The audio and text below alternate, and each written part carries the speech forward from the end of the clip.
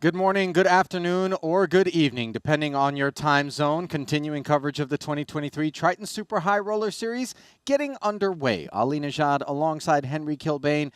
Obviously, a very emotional day in the books as our 100K main came to a close yesterday. Henry, of course, you were in the booth for much of it. It just was kind of a unique final table. Is that maybe the most diplomatic way to refer to it?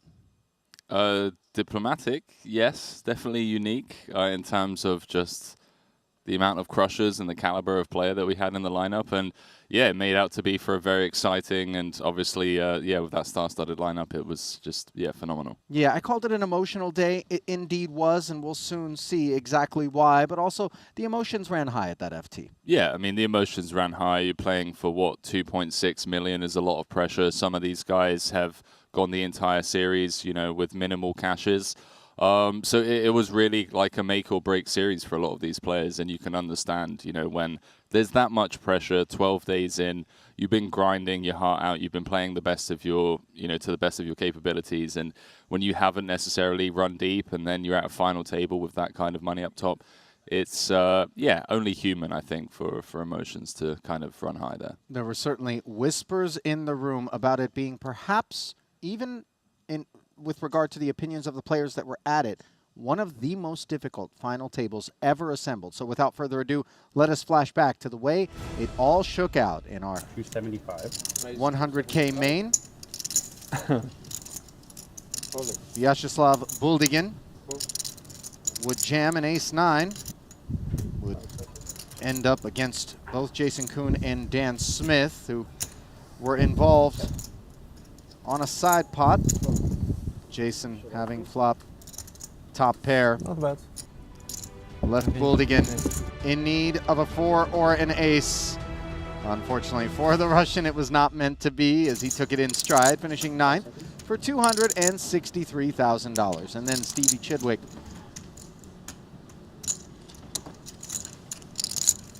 Ivan Liao, Player of the Year award leader, coming into this main, had an ace-7 suited, which would run in to top pair for Steve O'Dwyer.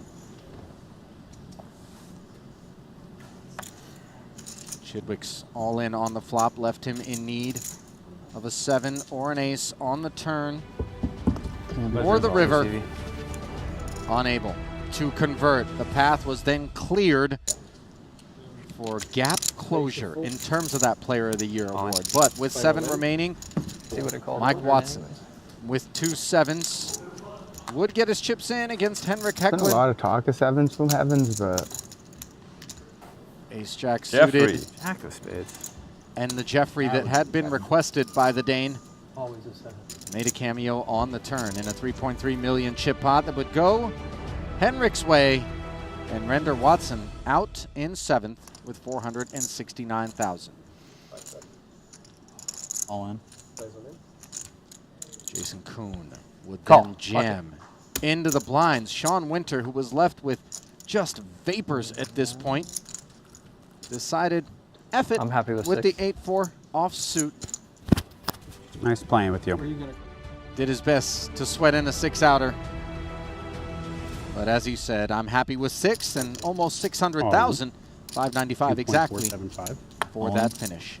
Dan Smith would jam with ace-queen. Jason Kuhn, the customer, with 2 10s, which would turn into an overpair on a 9-high board. Smith looking for the alphabet part of the deck. Found it, but not the one that was needed, as GGs were issued. Smith collecting $762,000. Then it was an ace-queen suited that would open a pot for Jason Kuhn. O'Dwyer, caught in the crossfire of a Hecklin all-in and a Jason call, would check out of the way and leave 5.75 up for grabs. And it was Kuhn who would grab it. Was in bad shape before the flop, but the ace-high board with no 1-outer for Hecklin to be found on the river would leave the Dane out in 4th. 946,000 went his way. Now then, O'Dwyer limping in with a queen 4. Second pair, good kicker.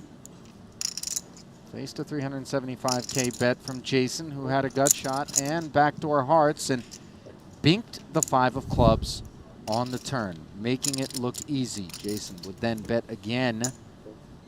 1.5 million. O'Dwyer would make the call as he drew dead, and then faced a request for the remains of his stack on the river. Straight. Backdoor clubs coming in, and O'Dwyer, GG. a non-believer, made the call and would ship a massive stack to Jason Kuhn. Steve collecting 1.17 million for the third place finish.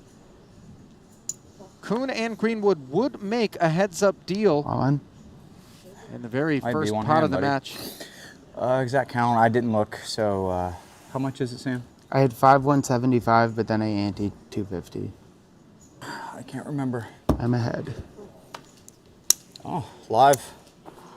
Sam correctly recognizing that he was ahead, of course, with the ace-king, but no longer after the queen-high board on the back end of a call from Jason Kuhn would leave him with top pair and what would amount to a Broadway blocker with the 10. No ace and no 10 for Greenwood, as he would collect $1.92 million for the second place finish, and Jason Kuhn would take down his second title of this North Cyprus Festival, his third main event title overall, the 2 previous coming in short deck, and of course with a second under his belt as well. Henry, the emotions washing over him as he is currently in the lead for Player of the Festival, good for 100 extra points, and of course now the leader after having been so far back of Stephen Chidwick in the Ivan Liao Player of the Year award race. Yeah, it's pretty phenomenal, not only for him to have overtaken Stevie, but the fact that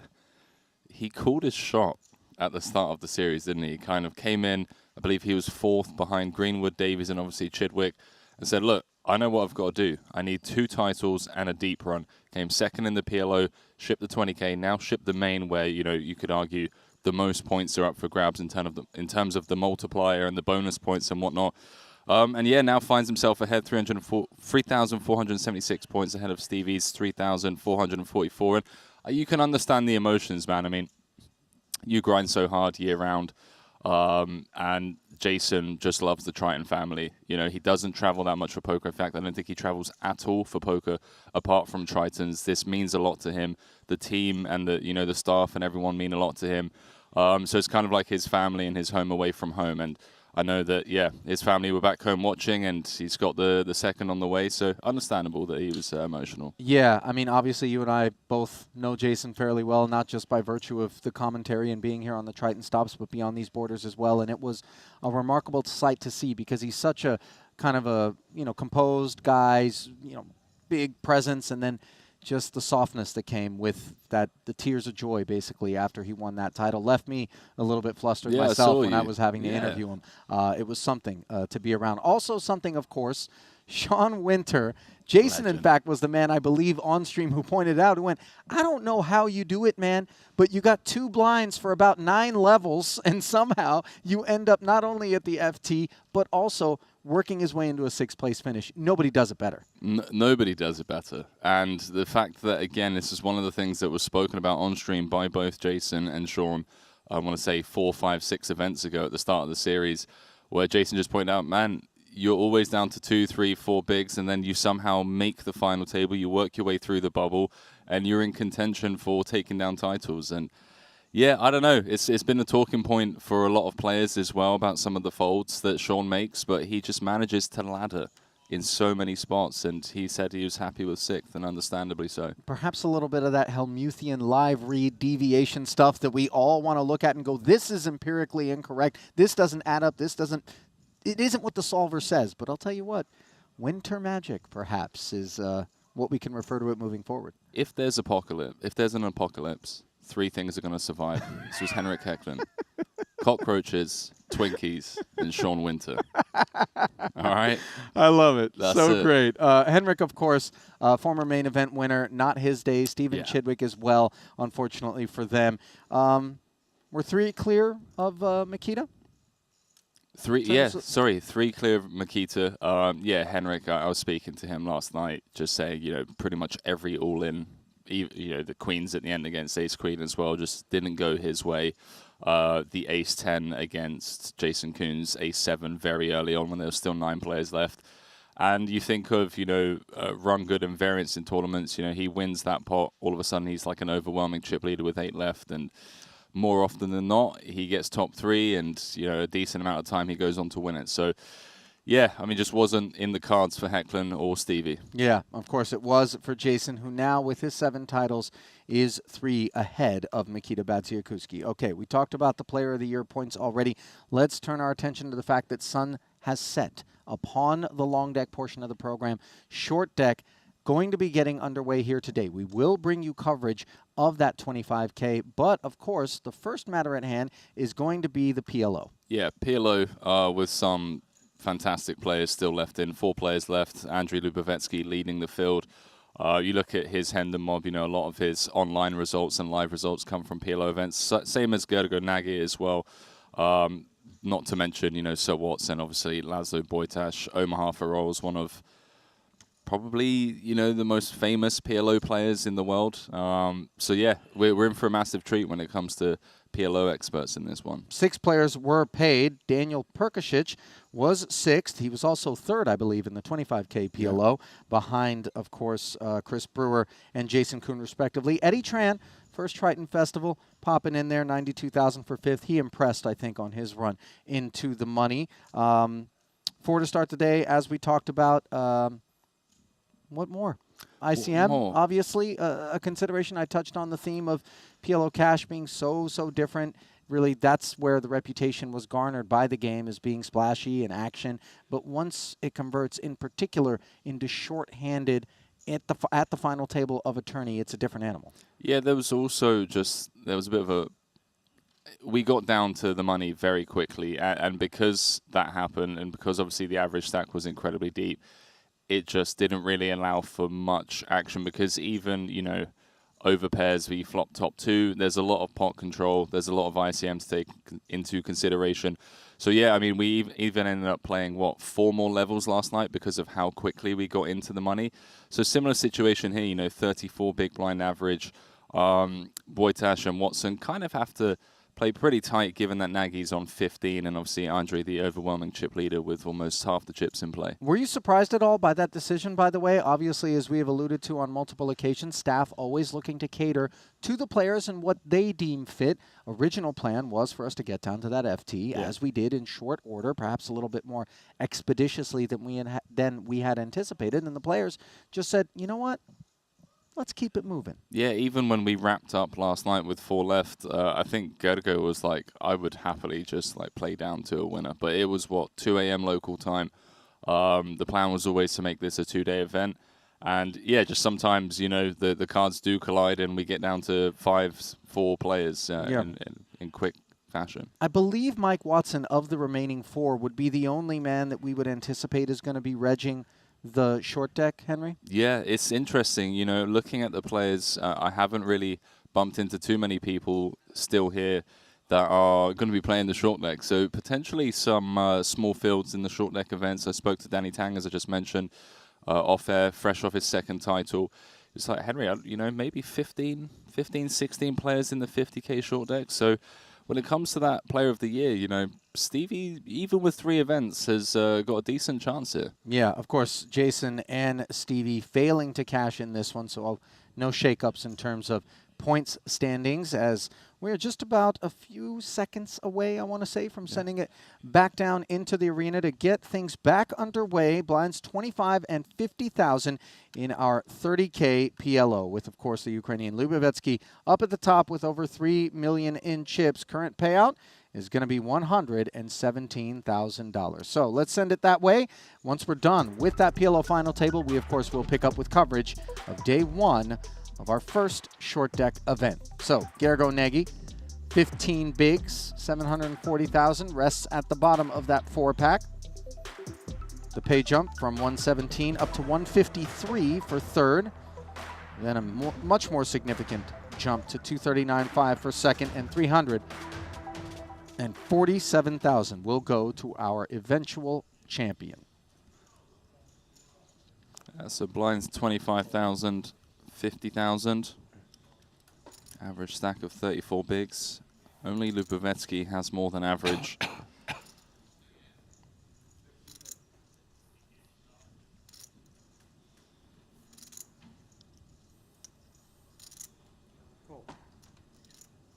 Laszlo going to be doing a lot of limping against Lubovetsky. It's going to want to keep the stack to pot ratio as high as possible, reduce the variance as much as possible, even with a hand like Ace King 10-4 nut suit. Given that we're just four-handed, Henry, how significant is it that Laszlo is seated to the direct right of the one big stack at 3 million plus? Yeah, I mean, it's just the disastrous seat draw for him, given that Lubovetsky obviously chipped up late last night once we were in the money. No action on the flop, where Lubovetsky did have a 6. That was more than he felt like betting, I suppose, as the ace-king from Boitas turns into top 2. However, Lubovetsky has picked up 10-eye flush draw and just steps away from it. Yeah, again, kind of going back to some of the points we were making yesterday. Drawing to non-nutted outs, always a recipe for disaster in PLO, especially against that man. It's got your favorite watch on. Oh, yeah. It does look great. Every time I see it, I feel compelled to say something about it. Looks like a Power Rangers watch. You're out of your mind, Henry? It's like press a button and the spaceship arrives. No? Watch enthusiasts worldwide, all cringing. Shirt enthusiasts worldwide probably crying. I was watching the pre-show today. Oh, hello. What a beautiful looking hand for Boitas. Double suited Broadway rundown with a pair of queens. This is actually a really sick spot. How so? In the sense that if he faces any resistance from the blinds, such as this. Aces with hearts.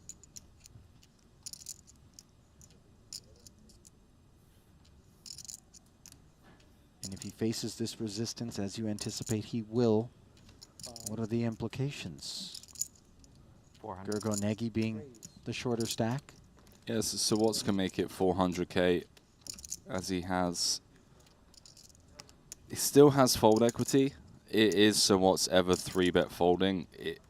I don't know.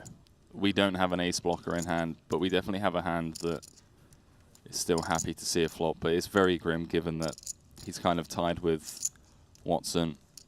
Right. Nagy's short. Yeah, he's just going to go for it. All in. All in. All in the call. Okay. He knows it. Queen blocker in Watson's hand as well.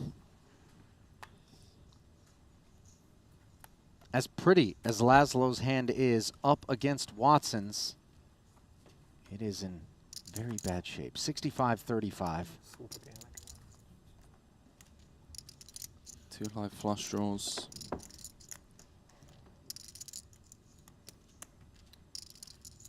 Wow, Boitas has him covered by just 5k.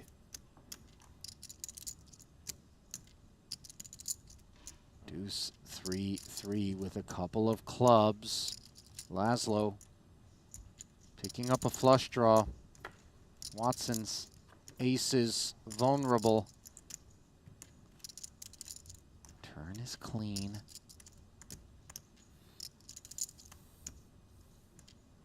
No queen, no club. That's all Watson's got to do. And he has done it. And you hear the immediate sigh of disappointment from Boitas. Yeah, GG's Laszlo. I mean, last hand of last night could have eliminated Watson. His aces got cracked by so what's his ace, queen, 10, 3, I believe. And Yeah, it's rough when your aces don't hold to get us three-handed, and then you have a hand as strong as king, queen, queen, jack, double suited, flop a flush draw. It's rough when the graphics crew rounds down to 0 in terms of big blinds. Yeah. That's how dusty. He's got a 1/10 of a big blind, and he's in the big blind now. Oh, sorry, no, he's not. Next hand, he's in the big. Certainly seems like 4th place payout has found a home. Certainly does seem that way. So, small and big.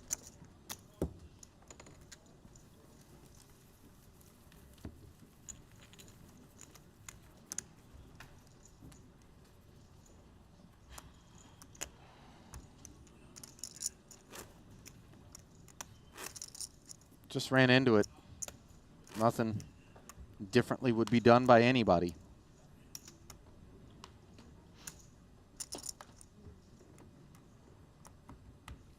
Yeah, certainly not going to question that man when it comes to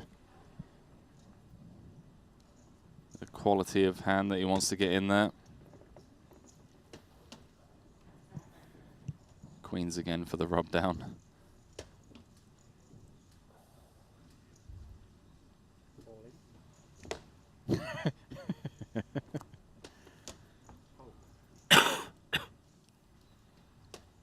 Even Laszlo can have a grin at his plight at present here. Yeah, 117K guaranteed, but would definitely have had other plans coming into the day.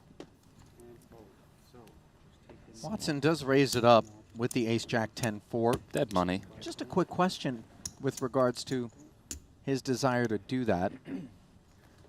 I suppose Boitas is so short that it doesn't really matter. And there's dead money. There's like, if he just picks up 45K, he's free rolling. No need to retain Gergo Nagy. And also Nagy's incredibly short as well, so Nagy can't really tangle with Watson. In the worst case scenario that Boitas triples up and Nagy's out in 4th. Note that the pot is 65K. That, of course, courtesy of the fact that the big blind ante is something Laszlo is eligible for as the 6-4-6 board turns spades on the turn. Watson with the flush. 6 or a queen needed. Yeah, Laszlo. Mike finishes what he started as Boitas finding the same fate as that teddy bear on his hoodie. Yeah, final nail in the coffin from Sir Watts. GG's to one of the true OG PLO grinders. 4th place finish, $117,000. As back-to-back pocket queens showered. Hungary still has hopes here at the final table of the 30K PLO. They come in the form of Gergo Nagy's 3rd place stack, which is assured $153,000 at minimum, but note the pay jump, far more considerable between 3rd and 2nd than it was between 4th and 3rd. Yeah, always top heavy. Triton Super High Roller Series. Now, obviously, Sir Watts and Lubovetsky just massive chip leads over Nagy. I think they'll be playing a lot of low ball against each other until Nagy either kind of doubles up or bows out in 3rd. Very deep here. Average stack 45 bigs. Appears that Lubovetsky has discovered the delights of Turkish tea along with us last night in the booth. Watching the stream, yeah, maybe. Spa night, let's call it, on the night shift yesterday. Pot limit Robaha.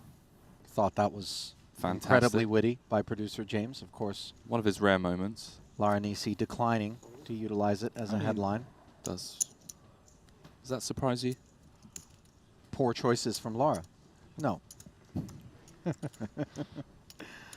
I thought it was a really good line from James. About time, 13 days in. Is that it? 13 days in. He's trying to ignore us. Yeah, of course. He likes to pretend when and who he listens to. Must be the final stage of some sort of obscure cycling event. Queen 6-5 here and sevens I think with he's watching diamonds. synchronized swimming. I could see it. Any bets on?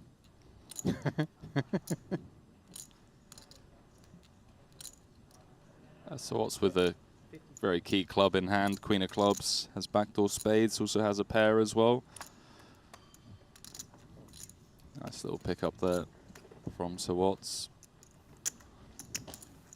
Now those two gentlemen are not looking to tangle as it stands, of course, given the aforementioned significance of the pay jump, as well as what you pointed out is the much shorter stack of Nagy. Just 12 bigs for Gergo, 66 and 58 respectively for Watson and Libovetsky.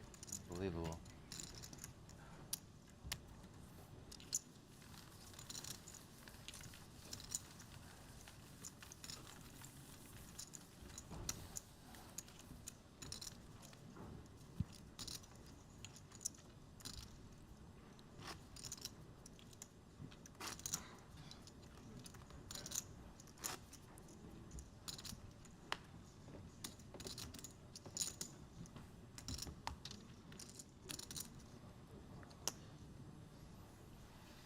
Warmest of welcomes, of course, to people joining us, as Ali said in the pre-game show, whether it's evening, afternoon, or morning. Watching on YouTube, Twitch, and the Triton Poker Plus app. Got some PLO magic. Talking of magic. Ace 10, 6-5 with nut hearts.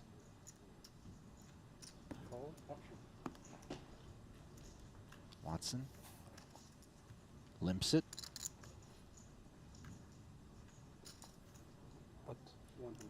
One gapped 4-card rundown for Nagy as shoots it up to 150. Watson always prepared.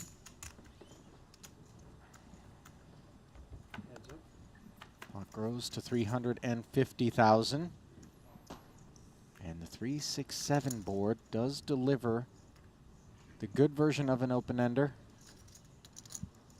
to Gergo Nagy.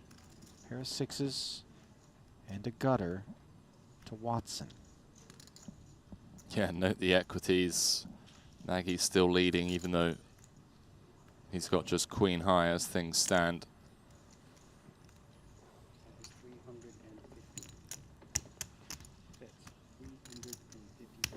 Mashing it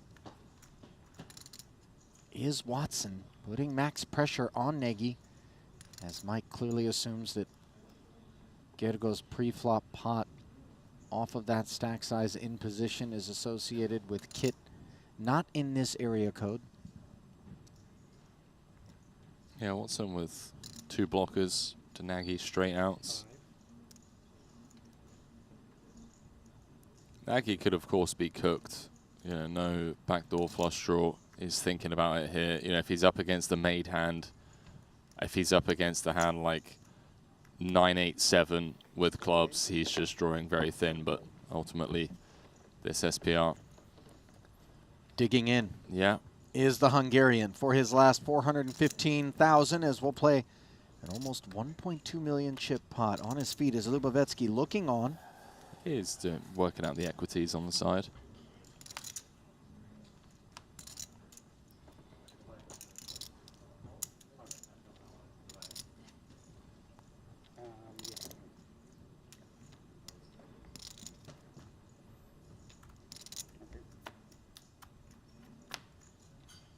Pressure situation. That's a fantastic card for Sir Watts. As he has made the 7 high straight.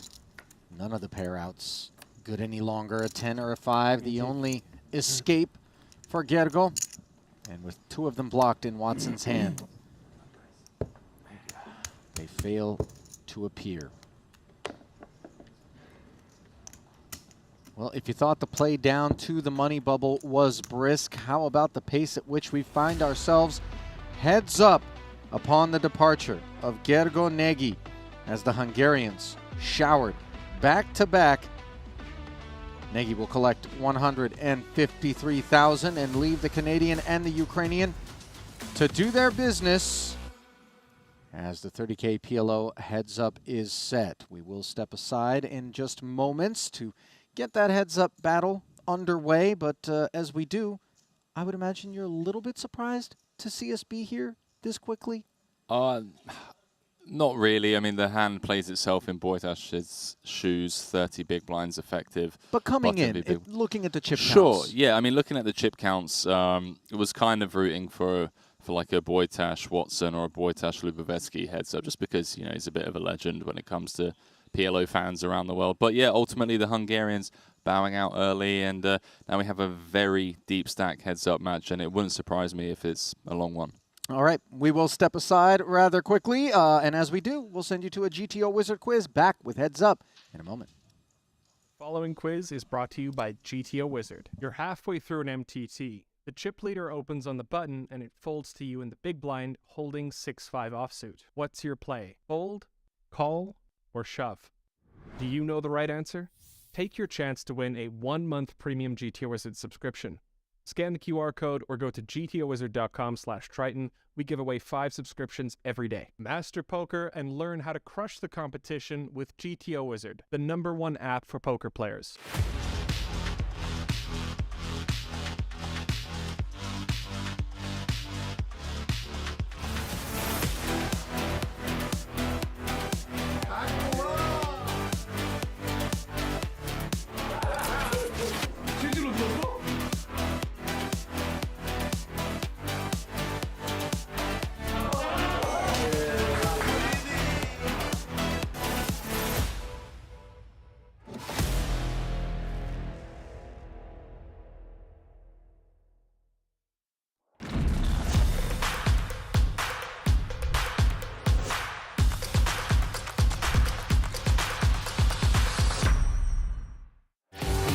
GG Poker. It's the best poker, the biggest software. poker site. This is a crazy.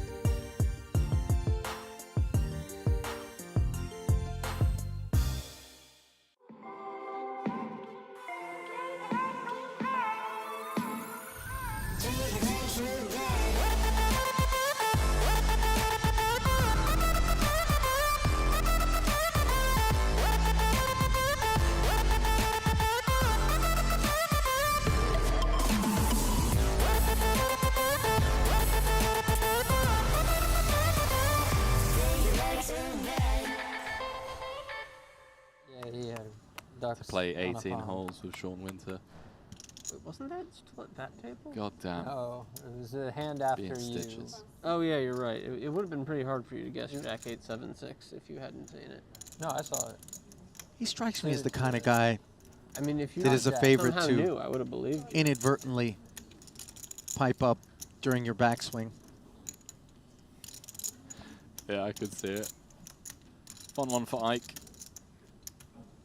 Two limpers in front of him, and the ducks flying together for the time being, at least in the pair formation. TBD whether or not they will evolve into a set. Yes, they will, on a very dry 7-4 deuce board. No, Gergo very happy to play some marginal hands on the button. Probably believes he has, oh boy, a significant edge post as Kolosov turns the nut straight. After the round of checks, and the ace-3 is there as well for Sean Winter. Trouble card. Yeah, Sean with 2 8s in his hand as well, which is pretty insane, blocking the 8-6 heavily.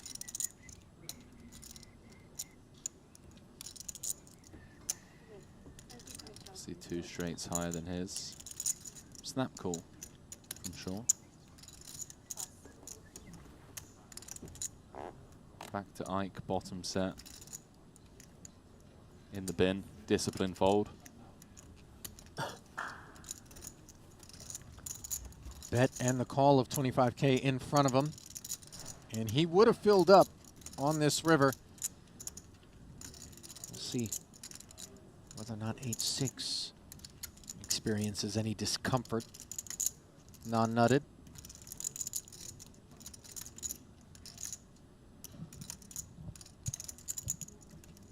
No pair blockers in hand. Unblocking clubs. Gotta continue. Why so small? 6'3"? They say a man with muscles never bluffs, but then I've seen Alex Foxen bluff a lot.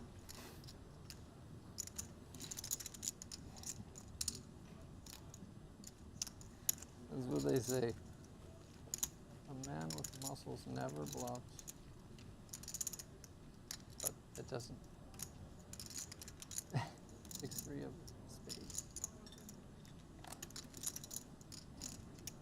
Whoops. I regret it, but yes. I'm not even sure Sean actually meant to call. He put the chips in his hand, and then they sort of plopped out, and the dealer asked if he was calling. It wasn't immediately clear given the positioning, but said, I regret it, but yeah. You have no tattoos. A little bit of muscle.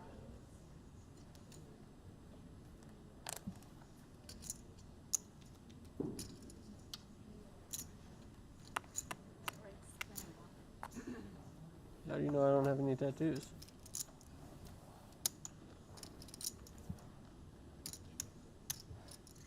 I don't remember seeing any. Do you? No. Do you have any tattoos? Okay, that's why I called. Yeah. I didn't think you did.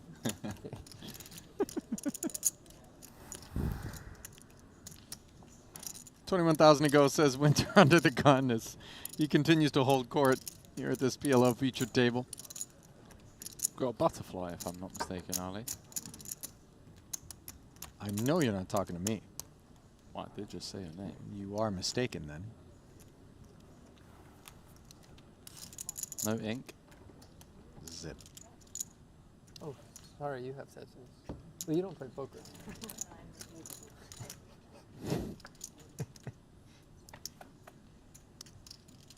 Jack 10-9-7 rundown on the button for Ike Axton, the only customer As we take the King 5-3 2-heart board.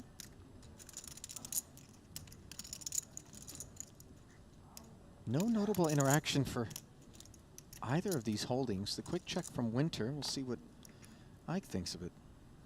Ike has the 9 of hearts in hand. Pick up some backdoors. All right, Galfond. Checks through on the flop, deuce of hearts on the turn. All right, Galfond. Yeah. Shout out Uncle Phil.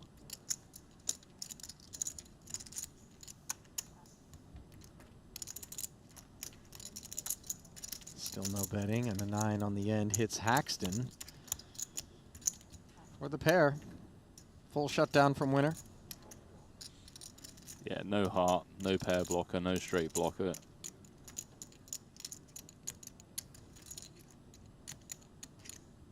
Happy to just give this one up.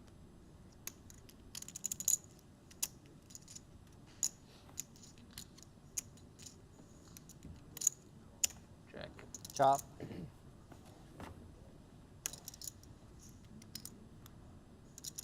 Pair of 9s. Oh, nice hand. Chop. Of course, always ambitious. As a don't think so. declaration. I think it's reasonable. Ace queen, ace queen. Man. Come Bravo. on, how could we sleep on that? Elliot saying Bowie effect. Bravo. Andy Wilson certainly up there. Do apologize. Obviously Mormon and Bowie. I mean, Bowie's like Benny Glaser disgustingly good. in 9th on England's all-time money list. Yeah, how could I forget Benny as well? Jack Sinclair on the list. There we go. Now we're coming up with some good names. Some names that we forgot.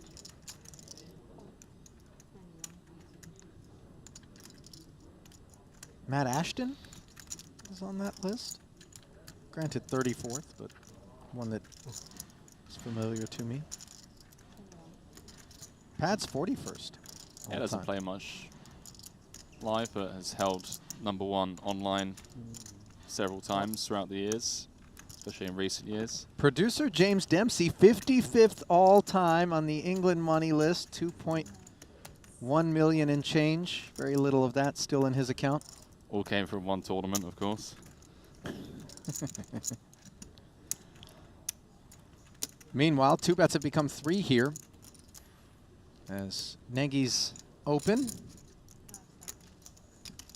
Yeah, again, late reg still open. Goes to 69. Happy to just spin the wheel, small blind V button. What Gergo wants to do here. It's got a nut suit.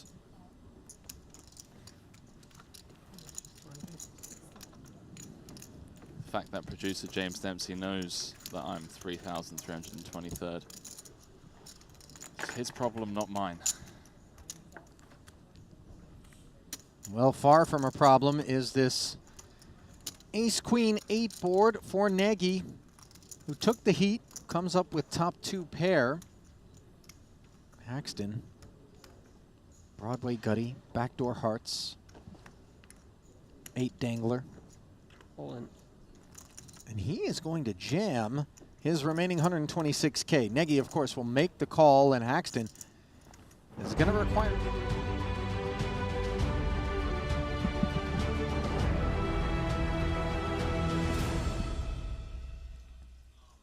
A very warm welcome back to the sunny Merit Royal Diamond Hotel, Spa and Casino here in North Cyprus. Day 14 of the Triton Super High Roller Series.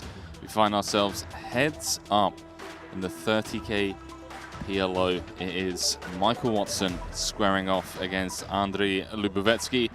79 big blinds, plays 58. We have a incredibly deep stack heads-up match on our hands, Randy. Maybe the deepest stacked heads-up we've seen of the series so far, with both players guaranteed 239,500 for their efforts so far after Gergo Nagy and Laszlo Bojtas were eliminated just a few moments ago. Only took us 30 minutes to get to heads-up. Nagy going home with 153k, but all eyes on that top prize of 377,000. So nice little 128k heads-up match on our hands, Randy. Yeah, and you know, we are super deep stack, as you mentioned, in this heads-up match, but it is PLO. It's one of those games where they wake up with a high equity spot post-flop. Easily, we could just end this rather quickly. We could indeed. So what's fresh off that title in Vietnam has cashed in 3 events here, this being his 4th. 2 final tables, including the 50k 7 max, came 8th for 184,000, and of course the 100k main where he bowed out in 7th for 469,000. Lubovetsky, couple of cashes, no titles, looking to change that here, of course. Squaring off against Sir Watts is going to be tough competition. Lubovetsky with 2 cashes, both coming in the starting events of Madrid and North Cyprus. Cashed the 20k here this series for 40,000. Oh, other way. Oh, yeah, sure. What am I doing? Yeah, sure. All good. Quick miss deal there. Happens. Okay, threw the card the wrong way first. So heads up.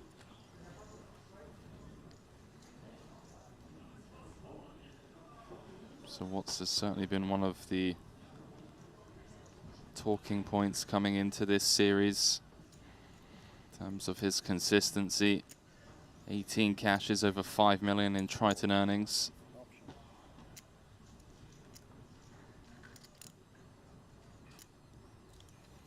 You know, Watson said the other day that, you know, he used to play PLO, but it's been quite some time, but certainly that seems to be back where he belongs.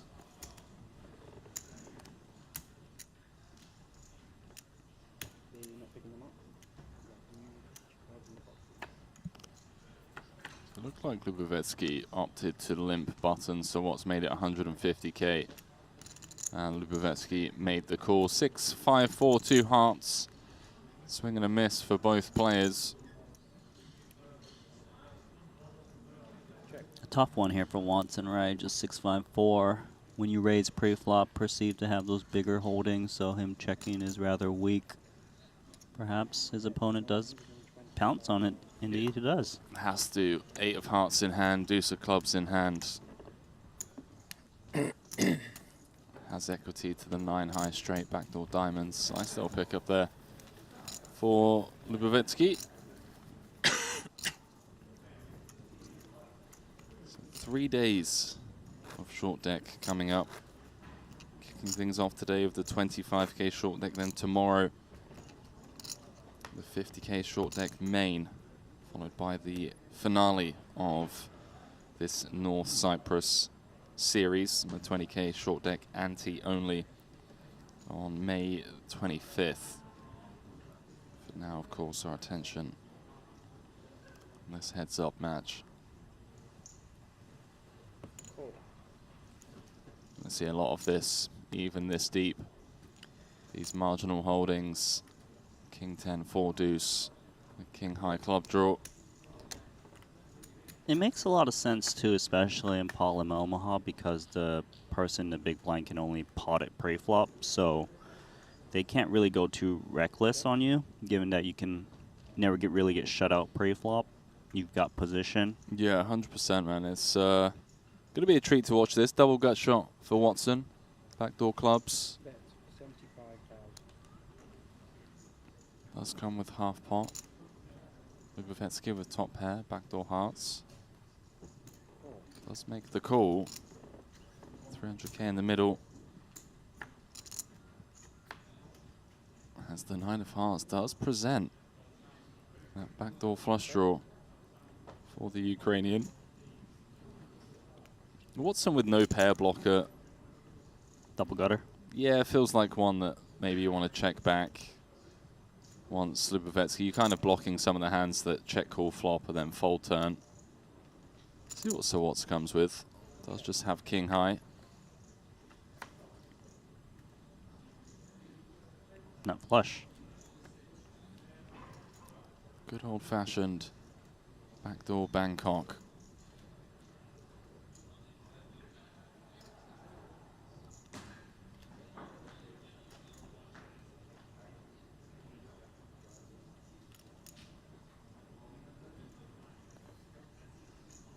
Bet 300,000. Full pot size bet. I love that he's gone polar here. Unblocking Jack 10. 3 hearts in hand.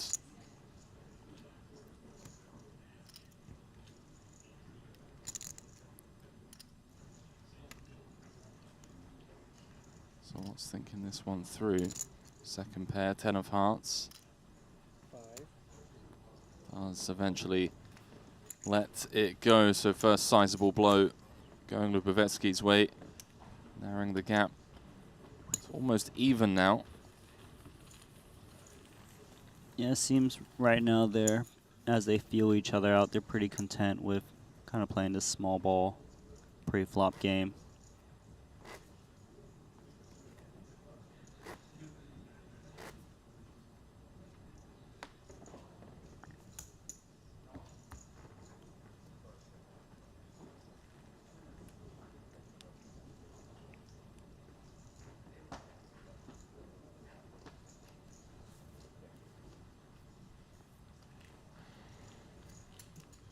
Nice holding here.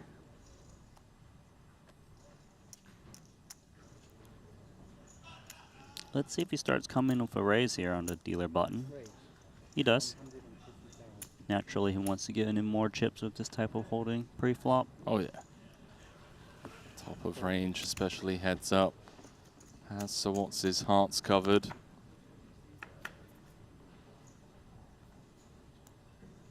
We'll be seeing a lot of flops in heads up PLO. Both players flopping a flush draw could be trouble for Watson. Does have that inside straight draw working for him as well as backdoor clubs. Yeah, it seems like a lot of opportunity for him. Drawing to the third nut flush, though you can see just 21% equity. 2 cards to come. 275,000. But just a great spot for a Lubovetsky here. He's got, you know, pocket kings over pairs. He's got the back of the nut flush draw. His opponent may be drawing to a weaker heart draw in this case, yes. Yeah, sizable C-bet from Andre. Makes sense, wants to really charge those draws as much as possible. 800k in the middle, Randy, going to, sorry, 900k going to a turn. It's now the Queen of Spades giving Watson top pair. Yeah, even more reason for him to continue to potentially a turn barrel incoming.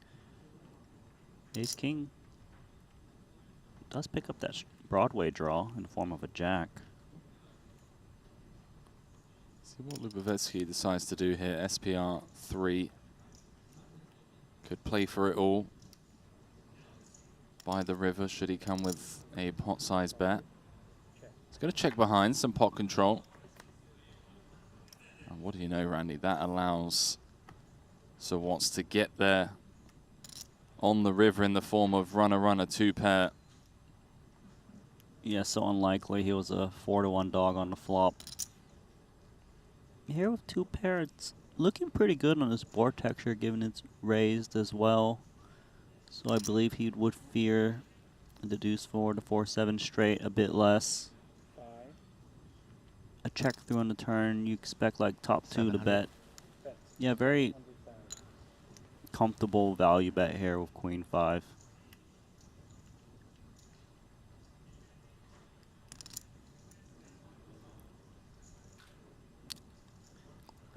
Andre, of course, with a bit of an annoying spot. Has a deuce blocker, blocking deuce 4. Doesn't block any of the pairs. Also, holding hearts, not ideal. Blocking some of the hands that would want to bluff. Yeah, you saw immediately shades came off on this hand as he contemplates what he should do here. Nice fold. Does manage to get away from it.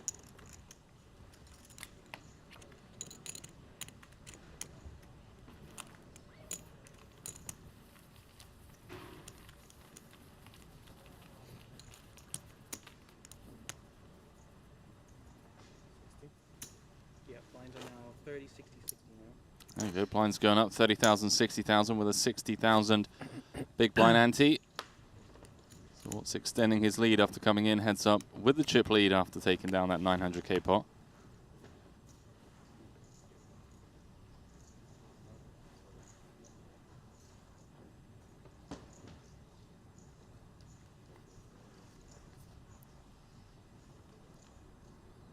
Raggy hand for Watson.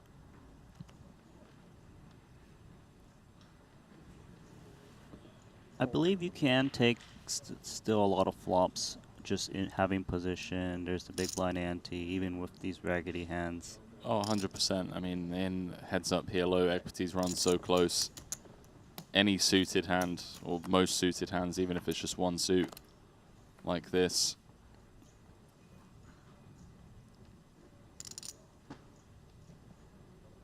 Both players connecting with the 3 on the 5-5-3.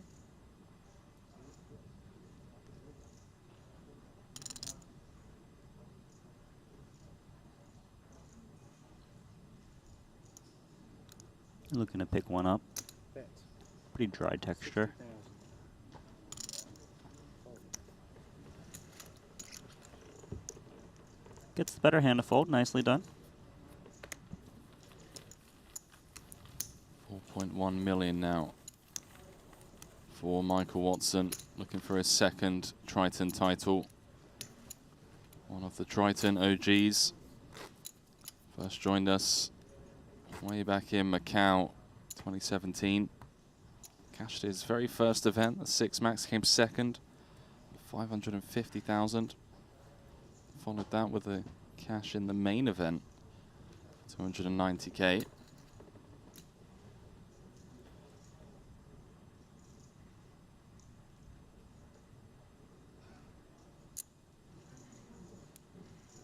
Fast forward 6 years, 5.5 million in Triton earnings, 18 cashes and a title, looking for title number 2 as Lubovetsky raises pots on the button with the ace-king 4 trait. Double suited here for Watson.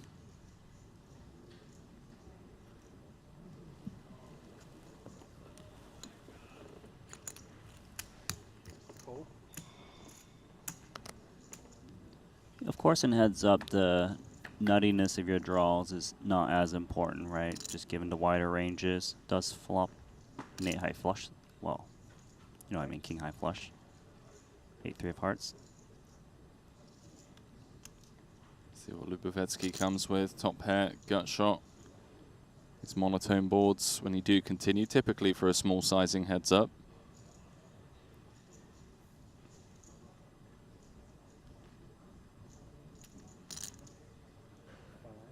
Bet. 80,000.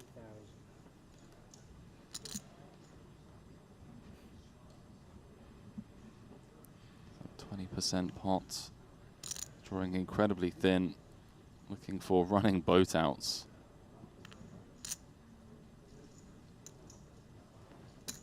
Watson, of course, going nowhere. It's been all Michael Watson so far, this heads up. 8 on the turn leaves Lubovetsky drawing dead. I'd imagine on this kind of a card, he's not going to want to put in more chips. Kind of made his stance on the flop. Straight's coming in, of course, too. He just has nothing, no flush blocker. Does improve to a straight. 7 high straight on the river for the Ukrainian. A 4th heart as well. Could be difficult to get away from. Yeah, let's see if Watson tries to extract value from, you know, these straights that are out there. Perhaps a smaller bet. 5. It's Going to almost extend his lead to a 2-1 chip lead. A meaty bet here, actually. 500 into 580. Yeah, 4 hearts on board. Makes it less likely you're holding a flush. Maybe your opponent looks you up.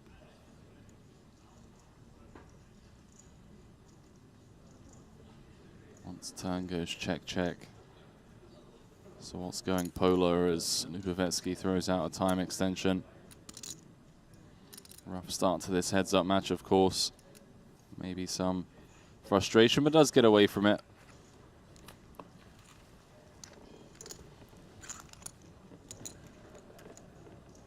All Michael Watson so far.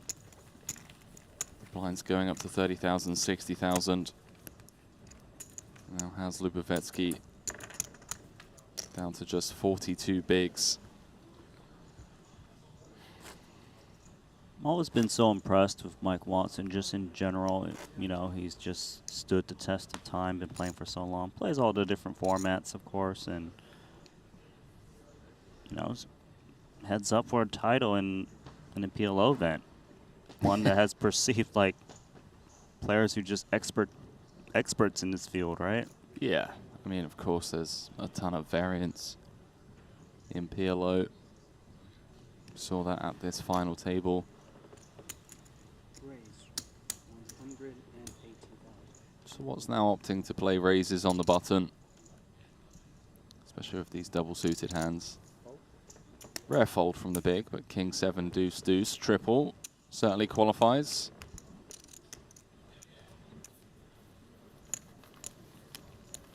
Yeah, so right now we're around the 40 big blind mark effective at this heads up.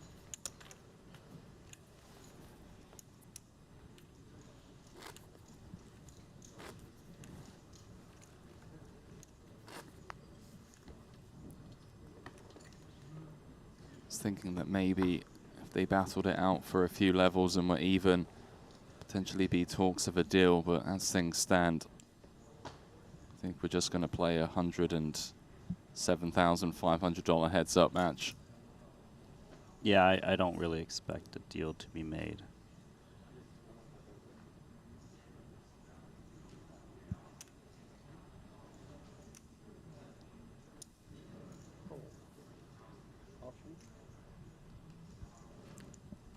Now it's perhaps Ace King 6-4 hand you might take upstairs out of position. Yeah, I think so, against the limp. Nut suit. I think the nut suit's the key part of it, isn't it? Connectivity with the Ace 6-4 also has coverage at the higher end with the Ace King. Well,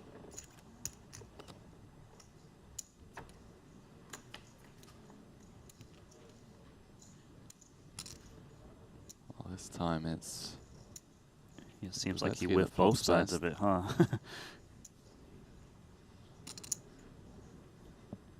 In the form of top pair, but it's going to be difficult if he faces much aggression. Watson with the King of Clubs, bottom pair. 5.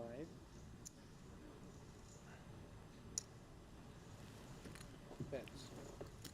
About 75% ball. 75 rounds. Yeah, Watson's been in the lab, man. The sizing seemed really on point. Has a nice hand to continue with.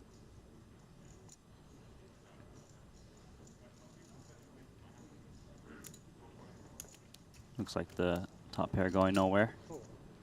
Has position, the key important part for him. Queen of Spades on the turn does complete some of the straight draws on the flop. The King, Jack, Jack 8 getting there. So Watson again with the key card, that King of Clubs. Yeah, a tough card though for both players. Does not give them any improvement in their hand.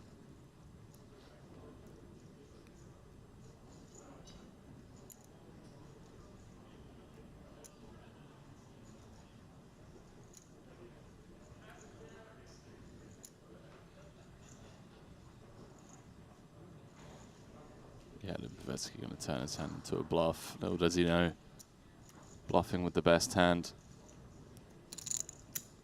650,000. Comes with 2/3 pot. Nicely Obviously done. met with a snap fold from Watson. Nice little claw back there for the Ukrainian. Up to 2.8 million. Reclosing the gap.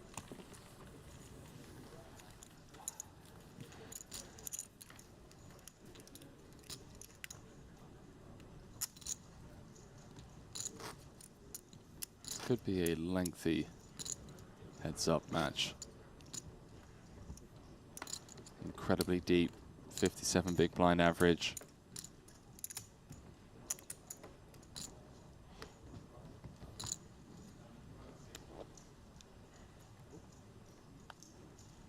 Shout out to all the 4-card fans still with us. Got Borgs23 over on YouTube saying yes. PLO. You'd love to see it, Borgs. And to all of our viewers on YouTube, Twitch, Triton Poker Plus app. I believe, Randy, we are just shy of 500 subscribers away from reaching 165k subs over on our YouTube channel. If you are watching and haven't clicked the like button, haven't clicked the subscribe button, we'd really appreciate you helping to help us reach that goal. There we go. As you guys know, we put in so much effort, not just at these series, but year-round behind the scenes to continue putting out world-class coverage, free of charge, of course. The highest stakes, the biggest names in poker, all free of charge. 3 more days of poker here. Then there will be a bit of a break between now and London. London will be from July 27th until August 10th. But in the meantime, Randy is going to be putting out a ton of cash game content. And when I say cash game content, High stakes. 7 seven-figure pots from what we've heard. So far. So far. And that's just from what we've heard. We're talking PLO, we're talking No Limit Hold'em, stand-up games. So again, help us reach that goal by the end of the series is greatly appreciated from all of us here at Triton as we head back into this one. 420 in the middle. So what's did? Raise button. Bovetsky has turned top and bottom. Boats up on the 8 of Diamonds River. Yeah, let's see if he wants to try to extract some value. It does appear that the way Watson has played his hand, he's rather weak though.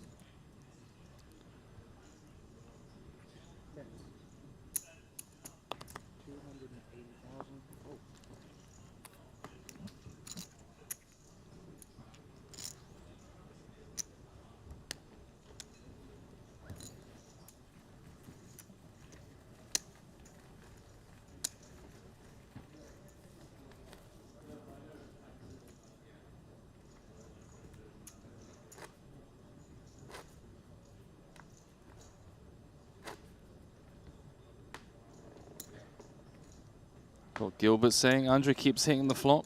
He's going to turn the tables on Sir Watts. Well, it's not been the case so far, but the last couple of hands he has managed to crawl back up to over 3 million chips. It's reduced the gap significantly. See if that continues here. Is it safe to say we know who he's rooting for? I don't think so. I think he's just saying He's just commenting? Yeah, Lubovetsky's been hitting the flop. Couple checks. 180 in the middle. Back to 50 big blind effective.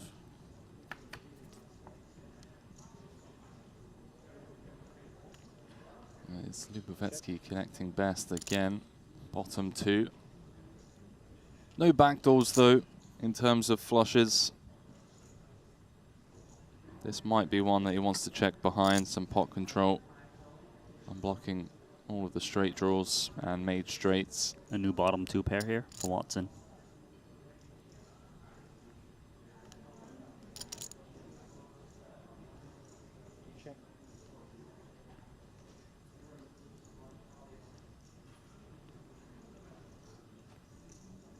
Both players seem very content to check this one down to the river as Lubovetsky now improves to top and third pair.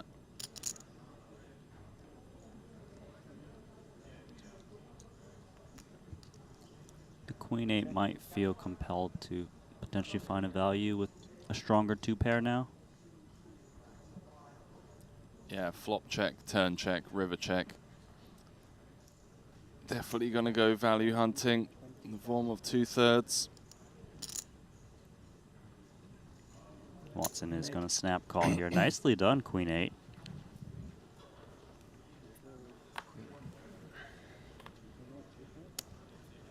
So what's Closes the gap, 200K difference now between these combatants.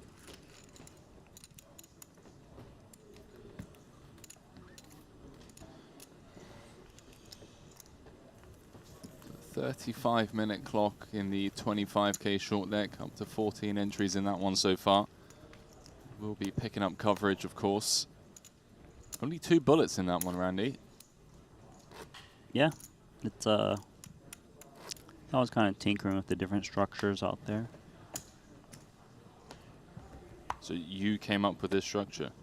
Not me, but I know they always discuss on what's the best way to go about it. You were giving feedback? I did not, personally. Whatever I'm given, I'll commentate on it. But yeah, we can dive into the nitty-gritty of it when that one comes in after we resolve this heads-up match. Yeah, not much of the Asian contingent involved. In fact, the only member of the Asian contingent currently in the mix is Danny Tang.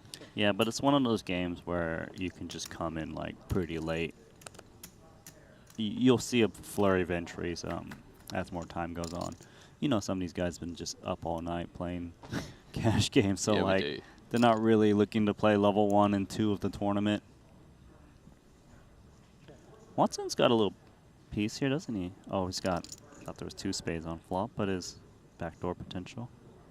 If he was allowed to use, if it was Super Hold'em, Super PLO, Hold'em, just flop the flush. Yeah. Is that a real game? It is. It's Super Hold'em. Yeah, Super Hold'em or Super Omaha? It's Super Hold'em. Super Hold'em. You get Wait, 4 cards. 3 cards, and you can use all 3 from your hand. Just pick 5. Just pick 5. It's sick, man. Do you have to use 3? No, you can use 1, 3, 2. But there was a tournament that I played where I was actually eliminated, but I didn't think I was eliminated because I thought I had the best hand, and I forgot that, oh, you can actually use 3 cards, and the guy had a full house.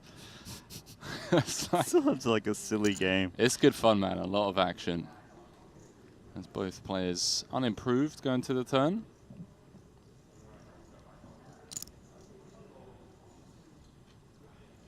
A tough one to multi-barrel here for Watson.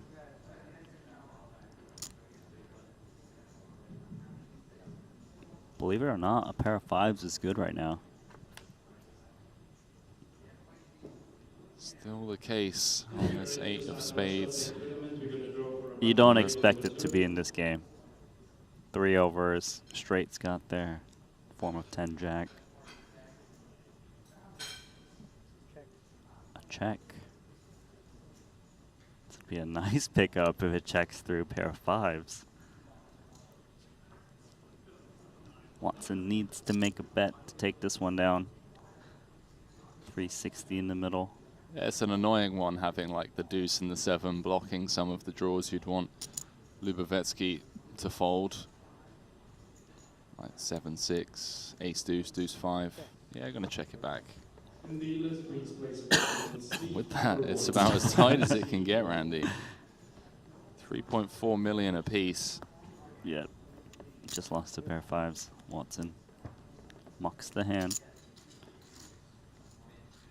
A tight race. It's a $107,000 heads-up match, PLO. PLO with the boys. The great game. Pot limit Omaha. Great game or good game? Great game, the great game. No other way to describe it. No other way.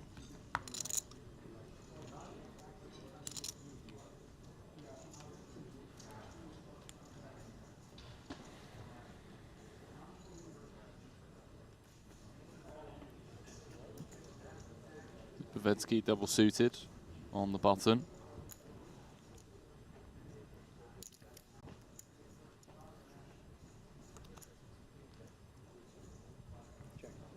What if they just turn to each other? 50 bigs effectively, like, do you just want to flip for it? And they just get all in blind. I mean, I don't think that would happen, especially between these two. You're saying Lubavetsky's PLO is his main game. He's got 2 Hold'em bracelets. Okay. Troublesome turn card potentially for Andre. Turned dead, so what's with the second nut flush? Also, Watson strikes me as a guy who wants to kind of just earn his titles rather than flip for them. Took one down, right, in Vietnam, you mentioned earlier? He did indeed. Short First deck. title in a short deck event. So many crossbars over the years in Hold'em events. Most recently, of course, the main event final table.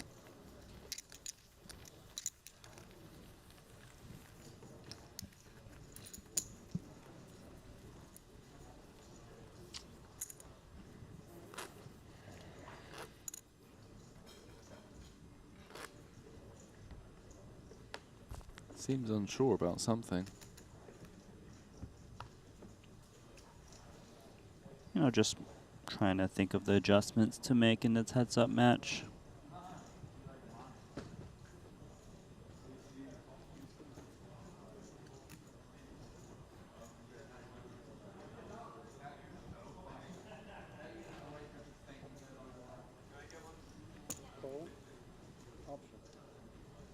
Triple suited, raggy one on the button, gonna limp. See what Lubavetsky comes with, King 8-3-3. Gonna check behind.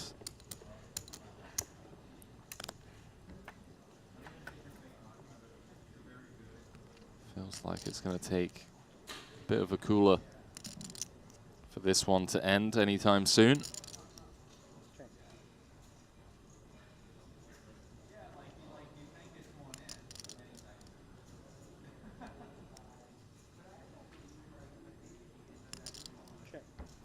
Not a good kicker for Watson, as obviously if he hits those outs, wouldn't play with the 2 9s out there.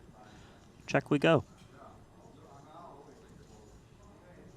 Just so much more dusty holdings, right? Post flop and heads up. Forced to play these hands.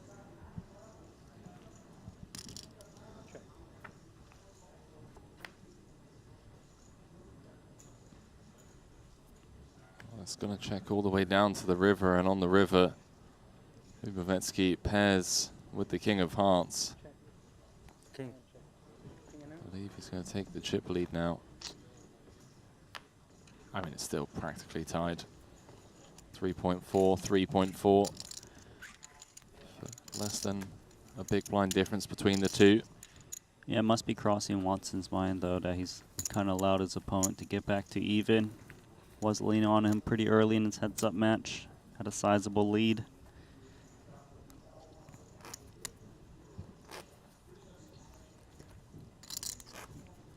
Could have all been over with the Queen 5 deuce on the 10-6-3 heart board, where Lubavetsky had the ace king king deuce. Yes, again. Nut flush. Had he bet the turn, there was 900k in the middle. Don't think Sir Watts would have been folding. Top pair, third nut flush draw and a gut shot. Andre, the pretty looking hand on the button.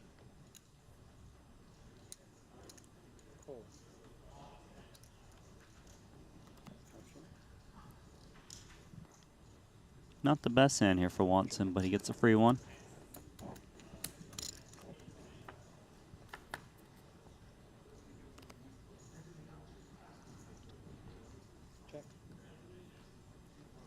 So what's flopping best on the 997? Seeing some very passive heads-up PLO being played, mainly a byproduct of the card distribution, of course, so far.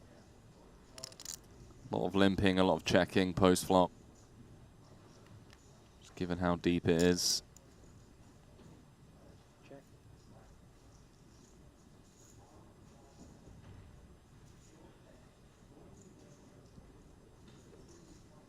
2-6 is going to work. That's 120,000. There we go. New level? Yeah, really difficult, of course, for a naked 8 or a naked 7 to continue there. Lubavetsky with a nice little pick off. Did have the boat outs, of course, blocking hands like 6-5, those 2 6s. Oh, yeah, sure.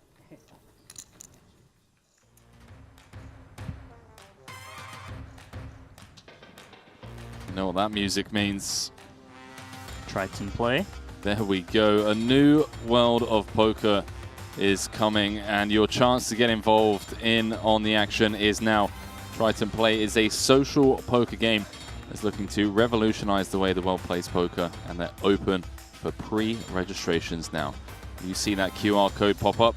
Be sure to scan it and start your journey into the new world. Triton Plays, some really exciting stuff coming up, a stealth demo, a London giveaway, and so much more. I was actually speaking with one of the developers that has been behind the scenes. Any sneak peeks for us? They're excited about London, man. They've got a lot coming up, a lot of stuff that hasn't been announced yet, but very exciting to see. As it looks like we got our first real kind of clash of hands. Quadruple suited. Looks like Andrew defended the big blind here. 2 kings. Bad board for the 2 kings. Yeah, getting out flopped. 560 in the middle. Given it's a raised pot, I'd imagine the ace comes into play a lot for Watson. More likely to have it.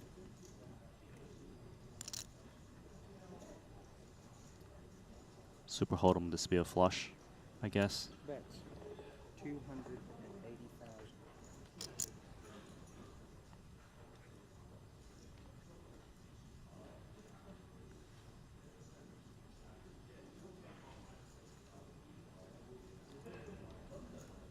Yeah, Andrew, of course, bottom pair, backdoor clubs, set outs.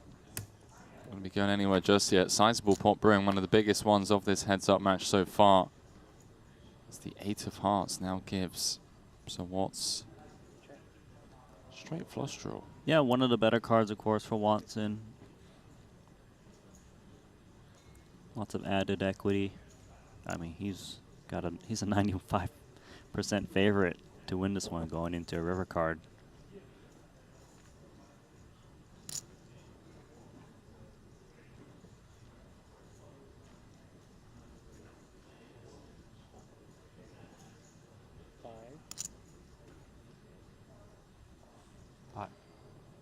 Look at this pot size bet. 120. Fold. Big double barrel from Watson with the goods.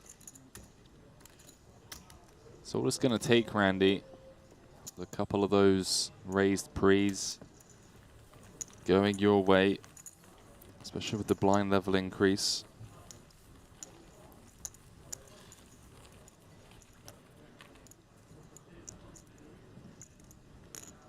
Lubavetsky back down to below 3 million now.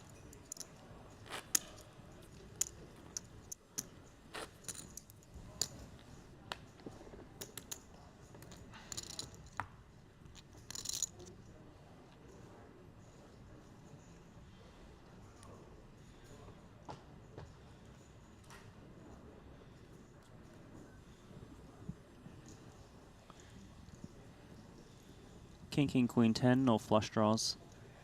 See no suitedness in Watson's hand. Still quite a strong holding. And heads up. Fold.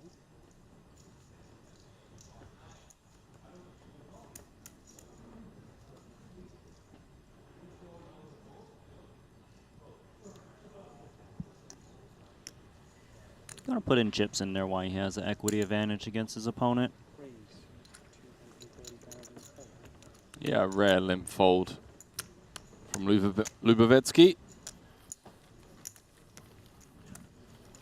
Ukrainian and Watson locking horns for the better part of 30 minutes now. Heads up. Only took us 35 minutes to get here.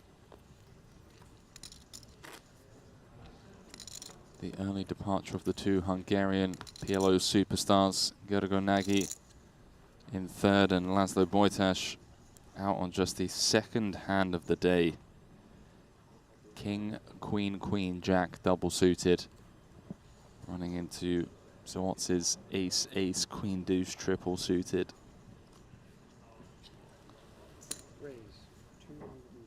Some more hands. I think non-nut suit from Lubovetsky may opt to just flat, but also has a hand that doesn't mind 3-betting, especially heads up.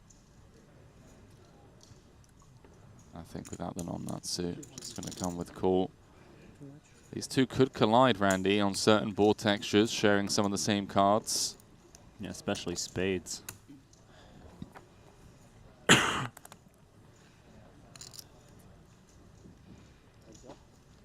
Jack 10, 9. Oh, a scary run out, of course.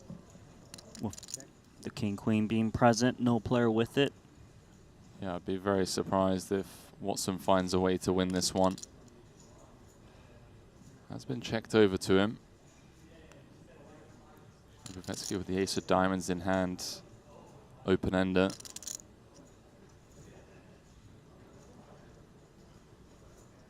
Check.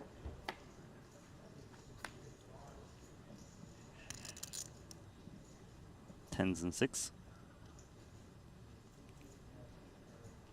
Still pretty scary board. Wouldn't feel too confident about 2 pairs, but nevertheless is reasonable showdown value. Yeah, two-tone board texture.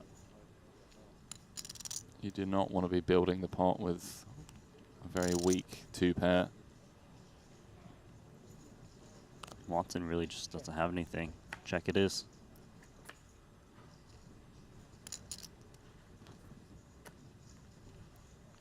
Clubs come in. They do indeed. Neither player with a club. Lubovetsky with the check mark. Get back up to over 3 million. Seems like a spot where he should be happy trying to just show this down still. It's one of the weakest 2 pairs to hold in this spot. Check. Check. And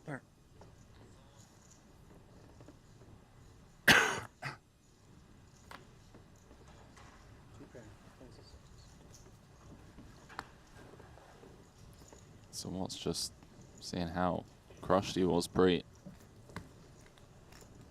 So I'll take it. Potentially avoiding disaster there. I mean, both players had their own kind of redraw things going on.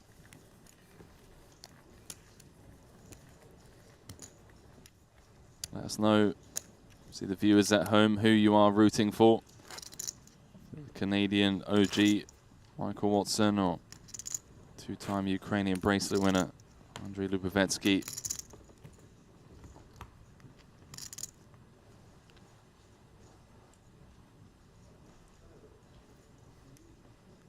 Very uncommon for us to pick up day 1 coverage of a PLO event all the way through to day 2. A rare treat for the PLO fans out there.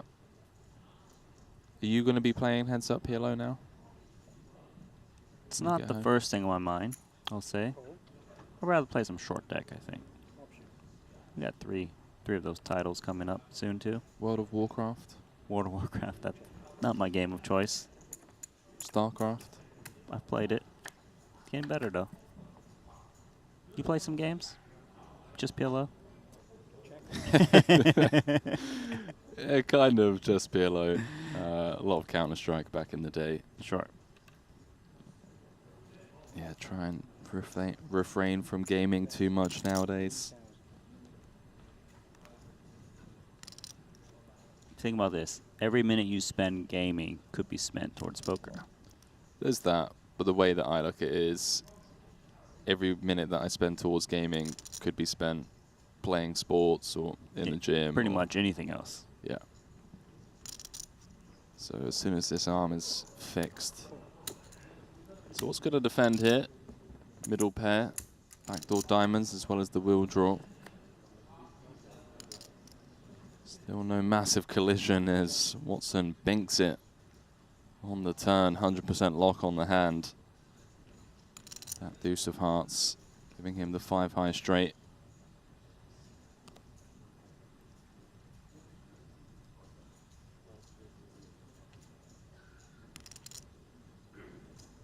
Still gonna make a stance here, king 8, 6, 6. Just a pure bluff.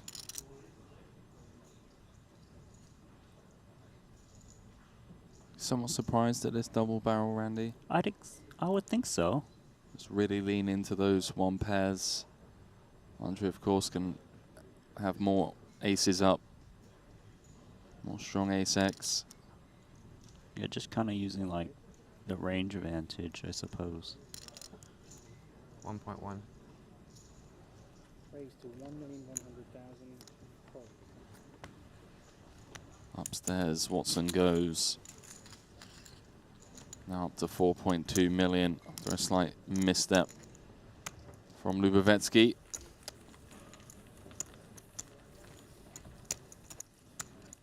"45 minutes into this heads-up match. Still pretty close, although now somewhat with a million chip lead. Did have Lubovetsky down to 2.2 at one point. Now playing 2.6, 33 big blinds. The 30-minute clock, of course.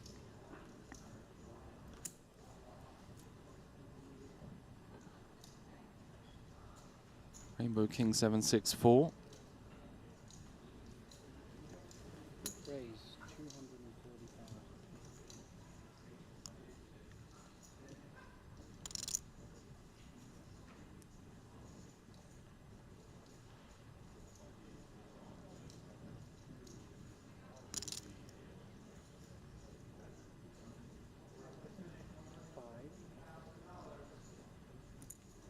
So what's his, okay, Michael, I see you. Just, you know, leading into Lubovetsky now. Rainbow King 764. Taking it upstairs. He kind of did this raise immediately when they have this stack size before too, where about 30 blinds for his opponent. Yeah. Felt like just leaning on him. And the pressure on both players connecting with a small pair.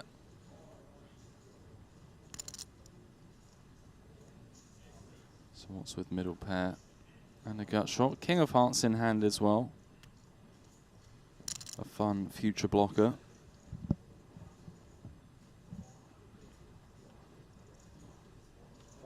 Fun future bluff card, I should say. 280. Bet 280. Well, let's start with half the pot here.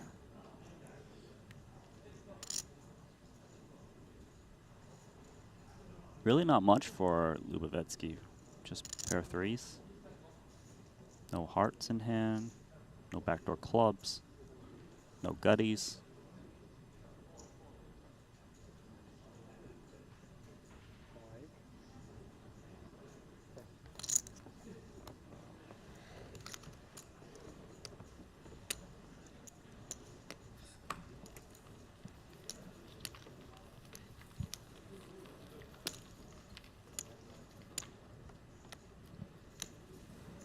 And Lubovetsky now down to sub 30 bigs. What's going to take is, you know, a 3-bet pot for the SPR to be around 1 going to the flop. Could really be over any minute now. Difference between first and second. 107,500, Randy. 6 figures. Trophy. Some domination stuff going on with the 8-5, but so what's slightly more connected. The Jack 10 8-5. Watson gonna attack here. Really just trying to lean on this shorter stack now of 2.2 million.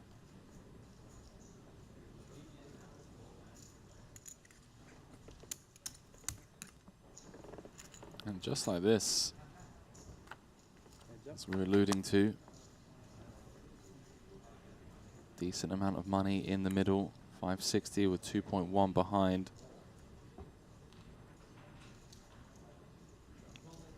Not that much of a piece for both players here.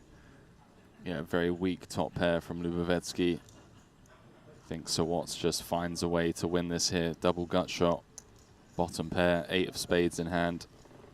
Yeah, and Watson was a pre-flop raiser, and his opponent just limp called, so clearly a range advantage would be perceived to hit this board. Nice takedown. Yeah, incredibly uncomfortable spot for the Ukrainian.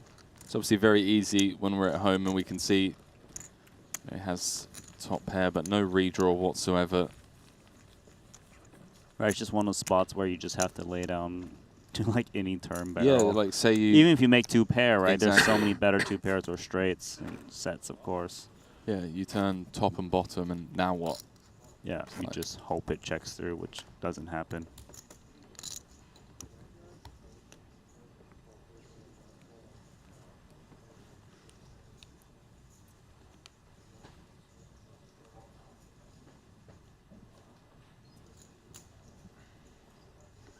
Omaha is just one of those games where future planning is so important. Of, you know, thinking about the further streets, not just what is my hand right now. Do I've got those redraws like you mentioned?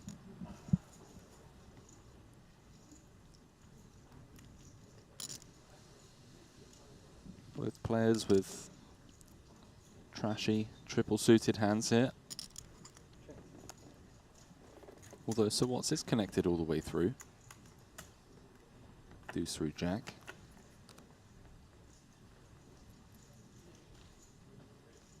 And again, just going to find a way to win this one. Open-ender, the second nut flush draw. Even though he is triple suited.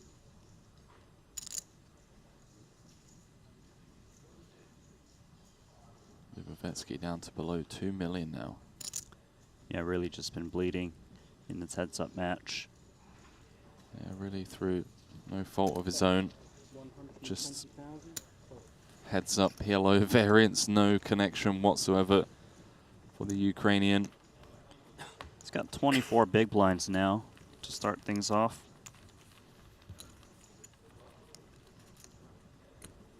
Some short deck, La. Coming. Come on, the boys. I tell you what, if Cat Lee doesn't win a title, I'm going to disown him.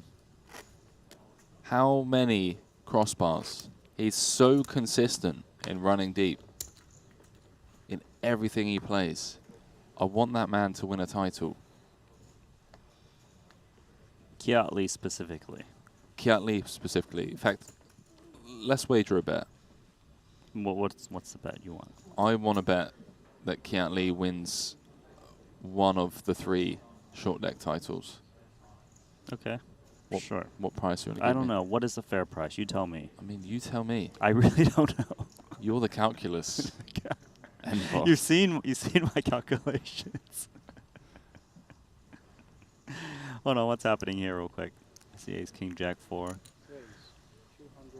Yeah, so Watts just chipping away. Lubovetsky going to come with a little limp Potsky. Yeah, and you know, he's seen Watson kind of attack his limps over and over again. Yeah, so Watts won't be folding. This is what we're alluding to, right? All it's going to take is a 3-bet pot. There we go. Set the trap, high equity situation for him pre-flop. For Watson, given that he's bloated the pot, it is heads up. You tend to just take one and see if you flop something and continue. Yeah, there's no folding here. We obviously have touched on several occasions about how close the equities run in PLO, especially in heads-up PLO. 1.5 in the middle, 1.2 behind. Any connection for Sir Watts, the money will be going in. And well, both players with top pair. Lubovetsky with a better kicker, so has a gut shot will draw. So Watts is going to need to find a queen, 7 or a 6 across 2 streets.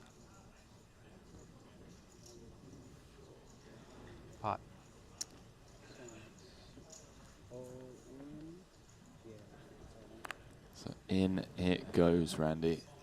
Nice favorite here for Lubavetsky. To get back into this fight. Heads up, really not been going his way. 9 outs twice for Watson to take down this 30K PLO in his second Triton title. Lubavetsky can hold here. We're up to 3.9 million. With a 3-2 chip lead over Sawat's All In, brought to you by bookmaker.eu.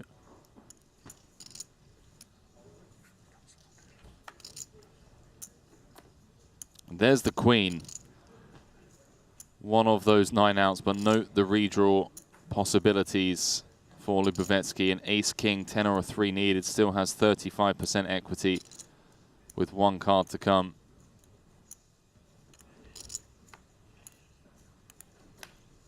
Bricks out on the river, 7 of spades, completes the run out, and with that, Michael Watson takes down the 30K PLO, eliminating Andriy Lubavetsky in second. The Ukrainian will be going home with 239,500 for his efforts. But so what's the self-proclaimed PLO old-timer? Has been focusing on Hold'em, of course, and short deck for the better part of the last decade or so. Coming out as champion here. Yeah. I mean, in this oh, 30K. he's got the 3 too. I even forgot about the 3. Yeah. For his second Triton title, going home with 347,000 for his efforts.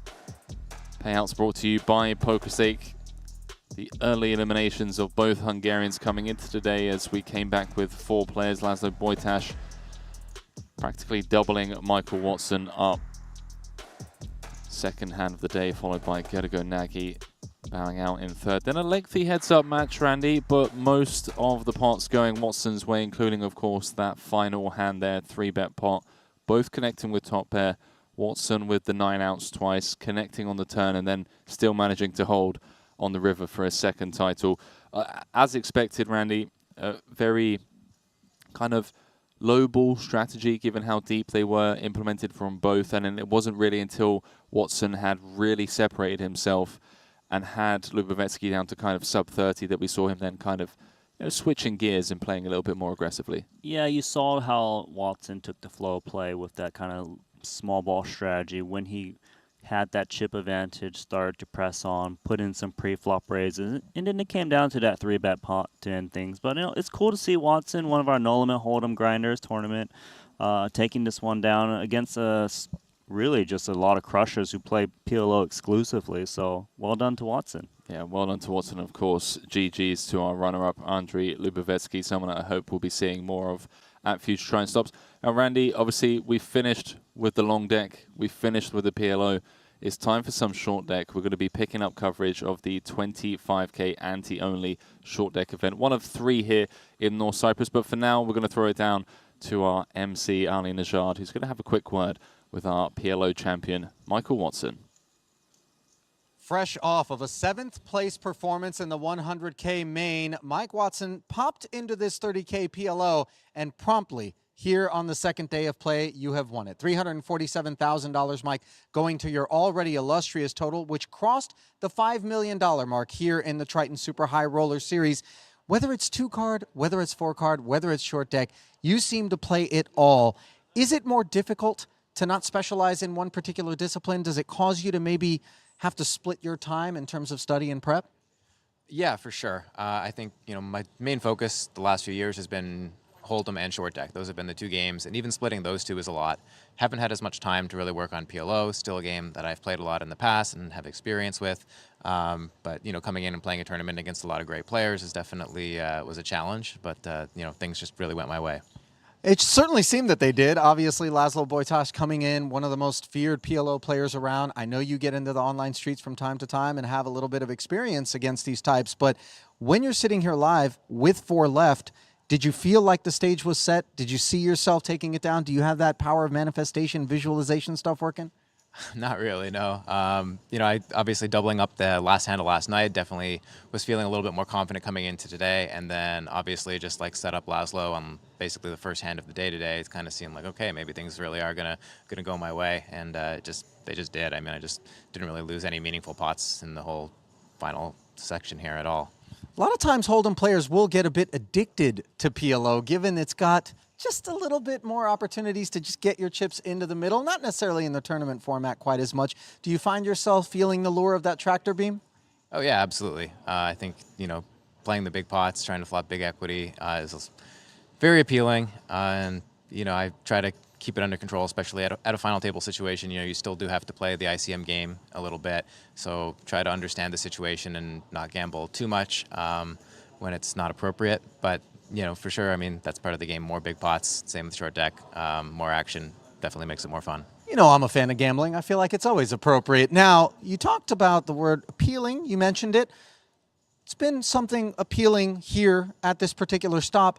The idea of lamb, and I understand Patrick Antonius, who has really put a dent in the stocks here on the island, big fan of it, says it's lucky lamb. I think you as well have turned to the lamb.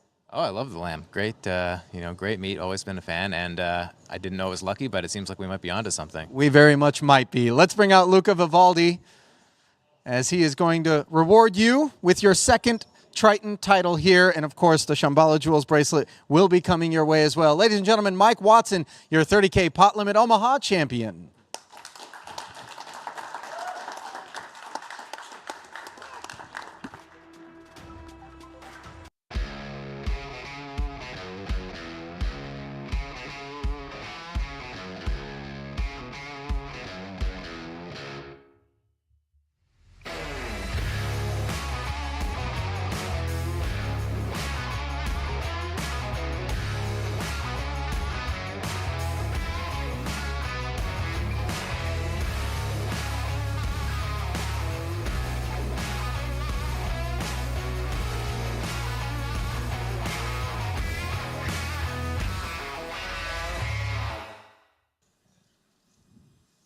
Well, there we go. Michael Watson with his second title running. Kind of similarly to Chris Brewer, 2 titles, but none in a Hold'em event.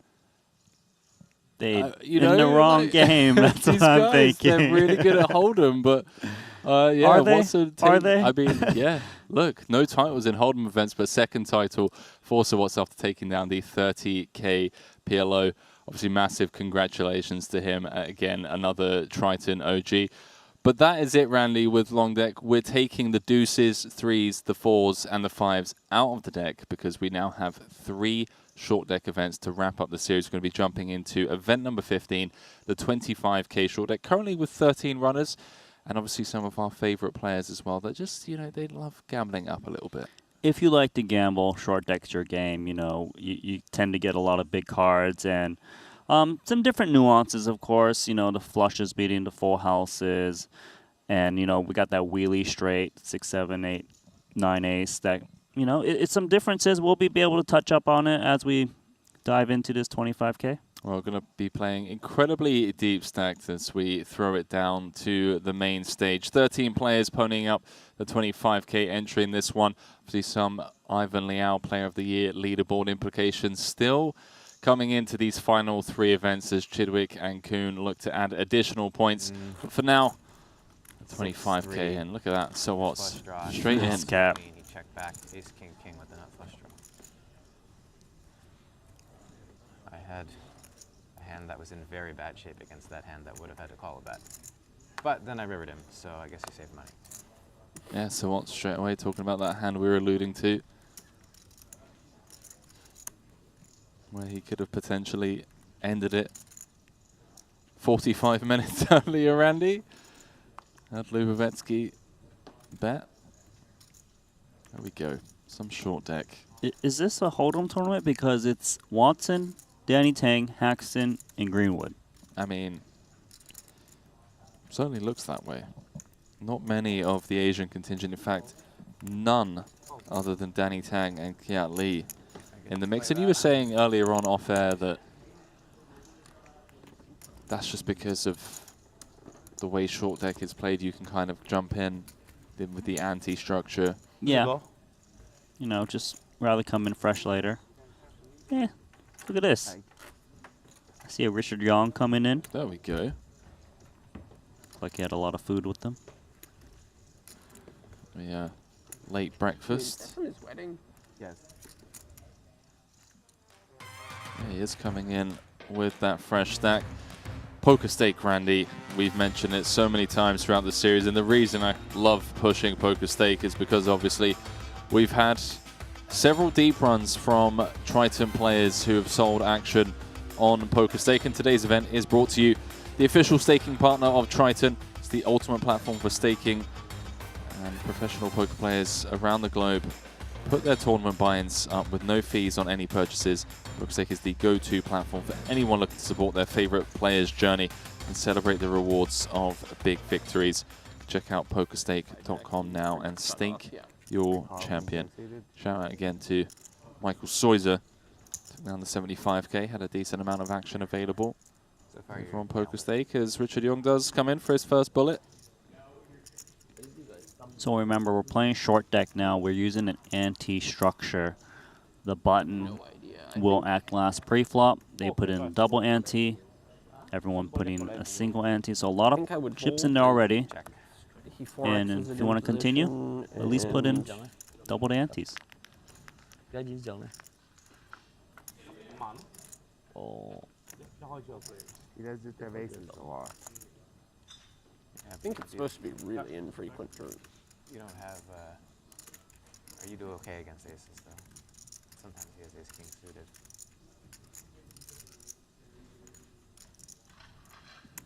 You tend to also see kind of a lot more multi-way pots in short deck, as you'll see 4-way here, family pot. 預計有幾多個人？我數到16個，咁而家已經有14個出嚟咗，咁就仲有 Anton 同阿 Elton。Elton。 So Richard Young got like a custom Jonas Triton collab cap. Is that not one you can purchase? I'm not sure. I've not seen the red anyone one else rocking that cap. Red and gold. Should be 2 days. So maybe as rare as the Champions hat that Watson's rocking. Only 2 players on their second bullet so far. Denise Schufferin and Stephen Chidwick. And when you say bullets, can you maybe explain what that means to our viewers? So for your 25k buy-in, you get 250k anti-bullets. Or I should say 250k bullets, because once the antis increase, that will no longer be the case. So if you lose your 150k, you're not out of the tournament. You don't have to re-enter for another 25k. You've got that second 150k bullet. Right. And at the end of level 8, any bullets that haven't been used automatically go into your stack. So if you preserve that 150k, that second bullet, you get that added on as like a top-up bonus, if you will, at the end of late reg. And you are allowed to claim both bullets right away if you wanted to.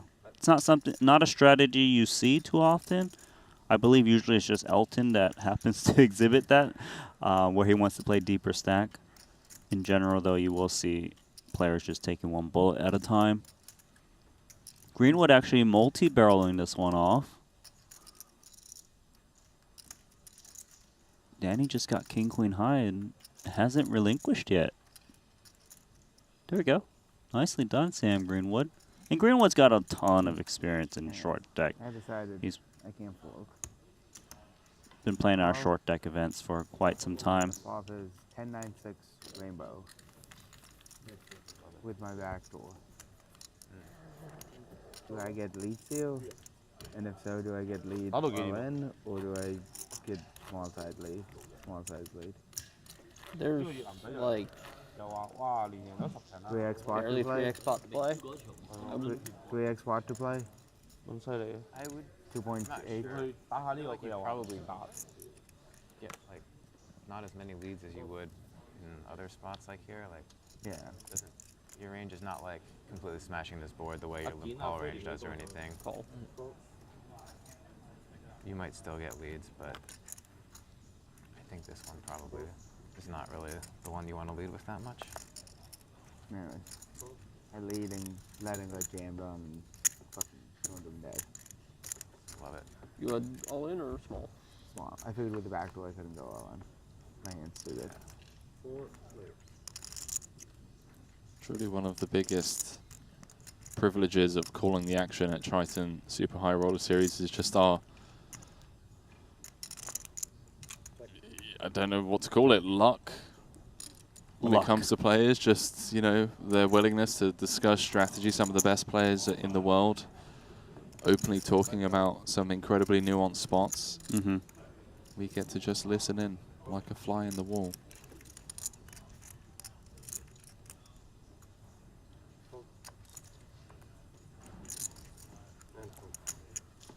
There we go. Nicely done there. It didn't matter. All three had ace. What would the cards you said? 9 of clubs. Oof. Big one. At it. Watson in a good mood, showing some cards. Like you bet your aces there, you like back folding, or you just don't want to be capped on. Why? Which one? The one you got bluff. Oh, I shouldn't have bet. Yeah. I mean, I just literally always have aces, so I thought I'm allowed to sometimes bet bad aces. And Oh, but then you just turn fold. top set. Yeah, that whole hand was a complete disaster.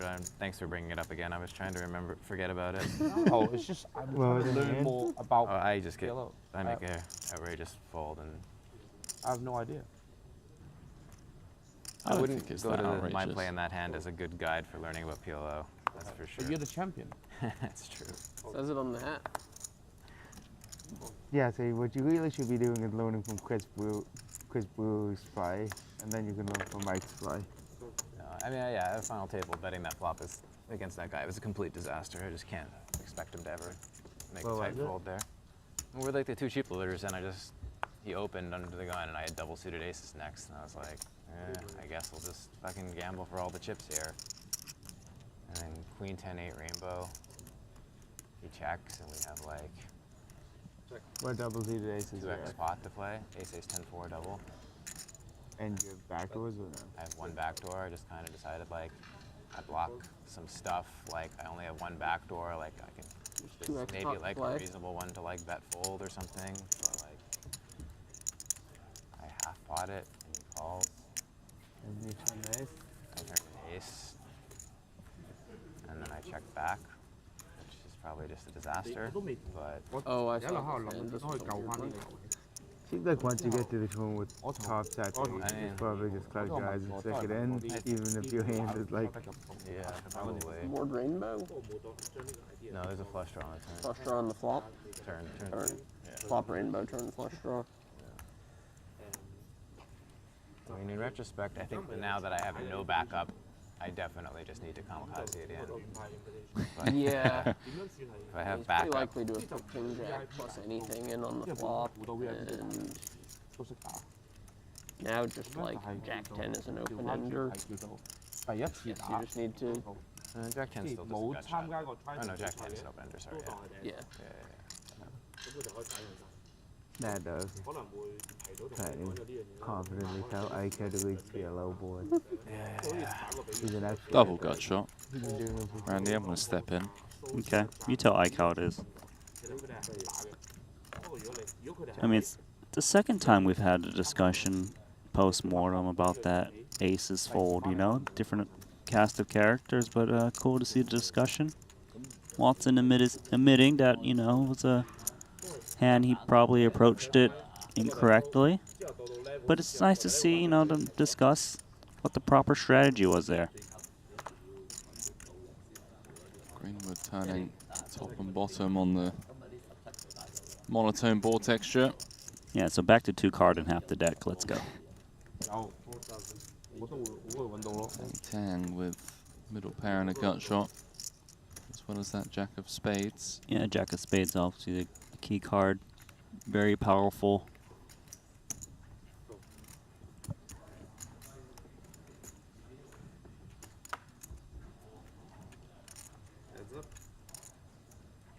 Spade not turning into anything. Danny with just a pair of 10s does block the straights. Yeah, very important that he blocks the straights here. Doesn't expect a 10 to be good. Does he think a better hand will fold is the big question. 16K in the middle. Getting aggressive.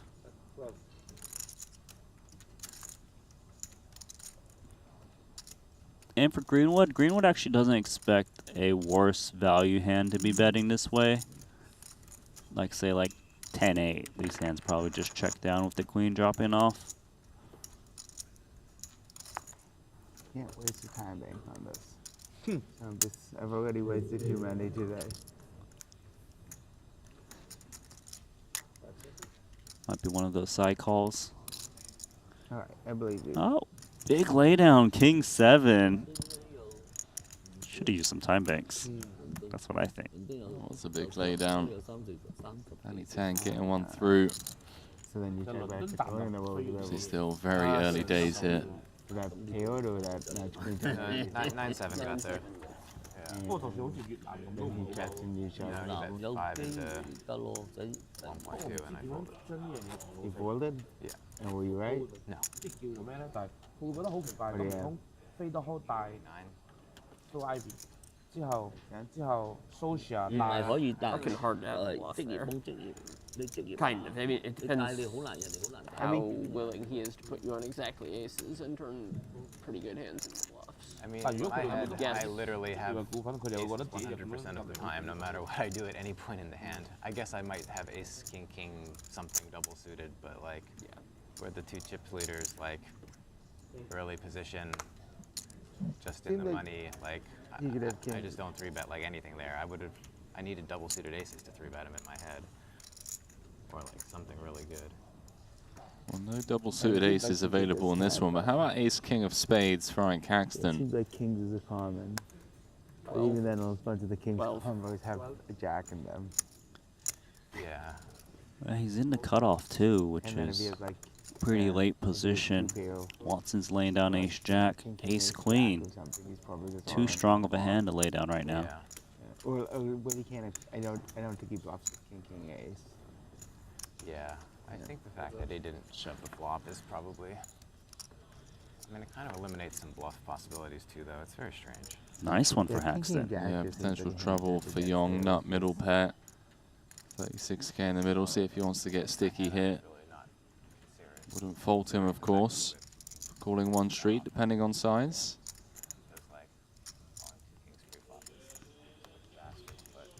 So there's just so much of this, Randy. Yeah, no.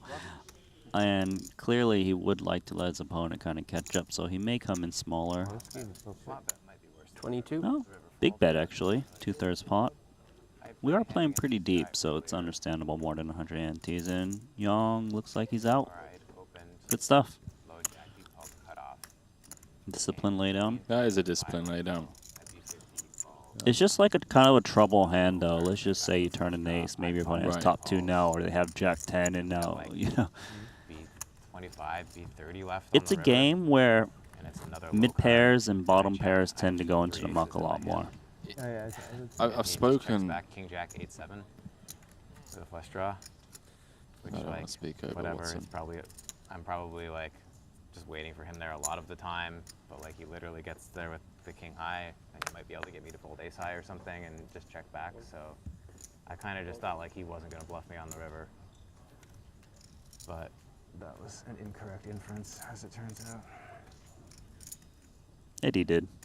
You got him. Did indeed. Sometimes you get bluffed. But yeah, I know one of the similarities between short deck and PLO is that it is more of an equity denial game, and going for thin value on the river is a lot harder compared to Hold'em. So yeah, not surprised, as you mentioned, to see these kind of middling pairs, bottom pairs, Yeah, just like. kind of get out of the way. Yeah, you're going to see it over the course of the next 3 days. 誒呢個你有啱唔啱？ Yeah, and then the other one I played was. So after I left Seth with 10 antes, Blue limps. I limped 9-8. We got a Hanson U incoming? Seth limps Divorce folds. Jason makes it 12 antes on the button. Told you the Asian contingent comes in late. 150D. Yeah, currently Blue 20% of the folds. I call field. 9-8 suited. Got calls all in for 10. Queen, queen, 8. My back door. Check. Quarter pot. Maybe less. Not less.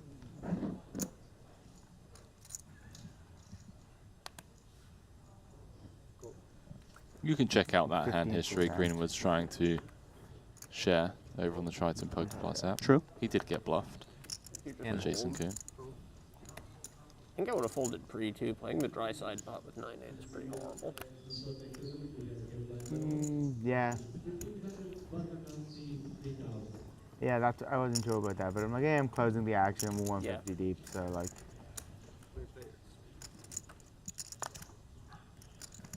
I also probably do really bad voice sets. Hello, nut straight. Richard Young. There's something about the short deck that just loosens people up, whether it's strategy or play style and the format we're playing. Or like table talk and that kind of stuff, I agree. It's like the wind down, but you know, still fun. Splashy. Let's see what Richard Young comes in with, flopping the nut straight here. Sneaky.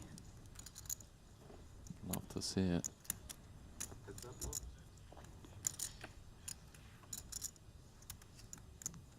Four-liner on board now.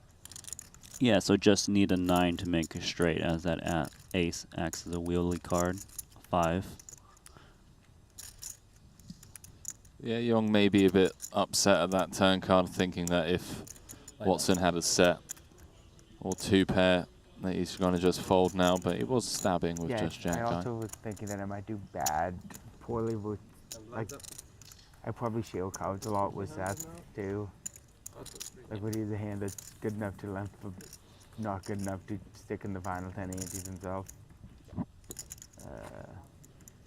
So I check call B15. Turn is a jack, check, check. Where was a 10? I block, and Jason, I bet 15 into. You make the low straight. Yeah. I bet 15 into. Blinds up. Kind of thought that Sam Green would be better at retelling hand histories. All right. Shots fired. Why don't you tweet him? I heard you suck at recalling hand histories and telling the I didn't stories. say suck. Don't twist my words. I just said I'm close. I thought he'd be better. He would be better. Now I know he's busy playing a 25k, maybe a bit distracted. You know, this is the same guy who joined our booth. We gave him lots of praise for his commentary, and you're just telling him. We did. You can't recall a hand history. The praise is still there for the commentary stint. He needs to see that. He needs the hand history in front of him. That he didn't just butcher that hand history. Yeah, I bet 15 into 50, and Jason makes it 50 total.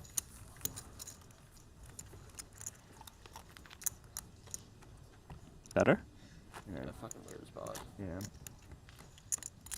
I got bluffed. By like ace jack or something? Jack 10 off. Okay. Sick read. I saw it in the app.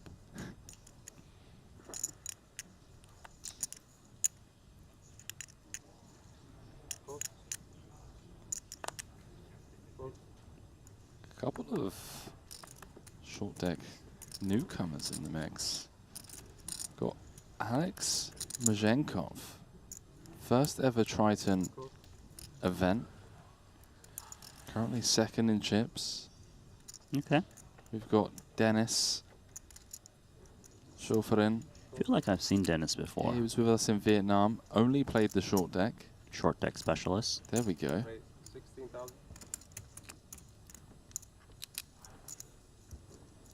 How about Martin Nielsen? I believe we've seen him before. Madrid, 2022. Only short deck. From the Faroe Islands. So that means we've had players come out exclusively for the PLO and now the short deck. at least 3. Potentially interesting situation coming up here. So it went limp all the way to the button. Buttons bumped it up with ace queen. 2 pocket pairs going to war here. And the thing is, pocket pairs are pretty darn hard to play. If you don't flop a set, like most certainly an overcard is coming. Here ace queen is best.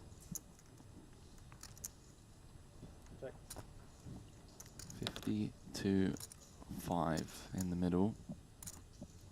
Kind of a tricky spot here of ace queen, of course, a 1 over incoming.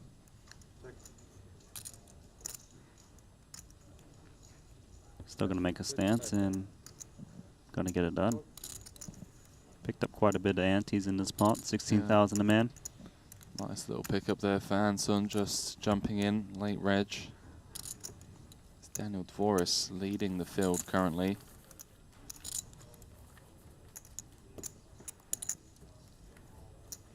A huge side pot against Stephen Chidwick. Daniel with ace king, Chidwick with jacks. A king 9-9 board.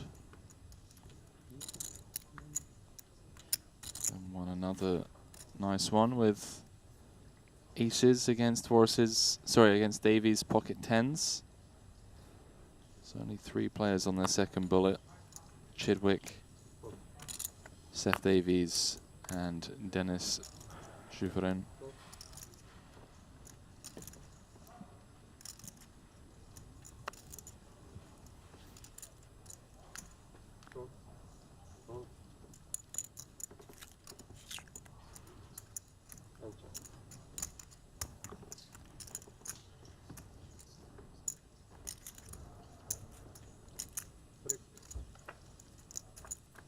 Now, for the newcomers, Randy, hands like this from early position for Yong. Yes, obviously, if you're watching Hold'em, you're going to be like, okay, why is this guy not raising? But for the newcomers, can you just maybe explain a little bit of the strategy behind the limp from Richard? First off, early position, you tend to see a lot of limps. Just given that you want to see a lot of flops, you'll be out of position throughout the rest of the hand post-flop. Plus, 2 jacks is actually not that strong of a hand in short deck. It's one that... It still baffles me when you say stuff like that, even to this day, that jacks isn't that strong. It's not that good, actually. It's extremely weaker than No Limit Hold'em. Right. You know, it's a game where overcards come, and it's so much more likely your opponent hits some overcards. Also, the hand where I busted Laszlo. And having said that, you will see strong hands limp in like undergun +1 a lot, like ace kings, and they protect their weaker ranges that way, limping these, say, I don't know, broadways and stuff, and then they look for opportunities to limp jam. And you'll see it as we play through these next few days. The hand where you doubled him up last hand of the night. No, he 28. Look at this from Haxton, just leaning into Yong. I specifically limped pre so that I wouldn't have to face 3-bet. I would still have some. Nicely done there. And the main thing there was Haxton was, he had gut shot, of course, they hit more often. When his opponent bets ace king, but yeah, the one flop, he's repping ace king, but once he checks, you just throw it out the window a lot, just stab away. Blocking the best ace X's, of course. Bad ace out of the big blind, and he just puts it in with king, queen, queen, jack, double. Yeah. Which, like, I mean, whatever, he has a really good hand, but I don't know. Seems like with ICM stuff that my range should not have a lot of the stuff that he's hoping it does in that spot. Also, especially because he should have hands, like, there's a bunch of boards where he actually can, like, fold, right? For sure. I mean, yeah, ace high flop, like, yeah, so pitch it, like. It's sort of the same from, like, that perspective, you know, like, just from, like, a stack preservation standpoint. When like 3-bet fold anything, it's going to be like bad kings, and he has a king in his hand. Yeah. So, I mean, I guess I maybe have some like rundowny stuff, but I probably just don't really 3-bet much of the ace king stuff there in the first place.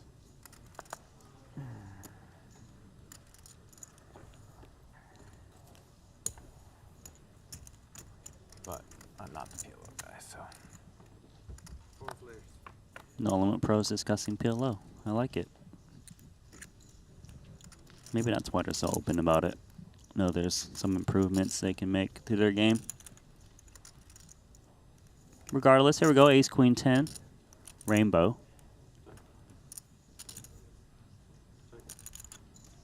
Just absolutely nothing for all players here.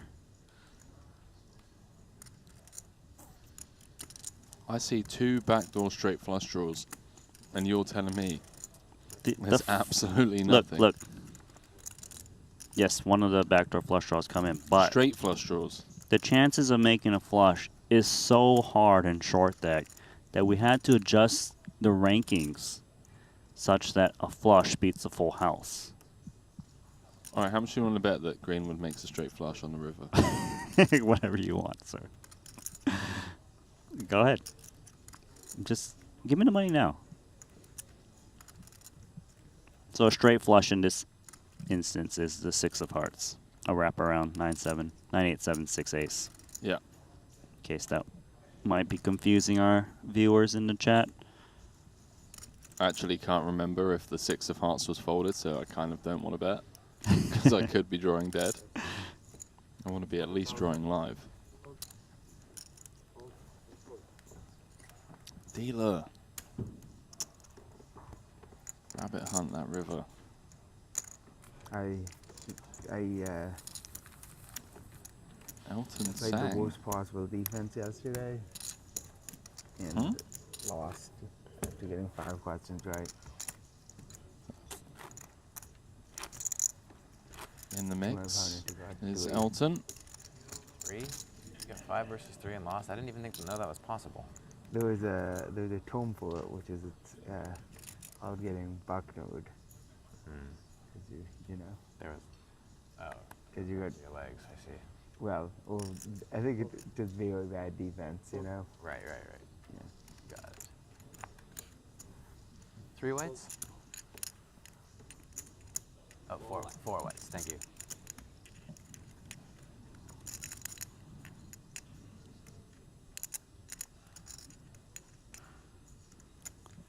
Cut off V button. All The in. new BVB. Goes for all of it. Call. What? Can call? No. Ah, yeah. Queen 10 suited.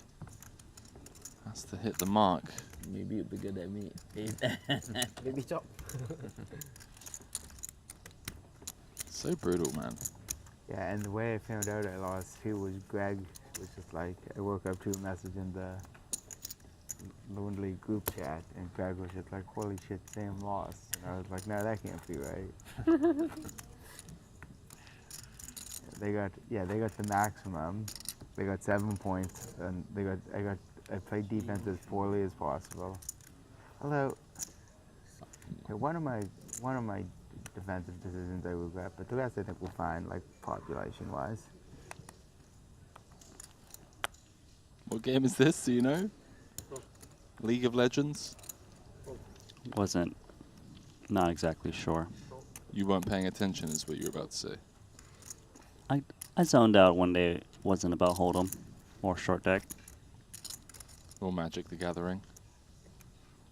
Why do you think I know how to play Magic the Gathering? What do you mean? I've seen you... You see me in the tournaments or something, yeah.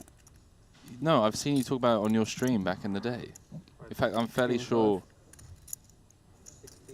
What game was it that... I've never played a Magic the Gathering. What's the game that you play? Me? Yeah, like you were like really good at... Come on. Extremely poker. Other than poker. I used to play Street Fighter a lot. Do you know what that is? No, man. There's a card game that he plays. A card game? If it's not Magic the Gathering. Thank you. Yes, producer James coming in. Hearthstone. Hearthstone. Do you not use cards in that? Digital cards, baby. Same as online poker. Yeah, but there's no live version of Hearthstone.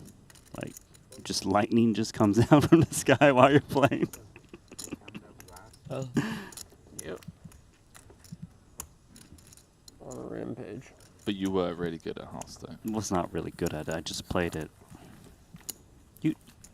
I appreciate you. Whatever, Randy. Just making me sound Whatever, mate. better than I am at things. I appreciate No it. success. I see you. It was just like 6 bad, 6 good. Okay. Stevie. 2 featured tables we got. Stevie. 6 good. Stevie, another Chidwick, level. Kuhn, knows Forrest, why Davies, six Brewer. looks good for him, but actually isn't, because you have a flush. Checks back. Yeah. A small house. I made a flush. You made a flush? No one bet. So obvious. Yeah, That was very sad. Was it as big as Yeah. big? I saw the way you blinked on the river when it came. I did blink kind of weird on the river. Yeah, I Fuck. saw it. You were I like actually a- had 2 jacks. It was like Morse code. You were like, man. Yeah, I was like, oh. Flash.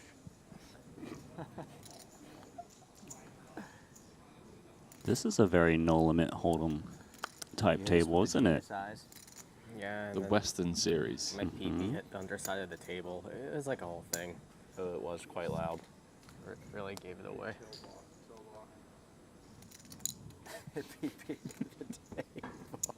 His what? It Hit was the underside of the exciting. table, Randy? What if someone made a shed and I have a flush?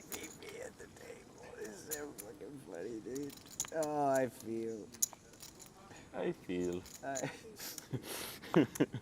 Get a bit weird out there.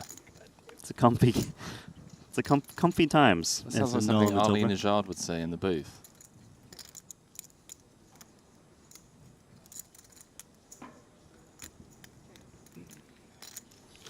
How come Jason's not wearing his champion's hat? Watson was at his feature table. To be fair, I don't think Watson had time to go back to the hotel room and I'd wear leave it proudly. Is Jason wearing his new watch at least? You make shed? Oh. Album.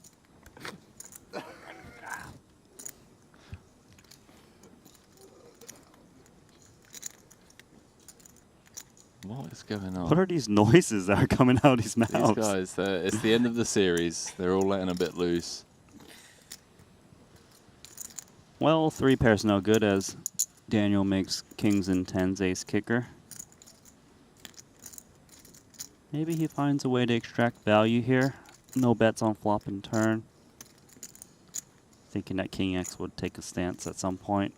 Here we go. One ante. Good chance I was overdoing it. 2 antes. Fouled me. Would've been a little loosey-goosey.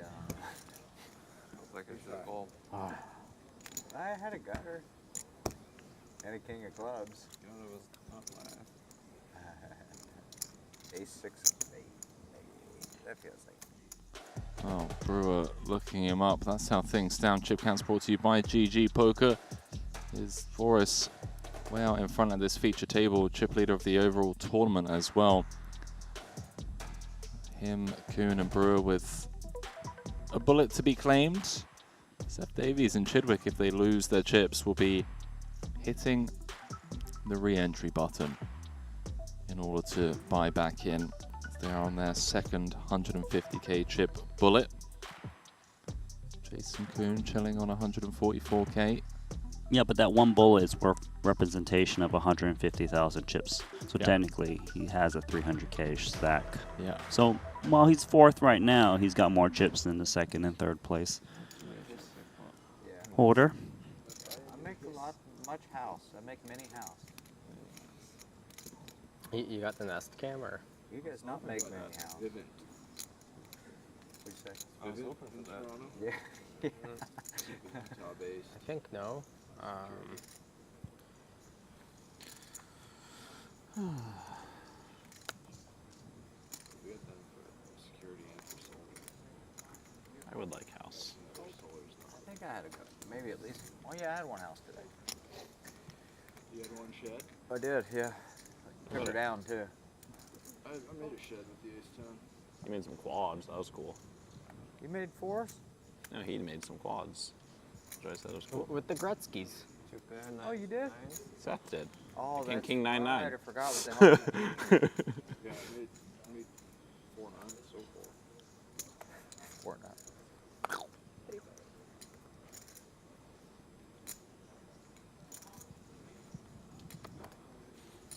Pretty big whiff. I know Brewer's obviously got the two been pair. a long couple of weeks, boys. I am excited to go home and see my family. Amen. Jason Kuhn. Let's see if Davies makes a stand serve ace-9. He could try to represent Jack X. Does check. Ace, though. Nice for him. But inside straight draw comes in for Daniel DeVoris in the form of a 9. We are very nervous and excited. Daniel might stab here, actually. He's seen weakness.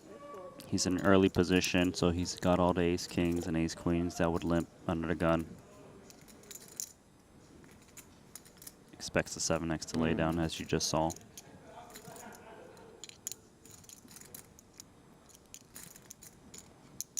Just enough kit to continue here with ace-9, so call we go. 20k in the middle.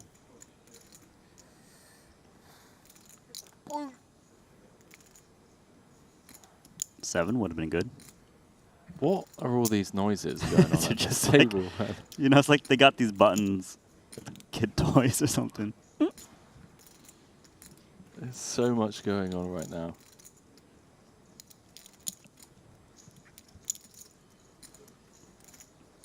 Obviously a ton of gut shots out there. See if Daniel wants to follow through here.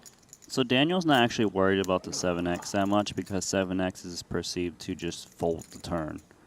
So he's still blasting away here trying to represent Jack X. I didn't see how you bubbled. I just saw you bubble and I saw you walking out and I was like, No, I wasn't too mad about it. I mean, it wasn't. I might have blundered though, but that's alright. That's not a game I'm good at. He knows how to play that game. Yeah, I mean I have to. I mean, people do, but I don't. It's really hard. Those. I just continue to think bad hands are good hands and good hands are bad hands. I knew I had a bad. I played board. I just had. What I Nice little didn't know pick up is there. how my Good bad pick hand up, Seth. operated. Third dwarf 86 over there. Yeah. Pour one out for our homie Tolerine. Miss you, bro.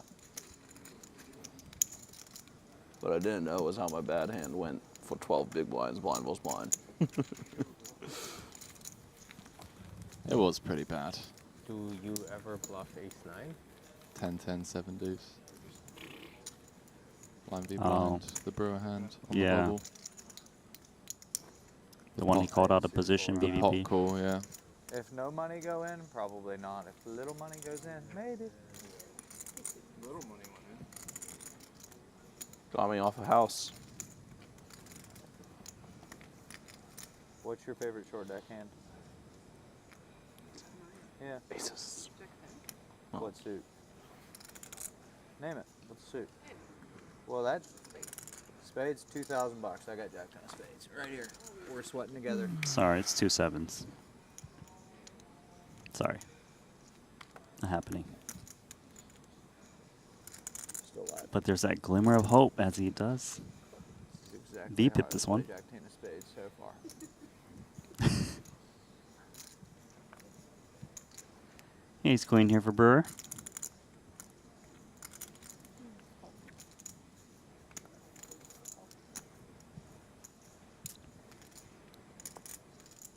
Forrest with a fun one on the button. You're always wary of that undergun limp. That's just going to kind of limp pounce on you, so you don't really mind taking free flops in position. Oh, Queen's busy. Still alive. 10, 9, 9 board. What's with the open ender?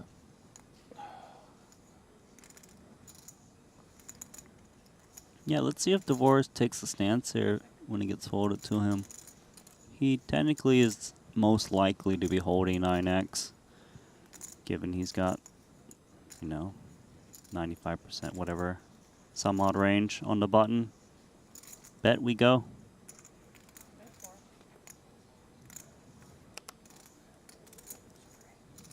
We tried. 10 of spades is in Daniel's hand. No, sir. Who had it? On me. Wow. I had red cards. I had a spade and a club. You had a PP too? add a little bit. A little ace and a queen. Yeah? Short but thick. PP stands for pocket pair. Oh, I didn't know. Thank you for clarifying, Henry. She's whiz. I was a little worried for a second. It wasn't what they were talking about earlier on, but the boys will be boys. Stevie and I would like to give a shout out to Jacob and Company for our watches. If they would like to give us, Stevie, let's show the camera our Jacob and Company watches. What time is it? It looks like it's about time to double up for our Jacob and Company watches, and you can buy them at jacobandco.com. We're also accepting deals from Jacob and Co. $1 million a year minimum. Hey, Garmin, my chest strap HRM broke this trip, and I'm really upset about that. It leaked when I went into the sea with it, and I had to get a new one, but I couldn't get it shipped here. You're not helping your chances here. So, saying Garmin's praises. I love Garmin, man. Actually, big fan. Yeah, of course. If you're an athlete, endurance athlete. They're the best. But if you're a poker player, Jacob and Company, Triton, collaborate. Or Jacob himself is watching. He might be. With company. Jacob and his homies are watching.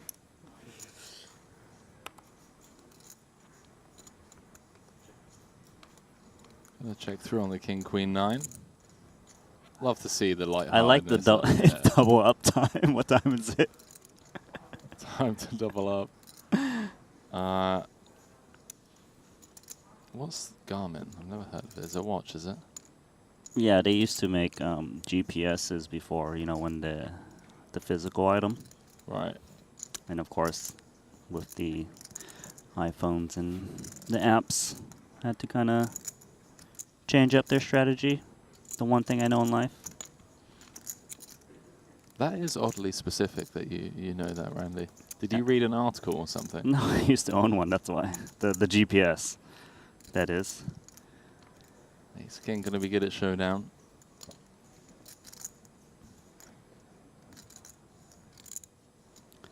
Yeah, and then, you know, Ace King here is obviously pretty unhappy to see that queen drop off. Chidwick is thinking about some kind of blockerish value bet. We'll check. Really hard for anyone to represent a queen right now. Everyone just seems so over it. I check. Neither am I. Yeah, that's gonna win. You have Ake? TPTK. TPTK. Keep him in middle pale. I think that's not a good hand in this game. Dang.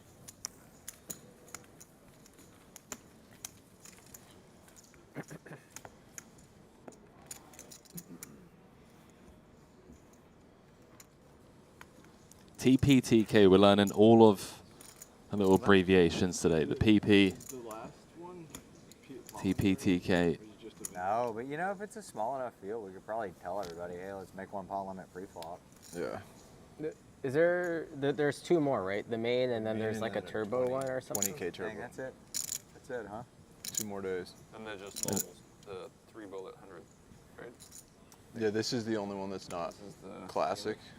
It's the deep stack. The marathon. So they're thinking of adding another event if they've got enough players? truly the No, most believe torturous me. tournament of all time. Never Thought played about it. I'm changing so proud to say the that. structure of one. The male. Obviously not the main. Yeah. I think Adamo won it one year. Yeah, he did. Yeah, Adamo won the marathon. He went. Way. Yeah, he. won the marathon? Yeah, it he took final 12 tabled days. with Tape Hall. Tape Hall talking about it is so fucking funny, dude.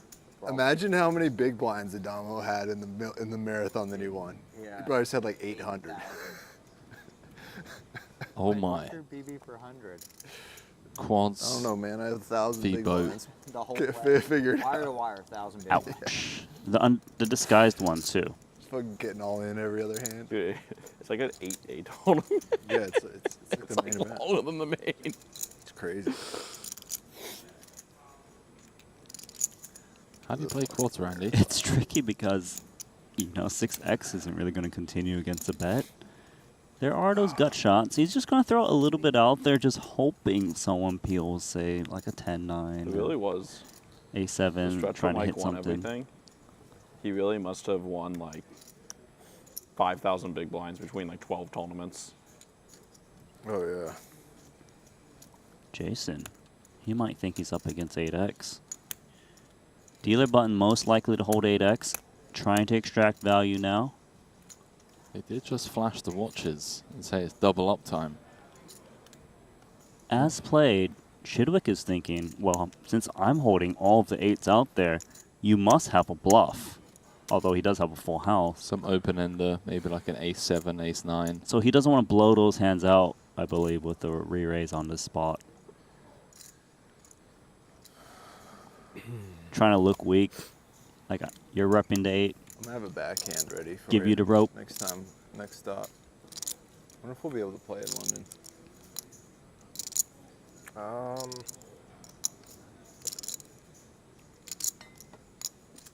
I mean, it's London. I'm sure there's places to play. Yeah, but it'd be like super busy.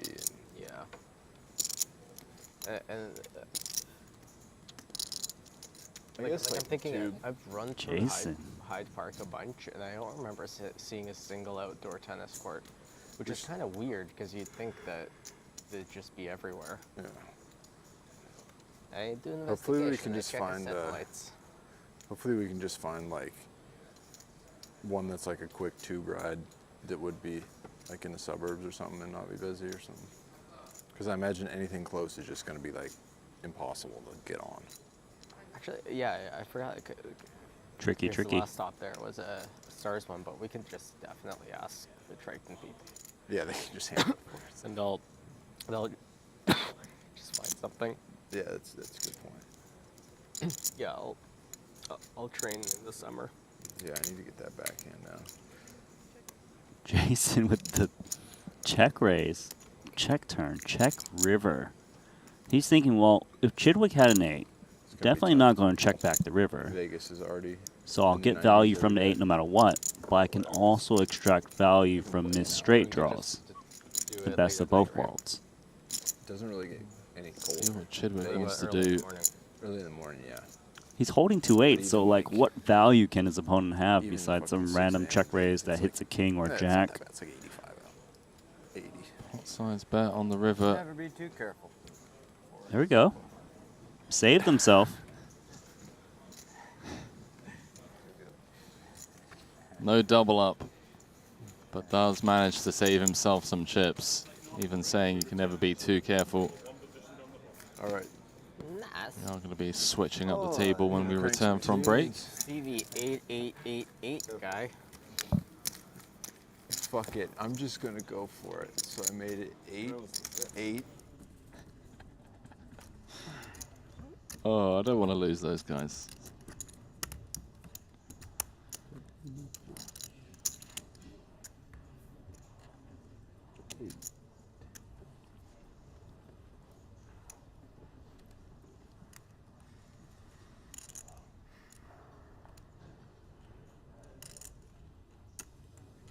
Mike under the gun. Gonna limp in with the ace-9. 15 players in the field. Daniel Dvorak leading the pack. Ike in second, Danny Tang in third. Early days here, of course. A couple of people have lost their first bullets. Seth Davies, Stephen Chidwick, and Dennis Schufren as Richard Young. So a couple of Cowboys. Gonna pick up the dead money out there. Chips up nicely. I want to know where he got that cap from.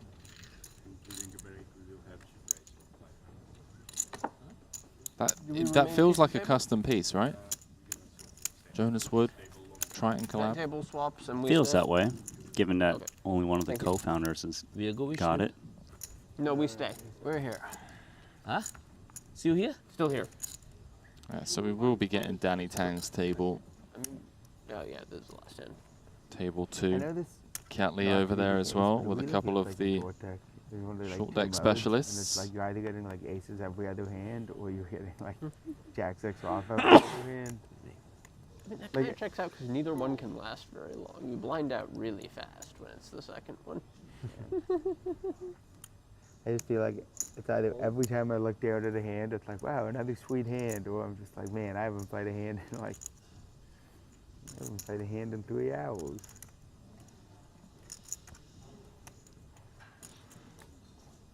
Oh, Randy. Shadows on that ace. Save me.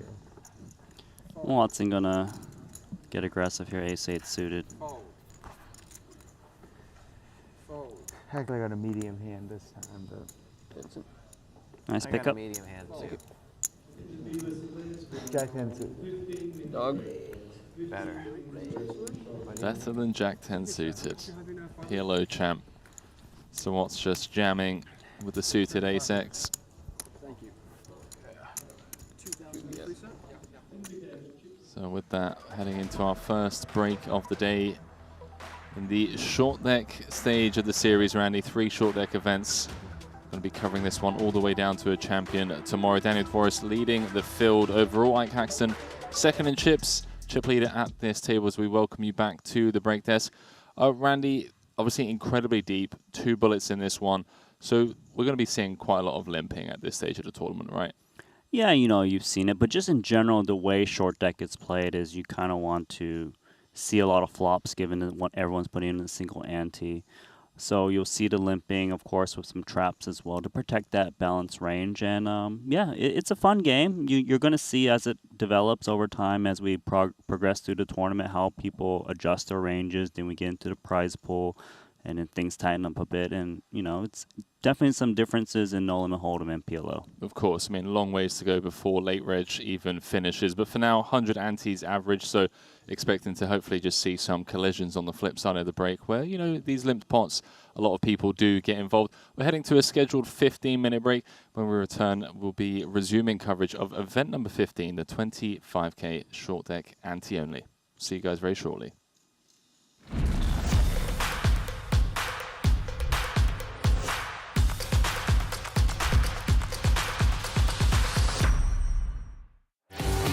GG Poker. It's the best poker. The biggest poker site. This is a crazy.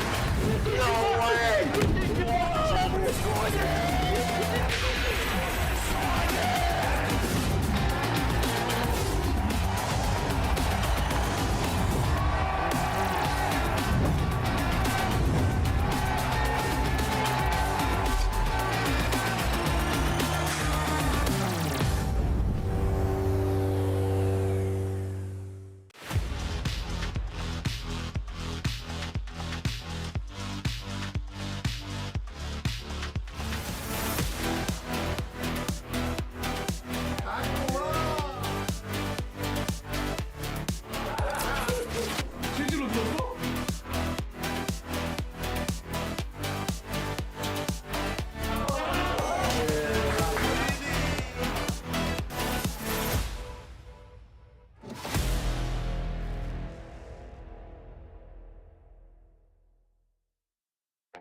Take your game to the next level with GTO Wizard.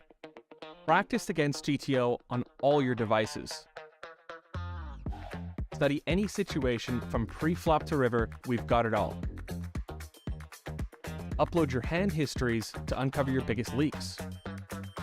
We have hundreds of hours of coaching from top pros, cutting-edge theory articles, and custom study plans to help guide your poker journey. GTO Wizard, the #1 app for poker players.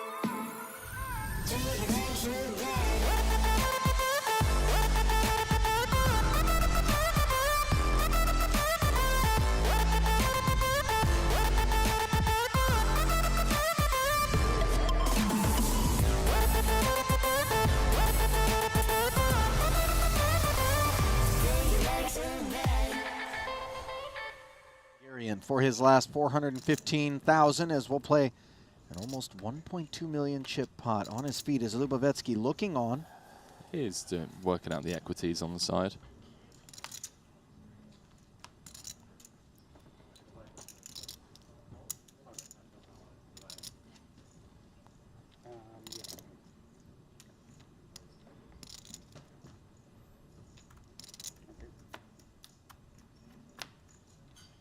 Pressure situation. That's a fantastic card for Sir Watts. As he has made the 7 high straight. None of the pair outs good any longer. A 10 or a 5, the only escape for Gergo. And with 2 of them blocked in Watson's hand, they fail to appear. Up to over 3 million chips.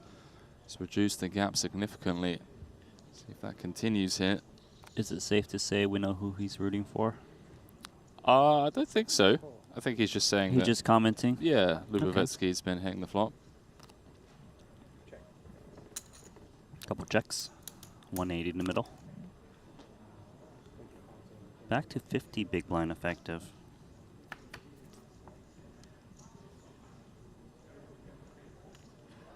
It's Lubovetsky connecting best again. Bottom 2. No backdoors though, in terms of flushes. This might be one that he wants to check behind, some pot control. Unblocking all of the straight draws and made straights. A new bottom 2 pair here for Watson.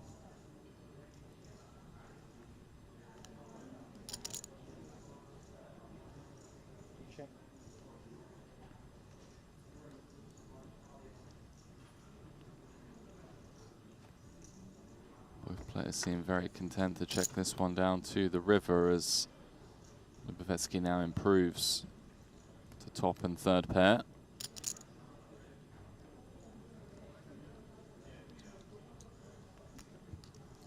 The Queen 8 might feel compelled to potentially find a value with a stronger 2 pair now.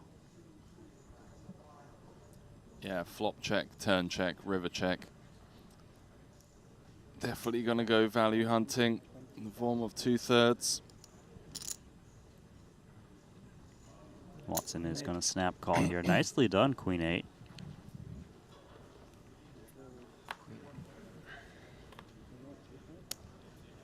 Sir Watts.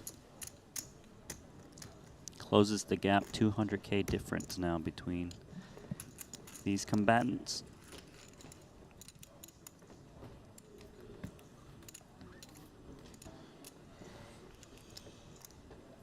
not me, but I know they always discuss on what's the best way to go about it. You were giving feedback? I did not, personally. Whatever I'm given, I'll commentate on it. But yeah, we can dive into the nitty-gritty of it when that one comes. And after we resolve this heads-up match. Yeah, not much of the Asian contingent involved. In fact, the only member of the Asian contingent currently in the mix is Danny Tang. Yeah, but it's one of those games where you can just come in like pretty late. You'll see a flurry of entries as more time goes on. You know, some of these guys have been just up all night playing cash games, so Yeah, like they're not really looking to play level 1 and 2 of the tournament. Watson's got a little piece here, doesn't he? Oh, he's got, I thought there was 2 spades on flop, but his backdoor potential. If he was allowed to use, if it was Super Hold'em, Super Hold'em, just flop the flush. Yeah. Is that a real game? It is. It's Super Hold'em. Yeah, Super Hold'em or Super Omaha? It's Super Hold'em. Super Hold'em. You get 4 cards. 3 cards, and you can use all 3 from your hand. Just pick 5. Just pick 5. It's sick, man. Do you have to use 3? No, you can use 1, 3, 2. But there was a tournament that I played where I was actually eliminated, but I didn't think I was eliminated because I thought I had the best hand, and I forgot that, oh, you can actually use 3 cards, and the guy had a full house. Sounds like a silly game. It's good fun, man. A lot of action. As both players unimproved going to the turn.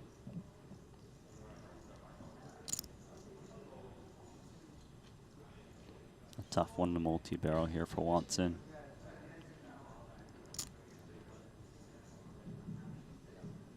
Believe it or not, a pair of 5s is good right now. Still the case on this 8 of spades. You don't expect it to be in this game. 3 overs, straight's got there, form of 10 jack. A check.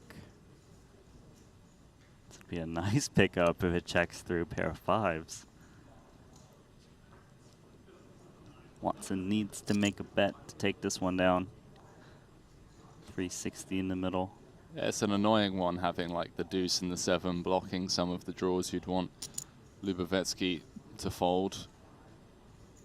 Like 7, 6, ace deuce, deuce 5. Yeah, gonna check it back. With that, it's about as tight as it can get, Randy. 3.4 million apiece. Yeah, just lost a pair of 5s. Watson mucks the hand.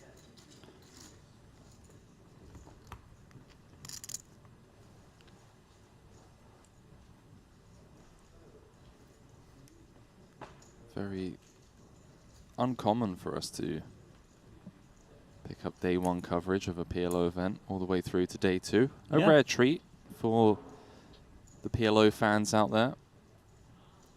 Are you going to be playing Heads Up PLO now? It's not the first thing on my mind, I'll say. I'd rather play some short deck, I think. We got three of those titles coming up soon, too. World of Warcraft? World of Warcraft, that's not my game of choice. StarCraft? I've played it. It's getting better, though. You play some games? Just PLO? Yeah, kind of just PLO. A lot of Counter-Strike back in the day. Sure. Yeah, try and refrain from gaming too much nowadays. Think about this. Every minute you spend gaming could be spent towards poker. There's that, but the way that I look at it is every minute that I spend towards gaming could be spent playing sports or in the gym. Pretty much anything else. Yeah. So we'll see.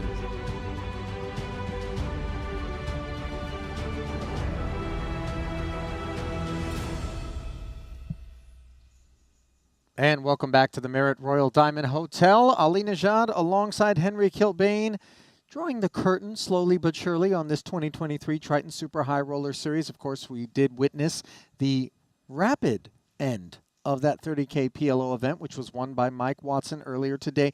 Short deck streets have gotten underway, though. Kind of a limited entry pool thus far, 15 in total. Uniques all seated in the field, as they will play the first of a couple of short deck events, or maybe even 3. I can't even remember at this point. We're so deep into the mix. 50K will be the main, and then we'll have a turbo as well, or a high roller. Look, Henry, obviously it is a little bit difficult to put our short deck caps on. RIP deuces through 5s, all out of the mix now at this point. And multiple bullets, I suspect, are going to be invested in the pursuit of not just those Ivan Leal Player of the Year award points, but also what might seem like a ripe opportunity. I think the fields are going to be incredibly small throughout. You know, spoken to a couple of players, and they've all said, you know, there's only 15, 20 people that would potentially fire a short deck bullet. But yeah, one of the things we noticed there was just how light-hearted the atmosphere is now. Feels like, you know, the tail end, the players at the table were talking about, you know, just 2-3 more days, we get to go home to our families. Not saying that they're not going to be taking the poker seriously, of course, but the atmosphere, just night and day difference between, you know, the 100K main and the 200K Luxon. So yeah, a lot of chattiness and some nice kind of light-hearted banter to end the series. A little bit of an unwind, perhaps. Of course, the Invitational 200K VIPs and pros. Now the theme is more East versus West, as of course the origins of short deck do come from out in Asia. Macau specifically, I believe, is the origin story of the game, as we are just set to get back down to our featured table, which does include Triton co-founder Richard Young. A couple of feature tables available.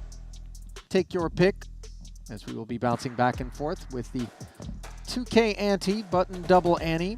Of course, refreshers already provided by Randy and Henry with respect to the rules of short deck. Flushes beating full houses. Deuces through 5s are absent. The ace can play as a 5 in terms of a wraparound straight. One that's easy to miss. I was going to say he's been having a bad trip, but then I realized he has not been having a bad trip. There is Watson. He came second in the 75. And he won the 25. Looks like a new hat. Oh, right. Yeah. Today I Didn't won have the time Monaco to main. go He won back more money to than I did. the hotel room. And that's why I Straight decided in. that he is my nemesis. It's good to have a nemesis. Do you have a nemesis? Sure. Yeah, the stock market. One limp turns into 2 as Ensign used ace-10. Says let's take a look at 3. Top pair for both he and Haxton.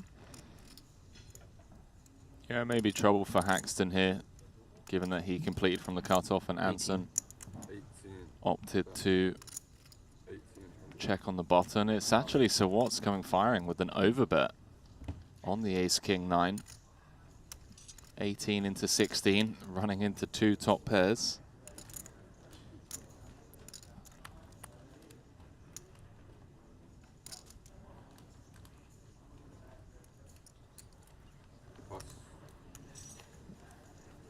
Guess the ace-8 to fold.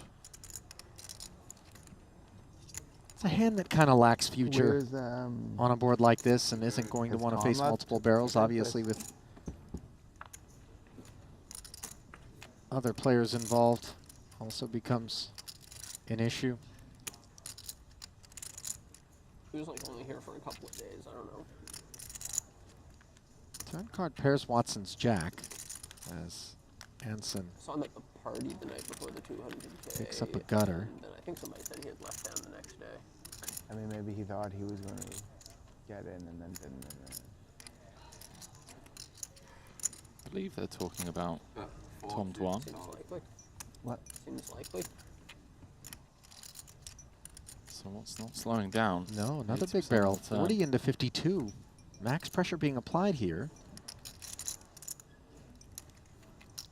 Basically just trying to tell the story to Anson that he limped a monster. Obviously, Ensign not believing it for the time being. He's got the best hand, and it continues to be just that. As an 8 on the river does not improve. The Queen Jack. And now, just what does Mike feel like doing? Pretty fun one, unblocking all of the flopped pairs, blocking the straight. Did limp from +1. He's going to wave the white flag. Queen Jack, no good for Sir Watts, fresh off that PLO title. 15 entries so far. Everyone gets 250k chip bullets. Do you think Sir Watts is willing to go off for the full first place prize in the 30k PLO in terms of bullets in this one? Do you think there's a tap-out threshold on these pros? What, it just fires 16 bullets in this 25k? I mean, it would take some real run bad. It would take a lot of blasting on his part.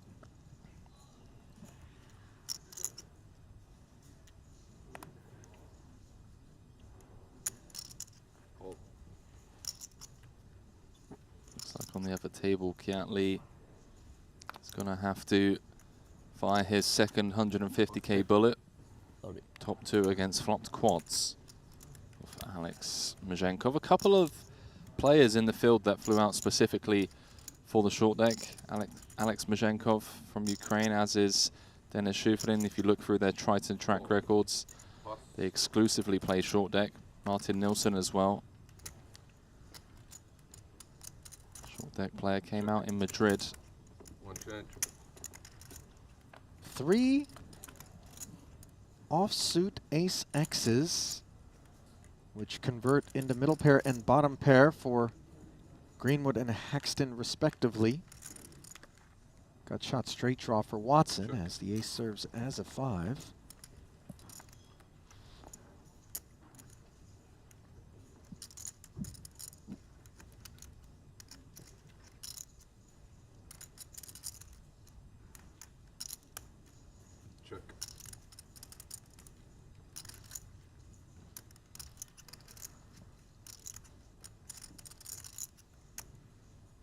Different vibe out there, Ali. Very chill. 5. Still early stages, obviously. You do have the 2 bullets to start with each entry. I was talking more so end of the series kind of vibes. Ah, sure. Aided, of course, by some of the realities associated with short deck. But I would agree. Does feel like the wind down has begun. Think I can work this.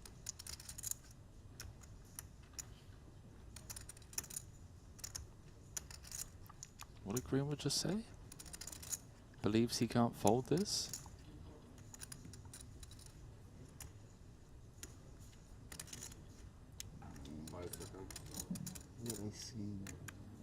That is an insane call with middle pair. For 76,000. Says Watson got through the ace-7, but not the ace-8. Wow. Pretty surprised at that. Perhaps Greenwood put Watson on a draw, given the texture, as Sam turns into aces and 8s. And that will polish off the first of Mike Watson's 2 bullets. So he will pick up the button and redeem that red puck. Good for another buy-in. Dealer's got it ready for him. 150K, as you mentioned. Oh, there we go. Just hearing Greenwood straight away facing the all-in. This goes to show the kind of level these guys are playing on. Just Snap realizes that he can't make the fold there. Well, there's case in point that the vibe is light Level 1, yeah. out there at present, Henry. Level 1 and he wants the hat. I have a hat at home. Watson pointing out it takes more than that to win one of these, and Greenwood promptly pushing back and saying, I've got one.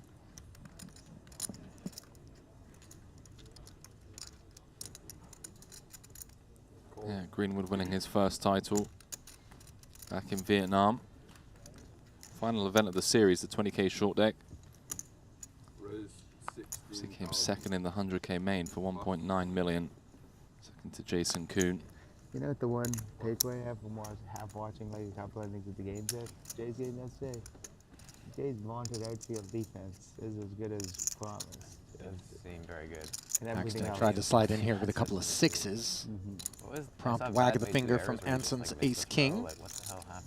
Still a strong hand in short Weird deck. where there was like a comeback route to him. Does not and dominate kinda equities caught it and then, quite like, as much as he was like scrambling to get to the bag, does and then in he put out long deck. As he was like squeezing the ball, like Diaz stepped on his foot on the bag, and then he like dropped it. Dominates this flop though, as Haxton did make the call. Fails to pick up the set he sought. Yeah, that flop. It's all Anson you. Still only a few of the Asian contingent in the mix. Danny Tang, Anson, Kiat Lee, of course Boss, Richard Yong. Pretty big Western affair here, somewhat surprisingly.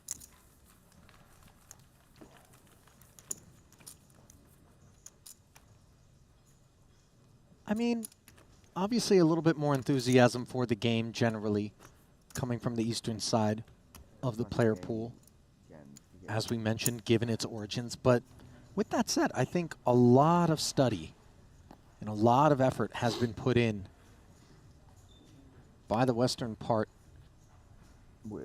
of the field. And a lot of these guys spent a lot of time in Macau hunting high stakes, not available in long deck. So they had to figure things out.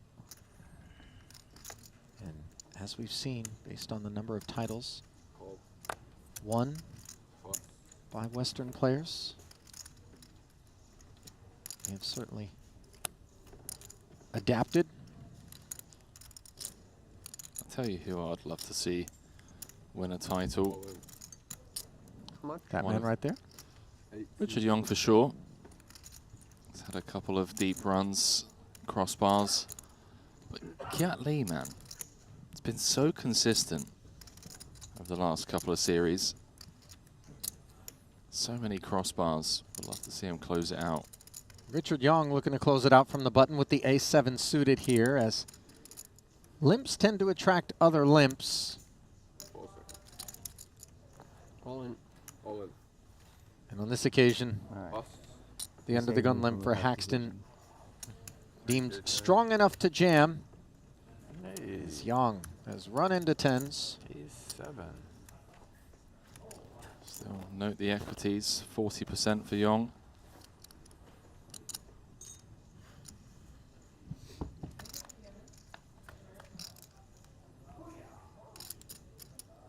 Diamond in the window, but Exciting flop. just a gut shot for Richard. 6 boys. Haxton's 10s, also a gutter of their own. King of diamonds.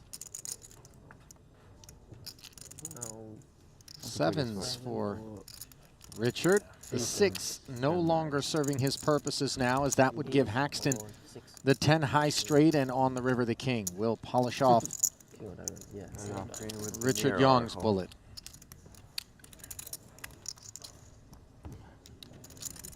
No, Sean won too. No. You're halfway there. There can only be one Sean Winter. There should only be one Sean Winter.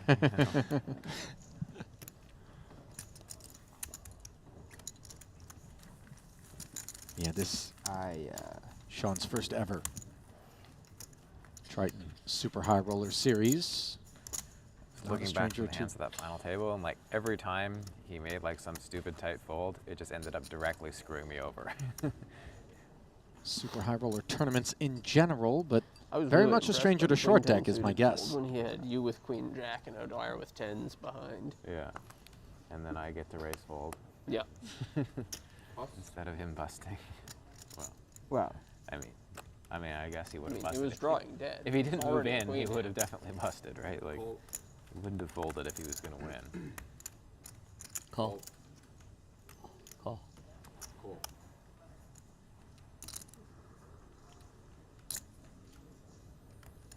Check. Yeah, it's like a. What's it? you know, if he shoved, he would have doubled. Right. Standard kit. And since he folded, he in every seat. Yeah, exactly. As the all paint flop with 2 diamonds gives Greenwood pair and a straight draw. Same story for Watson. Just a dusty gutter for Richard, and another pair and a straight draw for Ike.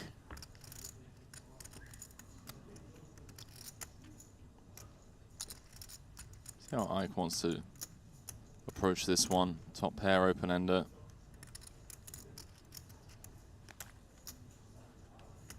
There's plenty of equity against 2 pair.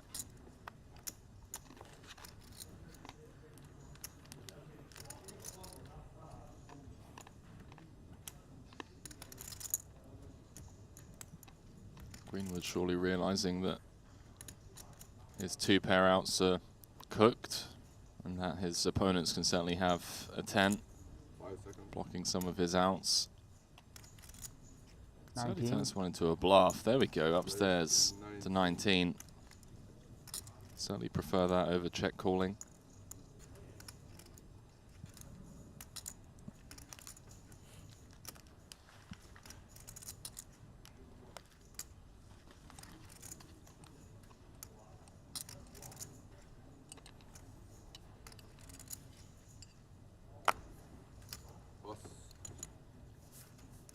Pressure can't be taken by Watson. With second pair and the open ender, he puts it in the muck. A little bit of a different proposition for Haxton with top pair and an open ender. Doesn't have a diamond in his hand. Obviously, runner diamond, so difficult to accomplish in short deck, let alone flushing out with suited hole cards. Call. 6 change.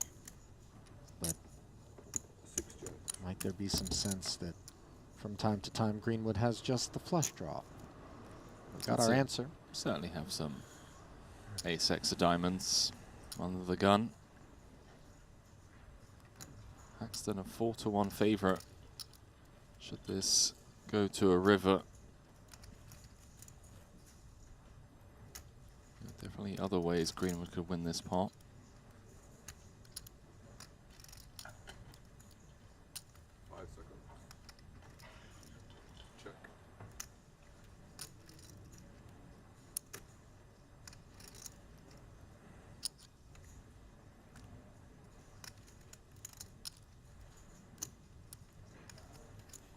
Sam, respecting the fact that Ike hung around despite getting check raised as the board comes 2 tones. Checking it over to Haxton, and now for Ike, he's got to be deciding whether or not the kind of hand that Greenwood is representing, which is maybe a flop straight, would ever take this particular line. Yeah, it'd be an incredibly unorthodox line, but Ike happy to just try and get this one to showdown. Realize some equity if he is up against a hand like King, Queen, King, Jack.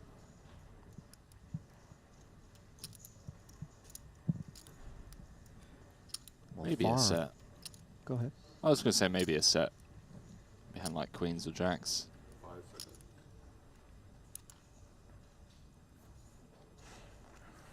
On me. I check. Yeah. Check. Pair of jacks.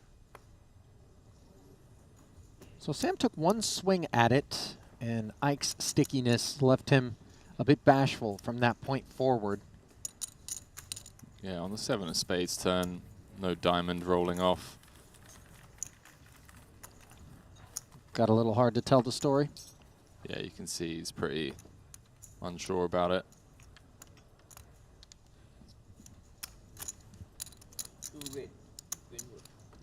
What? No discount.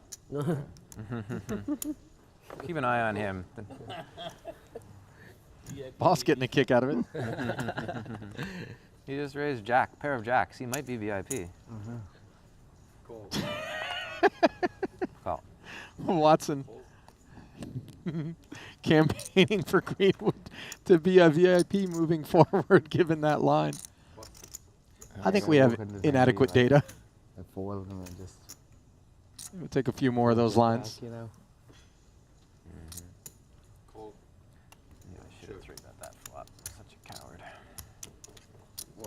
You have the winner? Did not have the winner, but I would have had the winner if I 3-bet the flop. Yes. Ace Jack 6 now.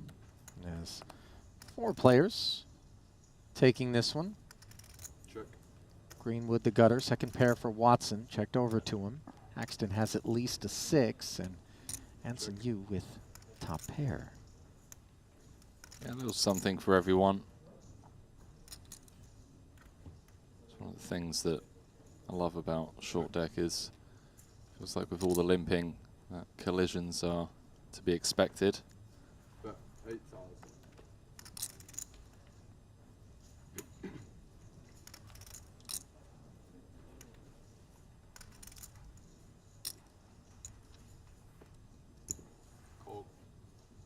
Anson trying to see what's what as he bets 8,000 into the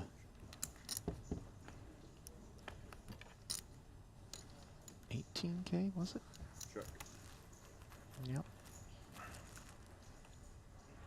Aces and 8s for him on the turn after Greenwood took a swing. Bet 15,000 plus. All done with it. Is Sam? Been a long 14 days for these chaps. It's been a grind. High level poker for 2 weeks straight. You know, it has been a bit of a grind, and I wonder whether or not they would prefer starting off an event with short deck, easing their way into no limit, or if they prefer backloading the short deck. Any thoughts on pros and cons? You think there's more of a mentally taxing experience in no limit than its short deck counterpart? I think there was a pretty big conversation after Madrid about keeping it mixed. Those short decks and hold'ems day by day rather than splitting the series into kind of 2 parts. And I remember Boss saying that maybe they would get more runners in the short deck events rather than saving it for the end of the series, because you do just have so many people kind of immediately fly out after they bust the main event, the Hold'em main event, I should say. Raise to 15,000. So yeah, maybe some new things going to be implemented later in the year.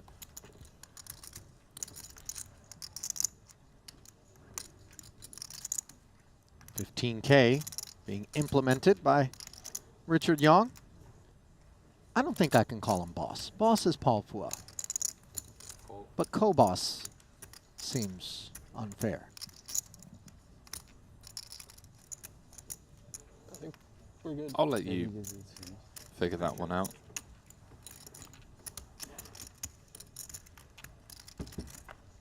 Maybe Founder.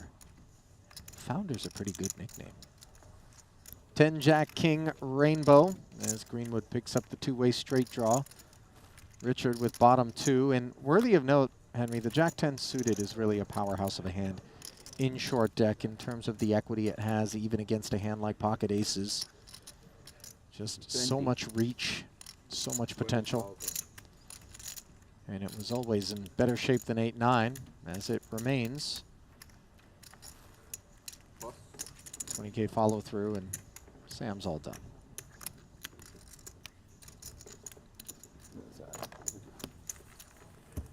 I think we go Uncle Paul, Mr. Richard, and then Boss to Andy. No. No? Andy, no. No? He's not going to accept it.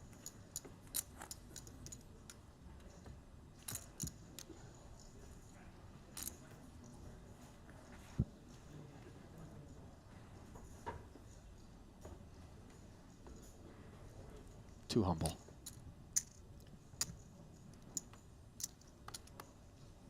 King 9 now. Do you know if that's a custom Jonas Woods and Triton collab hat? I've never seen it on anyone else. Red and gold. He's certainly worthy of it, but I can't say that I have the answer to that.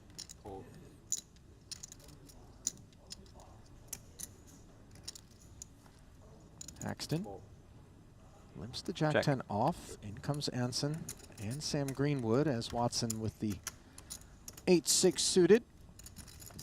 We'll check and we'll have another four-way affair. 18,000 in the middle. Ace 8-6, bottom two pair for Watson. Anson with the gut shot and top pair. Yeah, nothing really to write home about here, even with bottom two. Having a lot of multi-way pots, but not many collisions so far.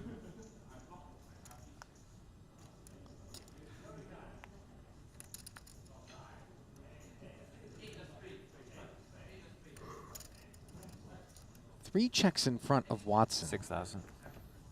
16. 6,000. 6K bet. 1/3 pot here. Doesn't feel like it's going to be enough to clear the likes of Anson Yu.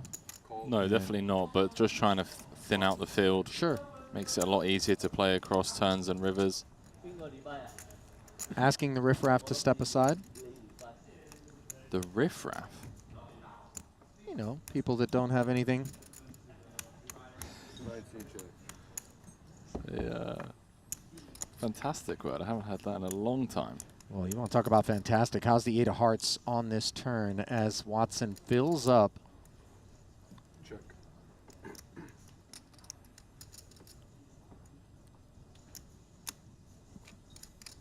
Anson, of course, checking cautiously. The fact that it was a button bet, despite being into a four-way affair, just 1/3 pot, there are going to be some out-of-line type holdings from 24. Watson. It's going to be some gut shots. Right. Some ace-6, some 6-7, 9-6 type holdings. Don't think Anson can go anywhere just yet. Yeah, certainly a plethora of bluffs and some value, of course. Yu calls again and is unimproved, though the jack does give him a slightly better kicker.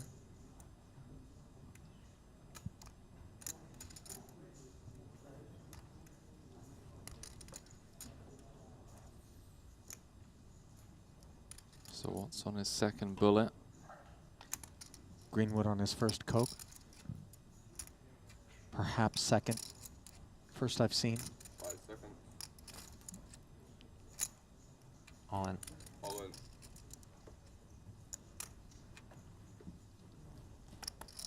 Watson jams the 95,000, and now Anson tries to work through the combinations that he thinks he could be facing that are desperately trying to pick up this pot unimproved. Obviously, the diamond flushes, but those flush draws tend to recognize how challenging it is to get there, and as a result, they don't activate 3 streets all that often in my experience in short deck, although far be it from Watson to lack the courage to take that line. As you see Anson delivering his time banks to the center. Yeah, this is a really tough spot. 9 of diamonds in hand.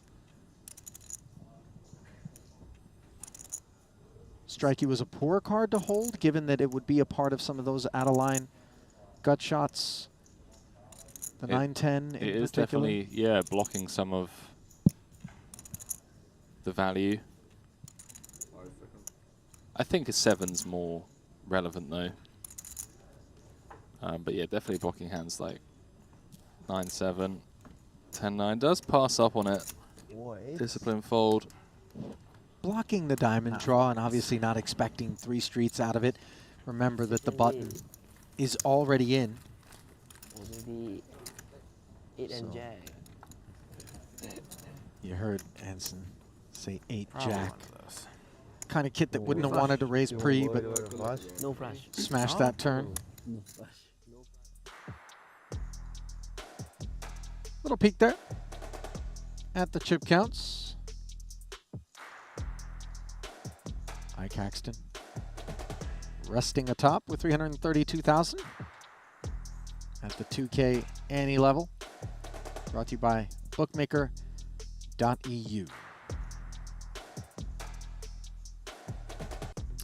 I was thinking something I don't do too often, but I was thinking Triton London starts on the 27th. Me, you, producer James, Randy, and co. Dinner at the Shard on the 26th. Oh, see, that's interesting. I thought you were going to say short deck sit and go. No, not where my head was at, but I was thinking, you know, when in Rome. Or London. Or London. But I kind of need to know in advance. I need to get us a table. I've got the connects. Talking about sushi samba, duck and waffle. At the Shard, whatever you want. Whatever you'd prefer. But it would be nice, because I assume you're going to be getting in on, what, the 25th? I'm going to be getting in on Annabelle's. That's where I'm going to be. That's where I'm going to be. What about it? Annabelle's? Yeah. In London? Yeah.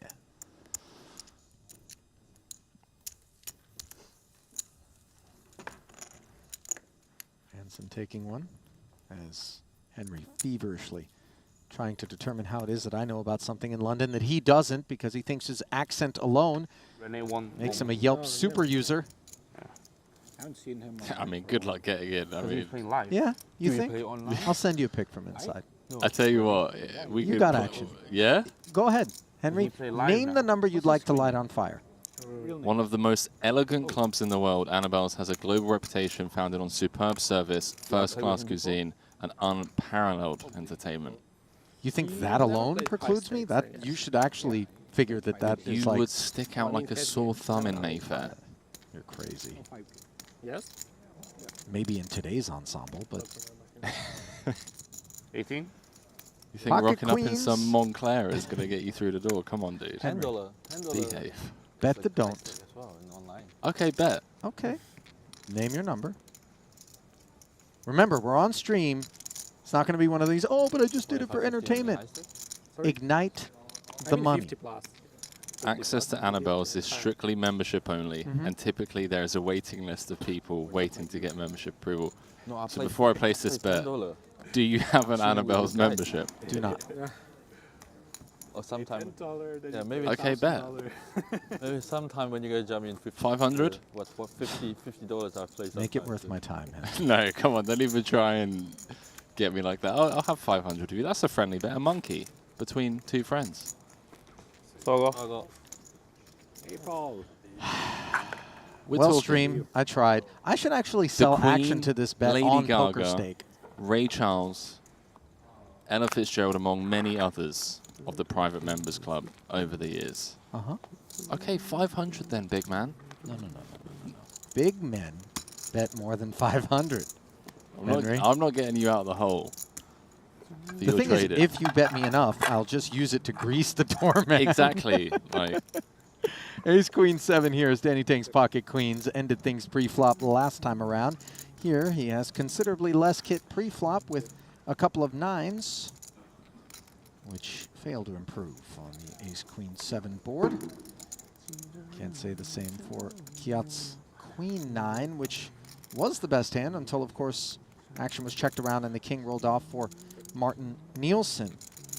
That is a name that we certainly hadn't mentioned during the long deck part of the program, let alone the PLO. I remember, Martin, my first ever Triton event. Madrid. In Madrid. He came into the little restaurant area, sat down and we were talking with Rob Young. And Rob Young was asking, you know, what's he doing? He said, I'm a short deck professional. And Rob, being Rob, as he does, he's just like, can I buy some of your action? He's like, yeah, you can actually. I'm selling some action. He's like, I'll take whatever you want. So, okay. So they started talking business and yeah, Rob ended up buying a piece. I do feel compelled to point out that on the back end of that piece purchase by Rob Young, Henry, profits were elusive, given Martin went 0 for 4. Yeah. Playing the 20, 25K, 50K, and the 100K main. Goose egg. And we just saw Martin folding trip kings there, by the way. So back to the Annabelle's bet. So the thing is, before you go back there, Henry, he's a short deck professional. Nobody said he was a good short deck professional. I'm only kidding, Martin. obviously finds the fold there with I mean, the trip kings. case in point, we have two quote-unquote professional commentators in the booth. Nobody said that they're good. I'll take under 2 professional commentators for 500. And by the way, that's not an insult, Henry. That could be self-deprecation, if I'm being honest. Never know with you. Nielsen spinning the queen 7. As Boss with the Jack 10 suited. Bit of a leg up on Jack 10 off, but certainly not on Ace King suited. As Kiat 22 to skate. Sounds like Jason's one of our first eliminations, according to Danny Tang. Keeping an eye on the Triton Poker Plus app, as is off the case, whilst out there rumbling. So while the Jack 10 offsuit found a fold against Kiat's raise, the suited iteration did not, as now Kiat's hand turning into backdoor diamonds and a gutter, while Paul's is 2 overs and an open ender.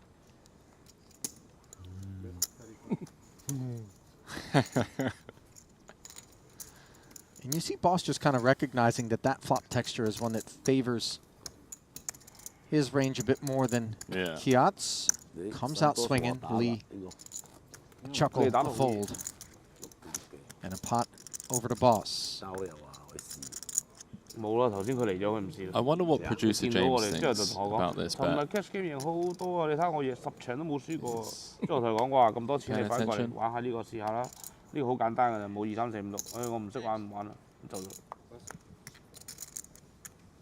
So the bet between Ali and myself, we've got the Triton London Super High Roller Series coming up, is that Ali Najad thinks that he can get into Annabelle's private membership club in London. Now, not like get a membership, just get in. Hang on a minute, because we're seriously... I said I'm going to Annabelle's. That's okay, but are you getting kicked out after 5 minutes of getting in? No. I'm getting in legitimately. I'm not going to be in like a Catherine Zeta-Jones entrapment cat suit, swinging through some laser scanners. I'm in. You're in. Shots, kings and jacks, take one. I want to know what producer James thinks of the line. I would like the stream to note that producer James instantly came back to Henry with the following. I think it's easy for him. Maybe not quite as easy is this spot here, as Greenwood has made the nuts, had a gutter on the flop, an open ender on the turn, binked the end, and has checked it over to Watson, who had the gutter of his own to the jack high straight, then turned top pair, and now here he is. And things could get a bit awkward. 22K in the middle. How it came down pre-flop. Greenwood limped. Check called 4K from Watson, who of course was the button. Both players checked the turn. And now here we are with Watson understandably betting this 18,000.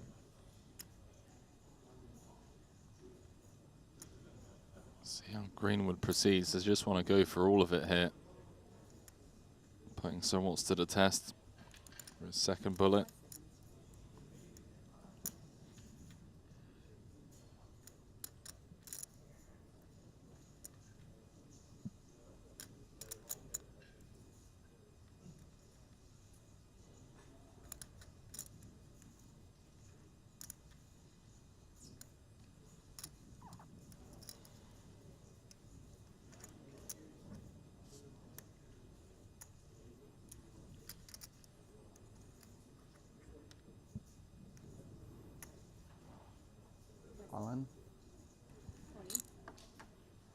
There goes the jam. Greenwood has Watson covered. And now it's awkward because Watson understands that in all likelihood, best outcome here is a chop. You'd have to hope that Green was bluffing with a hand like Queens in order for it to not be a chop.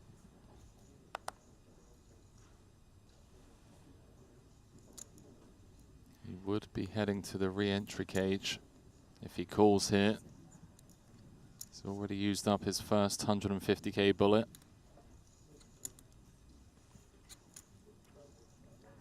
Now visually, the little red button that you can kind of see to the left of Sam Greenwood as pictured there.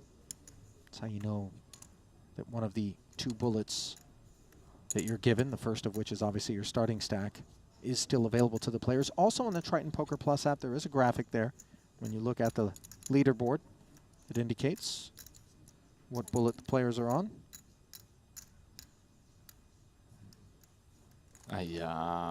Gets shown the bad news. 7 cards straight pointed out by Boss.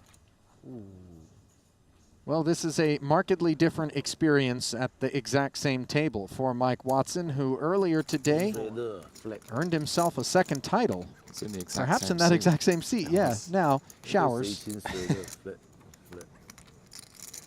Registration's still open as we flip it back over to our other feature where Martin Nielsen has kings full of jacks on this turn. So you limp button.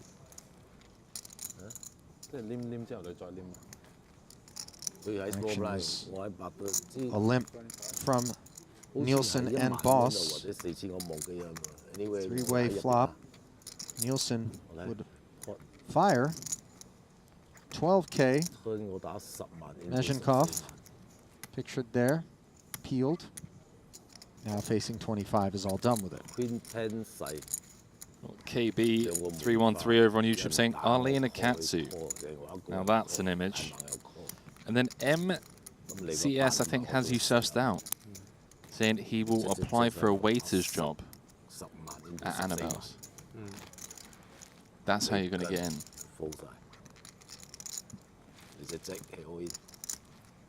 Look at me, Henry.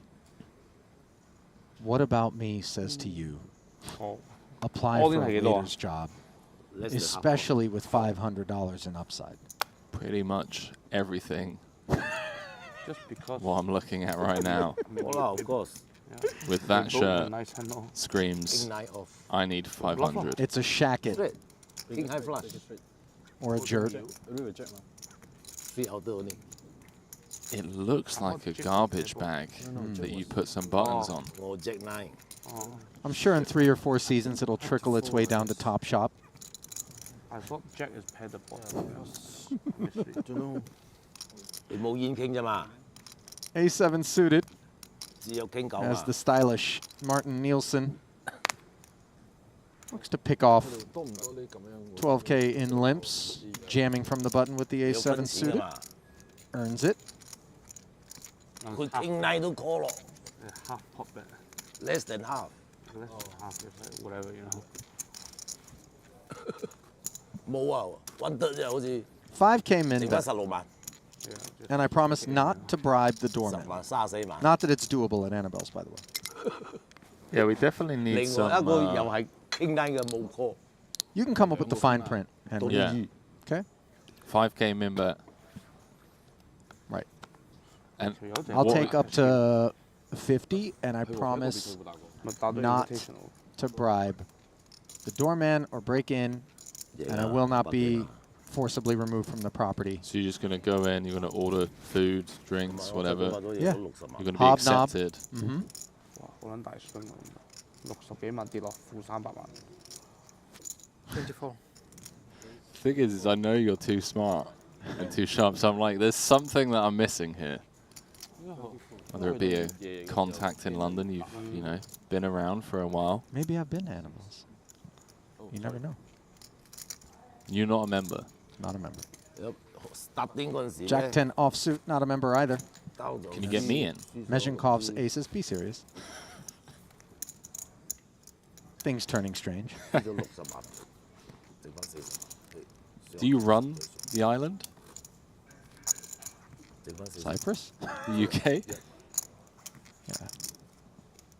Well, it was funny because at the onset of our conversation, Mr. Get Us a Booking at the Shard, you appeared to be the man that ran the island. And then Well, no, I was just saying, like, I'll get us a table. But there's a difference between the Shard and Annabelle. You want to make it real weird? What? How about if we do dinner with Gordon Ramsay? You want action on that? And not like go to every one of his restaurants in one night in the hopes that he's in the kitchen. Ace King for Pua, King Queen for Kiat Lee, and a problem on this King 10-6 board. What did you play? Round of limps.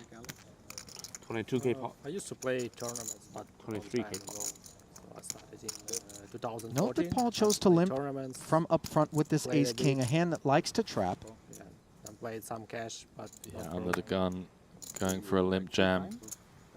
Not given the opportunity, as Kiat I've been playing poker will since peel 2014, 2015. and will pick up an open ender on the turn. But Boss, gut shot and the club draw. 54K to fight for. It was very hard to play tournaments from Ukraine because of time. So you have to start in the evening and finish early in the morning. So it's crazy. Boss unfazed. Yeah.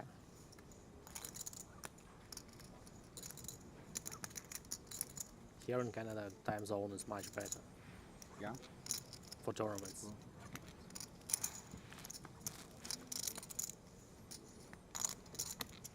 And unimproved, but still with the best hand. But now if I want to return to tournaments, I'll need After that so much time to spend for it. 15K. Remember what to do. That call on the flop and the 26K on the turn brought the pot to over 106. No. Very rare. Just some. We await I don't Paul's study. decision with the Ace King. Thought about maybe going for some value. Instead decides to check. Kiat happy to check back and pipped. Do you play any games?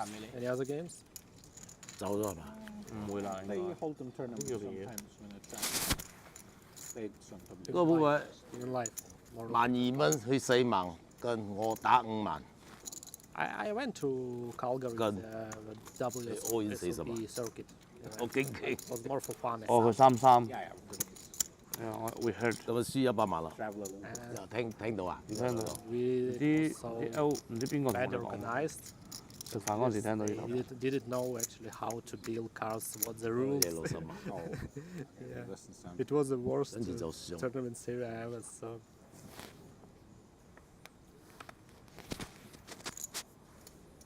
Call. Mazhenkov, first ever 佢哋好中意 Triton event, 打比賽咯。 Triton Festival, limping the King Jack. Because during COVID, a lot of dealers retired, so they don't have enough. During COVID, a lot of everybody retired. Heads up. Jack 8-6. I have like Top 200. pair for Mazhenkov here, who always had the better of Boss's King 8, which is turned into second pair on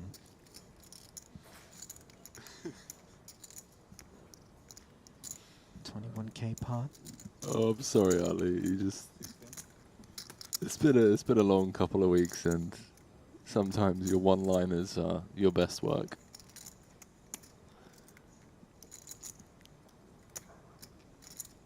Did I say something funny? Yeah, you did, mate. You did. 16,000 from Boss. You remind me of my younger brother, which is weird because of the age gap, of course. But I'm guessing he's slightly more mature. 16,000 called from Mazhenkov, who is proceeding with caution against that wide range of the button. let's see how Boss proceeds here. It's a pretty bad turn card. Queen 10, Queen 9, 9, 10 all getting there. Was obviously behind already. Gonna knuckle back. Now a four-liner, as any 10 would complete the straight, 53 in the middle. Perhaps there were other cards that would have left Mazhenkov feeling like he could block bet or seek thin value, but that certainly is not among them. Yeah, an incredibly awkward run out, right, for the Ukrainian short deck pro. Bosch just realizing that. Love this. Yeah, very credible. Turning his hand into a bluff, recognizing that there's a good chance that 8s are cooked. Yeah, and the sick thing for Mazhenkov is that Boss could be bluffing with like a better hand.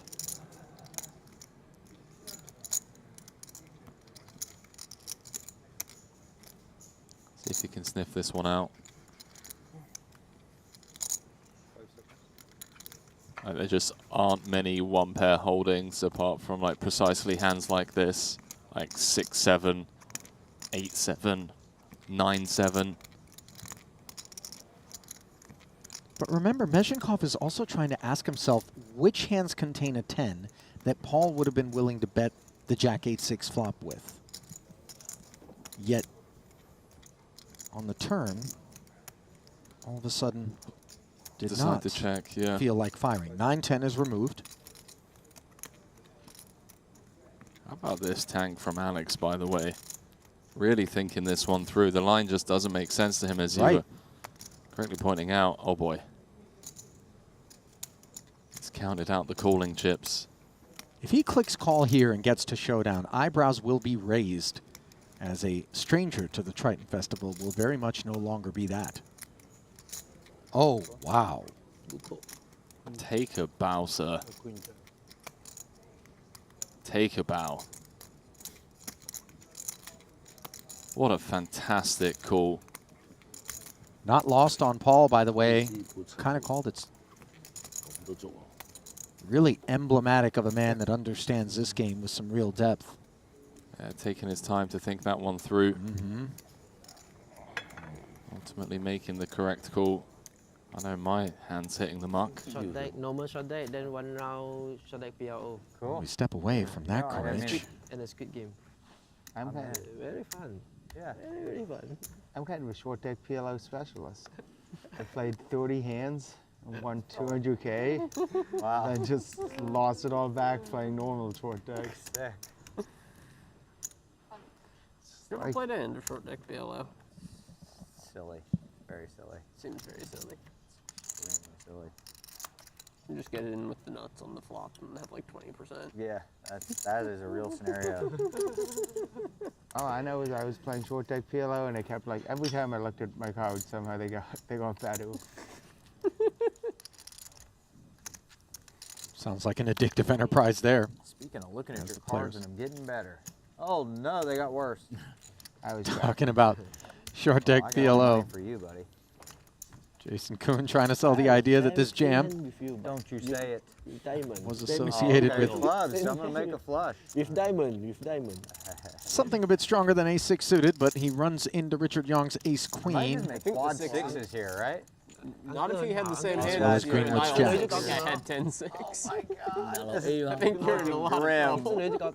I need to just make There's a one flush. ace and 1 6 left in the deck. There appear to be no clubs though. Yeah. There do appear to be no clubs. We're or at least cards getting a flush draw. 7, I 8, think. 9 in there. That is a really, what a good door card. 9 of clubs is a big door. Middle set for Greenwood. What Has can a we do there? stranglehold 10 on the clubs? boys. Some, like randomness. 10 clubs is good.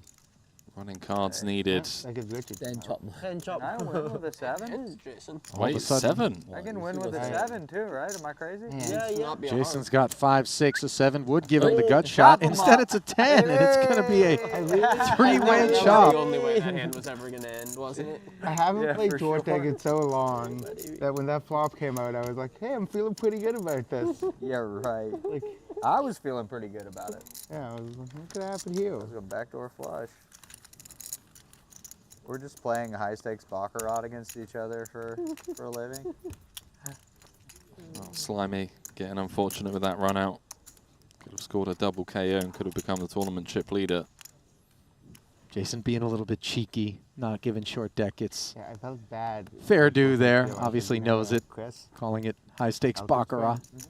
I just kept betting whoever was him, and he's. It's the kind of baccarat that all right, I call, and he's I on the just right side like of. second I'll nuts. tell you that. Nuts. Like aces full. 2 short deck main Flush. event titles Yeah, under he his belt. Fold the nuts on the flop.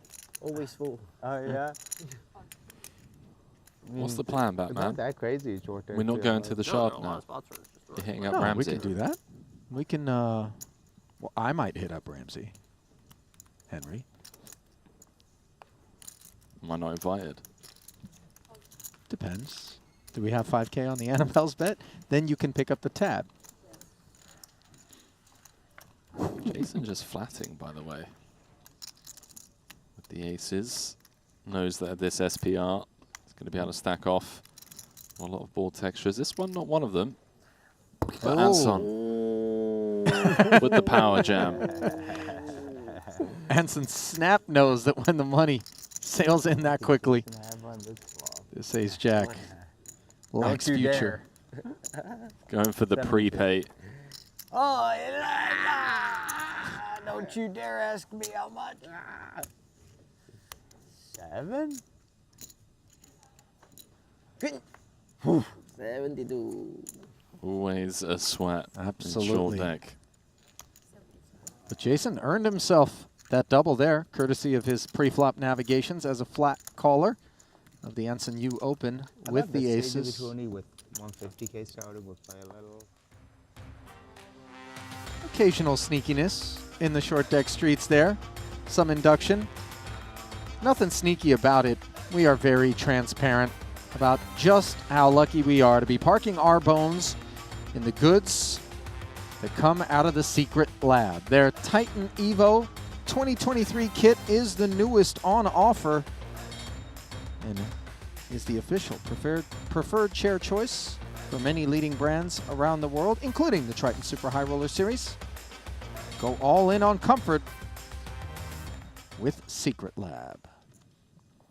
Sorry. Yeah. Big shout out, Secret Lab. Been enjoying the chairs for the last 2 weeks, the last year.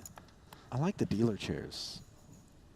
They got the Triton logo embroidered. Much like ours, by the way, as I'm, for the first time ever, taking a look at the back.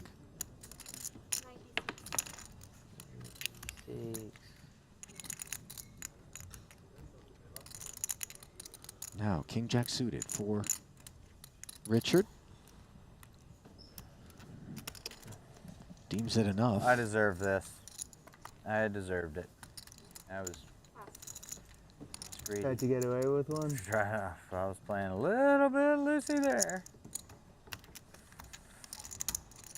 Jason punishing himself for the limp with the Jack-9. Looks like we got some newcomers to short deck.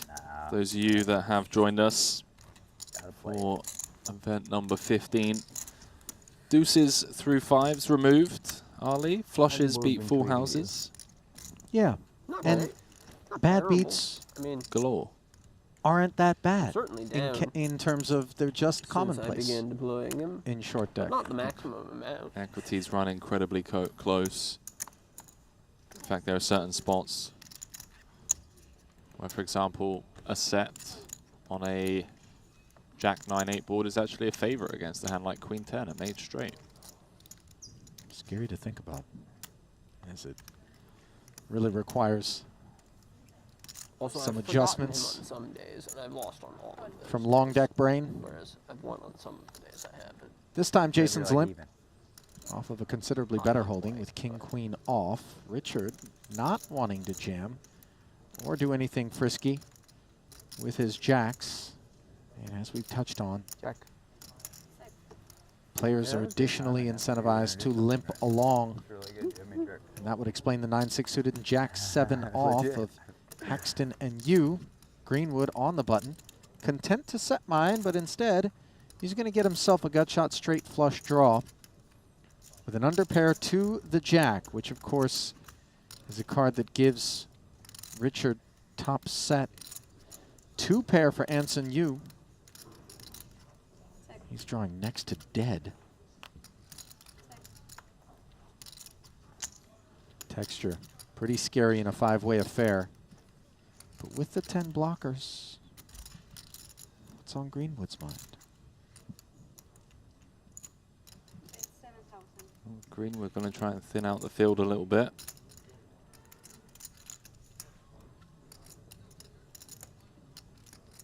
Queen of Hearts working for Jason, along with the 2 overs in the gutter. He'll proceed.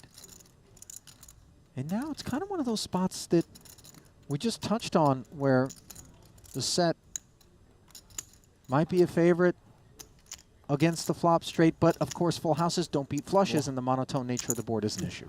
Exactly. That worked. Still 4 ways going to a turn. Anson drawing very thin. And now dead as the king of hearts delivering not 1 but 2 flushes to the field, and 1-card flushes are still very tough to come by. Jason with the queen of hearts will lead right out. You see Richard happy about having taken that conservative flop line. Now binning the set. Greenwood left to ponder whether or not Jason's got the ace or queen of hearts as played.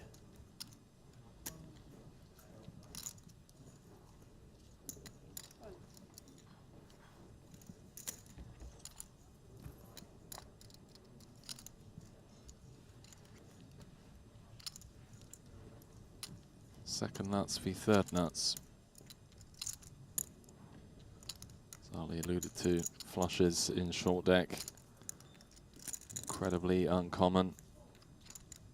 Occasionally the 10-8 of hearts might be lurking, but rare.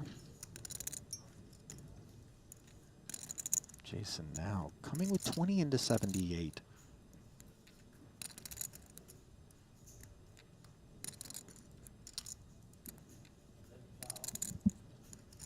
They've given Sam some room to raise the 10 of hearts, but feels like an unnecessary raise. Really losing to 2 hands. Yeah, I call. Queen, yes. I needed that on the river. Felt like the price that Jason laid there was very much the kind that the 10 of hearts had to take. Queen flush. Queen of hearts. So Greenwood, the wrong end of that one. Meanwhile, back at our other feature, we find Boss under the gun with 10-9 off suit, limping in. Nielsen choosing not to raise it up with the ace-king, respecting the propensity of that under the gun limp to contain top of range and be looking for the limp jam. Kyot and Danny failing to improve on the king-high rainbow texture. Boss with second pair, checking it.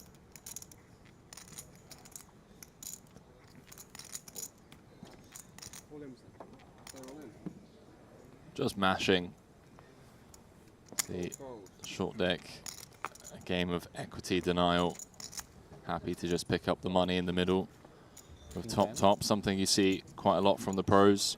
His stack covering the opposition there, and he was absolutely going to make all straight draws take the wrong price in that spot. Plays under the Faroe Islands banner, by the way. Henry? You ever been? Haven't. I do know a thing or two about what goes on up at the Faroe Islands, and let's just say that whale families don't vacation there. I'm fairly sure it's been made illegal. Yeah, but Quite they're some still time. not over it. I mean, the whales are like, there's so many other places we could go. Calving, Hawaii comes to mind. Thailand? Yeah? Yeah. Sure. Whale sharks? Whale sharks are different than whales. They're still whales. Or are they sharks? Or are they whale sharks? All of the above, as the biggest of all whales, 2 aces. Making it 30 to go after Mezhenkov. Limp the ace-jack suited up front.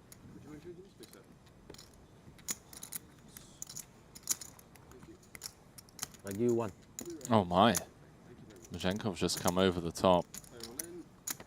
Lee, of course, happy to oblige, Ali. Obviously, Alex can try to rep aces. save for the occasion on which he's up against them, as his ace of spades blocker failing to come into play in the manner in which he had hoped. Kjot looking very academic today, by the way, with the wireframes. It's very fresh. Just don't Also lose. very ahead. Okay, just don't lose. That's fair, right? On the King Jack 10 board. Stays that way on this turn. Same. 332 going his way as running eights bring that one to a close. Kjot on his second bullet with that double up. Moves up to 5th in chips. Daniel Dvoris, who's been in pole position pretty much since the start of the day, still out in front with a bullet up his sleeve as well. 488,000. Short deck. First time I've heard us say that here in the booth, but it's something that is a bit of a war cry when you look up at a train wreck at Showdown with cards to come. Even when they find themselves all in, even the people that end up losing the pot, they're just like, yeah, short deck. They just take it so well compared to Hold'em. You just have come to understand that it's the nature of the beast.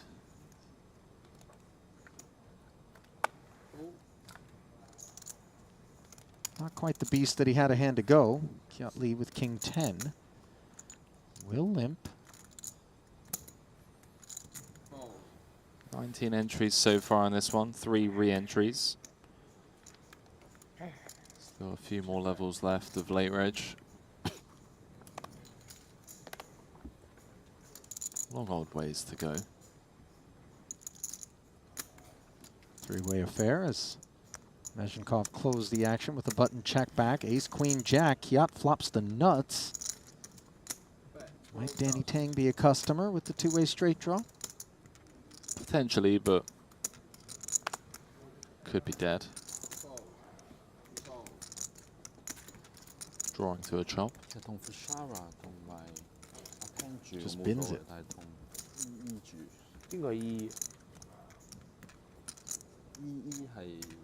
Prior to this one, I was milling about just outside the tournament area, and I found Chris Brewer all alone, looking want for a cure to his boredom. Is it? Was talking to him. I said, "What are you up to?" He said, "Oh, I was going to play short deck." I said, "Oh, do you play much short deck?" I was like, "Well, what else am I going to do?" I said, "Well, there's all kinds of stuff." He said, "Yeah, but with who?" As everyone left is either playing the short deck or on a plane home, it would seem, at this point. Nothing wrong with some alone time. Bought in, and by the way, currently has 496,000 in chips in front of him. As Mezhenkov has 2 aces in front of him. By the way, that stack for Brewer is good for its second, just 1K back of Daniel Dvoris. It was the chip leading stack moments ago. Now, the lead for Mezhenkov stays that way on an ace-queen-6 board, where he's got top set, but Boss has the right recipe to deliver pain. 5 outs twice, 37% equity.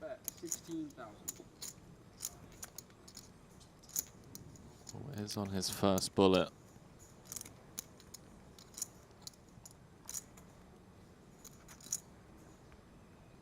Honestly, don't hate just rifling it in here. Yeah. Cool. Neither does he.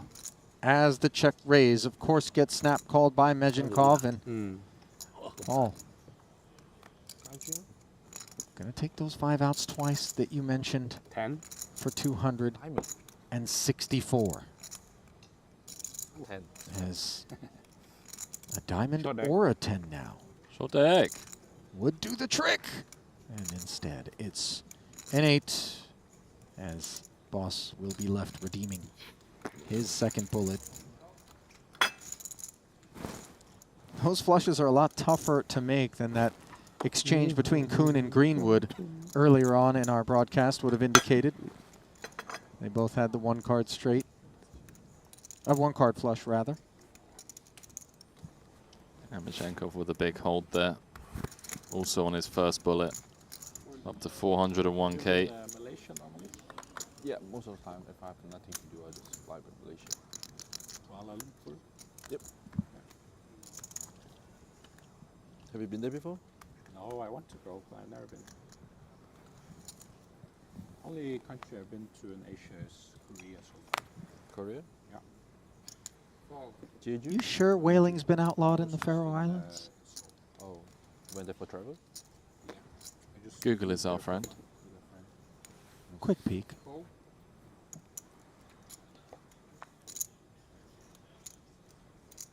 Shout out Sea Shepherd.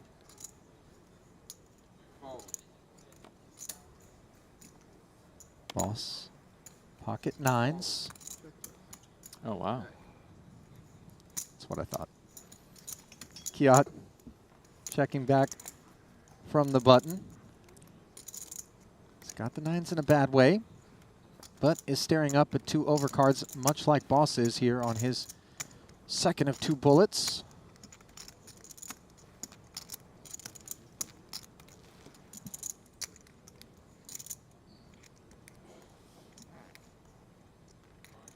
Boss.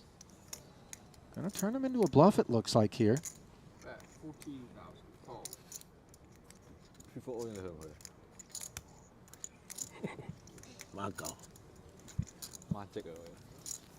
Does so successfully, and 孖句咩？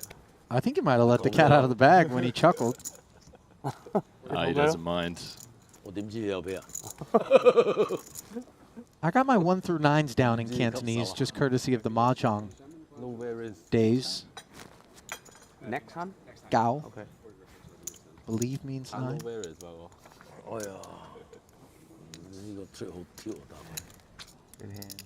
Yeah, beautiful.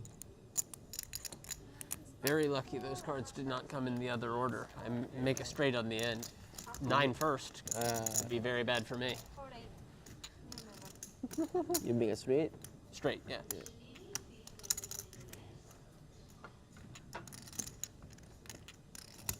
I don't think I've ever busted out that routine. Chip Count's brought to you by GG Poker. Got Mike Amara over on YouTube. Shout out to the production, commentators, and behind-the-scenes teams. Appreciate it, Mike. I mean, production crew is one of the best. Shout out Sharehands and the Triton crew. I feel like I've probably done that before. I feel like the there are Latvians. few people I regularly play with who are on my windmill bluff in their face, you know? I mean, I like the idea of doing it to people. I just don't have any. 3 white, Wow. 2 blue, 4 red. Kuhn's pocket 10s limp. 89. Runs into the pocket king's jam from Richard Young. Haxton mulling it over from the cutoff here with the ace-queen. Gambo. That's exactly what he's going to do as he jams over the top. Now the two 10s really feeling some weight.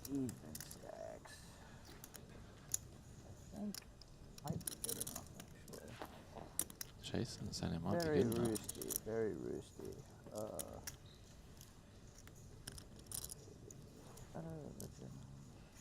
There's some future game stuff that comes into this, building up a massive stack now.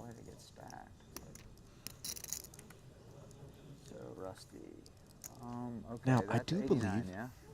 that some of what Jason is thinking about here is associated with the prospects of card sharing. Yep. For Richard and Ike, which would obviously be very harmful to their prospects to make a better hand than these pocket 10s in the event that Jason isn't up against those bigger pairs. And even when he is, you can see still 28% equity.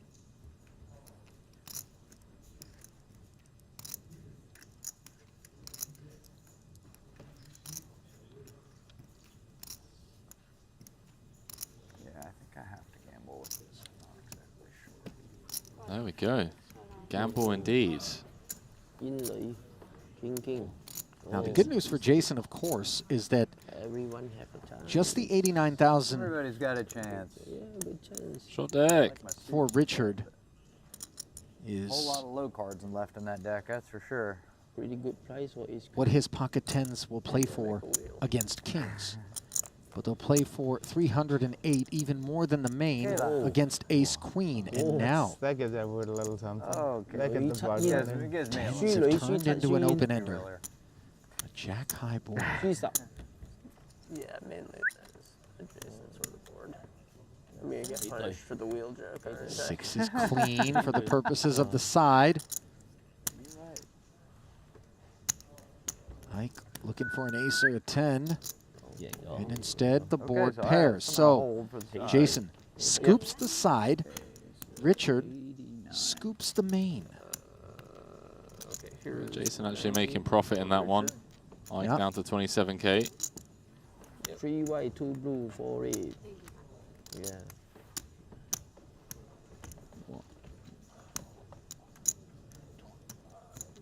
You win.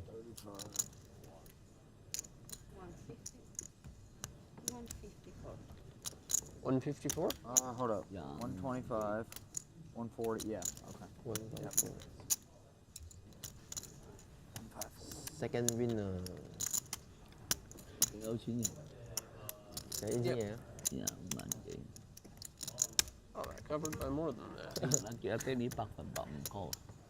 Note that while Jason was mulling that one over, he said he wasn't sure about it. He thinks he has to gamble, but he certainly had done some accounting in terms of recognizing that Richard's stack was going to be considerably less that he'd be playing for versus Ike's stack. Yeah, the card sharing certainly something for him to think about. Two of my favorite, like, dumb EV gaining plays this trip thus far. That can't get chip rates out of a tournament and they're calling a shove. Like, I was there when you couldn't get chip raced out of the tournament. That was but the other one is calling a shove like. You have 30,000, yes? Yes. 4, is it? I'm sorry.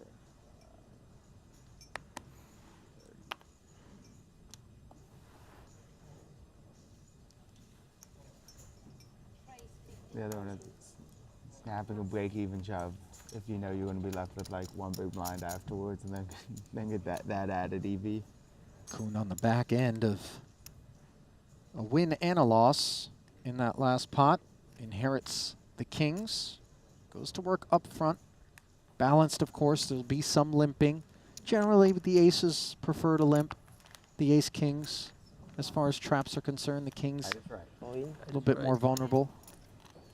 Wait on a minute, Anson just absolutely rifled it in. Launchpad. Yeah. Maybe flip. Oh. And I was playing some defense here. you is actually covered by Jason. Don't you say it? But I was playing some This is defense. for the chip lead if Jason can hold. At the 44% that Anson has, though, Henry. Short deck. 534K chip pot. And an ace in the window, but a king behind it. Ace and a king. I think it's going to be a sweat card. I think you're going to get a queen. Okay, queen. I think it's going to be ace. Lady. Queen. Sweat card, same. Yeah. So now have 6 out there. Now you need the queen. You got 4 out. 6. No, only 4, right? Only 4? Yeah. Oh, yeah, only 4. Ace doesn't rule. Ace no 4 good. queens. On request from Anson, the river. Yes. Not delivering it to him as you is going to realize he is ever so slightly out-chipped, but does have another bullet, so make sure. another 150 is going to go his way. Yeah. You have a lot of. It is by a lot, yeah. Yeah. Jason with the 1-2. Just making Winning a side pot against Ike, then eliminating Anson. Anson are going to get a fresh 150K. Jason, chip leader. Didn't take long, did it? Surprise, surprise. 580 in front of Dan DeVoris and Chris Brewer. As, believe it or not, the top 7 stacks are all from the western side of the bracket. Meshenkov qualifying. Playing under the Ukrainian banner, but I would say that's not part of the eastern side. Jason on his second bullet. First one didn't go too well. Did re-enter for an additional 25k, but has one bullet left, as well as the chip lead. 580,000. All you can eat. Richard Young isn't going to mind this, as is under the gun limp. Always had a plan. Potentially going to get some action from Greenwood as well. Going to be a nice little overlay for Haxton, as one would assume that Young is going to announce himself. Good luck.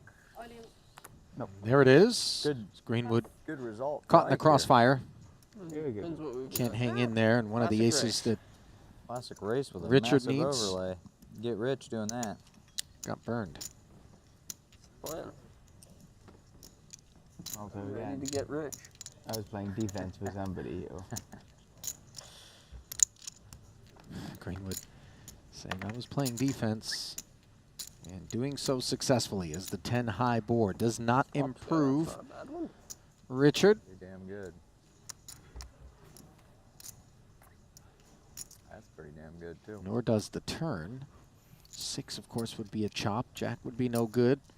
Ace or king, still winners at present in a 90k pot. And a queen high straight for Ike. Meaningful and necessary double.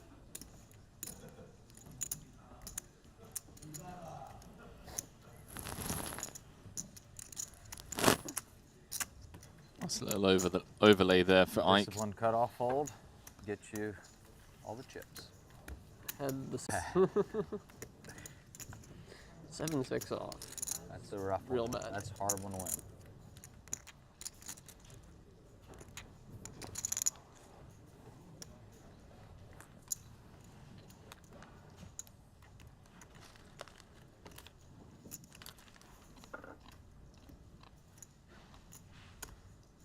What's this side eye you're giving me in the booth, Ali? You got something to say?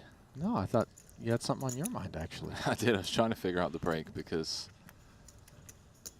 the back end of this trip is I've been hydrated. Just put it that way. All in. As in showered. You could say that. It's one way of putting it. 85. Haxton. Right. Jamming No. again. All the newfound biscuits No, 90. making their way to the supper table. Will anyone Kinda join 90 them? the first time, then I cut it out and it was 85 somehow. That's definitely 90. Queen 9 suited for Jason. You did it. Declines the Evite. All right, Telling the we're truth. flipping. Yeah.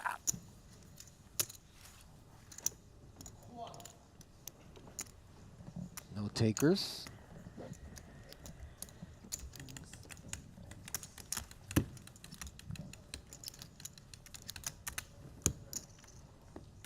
Who's in the one seat over there? Strangely, the way it's been playing just over the course of the last couple of orbits has very much been Ukrainian guy whose name I didn't recognize. Huh. a pre-flop jam, get called kind of affair, despite the stacks being deeper than we would have anticipated for such things to be taking place. But we've got the right kind of ingredients now, right? in the soup 110 including that. for such sort of developments. Definitely got the right ingredients. We've also just had I'm going to pass. some classic re-jam spots running into top of range.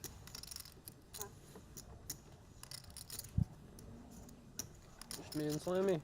Yes. Just me and Slimy. It appears Greenwood has embraced the nickname. I Still think don't know the etymology. It's been that way for a long time. This wasn't just coming into... It's got to be one of Cyprus. those ironic ones, right? Big guy, tiny, Greenwood, far from, slimy. Big dog. You. You. Wow. Bad ends of an open-ender on the Queen Jack 10 board here for both Haxton and Greenwood. Sam following through on his pre-flop limp.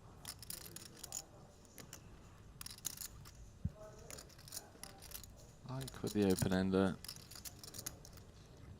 He shares the same open-ender as Greenwood, but could be cooked. It is a +1 limp. Gonna have more traps, some ace-kings. A disciplined fold from Mike. Coming into today, Ali, found ourselves just 500 subscribers off of 165K over on our YouTube channel. Love to see it. Tell you Where what, are I'd we love to now? see it. Well, I don't know, because I want to watch this hand play out first. Got a Queen? flop straight, an open-ender, top 2. Queen 10-8 with a couple of clubs has definitely delivered fireworks at the other feature. As Mezhenkov lights the fuse on the button, 16K. Into 36.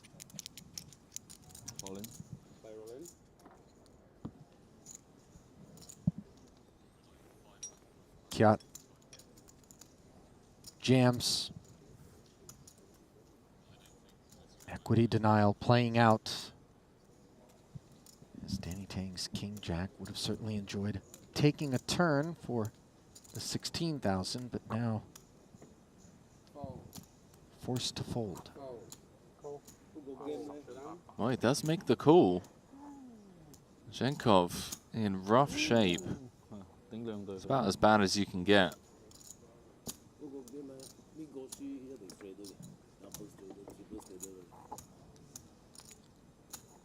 Turn. Safe. As Kiat does pick up the spade draw in case the queen or the 8 of spades were to come off. He would still have the winner as ace of hearts. Leaving Danny well aware that he would have made Broadway. It's like 2 hands in a row, you didn't make nothing. 唔可以賭啊！你知唔知頭先你 Queen 咗個幫我 King 10嚟嘅？咁會㗎，咁我 top 2嚟㗎，我可以㗎。咁係，我冇話，咁我都可以。 And his reaction to that one. Still in the mix with a bullet for backup. Kiat Lee now chip leader at this feature table. Pretty short over here compared to some of the outer tables. Chris Brewer is up to 1.1 million. Has 2 times second in chips. 3-way all in against Seth Davies, Michael Watson. Brewer with the Queen 10. What did he make?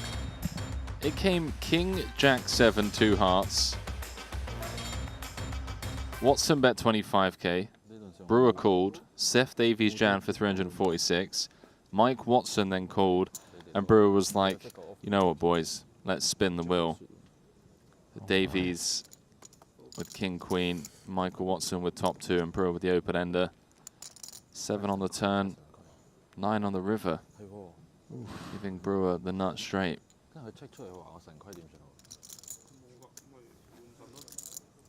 Overwhelming chip leader.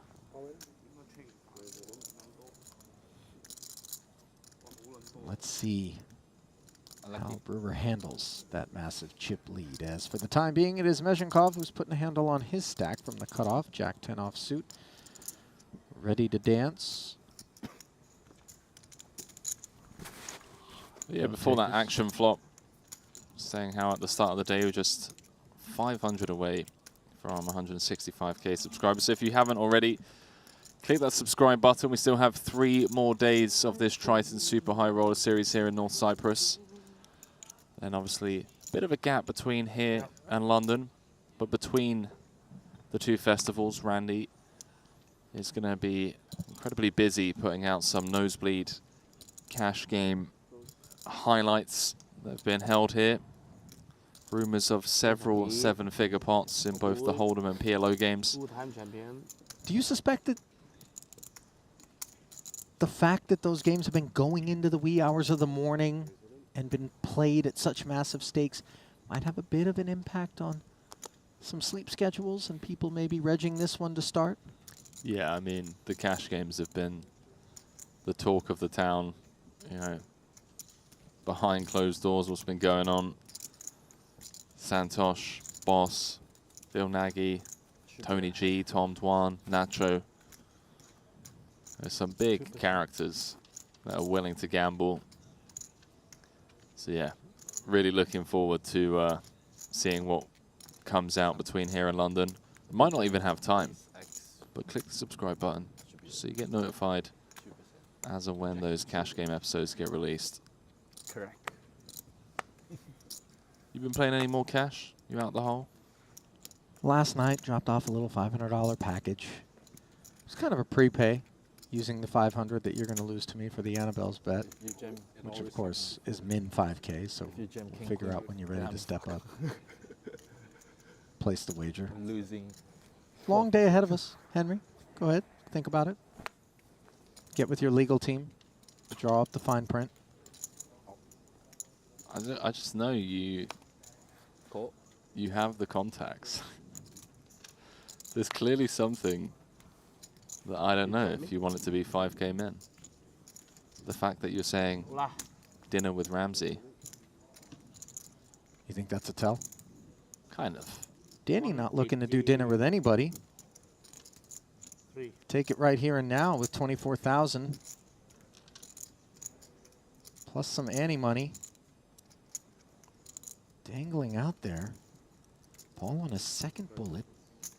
Let's have Danny covered. The no-look call as Martin's pocket eights hit the muck promptly, as does the ace-8. That was fantastic. Tang got a good laugh out of it. Boss is just like, you know what? 180送俾你嘛 Not a cooler customer in a high-stakes short deck game than Paul Pua, I'll tell you that. He's logged so many hours, and now he's logged trip jacks. It's going to be a tough one for Danny to win. Still got queen. And they give it ace, ace, ace. It's no good. 10, 10 no good. Queen only. Queen. Only 2 outs heading to the river for Danny. That bullet given a tombstone by Boss. Power of the Jack 10 suited on display there.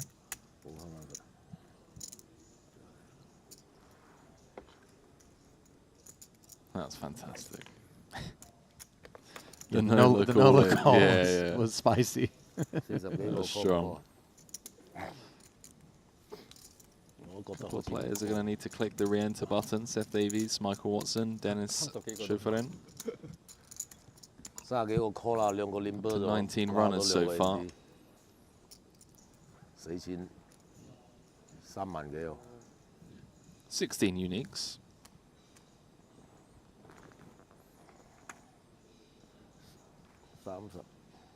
In the short deck cash games, Henry, one is able to actually go south by design Hot water, please.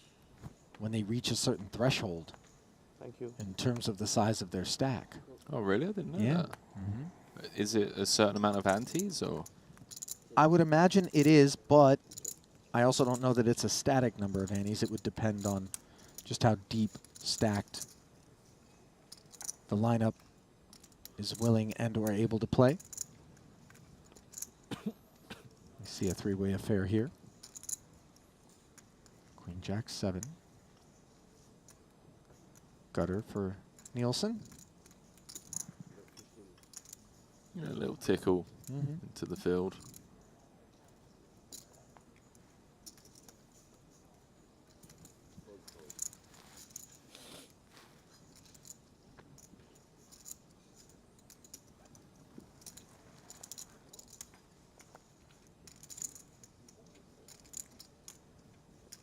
Chris Ware 100萬。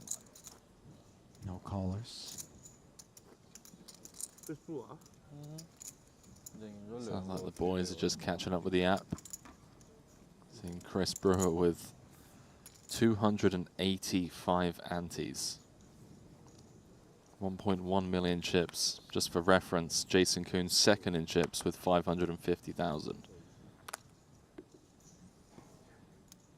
Pretty staggering gap. The two guys who finished 1-2 in the 25K PLO. Of course, Jason, 2 titles and a second, already notched here in Cyprus, dethroning Stephen Chidwick for the time being in the Ivan Leal Player of the Year award, that $200,000 overlay. But Chidwick is out there competing, currently 10th of 13 runners.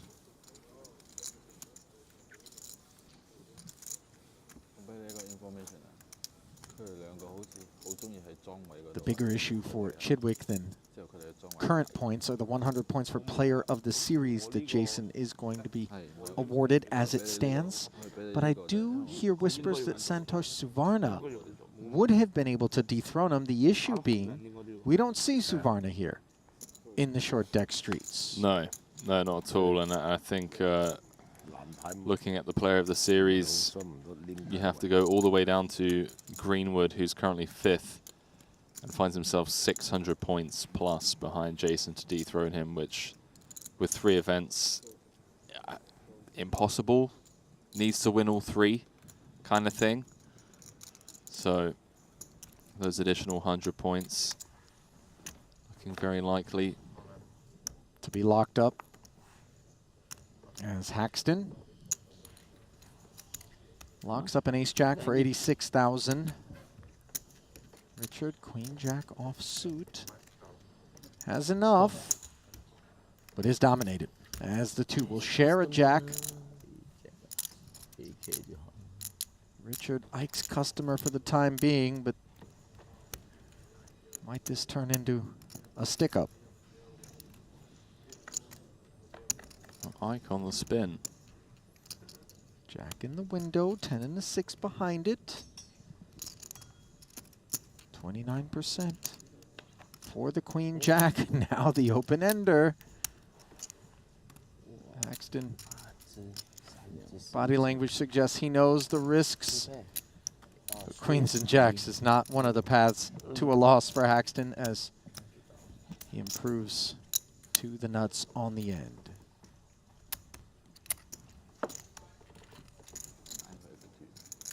Meanwhile, back at our other table, an interesting board texture here with trip 9s on board. Nielsen on the button. Boss with the open-ended straight flush draw.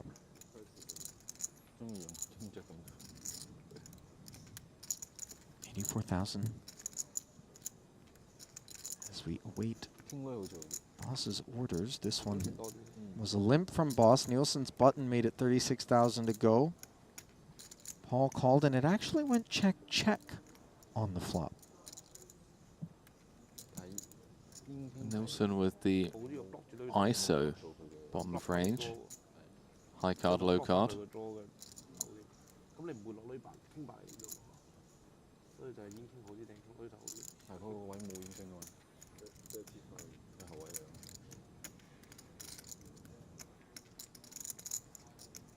Paul, of course, with an interesting one. Given that Nielsen certainly has the overpair range advantage, does he want to draw live to a flush, which he knows, of course, would beat a full house?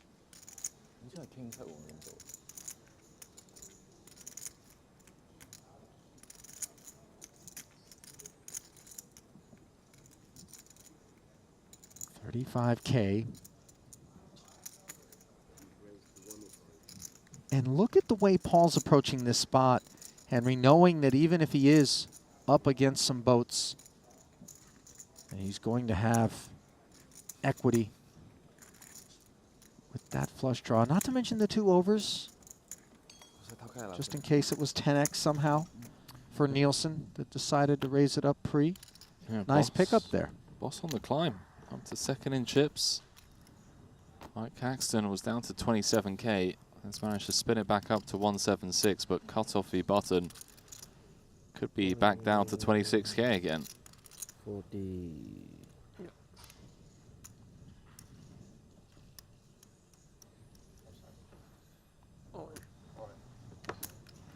Haxton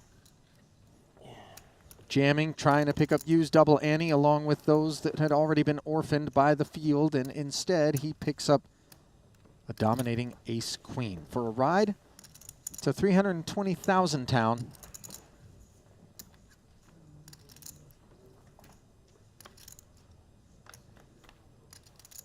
%. Is Ike. Oh. Yeah. Flush draw and a gutter. That's a lot, yeah. You can even it out. 5 and 5 of 5 diamond and 8. I was going to say we even it out with the 10 on the turn, but That also. that evens it Hansen. out. Top pair. And now I cover 11. top Yeah. 2. Yeah, That is enough. Just looking at Ike's graph on the Triton Poker Plus app after losing that ace-queen against Jason Kuhn's 10s, managed to grind all the way back up to 188k to then only lose that cut-off B-button situation to be back down to 22k. Okay.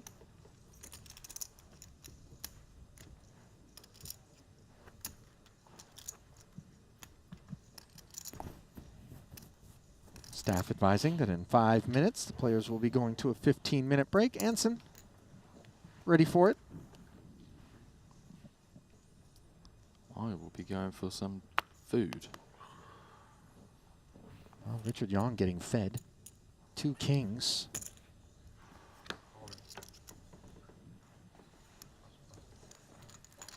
Decides to jam them. don't need a count. And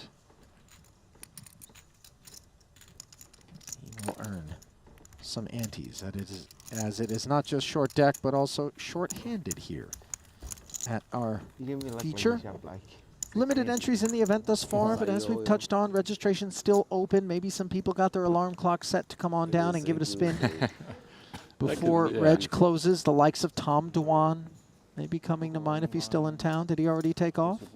Talking about it earlier on, hasn't been seen since the start of the series. There was a rumor that he might have Left after a scooted cash off to Miami, but there also was a rumor that he was going to turn around and come back before it was all said and done. So we'll see whether or not the Spectre is spotted.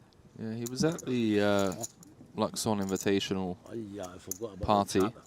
It's one close one. The Never seat want to draw, miss a party. And then 119? left the next day. Suited.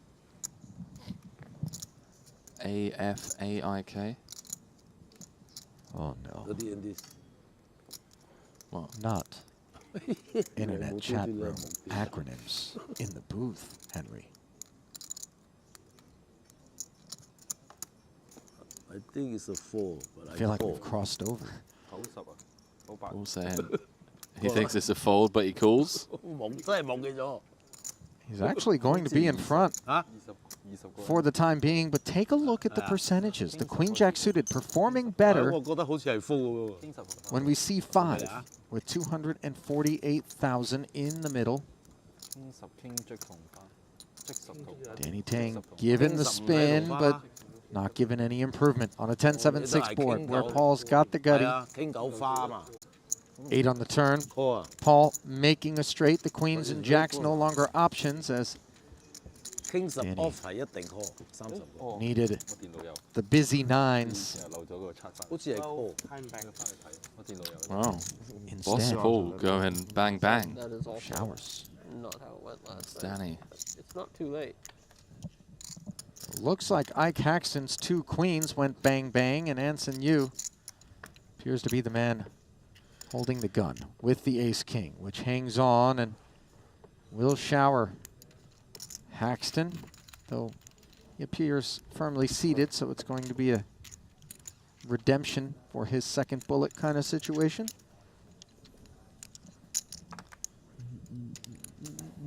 $16 unique so far. Chris Brewer way out in front. Thank you. Bossman Paul in second.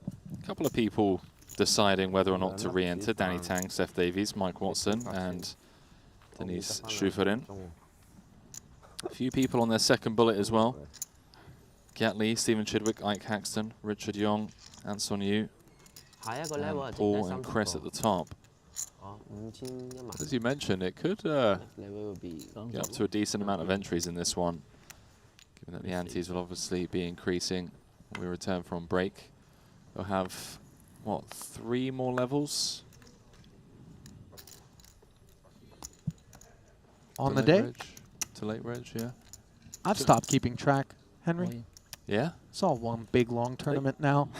Sorry.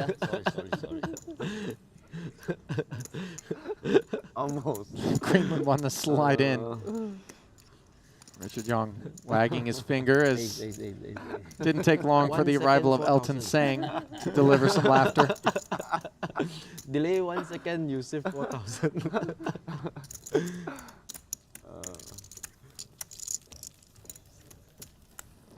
Elton's like the Christmas spirit, just delivers joy everywhere that he goes. I wasn't even sure if I was supposed to limp that hand anyways.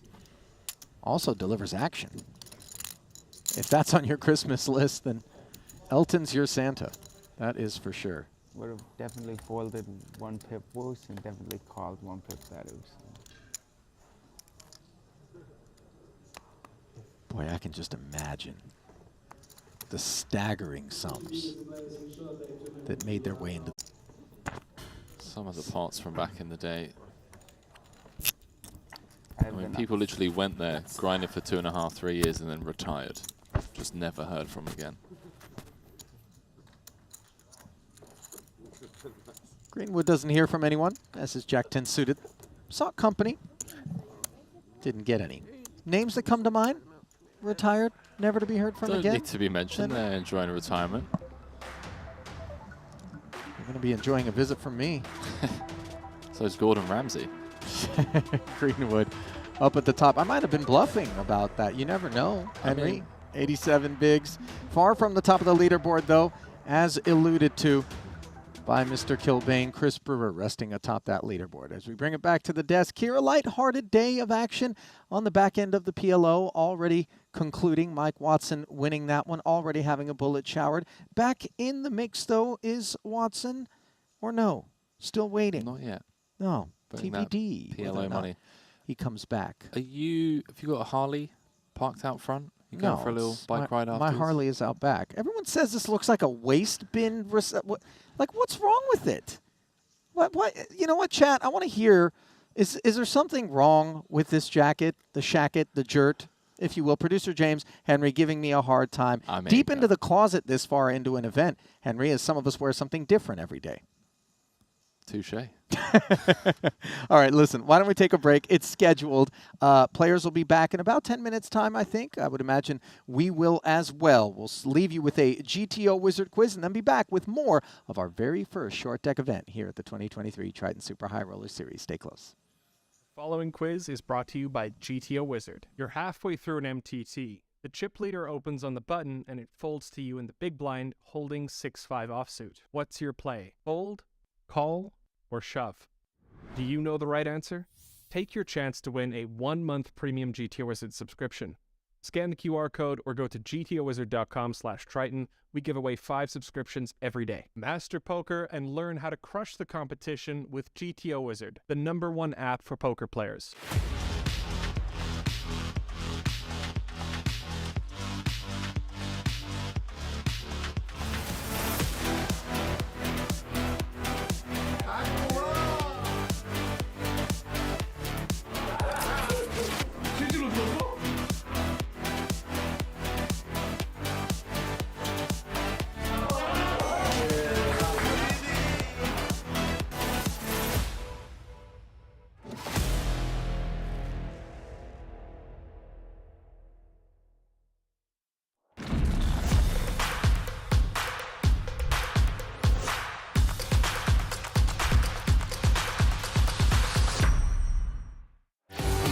GG Poker. It's the best poker the biggest poker site. This is a crazy. No way!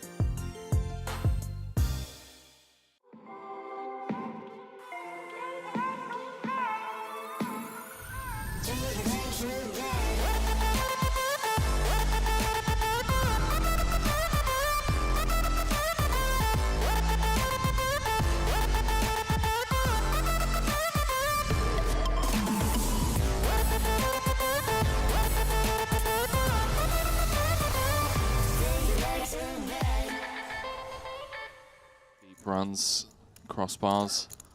But Kiat Lee, man, it's been so consistent over the last couple of series. So many crossbars. I'd love to see him close it out. Richard Young looking to close it out from the button with the A7 suited here, as limps tend to attract other limps. All in. All in. And on this occasion, the under the gun limp for Haxton deemed strong enough to jam. As Young has run into tens. A7. Still note the equities, 40% for Young.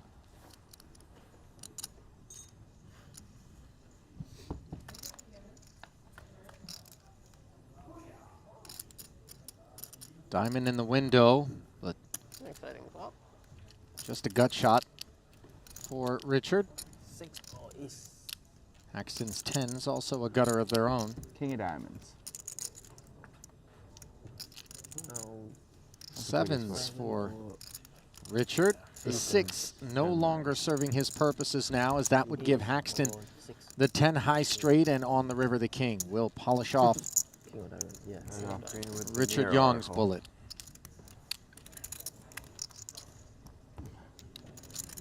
No showing 1-2. No. You're halfway there. There can only be one.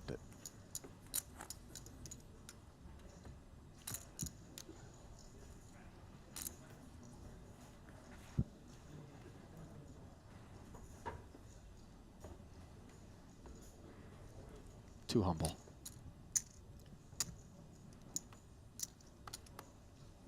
King 9 now.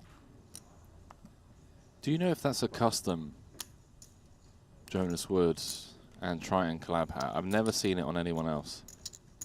Red and gold. He's certainly worthy of it, but I can't say that I have the answer to that.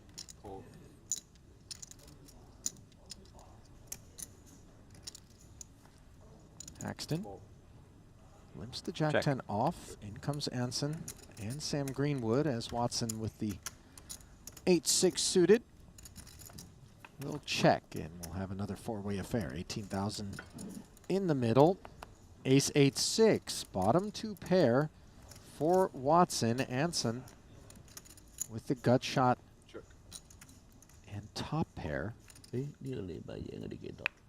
Yeah, nothing really to write home about here, even with bottom two. Having a lot of multi-way pots, but not many collisions so far.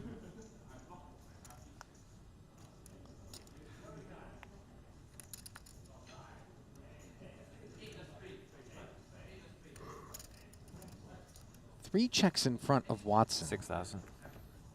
16. 6,000. 6K bet. 1/3 pot here. Doesn't feel like it's going to be enough to clear the likes of Anson Yu. No, definitely not, but just trying to thin out the field. Sure. Makes it a lot easier to play across turns and rivers. Asking the riffraff to step aside.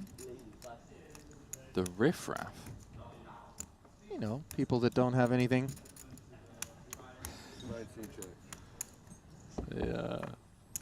Fantastic word. I haven't heard that in a long time. Well, you want to talk about fantastic. How's the 8 of hearts on this turn as Watson fills up? Check.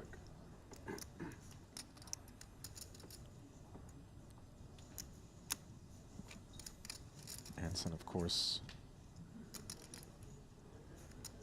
checking cautiously. The fact that it was a button bet, despite being into a 4-way affair, just 1/3 pot, there are going to be some out-of-line type holdings from 24. Watson. It's going to be some gut shots. Right. Some ace-6, some 6-7, 9-6 type holdings. Don't think Anson can go anywhere just yet. Yeah, certainly a plethora of bluffs and some value, of course. Yu calls again and is unimproved, though the jack does give him a slightly better kicker.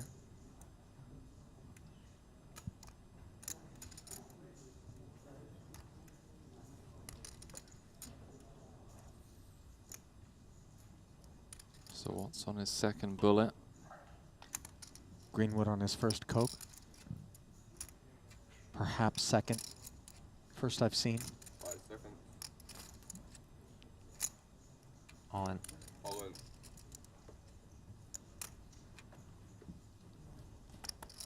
Watson jams the 95,000, and now Anson tries to work through the combinations that he thinks he could be facing that are desperately trying to pick up this pot unimproved. Obviously, the diamond flushes, but those flush draws tend to recognize how challenging it is to get there, and as a result, they don't activate 3 streets all that often in my experience in short deck, although far be it from Watson to lack the courage to take that line. As you see Anson delivering his time banks to the center. Yeah, this is a really tough spot. 9 of diamonds in hand.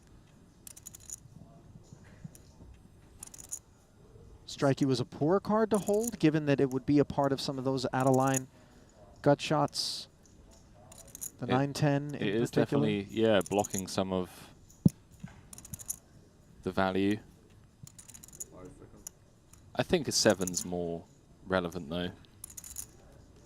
But yeah, definitely blocking hands like 9-7, 10-9. Does pass up on it. Discipline fold. Blocking the diamond draw and obviously not expecting 3 streets out of it.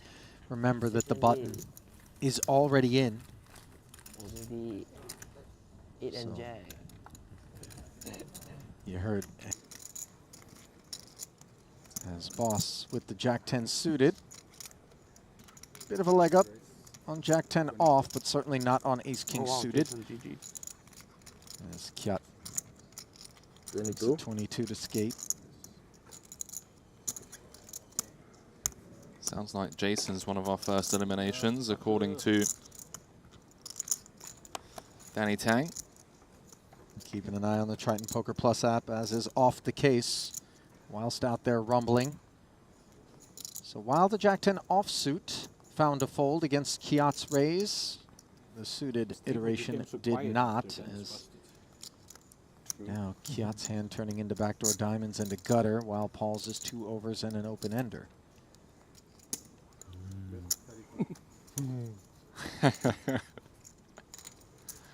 And you see Boss just kind of recognizing that that flop texture is one that favors his range a bit more than Kyat's. Comes out swinging. Lee chuckled the fold. And a pot over to Boss. I wonder what producer James thinks about this bet. 琴日 cash game 贏好多啊！你睇下我10場都冇輸過。即係我同佢講話咁多錢，你快過嚟玩下呢個試下啦。呢個好簡單㗎啫，冇2、3、4、5、6。我唔識玩唔玩啦，就咗。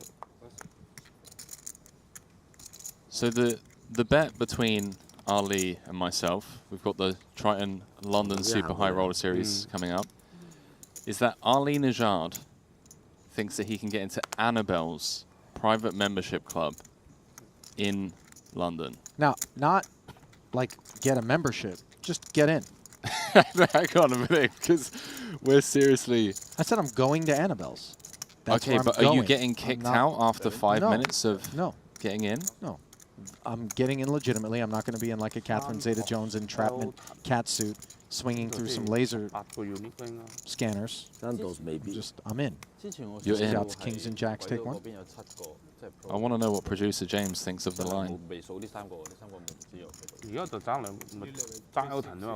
I would like the stream to note that producer James instantly came back.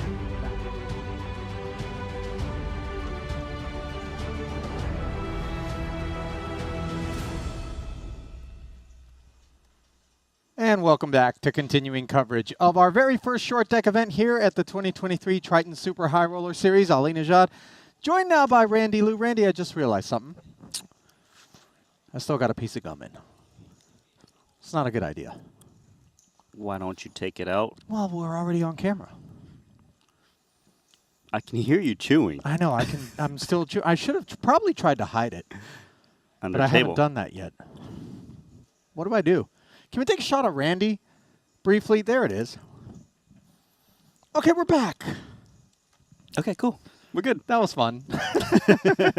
All right, listen. Obviously, lighthearted atmosphere here, both in the booth and out in those streets where people are playing the 2-card, no deuces through 5 stuff right now. Randy, you got a little frame in with Henry earlier, but still hasn't been the level of excitement I think I was hoping for. Well, people have been re-entering multiple times, haven't they? Okay. On that note, during the break, speaking to Luca Vivaldi, Mike Watson won the PLO. Mm-hmm. How many bullets do you suppose he's in for? Now? 3? It's reasonable, right? Keep going. 4? Keep going. 5. Got it? I was told that he's in for 6. Yeah, I know. Can you imagine? But $347,000 richer obviously can afford to do it. So, you know, no biggie. Chris Brewer at the top of the chip counts right now, where he's been for quite some time. Boss man Paul Fua in second. Jason Kuhn in third right now. 5 and 10,000 are the Annies, and we will send you back down to our 2 featured tables shortly here as the short deck streets are upon us. There it is. Should I put my gum back in, Randy? It's on a piece of paper. You think it's a bad idea? It's tough to do commentary with the gum. But it's tough for me to look at the gum. Well, then don't look at it, Randy. I know, but it's there. Once you see it, you cannot unsee it. You're not wrong. You have 500. Oh, did we need this piece of paper? Dan, you have 500. 525. 525. I got a little more, thanks. Stephen Chidwick alongside Chris Brewer. Yeah, I got closer to 600. Jamming it in with this King-Jack offsuit, and now Chris with Ace-Queen. He can afford it.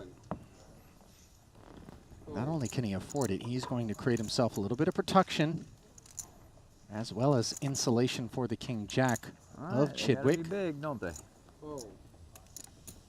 Here, Jason I'm Kuhn gonna fold. say they got to be big. You got ace queen? Yeah. Nice. What a read. Put them in order. If you want to win, you got to put them in order, bro. I won't do it to him. Chidwick. Oh my God. Asking for Brewer to have Ace-Queen, which I is don't wanna give him exactly Chris, so we can leave what it he to shows you. him. You guys can get a fair flip. But if that was JK, you know, good iron, that's like 90% to win. 37% is Chidwick. As he'll play for $315,000. Don't see a red puck in front of him, Randy. But I do see a king. Rainbow texture.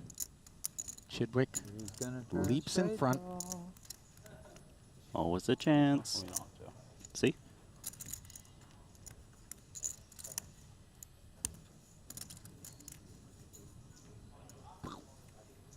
Ooh. Drilled it.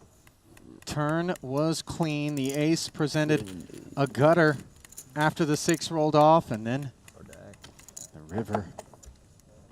Top pair. See you in a sec. Just imagine if by the last tournament, both of you like having a very equal amount of points, and then like someone could gain the last points by just dredging. Rebuy. I mean, like the leaderboard is 200k, so you could just rebuy 20k for extra points. Yeah, it's but player of the series gets 100 points too, so it would have to be. So you're very far ahead now, right? Yeah. But I mean, Nikita's right. You could get funny scenarios. I think it's only 2 points per buy-in, and like this one, it could happen, but it's not going to happen this trip. Yeah. But like, if the main was reduced to a 50k, because the main has like the bonus points, you could get spots where like it's worth him being barely gambling, not like shoving dog, but like. 5 seconds. Yeah, who's that on? It's on me. I was. 5-10, 5-10 now. Yeah, I was. Yeah, I got it. Another. So lost in that exchange between Mikita and Jason, as Batiakuski, the second most decorated Triton player in history with 4 titles, is the showering of Stephen Chidwick, who in the background has re-regged. There he is, finding a new seat. Brewer limping in with the 8s as he continues to accumulate chips.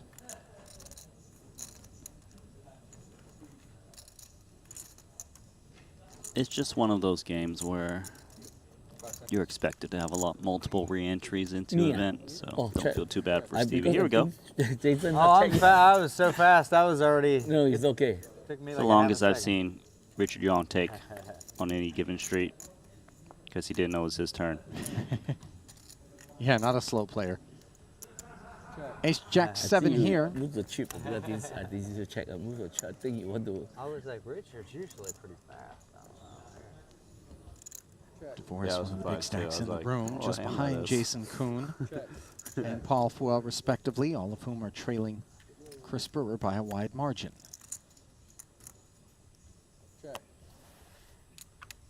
After the round of checks, the 10 on the turn, presenting some gut shots to the entire field. 2 of them for Richard Young. Yeah, he's got the double. And Dan DeVoris. Nice pickup incoming. There we go.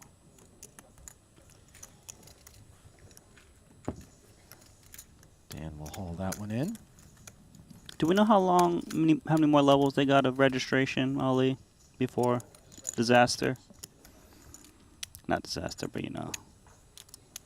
Potential disaster. I mean, what I meant to say was so that they can't re-enter anymore. Yeah, we're familiar. The closure of registration. Perhaps what you're seeking intel on. I don't know how to tell you this, Randy, but our lovely Triton brochure, for lack of a better word, that we have before each festival. Brochure, okay. Guidebook. After Survival book. After level 8, the 6,000 ante-level, there will be a dinner break. That will be the end of late reg. So they got this level and the next level. Yeah. You're going to just see people just jamming quite a bit with this 30 ante stack. So many antes in the middle. Aces in the big blind. Aces. Pretty sweet spot when you start taking them.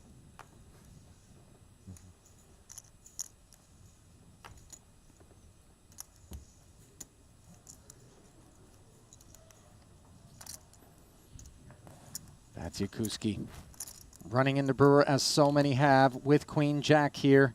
All in, open-ender. Clubless are both holdings. It would have been so easy if I was all in. Obviously, Brewer blocking with 2 aces, but yet the ace shows up. So, Bats now makes Broadway, and might he be one of the few to acquire Brewer bucks? Yes, no pair on board. And Bats will haul in 300.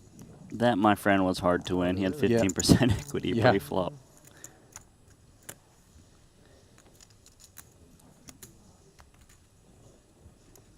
Brewer can well afford to take that blow. Of course, we talked about Mikita being a 4-time title winner. And some of those are short deck titles, I believe. Just taking a look to find out which specific events. Looking back. Probably got to go a few years back. Vietnam stop. He did cash in the 50K and 100K main short deck events. And then his most recent title was in long deck. Montenegro 2019. Picked up a short deck title. Jeju in 2018. That was not. Nor was 2018 Montenegro. So just one title. Just one title. In short I know deck. he has. Randy, I'm a bit surprised. Well, he had 2 main event titles, and then he final tabled the 3rd one in a row for no limit hold'em though. But obviously very well experienced in the game. No doubt about it. Here we go. Looks like Ace King went for a trap over limping. Nobody stepped into it though, as it comes Ace 9 Jack. Bads, the gutter. Top pair, top kicker for Devoris. You do see these elsewhere. under the gun first position players kind of just stab these ace high boards a lot, given they limp a lot of these ace kings to try and trap. So when it checks around pre-flop, they can still try to represent it. You can see Makita here, inside straight draw, take a shot. And notice the sizing comes in swinging over bet, 65 into 50. Puts Devoris kind of in an awkward situation because in the end, he does have just top pair, top kicker, and 2 people behind him. Yeah, the latter reality, the one that really leaves him a bit more concerned, because the statement from Bads leading into a field of 4 is a strong one. Yeah, especially for that sizing. So a nifty pickup there for Makita as his King 10 was dominated. And perilous. The 2 stacks behind him is the big issue. Maybe if it was just heads up, you know, he probably would continue. Sure. But then again, I don't think Makita just comes in with a 65K bet if it was just heads up. So all these little things you need to think about. Try to what you're representing. It's a great point, Randy. Thank you.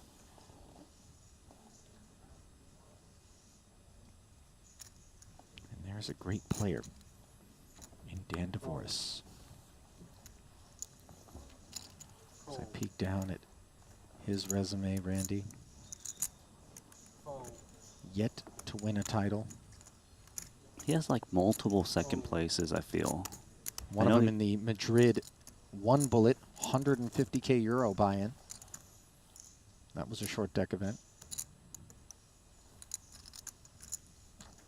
Another second place back in Montenegro 2019, 250K Hong Kong. Short deck. Also 4th in the short deck main.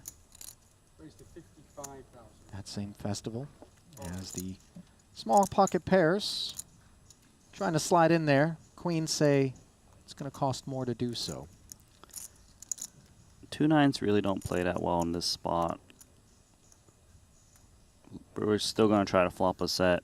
It's just, if you don't flop a set, just almost always lose the pot. Hard to kind of call down.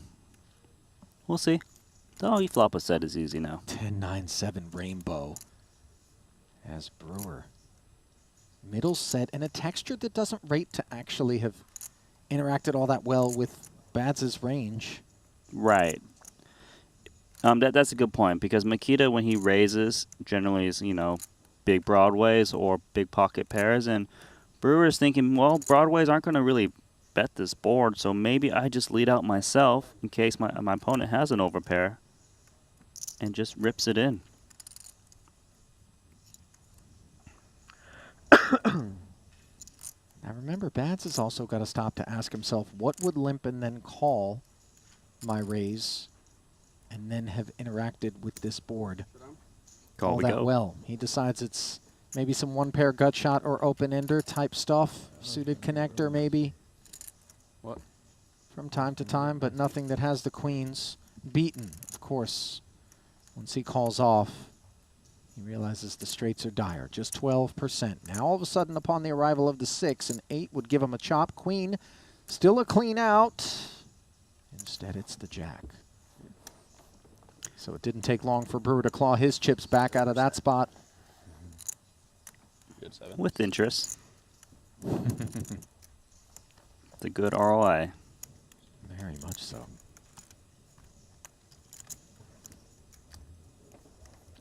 It's pretty incredible, the performance that Brewer is turning in here, and obviously some of it is going to be some run good for a man who truly, Randy, nobody in this Triton community can argue he's overdue for. Yeah, you know, Lucky obviously he had a great run in the PLO event, known for his no-limit hold'em expertise, but doing great in the 2 other games at this festival. Plays 'em all. Absolutely smashing right now, actually. 1.5 million in chips at least, and Paul in seconds got 680K, more than 2x. Brewer was over in the first 8 events, including the Luxon Pay Invitational. As you said, he won the Omaha, 25K. Then I believe he held the chip lead late during the 100K main event. Things kind of fell apart for him en route to the FT as he would wind up finishing in 15th. Yeah, he was pretty disappointed about that, but you know, I think I read a tweet from him, something about I just kind of imagined the worst case scenario for my tournament, therefore I don't feel as bad if it does happen. It doesn't feel like a particularly positive mindset, a bit pessimistic, but I get it. I get it, and there's other people who say, you know, I just think about me winning and, you know, quite the opposite. Anyways. Too short tag. My call. I still think he trapped you, Makita. Trapped you.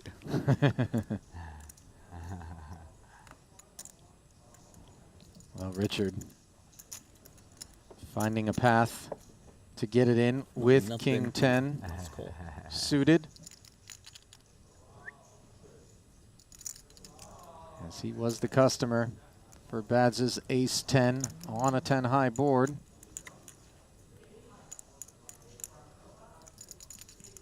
Where Richard now hunting the king. Instead, See you later. See you in a bit. It is the jack. So, Triton co-founder Richard Young passing the remains of his stack over to Makita as he tells the field, I'll see you later. Maybe he's going to take a quick breather. Obviously has until dinner break to decide what he wants to do.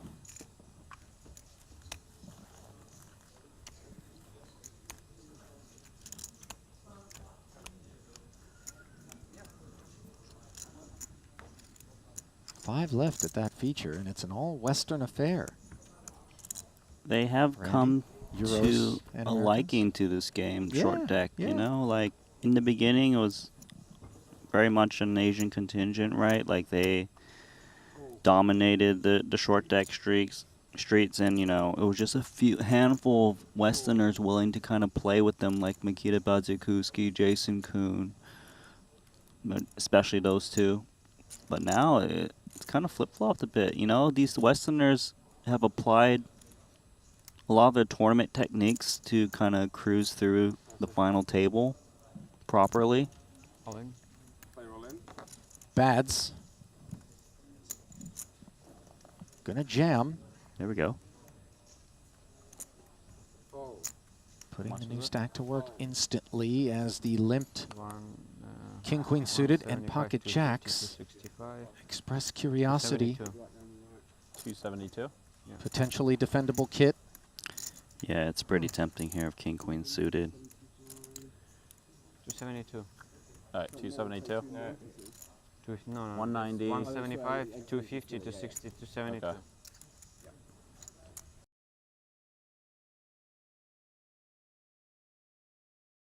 Meschenkov likely to get out here of 2 jacks. Oh. Oh, he does A come lot of along. fun Okay, in short deck, huh? 3-way. Wow. He's a heavy, well, not a heavy favorite, but a favorite. 41%. Meschenkov wants a did it shot at a again. triple 20 here, minutes of and playing 6 times all in. pocket That jacks sounds like a short deck. have 41%. The interference lights between on. Brewer Big and dramatic Badziakuski, a welcome development It is in terms of Meschenkov's dramatic flop. feelings. Diamonds? 831 in the main, just just an a ace. sprinkle in the side as it comes 7, Very 8, not 10. dramatic And I don't know, man. Gonna be some serious drama. Quite dramatic. In short deck, Meschenkov. well, dramatic. overpair and the gutter. Just an ace. Oh, Just an wow. ace. Okay. Bats. You're gonna win this thing. Reaches into the hat and asks for it. Look at Brewer. Gutter Jack and obtained. Jack and nine, Jack and nine. Oi, Oh. oh, Chris Brewer. There you go. Jack on the river. Did it. There was only 2 available, as Brewer was in 3rd place at all times until the meaningful last street, and he will shower 2 bullets at once. I don't know about you, Randy, but it's starting to feel a little bit like Short the deck. Chris Brewer show. Was. Jack 7 of diamonds. Sick. And for people at his table, Z1 it's out. probably felt that way for a while now. It's in there. That was a hard one to win, but he did it. The nature of the game. That is just wild. And you can just see how like players are just kind of building stacks rather quickly. People just jamming 60 antes, getting called, turn to 120 ante stack. There was a 3-way all-in. I have no clue. Can't pull that. What? Can't pull that. Didn't think so. But definitely not.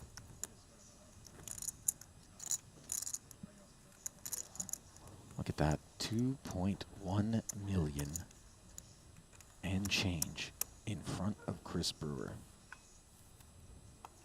3x. The second place of Paul. 700,000 chips. Completely wild.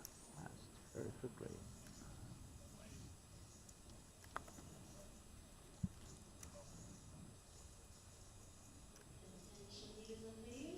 Chris's title here was in PLO, but his lone other title of the 2 that he has was actually a short deck event. Oh, Randy. I forget then. When was this?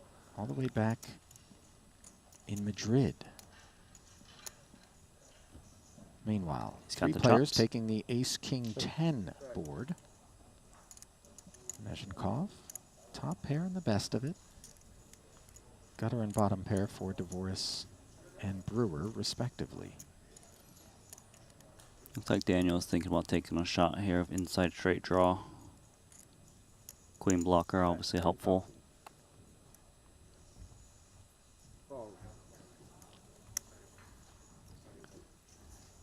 Let's see what Meschenkov does here. He's got top pair. Questionable kicker, of course. We'll come along as we go to a turn card. Another 20 into the middle. And Binky for Double D. Not the first time I'm going to get some Binky cards. No doubt, short deck is replete with such developments as Meschenkov. Eyes open. Knows there's a 4-liner out there. Knuckles. And Daniel likely to try to extract value from these 2 pairs. Spades. Needs to just set the price to not let those hands get a good price to outdraw him. Deems it's 35K.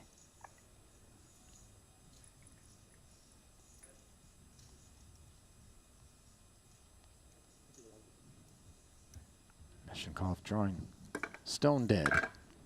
And into the muck it goes.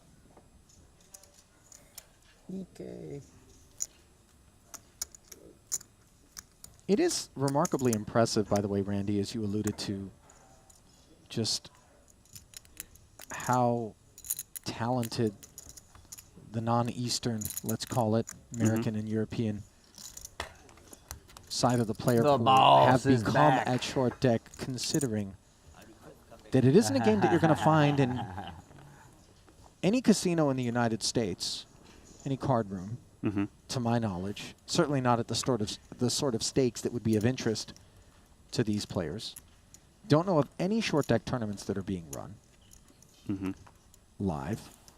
I do understand that there are some sites, maybe some apps, where some short deck is available for play, but of course, a bit challenging for Americans to get involved with that. You see a lot of players going to Canada or down to Mexico to make it happen, and I would imagine similar challenges in terms of finding live games for Europeans.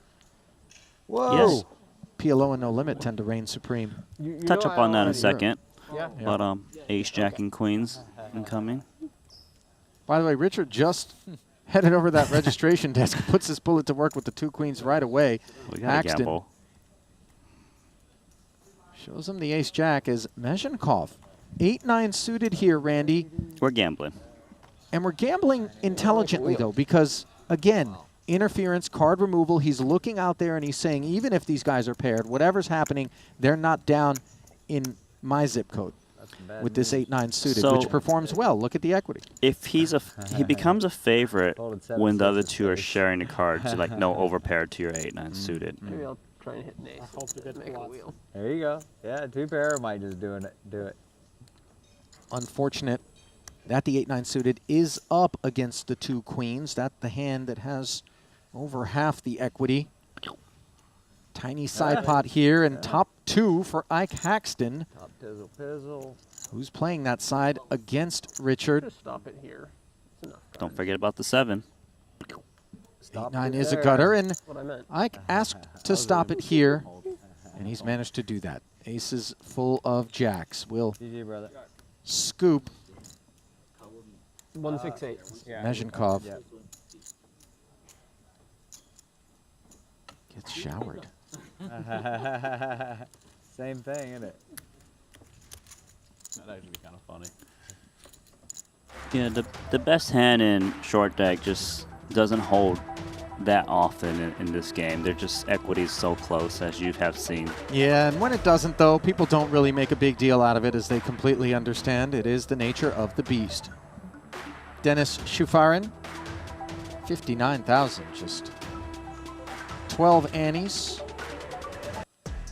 with the ante at 5K. As you look at the breakdown, boss Paul Fua at the top of the counts at our other featured table.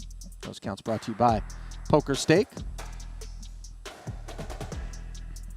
Right now, Jason. Yeah, he had a pretty good series so far. Jason? Yes. I mean, so have I, but, you know, can't compete with. Where did you have besides the main event? Came 5th in the opening 25K. Don't forget about me, says Greenwood. Yeah, I had a chance to stop Santosh's momentum early on and couldn't get it done. Unstoppable force. Yeah. Boss, conversely, saying, go ahead and forget about me. It's going to be expensive.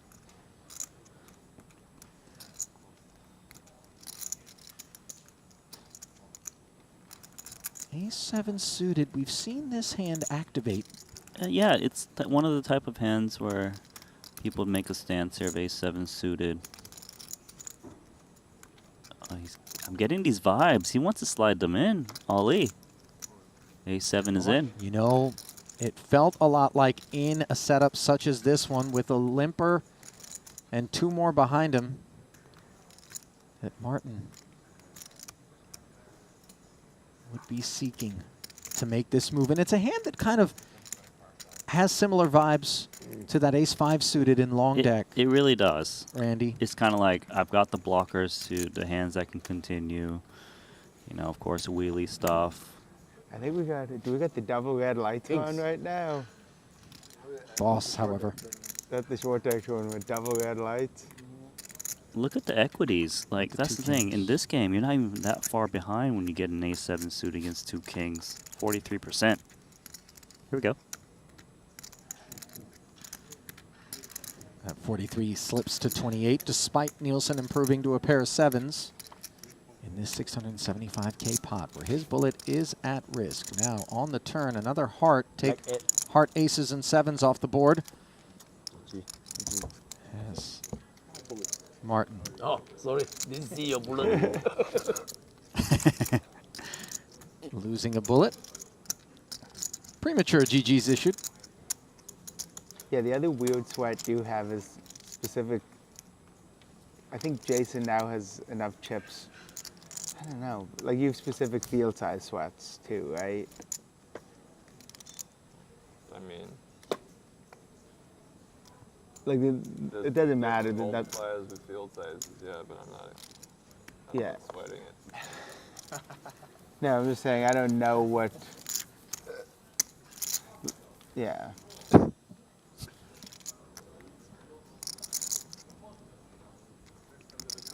Abrupt end to that conversation. Looks like Boss's number's been called. Or like somebody, if somebody shoves like the last hand, you're just like shoves like 6 antes or whatever. You're just like, oh, let's make sure this goes multi-way here. How much is that? 50,000 approximately.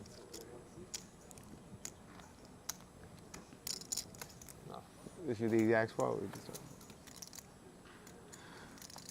Onward we march, and Shufarin's 10-9 off with so few annies under the gun. Facing the double ante on the button. One hand from now, decides the red light too. There we go. To seek the equity, as Greenwood says, fire up the red lights. Gonna get it in behind Nielsen, whose fresh bullet gets fired in right away with these 2 queens. He's looking pretty good here. Moving. Safe to say it is an action game. Ace Jack flopped it. Yeah, the Set of joint queens. for Greenwood. Set of queens for Nielsen. The bigger of the 2 pots on the side between those two as Shufarin draws dead. Give me a peel. Thank you. No pair on the river for Nielsen. And now the GGs. Confirm. They have a bullet. You got a bullet. He's got a bullet. Nice bullet. Yeah, the best one. Feels like one that got fired into his own foot there, courtesy of 2 queens. Interesting tournament. No shame in it. Just, I think he was hoping to get a little more seat time out of that 150. Yeah, you gotta try a few times. This one is second for me. Shufarin.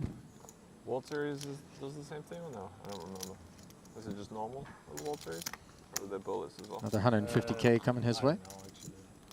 Don't remember? I mean, bullets. It's bullets?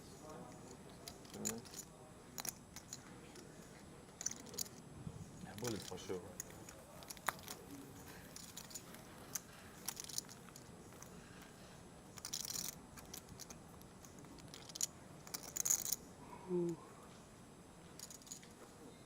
That's a good tournament.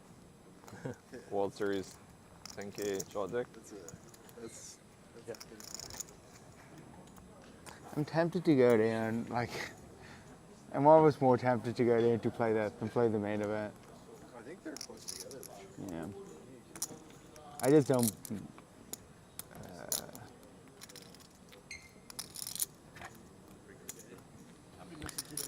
Stevie's turn here. 40 antes. Hey, you got to cash in the land move.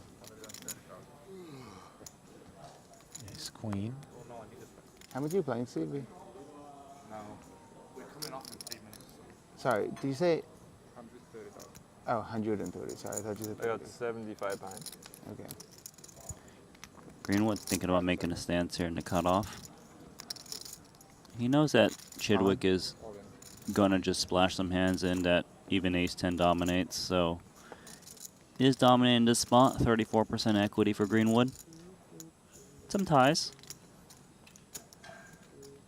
425 in the middle. Greenwood pumped up.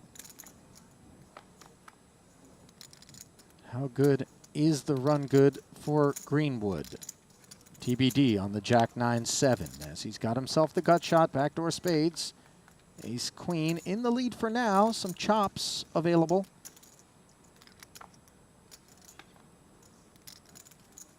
Take that back. There were no chops available. Chops. It's okay. And then the clean 10 comes off on the end. Worst hand wins again. Did I jinx that one, Randy? Yeah. There's like, we're going to make sure there's no chops. Boy, Chidwick. He's not happy with you. I think I'll accept responsibility for that outcome there. That was downright dirty. Sam Greenwood. You going to pass him another 25K then?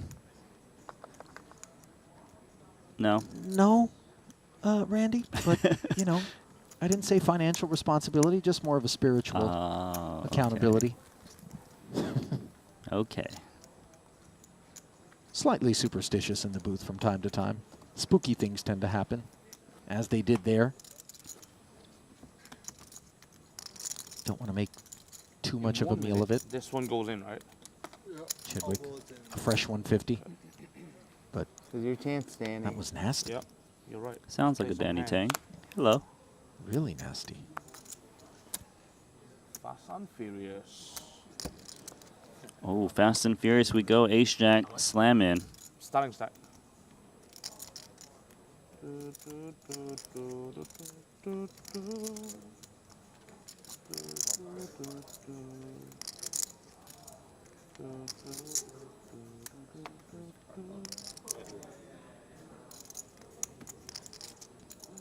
No takers. One more, I can push one more.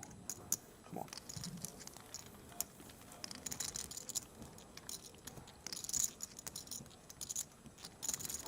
Danny really lit the room ablaze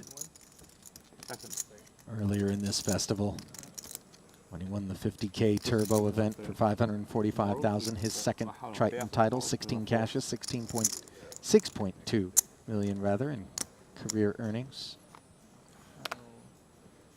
I appreciate the fact that Jason Kuhn kind of stepped away from his main event final table to congratulate his friend. You know, in between hands. Danny, a young man, earlier on in his journey, one that Kuhn can relate to. And I think Danny does have very lofty aspirations and ambitions. He does. In particular, Randy, I really love that he's, despite being a regular on the Triton Super High Roller Series, a guy that will travel to play main events that are 2K. Yes, he plays everything. I met him a long time ago in Macau, and I remember speaking to him before the Triton Super High Roller Series, like, I want to play with the best. I want to be one of the best. And he put himself in a situation to do so, and look at now. Triton Super High Roller Series, a very feared regular, one of the best from Hong Kong, and 2 titles already. It's amazing. One pair. 8s better than 7s.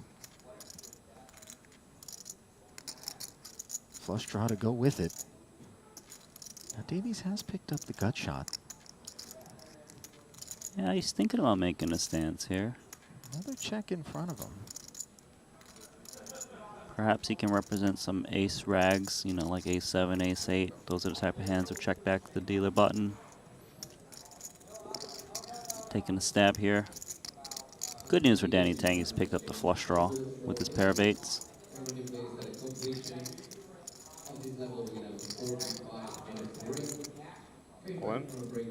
Wow, just rip it in there. Davies tried to get cute with that 12K bet, and Danny recognizing it would take Seth get there with the 6 and the 9. a little bit more My sets. than what he suspected Davies had in order to continue. You'll find out. We might not. No.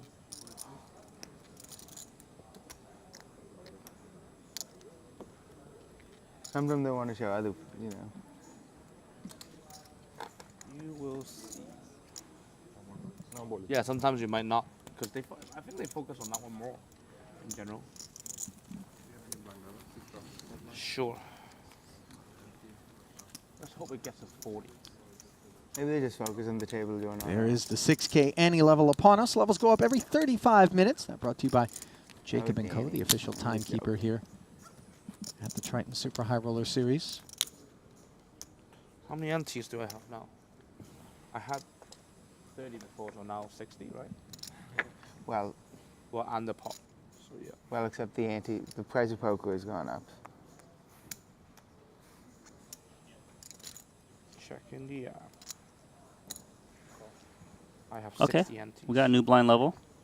6K, 12K. You know what that means, Ali? Talk to me. You know all those red tokens that were 150K chips must be turned in now. So you can't play with lammers anymore. Huh. Just for this level, and then after this level, registration closes. So you must play your full 300K stack if you happen to bust and re-enter right now. Ah, so the lammers are basically out of play from this point forward. That's going to make the stacks a little bit deeper instantly. Yes. So that will offset, obviously, the increase in terms of the ante level. Yeah, I would like to hire one. Like for Yeah, all right. I'll gamble. 2 9s is gambling here. Greenwood, you got 22%. Chidwick. That fresh 150 didn't take long to find its way into the middle. It is just north of Shufadin's Jack 10 offsuit. Kind of with hard for Jack 130. 10 to make it straight with no aces and no nines. Sam looking to spoil some parties here. How about that? And in the window, he does just that. Nines full on this board. It's not too bad for 2 aces, 4 I outs. can see a king coming. Feels like it. Really, yeah. It feels like a king's coming. Really. I've been lucky. King That's riding the broom. I mean, this is Both actually the best. Shufadin and Chidwick get showered. Yeah, you guys. Greenwood catapulting up the leaderboard. I'm not happy that Randy. I mean, I'm on my The last few hands, aces showered, queens showered, queens showered. It's just brutal game out there. Stay away from that, man. Meanwhile, Dvoris at our other feature, ace 10.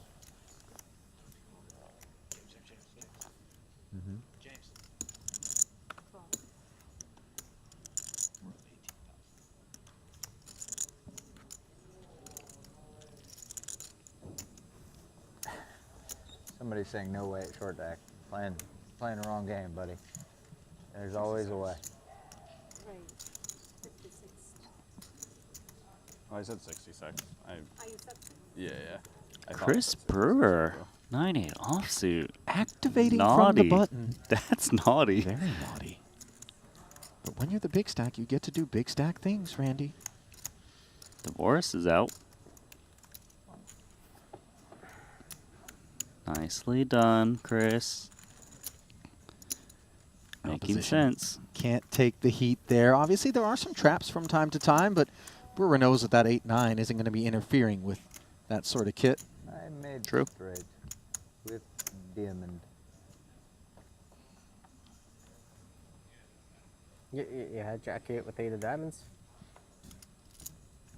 Maybe. Pretty good card.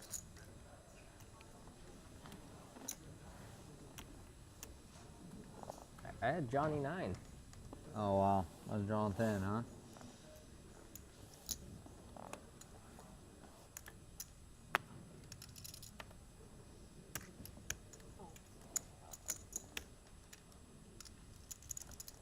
Dvoris limping once more, this time from under the gun. A little bit scarier spot from which to do so. But when you limp from under a gun, it just... They always got that little bit of scare that you got some limp jamming hand like Ace King, so they just over limp with you. Give you credit. 86 here, Haxton. Is he feeling aggressive? Nope.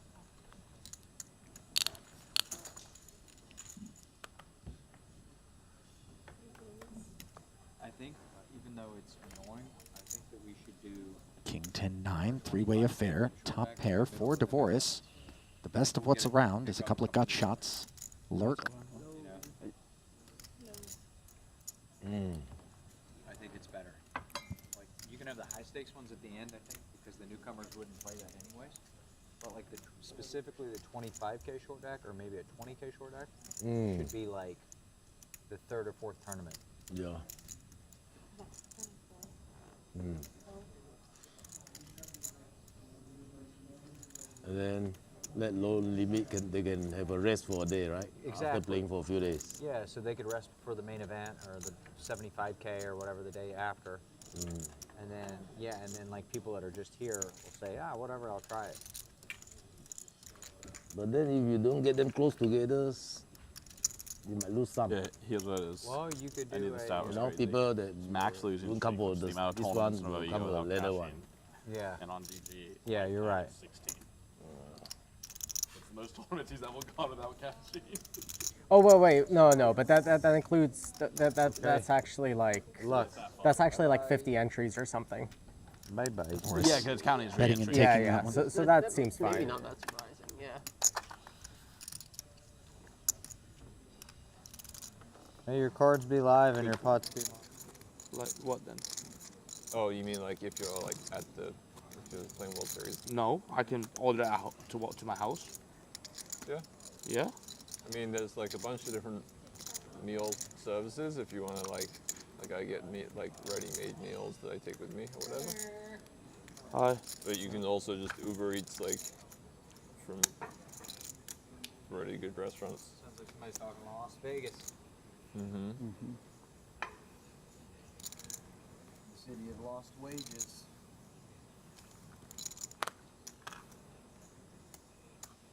Tang. Suited connector up front. Call.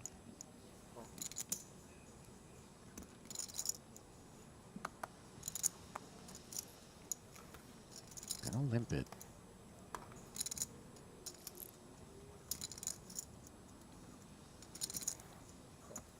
Jason joins the party. In more ways than one, a new arrival to the table. You know, once you get a couple limpers, it gets pretty scary as more people might be trapping you. He's doing it. But not Stevie. He's not scared. Hoping to pick up a lot of dead chips, extra antes in there. Might get looked up if it gets down to Greenwood, actually. King, Queen suited. Or 45 antes. Like 2, 3. First two limpers out of there, but Greenwood, who's been the reaper at this table, is going to look to issue a bad beat yet again. Chidwick back at the reg desk yet again. I thought it both. The bullet Spades hops and in quickly, and remember, as Randy mentioned, both Lammers had to be redeemed, so there is no backup bullet available. Aces and tens for Chidwick drawing live, but Greenwood flops the joint.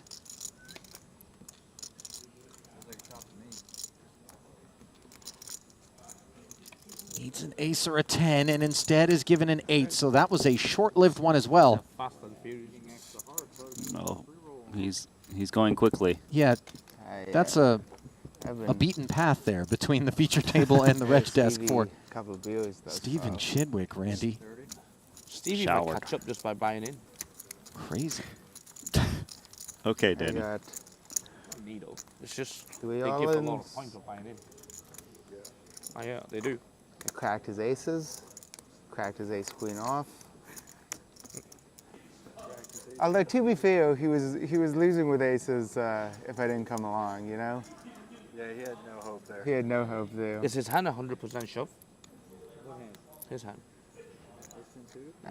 100%. I would think so. All that money laying out there? For sure. Yeah. Oh, yeah. You only had 45 antes. Yeah. Yeah. Stick her in. Ace 10 suited, big hand. Here he comes. He's back again. Is it Stevie? Nusi? I mean, I guess they've got a Stevie song now. It's safe to say he's in for multiple bullets now. Yeah, because you want to play part with Jason tonight. You know, friendly game. I Meanwhile, multi-way, we take the queen 6-6 board. Advantage Kuhn as Danny Tang declares min bet from the button just to see who wants Yeah. to get involved here. And min bet is actually just one ante, not the double ante. So Is min bet a 6K we thing? go. You did it. So there's no, so there's not good. That's not good. An overcard to the board. Fuck. You can't say that mid-hand, can you? I will Just did. now check. Tang, expletive, check back, and bink. He didn't say another bad word, did he? Means he might have hit it. Live reads with Randy Lou, ladies and gentlemen.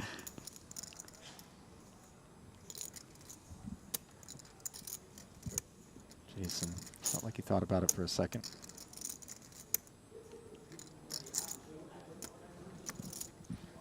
I will now check again. Nope. Jason suspecting that perhaps a chop was in their future. As we could see, that was far from the case. Yeah, Danny was just a little worried because Jason started to have him under the gun, aware that these ace-king, ace-queen traps exist. Sure. Huh? So you crushed me. You got to see the river for 6,000. Pretty sweet. I don't know. Maybe. Didn't pick up equity, so check. Give up. Switch packs. I don't even remember. Am I on bullet 3 or bullet 4? Somebody's gonna. Hey, name a hand. 2,000. I haven't given you a spin yet. 2,000 bones. Just name a hand. It doesn't matter. Suits. 2 cards. Can't do it. I'll pick for you. 10-8 of clubs. If I got the 10-8 of clubs, 2,000. We're spinning the wheel. What a life. What are you talking about? We're all sweating together. I mean, these guys work hard. We all got to get our gambling in.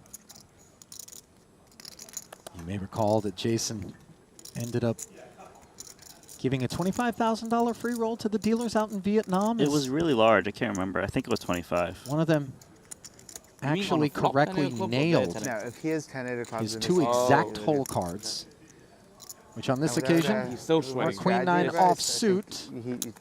Has a lot of hearts distributed, not a single black card. Oh, drawing dead. Couple of 10s hitting Danny Tang 4 trips. 2 players hold a 9. Would have got a 10-8 over in Danny's hand, though. I will min bet. Okay, min bet things. Don't forget last hand, he did min bet with air. This time he's got trip 10s. And this is a board where in a multi-way limp pot in short deck, one would expect a lot of straight draws to be lurking, Yeah. Randy, and yet as we look out at this field, not a one to be found.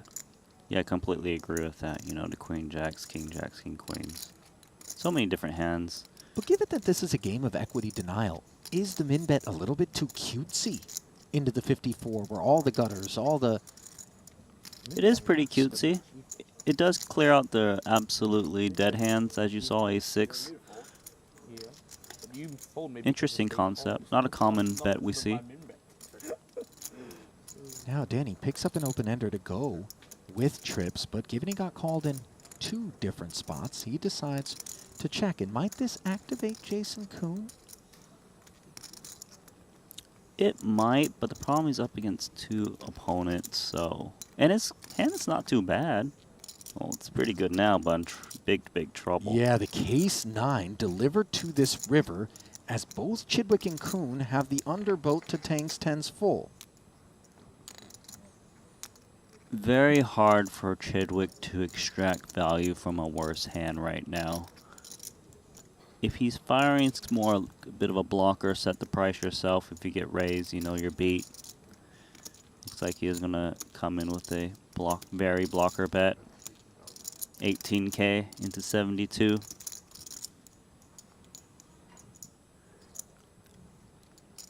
And it's actually an interesting spot here for Danny. It's not that he thinks the 10s folds is no good, but there might be more value in just calling to give Jason Kuhn an opportunity to put in 18K, because if you raise here, 9X might have trouble calling you. Well, especially you don't want to kick out Jason in the event Chidwick has a 10, and you're just going to be chopping that money up anyway. Yeah, so it's a very interesting spot.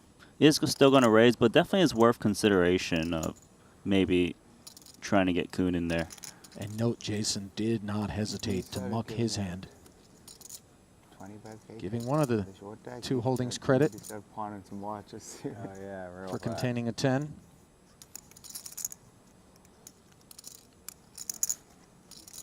So there was a min bet on the flop.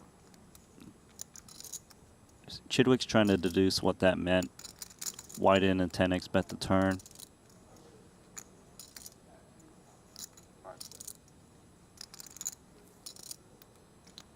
Good lay down.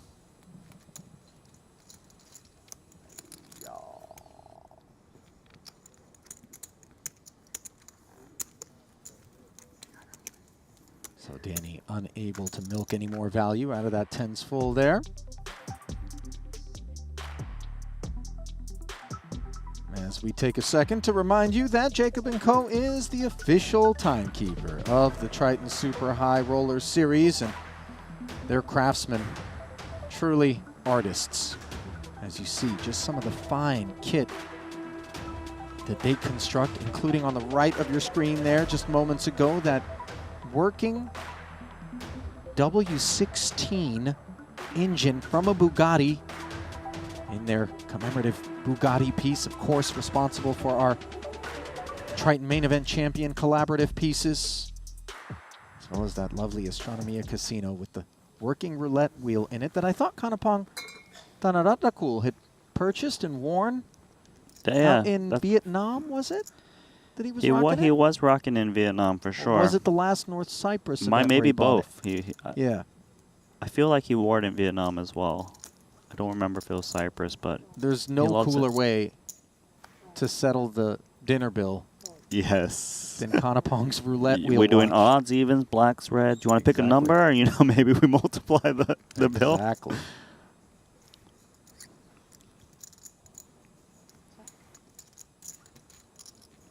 Wow, Chris has 2 million already. Looks like Danny is surfing the leaderboard on the Triton Poker Plus app, as Chidwick is surfing the nuts on a King Queen Jack board where Davies has bottom pair backdoor clubs. Finally some fortune here for Chidwick. Unfortunately, though, the other two players just no piece but check. Maybe gives them a chance to pick up something to continue.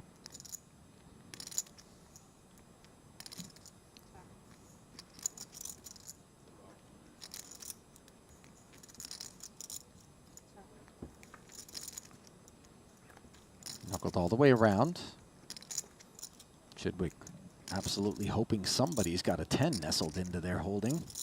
Certainly fine for him to bet here, but maybe some more value to be had if he checks and, you know, hope someone's got a 10 and bump it up with Broadway. Maybe induce a bet from a 10, like someone trying to represent a 10. Let's see if he wants to bet or check. Looks like he's going to try to extract now. A very small bet, just 12K. Not going to be any takers in the form of jacks or nines, understandably, as 15 runners remain of the 36 entries that have been ponied up there. Significant number coming courtesy of Sir Watts, Mike Watson, as well as Stephen Chidwick. A disproportionate number of them, dare I say. In Monaco, I was playing a small tournament. No shame in it. Some guy goes, I see you on TV. You Yes, always obviously. do the crane. And I'm like, I Chris don't Bruin. do the crane. Sam I don't Green do would it have been anymore. And then I realized doling out beats left and right. that he probably, when he watches me, especially playing short deck tournaments, I like throw the chips so far out to get them to the middle of the table. But I was livid. I was like, I'm not a crane guy. The crane? Yeah, I don't really, I didn't understand his reference or what he was trying to explain. Something about throwing the chips far, and I don't know. Didn't make sense to me. Well, tends to make not necessarily cents, but dollars. The ace-king limps under the gun in short deck as Seth Davies looking for somebody to stick their neck out there. Offsuit Jack-10, not going to do it, but ace-queen now on the button for Chidwick. And in it goes. Bad. The ace-king, obviously recognizing that there's a lot of temptation for Chidwick to be making this move against what he might perceive to be that snowball effect in terms of limps. Like a whole lot of hands that he can clear. How often does he get it in this short amount of time, whether he's ahead or behind? Of course, ace-king is going to push this in against Chidwick's ace-queen, but I'm starting to feel for Chidwick.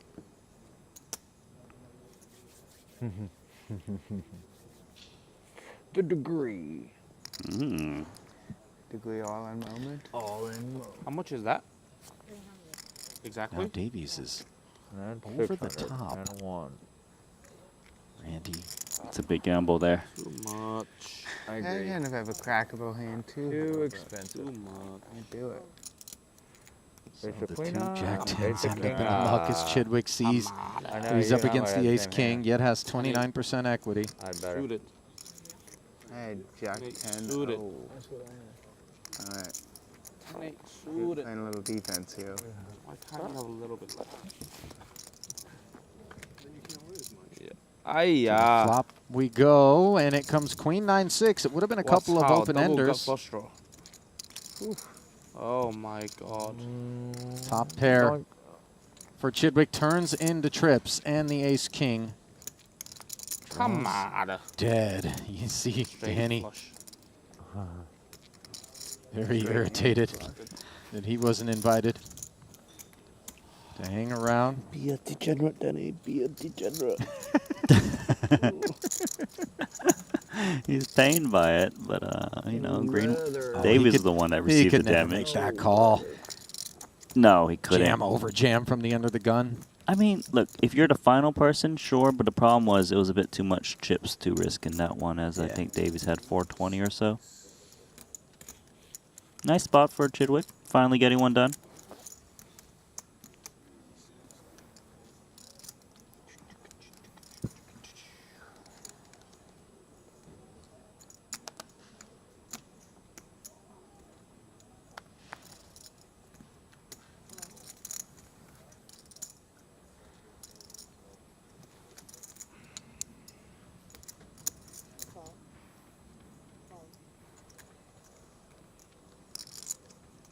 Slide that ace-queen over to Seth Davies. It's a needle. Yeah. Davies down to 297. After Chidwick finally ran good. Took multiple bullets, but he got there. Sure did.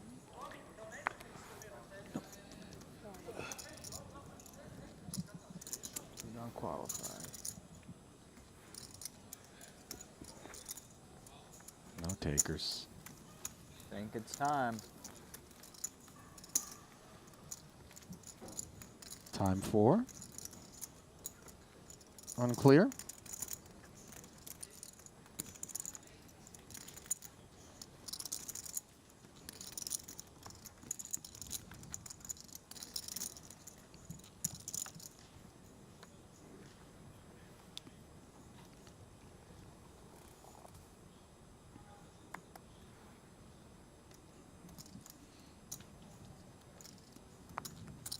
Time for king queen. For the time being, offsuit. Bringing in the limp from Jason. 10-8 suited for Chidwick.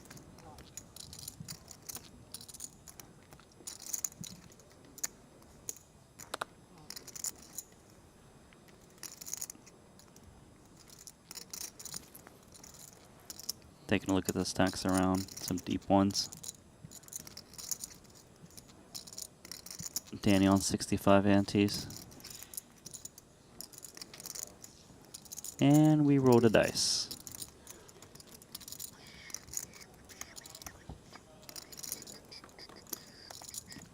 So a four-way affair as the sixes and the ace-jack come along, turn into a gut shot and top pair respectively. Open ender for Chidwick As Jason, the only man not to interact with this texture. Open-ended, pretty nice here.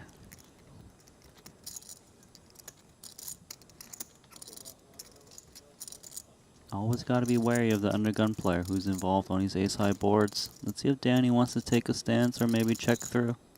Really wouldn't fault him either way. Looks like he will try to define his hand. 30K we go. 10-8 not going anywhere.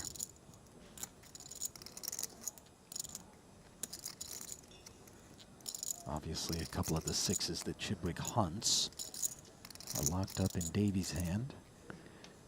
Yeah, open-ended straight draws are really nice in short deck. Lots of equity. Clean outs, of course. There's going to be some 10-jack that linked multi-way here as well, so of course Davies might not have wanted to call even the 30,000. I didn't think it would be from you, Stevie. Certainly doesn't want to call 475.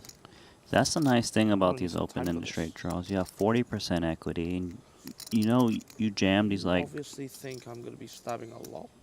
So are you really doing it with a set? Probably not. And as long as you don't do a reset, my hand is pretty good. And if you have that hand, my hand is very good.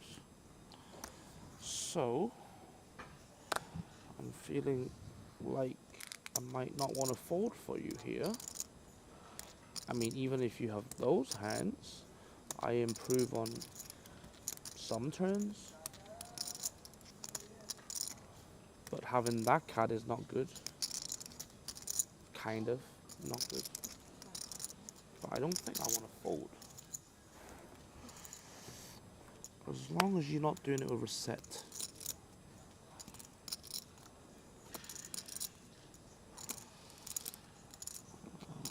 How many have I used? Two? Two already? Okay.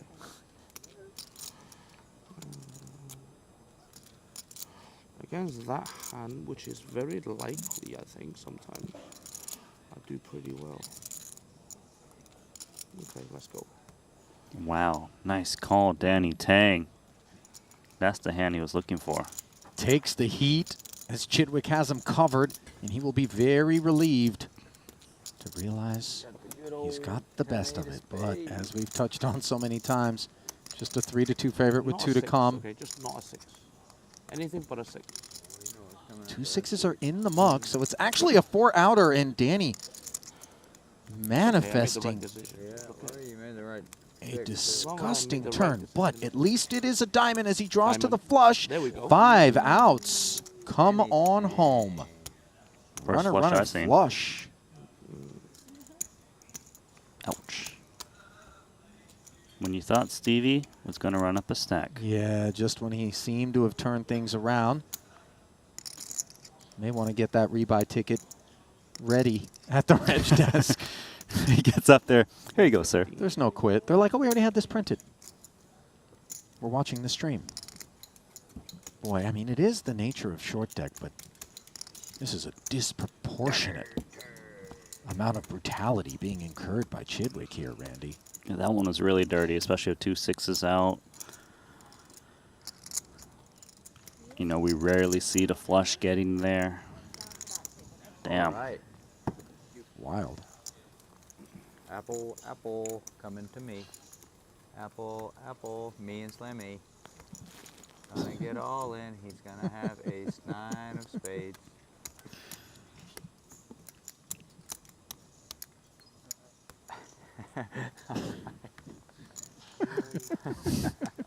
All right. Is this a real song, Ali? Do you know about it? I mean, I just heard it, therefore it is real. Yeah, I just around.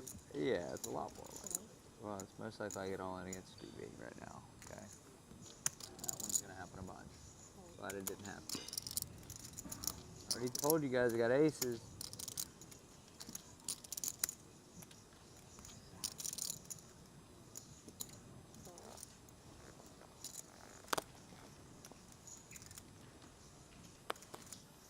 Davies limps a jack-9 off. Yeah, just 2 people behind him, just Trying to get a free flop. He gets it. 7-6 is very dusty in this game. Kuhn does check it back, and then Sorry. he makes bottom 2 as the dust has Danny's top pair in a bad way. Eat my words, my friend. Regardless, though, King 10 might be a spot for him to take a stance. We'll check. Jason Kuhn, bottom 2. Knows his hand is, of course, can be counterfeited by the king. Extraction time.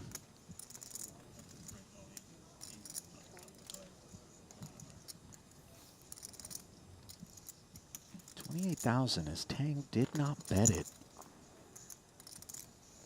You surprised that Danny didn't fire with just the button behind him, or you think it's just a function of that wide range of Jason and obviously a guy who knows that he can put a lot of pressure on as a result? I think so. It's a bit of trapping. Also, pot control. You just got 10 kicker. Or you just hit 2 pair. Yeah, the 10 of spades on the turn. Not sure King 10 was a trap candidate per se. No, it's more of a pot control candidate. Look at the stacks, right? They're playing 600K roughly, so 100 antes. You're not trying to bloat pots with King 10. Certainly not. Nice check there. Bottom 2. Now 7's full as it goes bink and re-bink. Some disgusting runouts as of late. And the thing is, King 10 is usually pretty good here. You're not going to expect the person in position just bet a naked 7x. So he's probably not that worried about the 7. Knows he's got good 2 pair, extract value from King X. Bet we come. And also, of course, he's not worried about 8-9 because 8-9 would bet in position and 20K into 104, 20% pot. These are disgusting even by short deck standards, Randy. Yeah, pretty disgusting. We know raise is incoming here against this small bet. But you know what we always discuss is sometimes you bet blocky on the river. You invite some raises, and, you know, what could be some bluffs. You may feel compelled to continue with King 10.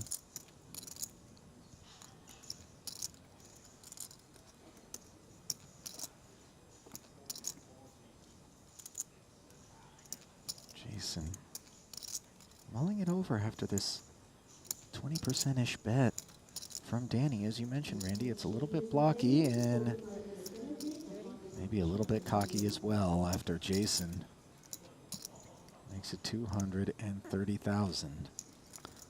Yeah, that's a huge raise. More than 10x. 11.5. Danny probably just having so much trouble trying to figure out why is Jason raising all of a sudden when the 7 comes in. Wouldn't he bet 2 pair at a decent frequency on the turn?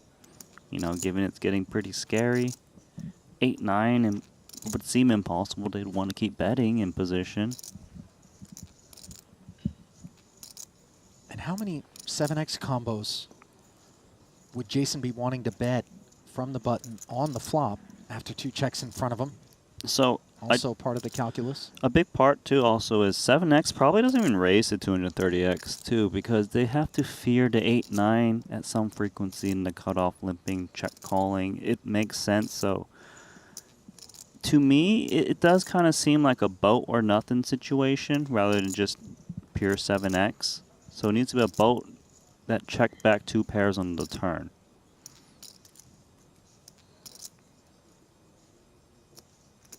Unblocking diamonds.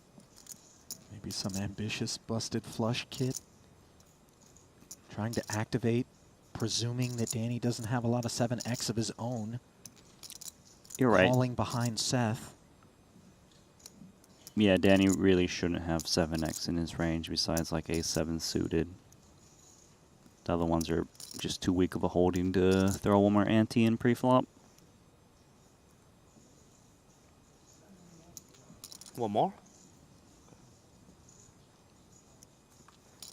Now the good news is Tang is deep. He's got over 800,000 back. think he's ever considering anything other than a call in this spot. But remember, he blocks kings full, he blocks tens full. Would he have limp pocket kings? Would he have check pocket kings on the flop? Doesn't seem all that likely. Yeah, I don't think he would have either. Nice fold. Pocket tens, perhaps a hand that he could have repped. Yes, 100% tens could have limped there. Of a whole lot of other ones, though, as that was a very interesting pot. And Jason Koon's reputation, by the way, Randy, for having some big bluffs in short deck might have been on Danny Tang's mind, as Tang slips to just north of 100 bigs. Greenwood, of course, boss with 192. Good for second overall right now, as we will come back to 8K in the ante. Dinner break is upon us, but we are going to tighten it to about a 20-minute break, not exactly the full 45 that's going to be given to the players. Ali and Randy back with you here at the desk. Things starting to get a little bit interesting out there.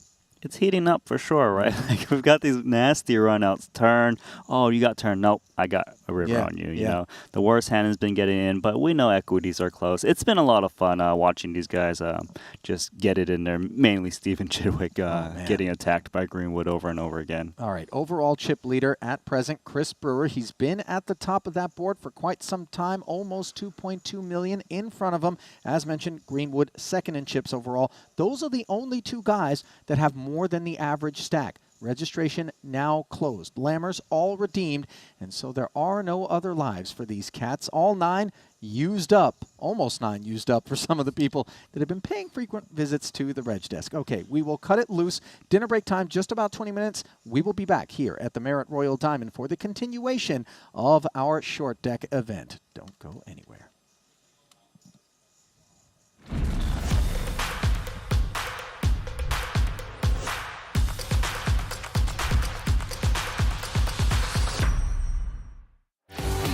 GG Poker. It's the best poker, the biggest poker site. This is a crazy.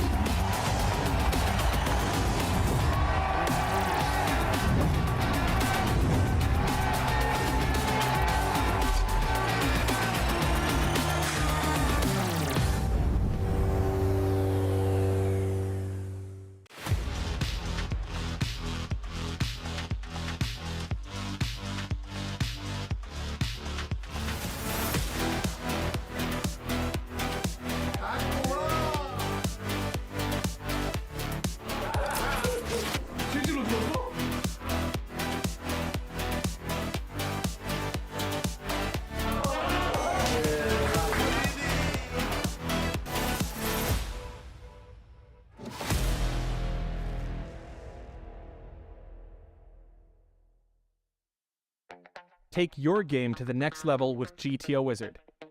Practice against GTO on all your devices. Study any situation from pre-flop to river, we've got it all. Upload your hand histories to uncover your biggest leaks. We have hundreds of hours of coaching from top pros, cutting-edge theory articles, and custom study plans to help guide your poker journey. GTO Wizard, the #1 app for poker players.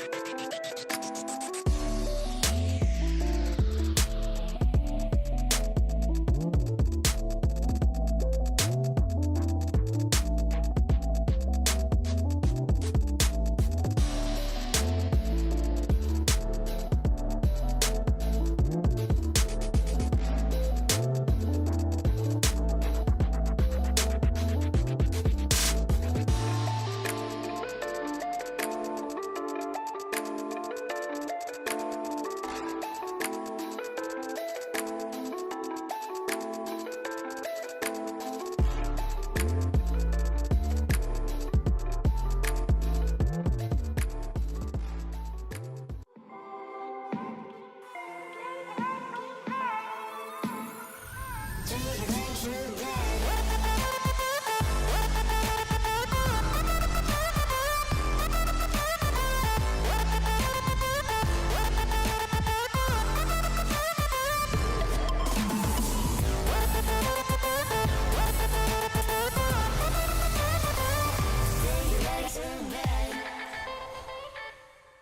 a custom Jonas Woods and Triton collab hat. I've never seen it on anyone else. Red and gold. He's certainly worthy of it, but I can't say that I have the answer to that.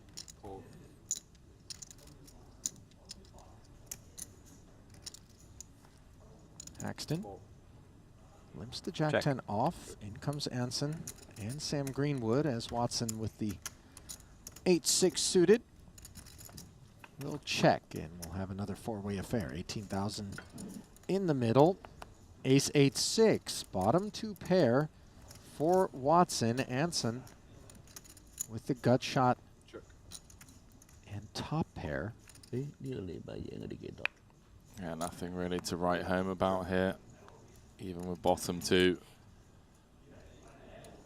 Having a lot of multi-way pots, but not many collisions so far.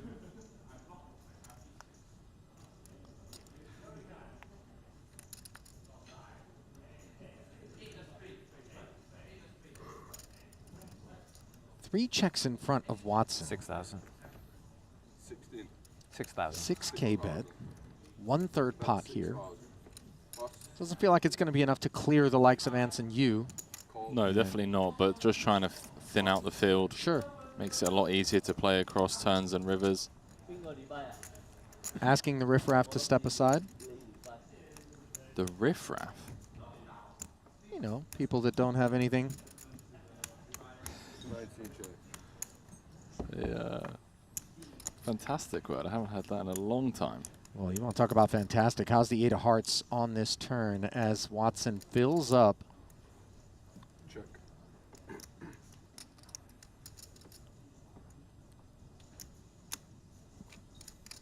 Anson, of course, checking cautiously.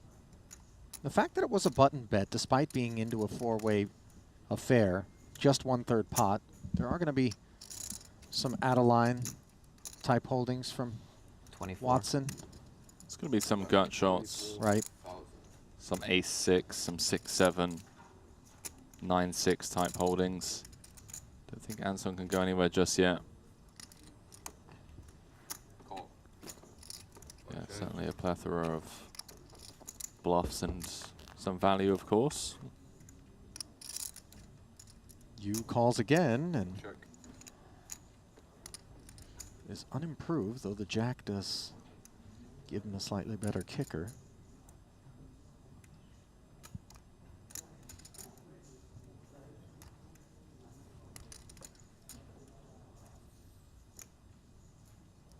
So what's on his second bullet? Greenwood on his first Coke. Perhaps second. First I've seen. 5 seconds. All in. All in.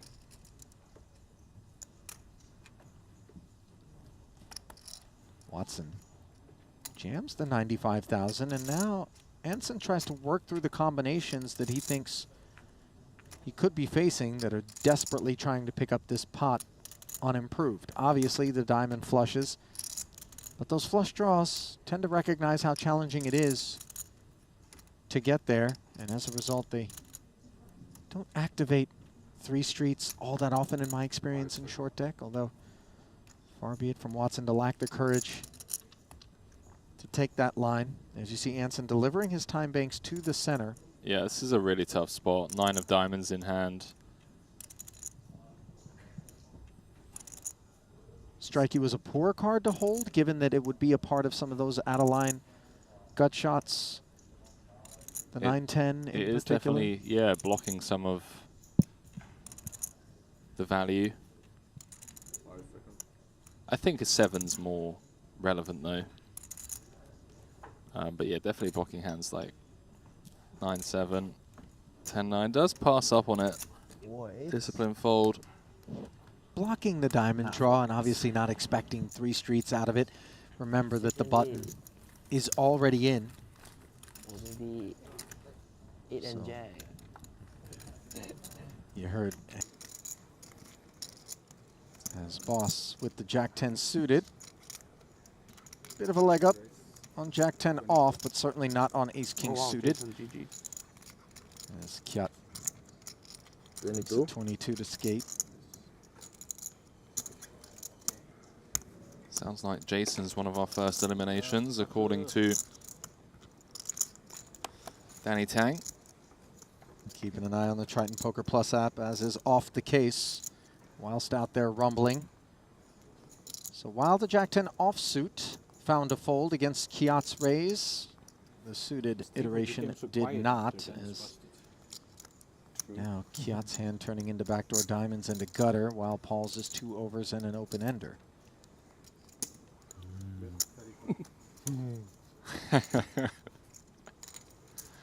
And you see Boss just kind of recognizing that that flop texture is one that favors his range a bit more than Kyat's. Comes out swinging. Lee, a chuckle, a fold, and a pot over to Boss.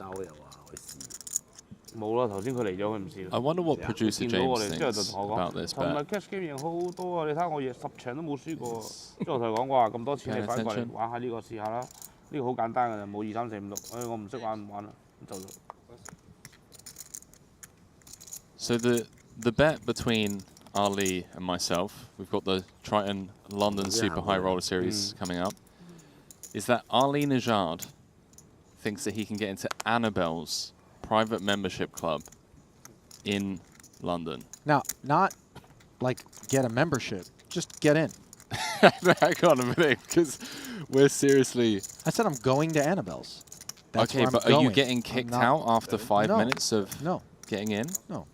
I'm getting in legitimately. I'm not going to be in like a Catherine Zeta-Jones entrapment cat suit, swinging through some laser scanners. I'm in.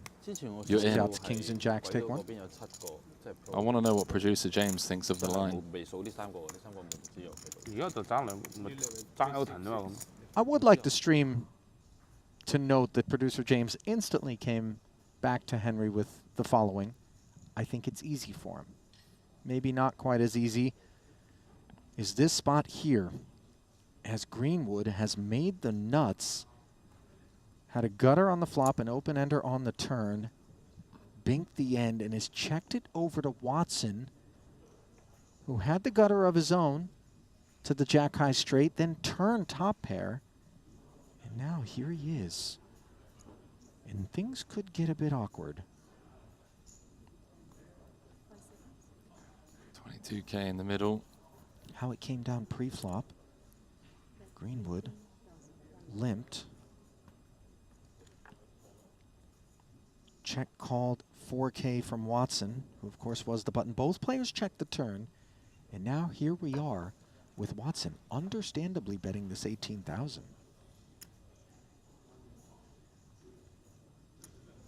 See how Greenwood proceeds. I just want to go for all of it here. Putting Sir Watts to the test for his second bullet.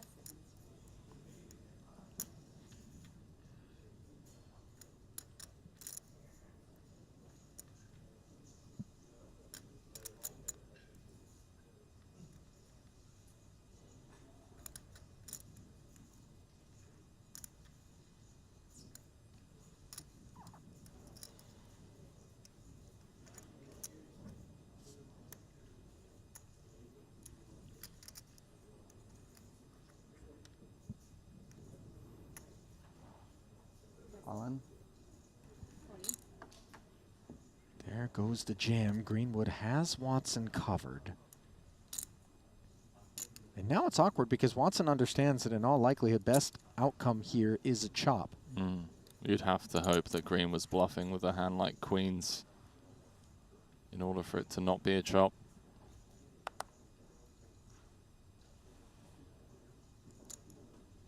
He would be heading to the re-entry cage if he calls here. He's already used up his first 150K bullet.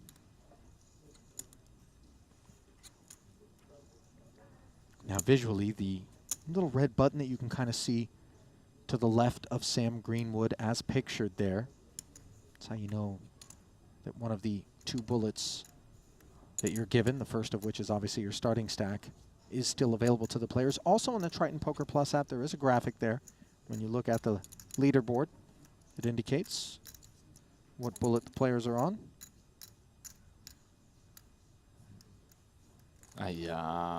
Gets shown the bad news. 7 cards straight, pointed out by Boss. Well, this is a markedly different experience at the exact same table for Mike Watson, who... I'm fairly sure it's been made illegal. Yeah, but they're still not over it. I mean, the whales are like, there's so many other places we could go. Calving, Hawaii comes to mind. Thailand? Yeah? Yeah. Sure. Whale sharks? Whale sharks are different than whales. They're still whales. Or are they sharks? Or are they whale sharks? All of the above, as the biggest of all whales, 2 aces. Making it 30 to go after Mezhenkov. Limp the ace-jack suited up front.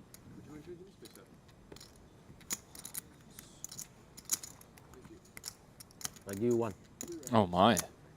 Mezhenkov's just come over the top. Cantley, of course, happy to oblige, Charlie. Obviously, Alex can try to rep aces, save for the occasion on which he's up against them, as his ace of spades blocker failing to come into play in the manner in which he had hoped. Kjot looking very academic today, by the way, with the wireframes. It's very fresh. Just don't Also lose. very ahead. Okay, just don't lose. That's fair, right? On the King-Jack 10 board. Stays that way on this turn. 332 going his way as running 8s bring that one to a close. Kjot on his second bullet with that double up. Moves up to 5th in chips. Daniel Dvoris, who's been in pole position pretty much since the start of the day. Still out in front. Want for the most popular a cure to his boredom. Is it? Yeah. Was talking to him. I said, "What are you up to?" He said, "Oh, I was going to play short deck." I said, "Oh, do you play much short deck?" I was like, "Well, what else am I going to do?" I said, "Well, there's all kinds of stuff." He said, "Yeah, but with who?" As everyone left is either playing the short deck or on a plane home, it would seem, at this point. Nothing wrong with some alone time. Bought in, and by the way, currently has 496,000 in chips in front of him. As Mezhenkov has 2 aces in front of him. By the way, that stack for Brewer is good for its second, just 1K back of Daniel Dvoris. It was the chip leading stack moments ago. Now, the lead for Mezhenkov stays that way on an ace-queen-6 board, where he's got top set, but Boss has the right recipe to deliver pain. 5 outs twice, 37% equity.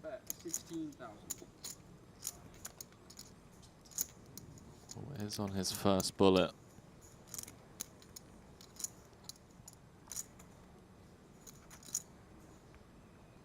Honestly, don't hate just rifling it in here. Yeah. Cool. Neither does he. As the check raise, of course, gets snap called by Mezhenkov and Paul. Gonna take those 5 outs twice that you mentioned. 10 for 264. 10. As a diamond or a 10 now. Short deck. Would do the trick.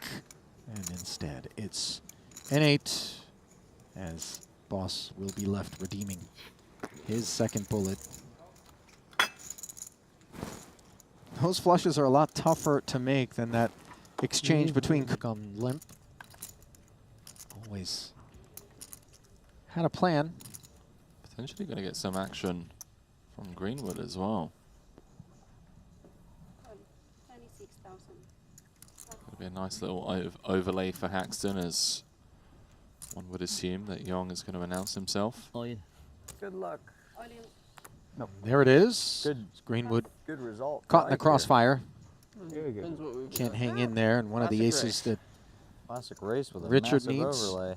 Get rich doing that. Got burned. Also, Ready to get rich. I was playing defense for somebody. Greenwood saying I was playing defense and doing so successfully, as the 10 high board does not improve Richard. Pretty damn good. That's pretty damn good too. Nor does the turn. 6, of course, would be a chop. Jack would be no good. Ace or king still winners at present in a 90K pot. And a queen high straight for Ike. Meaningful and necessary double.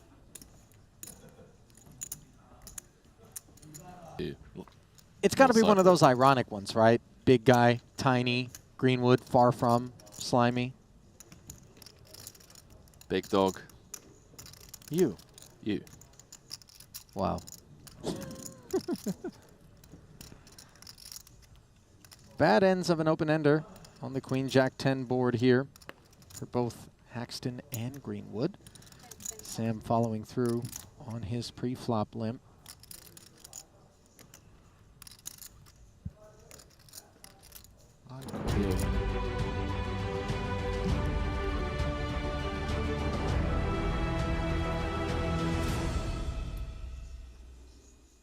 Late registration has closed here in event number 15, the first of the short deck events of this Triton Super High Roller Series. As we welcome you back to the Merit Royal Diamond Hotel, Spa and Casino, Randy Liu, alongside myself, Henry Kilbane. Randy, if you bust, you're now out, plain and simple. That's true. And we've seen people put in multiple bullets in. Watson's in for, what, 6? Chidwick's in for multiple, so they won't be able to go back into the registration desk if they happen to bust out here. Watson's in for 6. The rumor is he's in for 6, so he needs to win to be in the green today. He needs 4th or better to... No, wait, you're right. He needs 3rd or better to get out. It's 25 times 6, mate. It's all right. Don't worry. Quick math, 150K. Chris Brewer leading the final 17. Late reg is closed, and we can obviously now confirm that the eventual champion will be going home with $323,000. Looking at the average stack, Randy, obviously incredibly deep still, with that bullet now kind of being transferred into play had players not used it. So I'm expecting a lot of limping, which could ultimately lead to a lot of collisions, obviously. Yes, we know the nature of short stack is with a lot of antes, of course. They won't be splashing as much. But then again, if they just get the hands that clash, you know, we see people just limp jam 100 antes with like ace, king, run into some queens, kings, aces. You know, it will happen. But, you know, it just takes some time for that case. Well, that's all it's going to take. The plan is to play down into the money today. 6 places paid with a min cash of 66,500. The 2 main stages are ready. We're going to throw it down for some more short deck action. And as always, the atmosphere a lot lighter in the short deck tournaments. A lot of fun and banter as we play down to the money tonight here in North Cyprus. And it's Chris Brewer leading the final 17. It's Stephen Chidwick on the bottom end, who's got some points to catch up with if he wants to overtake Jason Kuhn, that Ivan Liao player of the player of the year leaderboard, rather. Elton Sang, hello. 747,000. Did have a little +1 sign next to his name, so I'm assuming that 150K is going to be thrown in.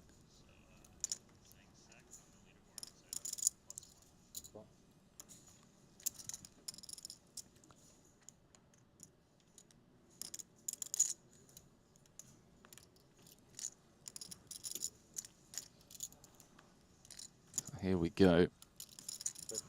8K, 16K. We're at that stage of the tournament, Randy, where chips could go flying in the middle. The nut straight for Didi. Flopped it. Kind of a weak straight draw here for Haxton in the sense that, let's just say he hits the 9. Right. His opponent's holding a 10. Could get him in trouble. He might still take a stance, but not really excited to hit the hand, per se. So no tickle from Haxton. Dvoris with an 88% lock on the hand, with 2 cards to come 3 ways. Very difficult to do. Well, gonna try to extract value mainly from 32. Jack X. Let's come out firing. A quick one.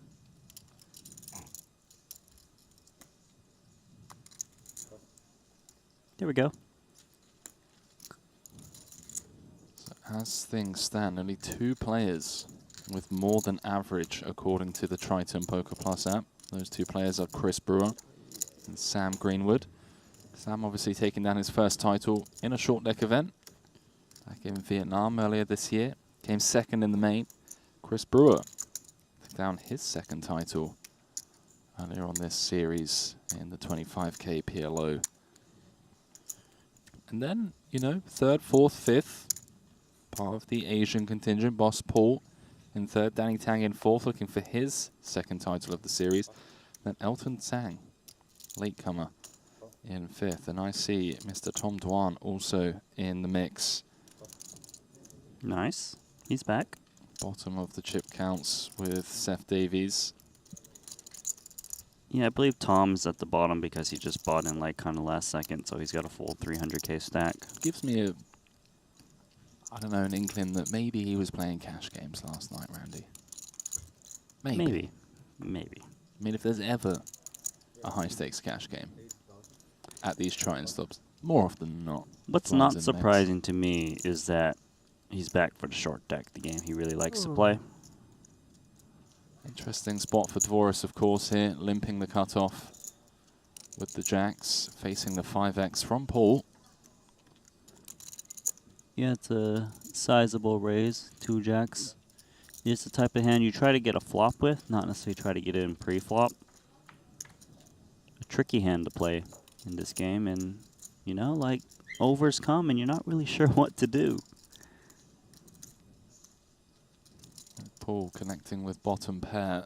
Dvoris with the limp call pre, 1 over to his jacks. Does have the jack of clubs, some potential backdoors, of course. It is short deck. Never know what's coming through the back door or the front door. If he can make a sizable bet here, he can definitely get these 2 jacks to just lay down out of position. Nice one incoming, and people actually don't really even defend like middle pair in these spots. So he's mainly just saying, you got a king or you don't, or at least a good draw. Almost the half pot c-bet from Paul. Does obviously have the betting lead in terms of range advantage. Big pairs, kings, 10s, although maybe 10s would check behind. 10s would probably check behind. Nice call incoming here for Dvoris. Man, honestly, you know, I've been doing this with you for a year now. And even if you gave me the money to buy in, I'm just drawing dead against these guys. They just know. Their play has really evolved from series It's to so series. sick, man. Yeah. We know these tournament, no-limit players just using the knowledge from tournament experience to their short deck game, and really have just become phenomenal players in this archetype. Paul now just an 8. Picks up a straight draw. Queen.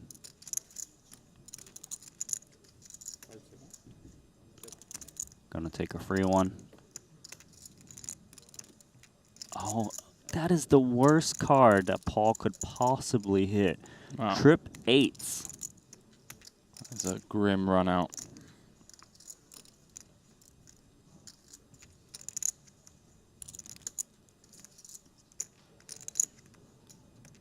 Forrest with a second nut boat, only losing to kings or quad eights.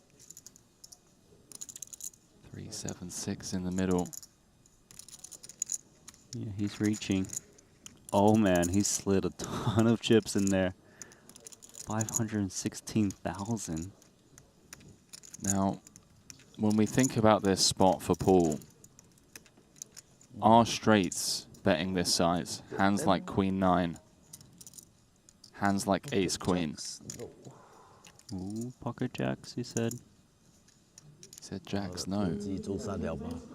Removing jacks from Forrest's range, maybe expecting him to limp jam those.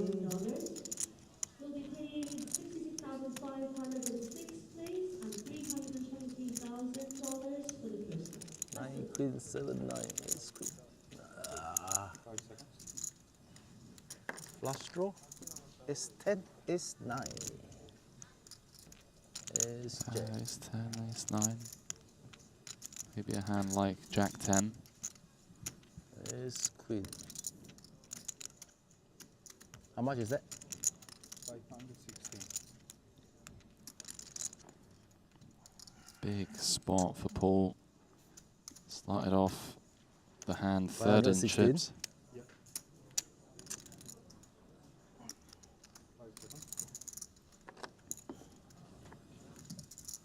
Gonna use up a few time banks in this one, understandably so.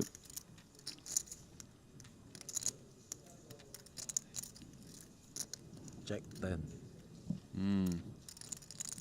Jack 10 of club. Turn into bluff. Yeah, very possible.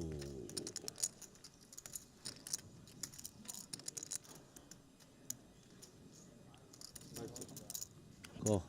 He's made the call, Randy, and with that, Forrest wins a 1.4 million chip pot. Boss still with a smile on his face somehow, but down to 30 antes, and now finds himself at the bottom of the chip counts with Tom Dwan.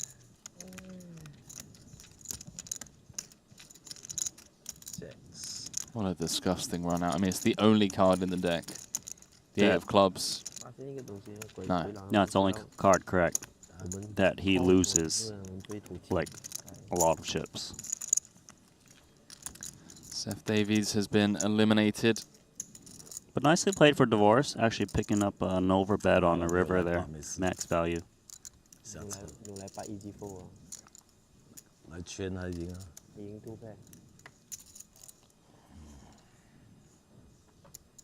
Seemed like Paul gave his opponent credit.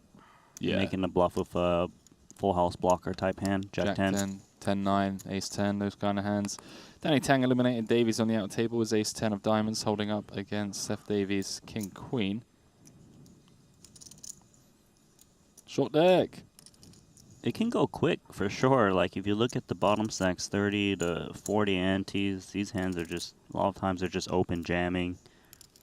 I think the thing that you mentioned on Break Desk made so much sense. You know, we're looking at the average stack of 89, but so often you'll have hands like Ace King, Ace Queen, Limp Jam. All it takes is one of these Limp Jams to go wrong, an 80 ante rejam. Well, I mean, just even that last hand post flop, right? Divorce probably won about 80 something antes in that hand alone. Yeah. So definitely collision possibilities. 2 kings going to pump it up. Haxton in rough shape here of Queen Jack offsuit.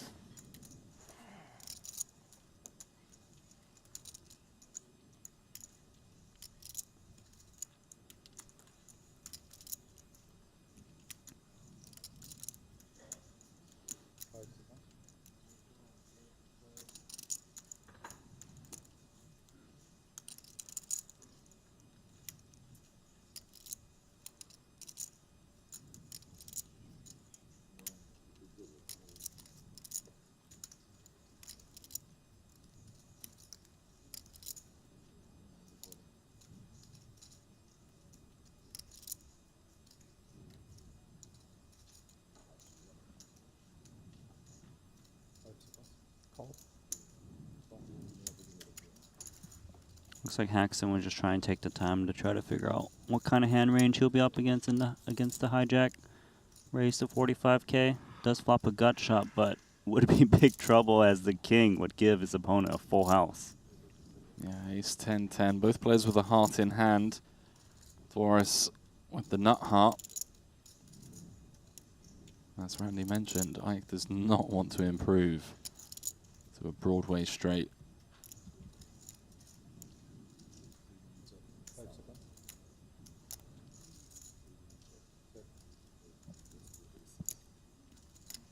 Clearly a pretty bad flop here for Daniel Dvoris, right?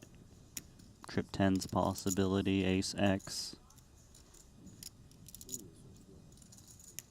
Would you expect at this stack depth the strongest ace X to go in the middle? Ace queen, ace king?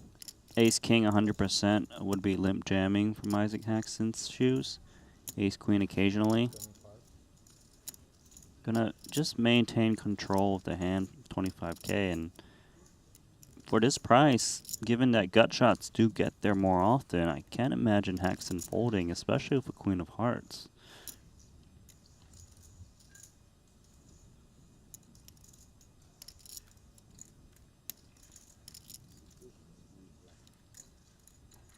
Maybe Haxton's sometimes thinking about putting in a raise?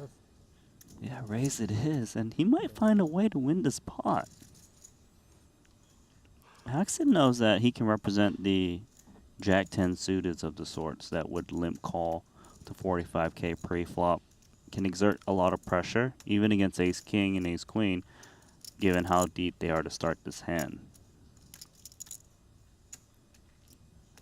Queen 10, Jack 10, 10-9. Dvoris with bad suits. Big call there of two kings. 7 of clubs on the turn. See if Ike wants to continue telling the story, if it was just the one and done.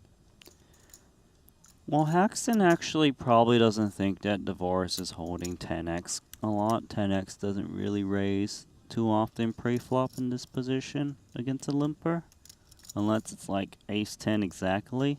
Of course, he fears the pocket aces, a mandatory raise pre-flop. But if he feels he can exert just pressure, repping the 10x, it would be very credible.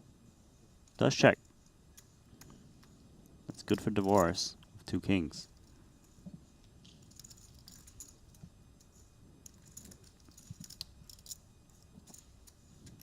Two, 7-2 in the middle. A great return from break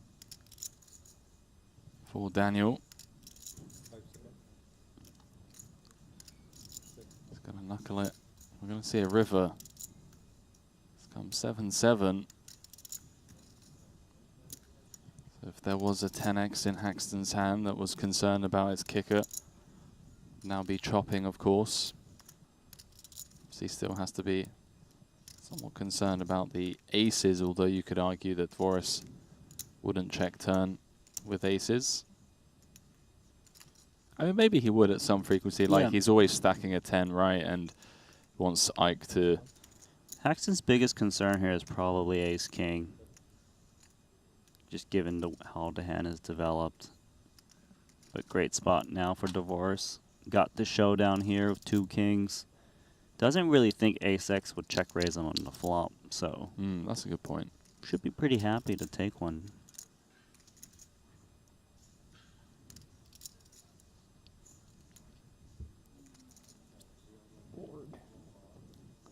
Board no good.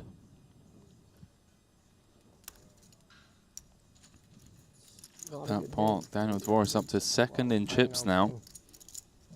You have too many. Stephen Chidwick has moved up to fifth in chips. Jason is in fourth, so another storyline emerging here. We got a battle. Of course we do. Going into the final three events. These guys going toe-to-toe, down to the wire. Stevie in for multiple bullets as well, just having a look here. Looks like 1, 2, 3 bullets for Stevie.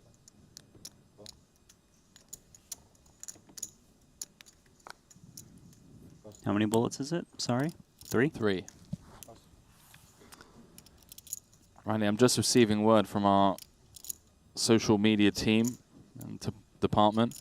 We're just 250 subscribers away from 165,000 over on our YouTube channel. So if you haven't already, if you've been a fan of Triton, if you've been joining us for the high stakes coverage over the last 2 weeks, you haven't clicked that button, it would really mean a lot to us to cross that target by the end of this series. Help us, help Triton on our mission to continue growing the game. More importantly, continuing to provide the best poker content in the business, free of charge for the poker community and poker fans around the world. So all you got to do is click a button. Yeah, let me say it again. Subscribe, please. Thank you. Randy Lou, ladies and gentlemen, short and simple.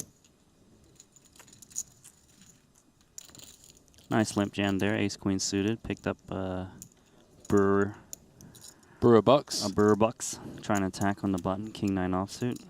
I've heard Randy Bucks are really hard to come by. Back in the day, many people tried and failed miserably.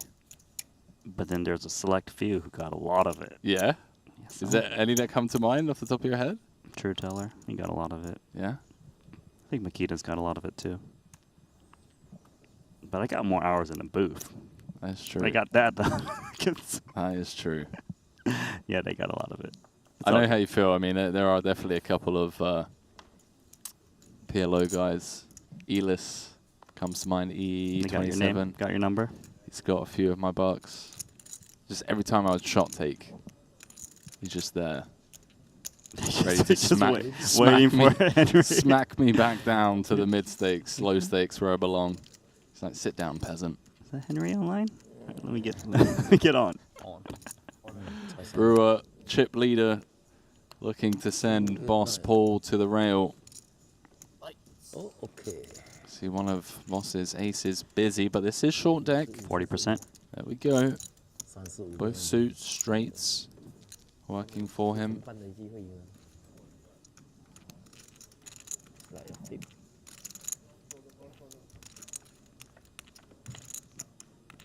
5 cards to come. And how about the nut straight for Boss? It's still a flip. You can hear them saying, in fact, Chris, a slight equity favorite with 2 cards to come, would you believe? What a flip. No longer flip. 10 out, 30%. 10 outs once. 10 out, 35. The diamonds. GG. There's the board pair. 10 of hearts on the river was always going to be a tough ask for boss man Paul with the ace-jack against the queens. With that, Chris Brewer extending his lead over the final 15 by a considerable margin. Up to almost 2.5 million now. Paul obviously just running into Forrest's boat with the ace-8, the river trips, in a spot where he gave Forrest a lot of credit for bluffs, as he should. And then coming up short against Brewer. Looks like over Boss. Tough run. And, you know, it's one of those games where you can just lose 850,000 chips just like that. Short deck. Here we go. Ace Queen. Young getting short. Just north of 40 antes. Type of hand you tend to either just open jam or limp jam from first position. Jam it is.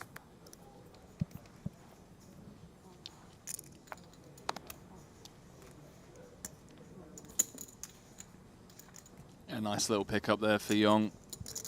Well, Meshinkov hasn't folded yet. Think about giving his opponent a spin, it seems. He's out now. Would have been bad news as Jack 10 was folded. Meshinkov currently the shortest stack in the field. In for 2 bullets as well. Who did we lose? That's Watson in his cap. There we go. Watson's getting moved. Yeah, he's in for a lot of bullets, unfortunately, but does have a champion hat. There we go. Just fire until you win a trophy. Yeah, you can do that. You definitely can. I know people. Maybe not at Tritons. Back in the day. The £30 nightly. could very quickly become the £300 nightly just to get that little trophy. The £30 nightly. Oh, yeah. Say, look, Mum. They offer a trophy for a £30 nightly? Just like a okay. like a coin like or a something. certificate, But I piece remember, of paper? I'm not even joking. I had a friend, I won't name the name of the tour, but back when I was younger, buy-ins ranging from like, I want to say, £50 through to 500. As Mazhenkov comes for the jam from the cutoff. Bats is going to ask for a count. King Jack suited might give this one a run, given how short it is, less than 30 antes. In it goes. Spin the wheel. Look who's the favorite, King Jack suited. For Alex to get back in this. I mean, it feels like you never win this one, right? Like ace-8 against King Jack of spades. Come on, it's short deck. I like the King Jack suited. Wow. Look at the equities. No pair, but Makita has 67%. Wins everything. There's the jack on the turn, and Mazhenkov looking for an ace and an ace only. Doesn't come. Eliminated by the 4-time champ Bads. Just like that, Randy, we're down to 14. Just 8 off the money. It's a fast game out there. Yeah, GG's, man. Short Finish deck. the story for me now. Okay, so it's like a week-long of festivals, buy-ins from like £50 to like the £500 main. And my friend was like, I'm getting a trophy. I don't care how many bullets it takes. He's fine everything, like the PLO, the hold'ems, the rebuys. And then he, eventually took down like the, I don't know, like the £125 one after firing all week. Only, like, winning it only got him like, I don't know, 1,200 quid or something. 1,300 quid. But he just wanted the trophy, like little glass trophy. Shout out Alex. He's out there listening back in Reading. Grew up battling with those boys back in the day. So, is that the end of the story? It is. You want to see the winner's pick? Okay, because right now I'm a little underwhelmed. Well, I mean, that's because you're not a blaster, Andy. Not a 30-pound blaster. Confirm. See if I can find it. In the meantime, Elton's saying going to try to trap these shorter stacks here of ace-king suited. No one has obliged yet. Yong in. Snowman. Nikita's got Jack 10. Problem is Elton's 600k deep, so he doesn't really want to splash those in. So we are going to a flop.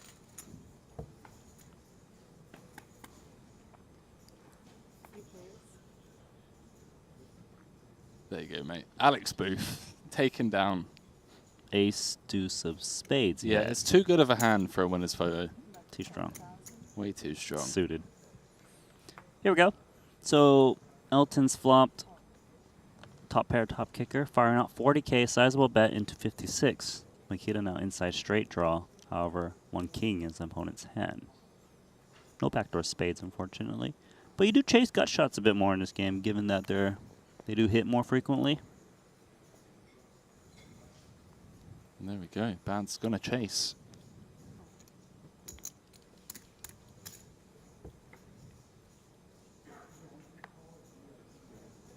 Double. Yeah, on the turn now, giving Bads more equity, even though there's only one card to come. Double gut shot now. Elton wants to proceed. It is against the button range in a limped pot. So limp pot, yeah, the button. Normally you wouldn't be thinking about these ace-8, ace-7s, but they are real hands. 100k is the bet. Elton is aware that his opponent is going to peel a lot of gut shots too. Feels necessary, mandatory to just keep firing. Of course, with the 8 dropping off, right, there's a little gut shots. You know, the 6, the 9, more to draw. More draws that exist. Open-ended, though.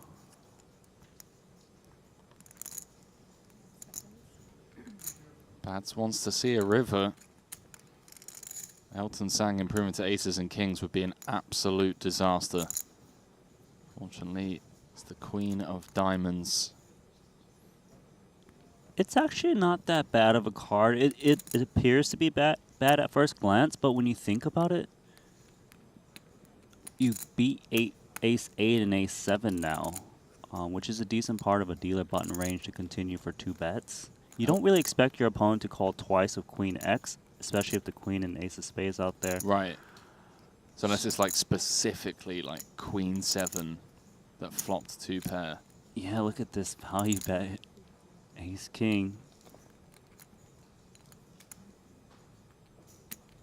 If it wasn't the Queen of Spades and say that it was the Queen of Diamonds Right. on the flop, then you can see, oh, Queen X of Spades called, pair flush draw. But in this instance, pretty darn hard for his opponent to have a queen, especially check through on the dealer button. Ace Queen probably raises pre. Nicely deduced here from Elton. Figuring Ace King still had value. Elton up to 7, 8, 9 now. 3 players with north of $1 million. Chip counts brought to you by Merit Poker. Chris Brewer, the overwhelming chip leader. Dvoris, 3rd in chips overall, 2nd at this feature table. You have like 550 or something? 520. People asking Watson equals 30% of the rebuys. Thereabouts, we won't tell him. Mad Dog. 540. Obviously check out all the rebuys in the hand histories over on the Triton Poker Plus app.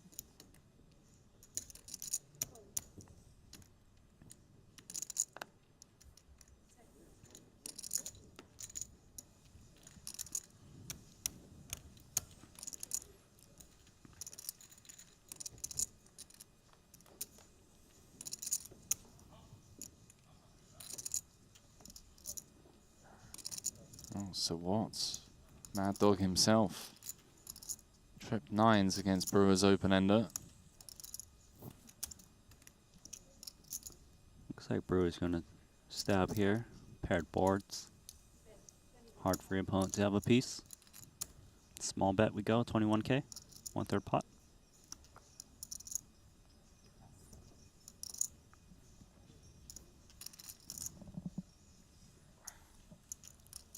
Pretty dreamy spot here, trip 9s. Your opponent in early position betting is pretty good too, because early position limps don't have that many 9x holdings.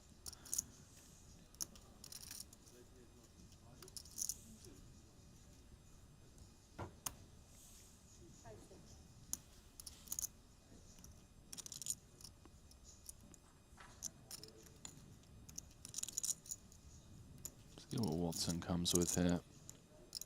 Yeah, probably some mix of raising and calling. Pump it up. Understands there's the obvious queen jack straight draw that has high equity. Also charging those king jacks and king queens, they really are pesky. So this is kind of trying to fold out maybe some equity, pot control on the turn on certain runouts. Yeah, so like, let's say the obvious straight gets there, the king mainly, probably would check back and, figure out what to do from there. This turn,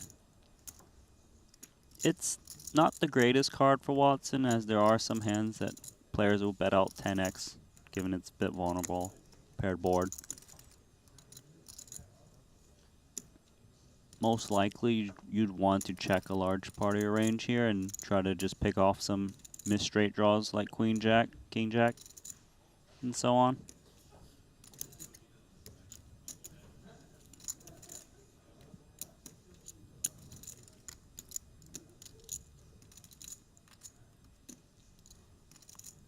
Brewer does river 2 pair.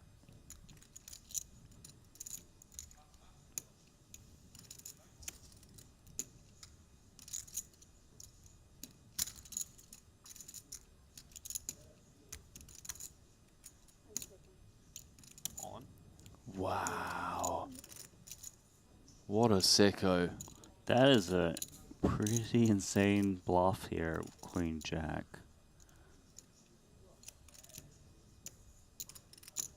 Brewer with the jack of clubs. I get it. I had to think about it for a bit. The logic here is that 10x should not be raising a paired board on a flop like this, especially the size he did, 21 to 50 something K. So he's basically thinking, well, I've got all the 10x's, but you don't, as you would just call my flop bet with 10x. But he knows if he wants to get 9x off the hand, he needs to just pile a ton of chips in there. He thinks the chance of Watson having 10x on this flop is near 0% unless it's like pocket 10s or 10-9 exactly.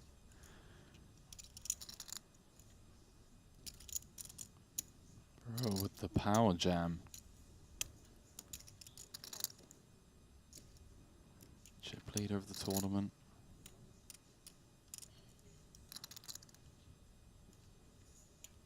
Really putting those straights and 9x in the absolute blender.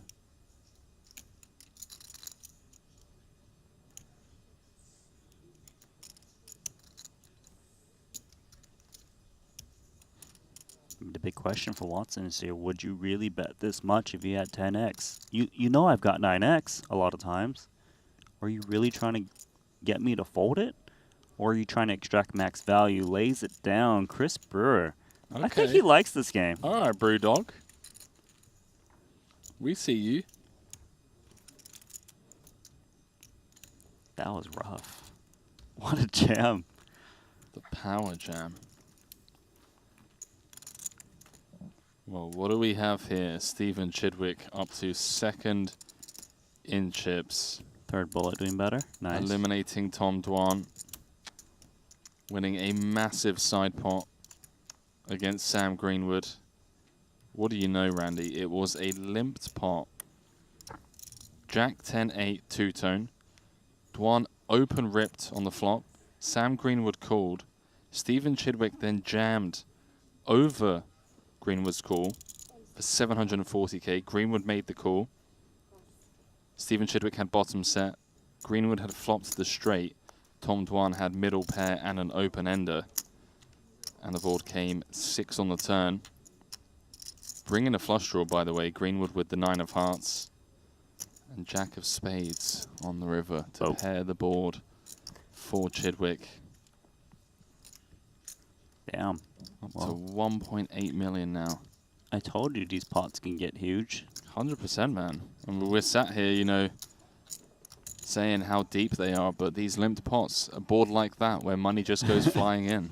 Yeah, you need to give them like 200 antes, 300 antes, and maybe we slow down a bit for some pot control. But wow, absolutely stunner of a hand. Brewer here. Monster. Nut flush draw, inside straight draw. And once again, Brewer's the one attacking here. 25,000, 1/3 pot. You got king 10, you got top pair. Couple of players behind. You're not in love with it, but it seems mandatory to continue. See what happens.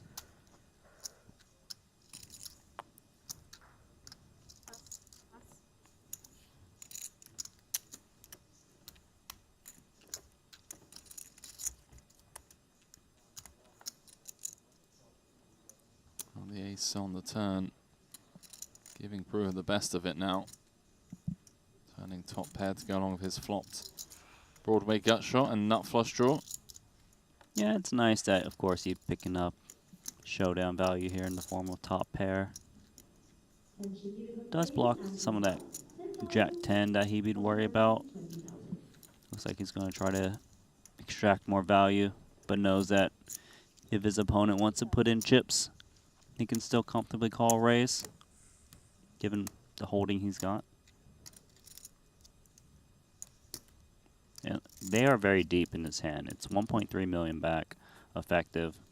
Antes just 8,000. So north of 150 antes.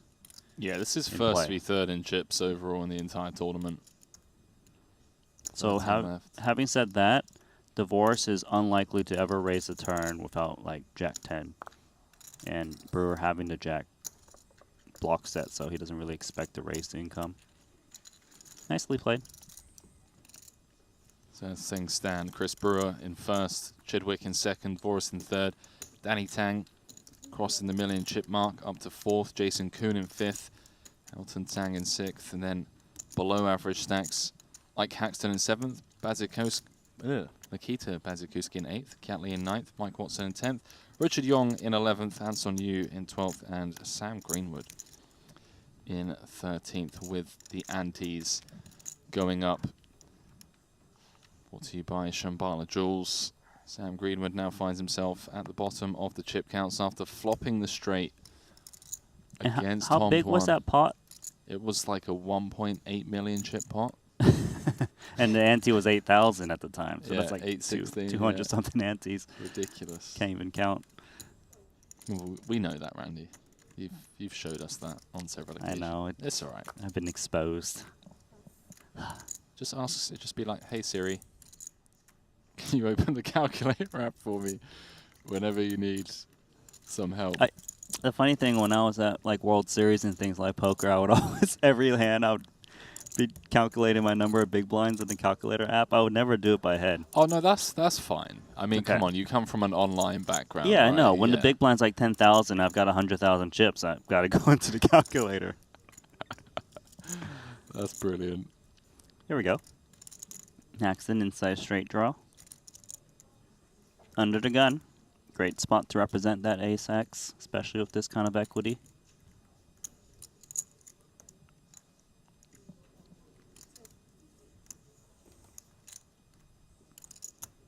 Okay, actually going to come for check.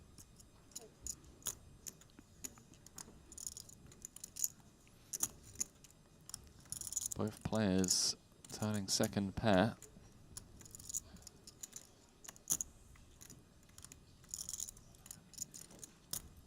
There's only one Ike Caxton.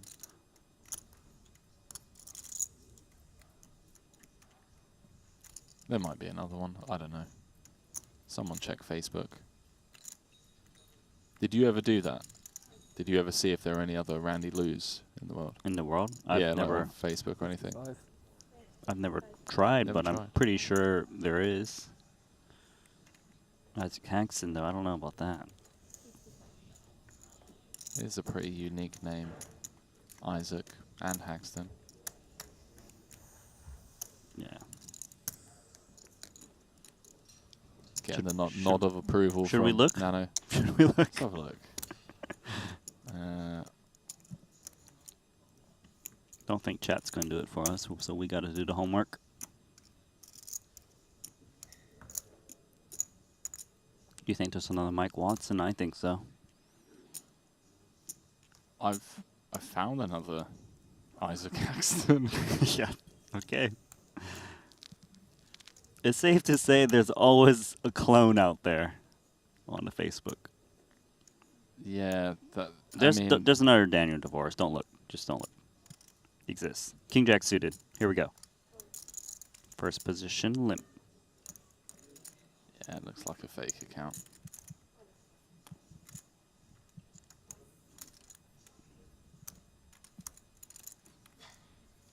Brewer now wakes up with Ace King, and he's been very Call money. active pre-flop. There's no other blues, right? Has busted out some raise folds, so people might attack him or give him some action here with Ace King. Given there is another limp in between, we'll have to size up from his normal sizing. All in. How about all you can eat? Brewdog with the power plate. 13 left, 6 places paid. In cash of 66,500. Nice little pickup there for Brewer. Right, see if there's another Randy Lou. That's what I want to know. Mm-hmm. Trust me, there is.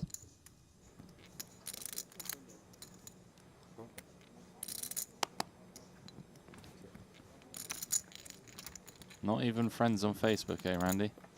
Unbelievable. You never sent a request. Oh, okay. I've got. Okay. All right, dude. But no, we got a lot of mutual friends. Yeah, but we're not friends. I mean, we're sitting next to each other on the plane, so. Doesn't mean we're friends. So what do we got here? Elton, middle pair, open and straight draw. Makita, top pair. Connected. I like Elton's piece the most. You know, it's got the most playability. Although is currently not the best hand, but most equity. King 9 looking good. Oh, King 7, top and bottom. Boy. What a rough turn card. Kyrenia, no fault of his own, just on the dealer button, checking his option, turning top and bottom. Yeah, just forced into this. Yeah. Elton might be considering the stab, though, with the hand he's got.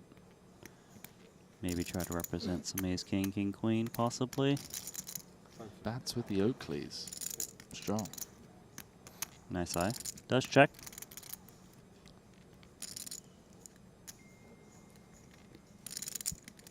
Whose phone was that? No phones at the table.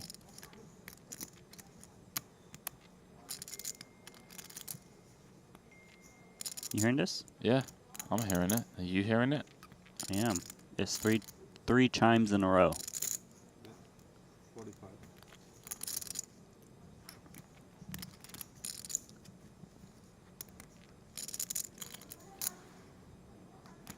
So flop straights obviously do exist as well. Jack 10, ace 6. 10-6 unlikely. People don't really play that hand unless you're on the dealer button.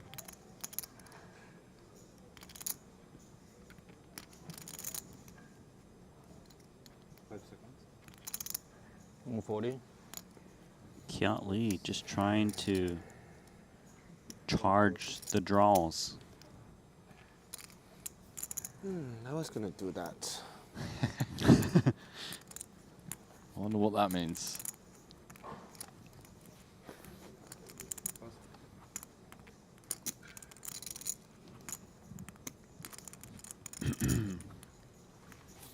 Action back on Makita with top 2. Does obviously have to be concerned about some slow play straights. Maybe the lower straights would check at some frequency, and like ace 6, 10-6. A low frequency though, as there is a lot of value still to be had.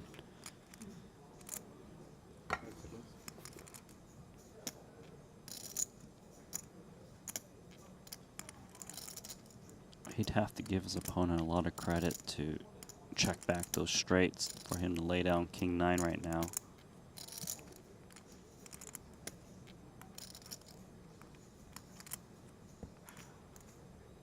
Does he think Kyrenia would raise the worst 2 pair? In terms of value, he doesn't really beat much, right? Like us, it's the same hand. Perceived, I would suppose. Gonna take one off.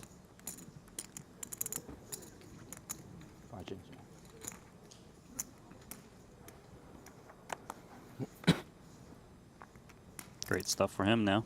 Now he's not worried about those straights that might have existed. So Bats boating up on the river. Wow, we're down to 11. There's a double elimination. We'll get back to you on that in just a few moments' time. So Makita right now is contemplating just open jamming. If he thinks his opponent has checked back some straights on the flop, he may make a stance here. Yeah, and he's gonna slide them in.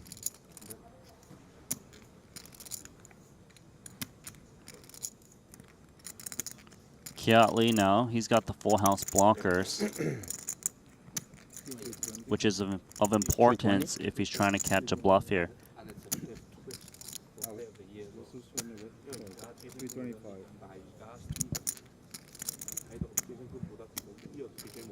Knee deep in the tank.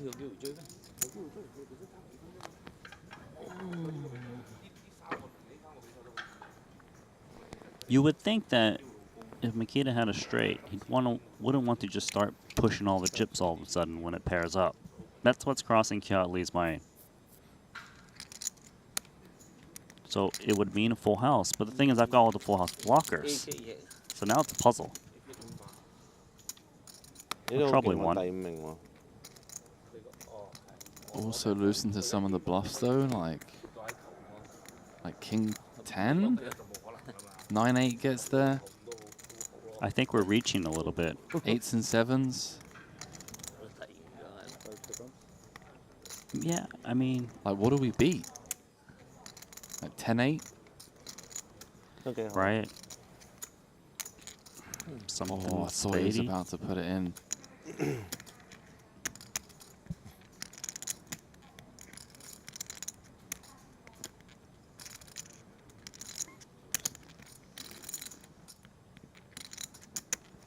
Grim when you lose to some of the bluffs.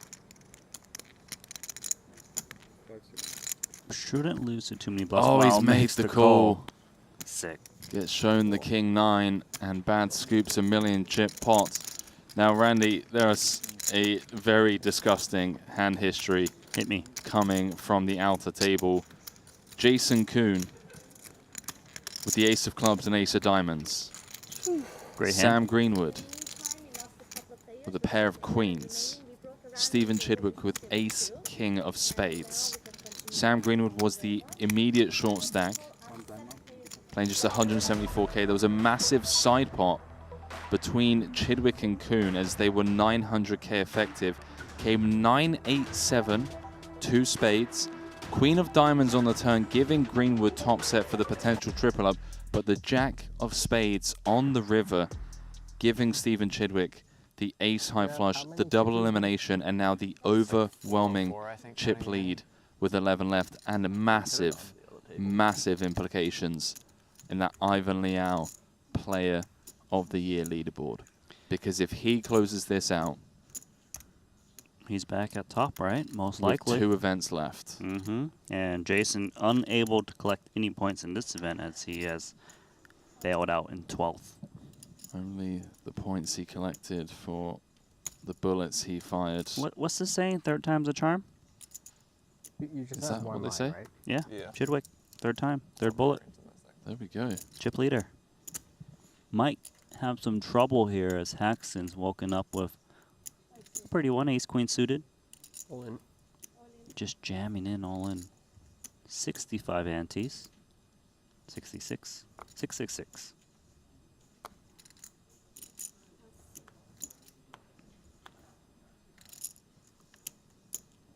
What an insanely Roughly massive 60. river card that could be for Chidwick. Eliminating Jason Kuhn. Yeah, it's all about aces in last place, so everybody's all in. That is crazy. What that could mean. 600. 625. 640. This would be a big call here if ace jack suited. 666.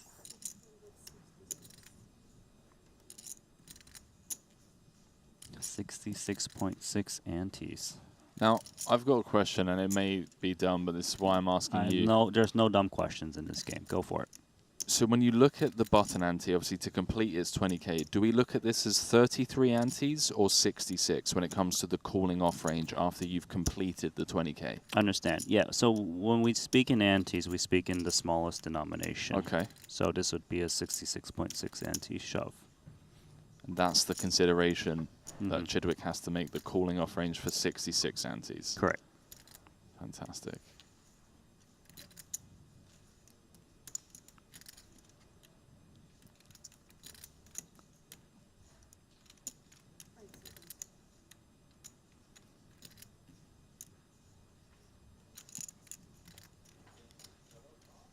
A lot going into this decision for Stevie. Obviously, chip leader at the moment.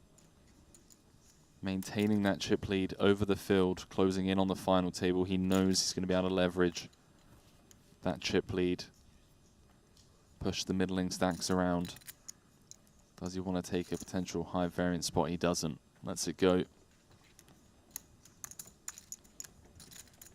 So at the bottom of the chip counts, Cat Lee with just 10 antes now.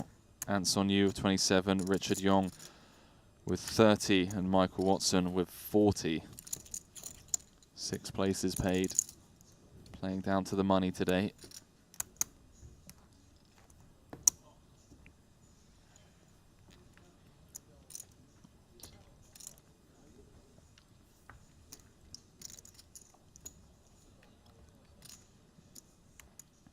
Short deck. That's what was probably said multiple times in that three-way all in you just told me about the aces. It's like you say short deck when the queen comes, and then short deck again when the spade gets there. Brew what? Andrew asking if this is the last event of Triton. It is not. Hold your horses, though.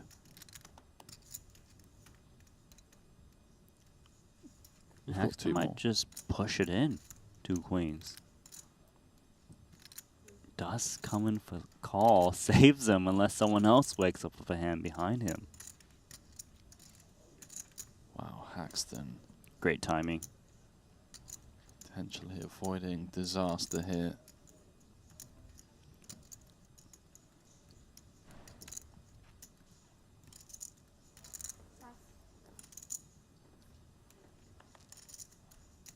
Oh man, Anson's got ace-jack. He's gonna feel obligated to push chips in there. He's on the 100K dealer out button. there. 24 antes. There we go. And Brewer, of course, will be reshoving these two kings.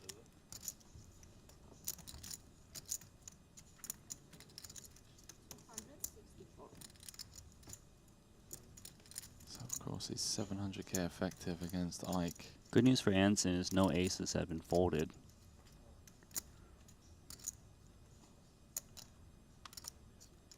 Both options available for Brewer, whether he calls or jams. You mainly just, it's really actually no call, it's always jam. You want to kick out the other people. That's 264. Big spot here for two queens. Problem is he knows that he can only be so far ahead in this spot. I think Anson knows he's pretty cooked here. Fortunately, he actually has 31% of the equity. 4 ways. Does go for it. He's thinking that Brewer will rejam light enough against a 264k jam. 3-way all in. Anson saying, I'm feeling good, buddy. Of course. Look at the equities. 33% for ace-jack. Let's go, Anson. Looking for the triple. Big side pot, of course, between Brewdog and Haxton. You trap yourself. Get us down to 9. Trap everyone.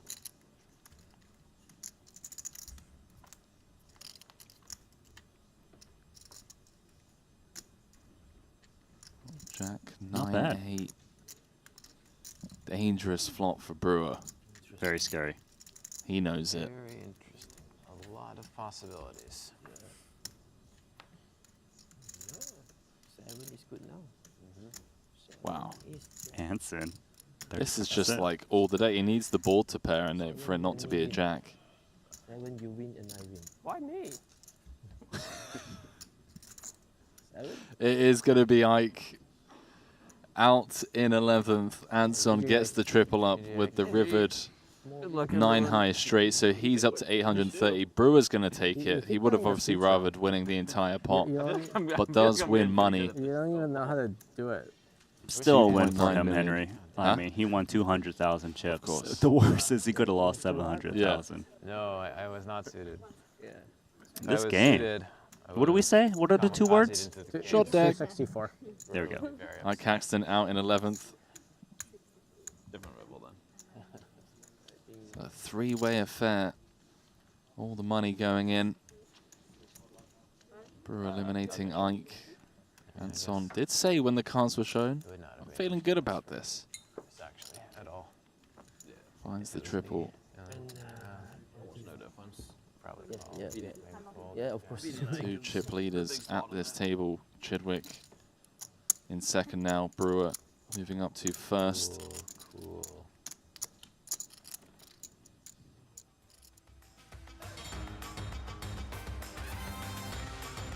GTO Wizard. Take your game to the next level with GTO Wizard, the #1 app for poker players. You can start crushing today at gtowizard.com/Triton. Analyze your played hands, practice by playing versus GTO, and study any spot in the game with GTO Wizard, the #1 app for poker players. And Wizards, or should I say upcoming Wizards, can join our giveaway for 5 premium GTO Wizard 1-month subscriptions at gtowizard.com/Triton. You can also enjoy GTO Wizard entirely for free for 24 hours. Again, gtowizard.com/Triton and get a 10% discount on your first purchase. Best of luck. If you want to dive in, study your game. Andrew B was asking, is this the last event of Triton? It is not. We're playing down to a winner tomorrow, playing down to the money tonight. And tomorrow we got the 50k. Then the final event will be on the 25th. Then a little 2-month gap. between now and the 27th of July. We'll be returning in London. It's going to be massive. London's going to be massive.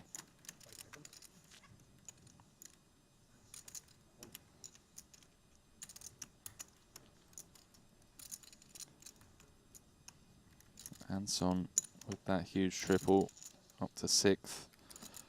Shortest stacks belong to Richard Young. Anson now. 2 kings. Just rifles it in. It was 260 before. Yeah, every time they jam it. Chidwick's got ace jack, but it's a heftier price this time. 83 antes. Could be a bit much for him.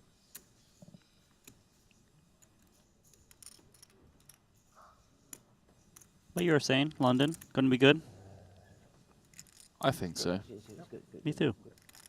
Ollie invited us to dinner at the Shard on the 26th Okay. of July. I don't know what the Shard is. Is that a piece of glass? It's the biggest piece of glass in London. There we go. You're incredibly uncultured, Andy. Danny Tang squaring off against boss man Richard Young. 10s against ace 10. 40-50. 10% chop. Dead. Literally drawing dead. Drawing to a chop. Uh-oh. Okay. Chop. I'm happy with that. No dice. Yeah. Queen 9 run out. Richard Young with the double up to 616k now.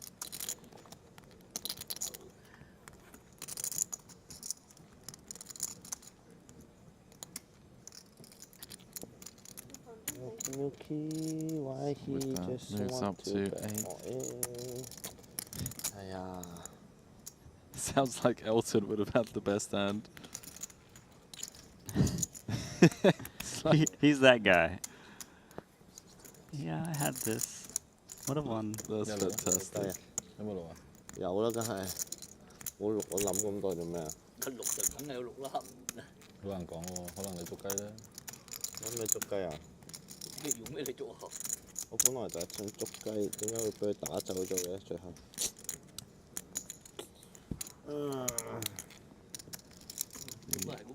Asian contingent over on this part of the table.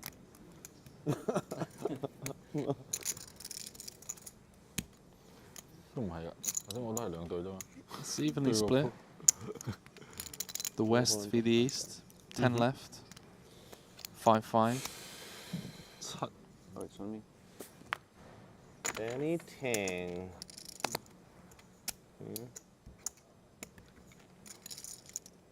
I don't know what kind of Kiatli. fluffy. Oh, 得翻咁少嘅你。捉到嘅。Alton's like, wow, you're 7-6. short.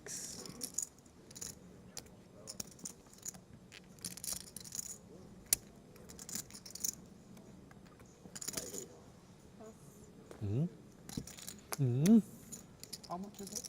7-6. Man, just 7.6 antes here. Total? 7-6 total? Is Danny priced in? I think I get called the floor, right? Makita's giving me the look. It's like, don't you dare fold. 76 total? Danny to make the call, Randy. He's actually technically dog. ahead with the queen high, but a dog in terms of equity. You can fold. Yeah, 6s are really bad in this game. I think so. No, you shouldn't. I shouldn't? It's very close, I guess. 10 antes you shouldn't call calling it. 2, like 5 more antes, right? I don't know. Yeah, you shouldn't. You definitely shouldn't now. Bad call. What a bad call, they say. I think it's okay. 10 antes, I don't know. Yep. GG. GG's moves Kiatli. Just 5 off the money.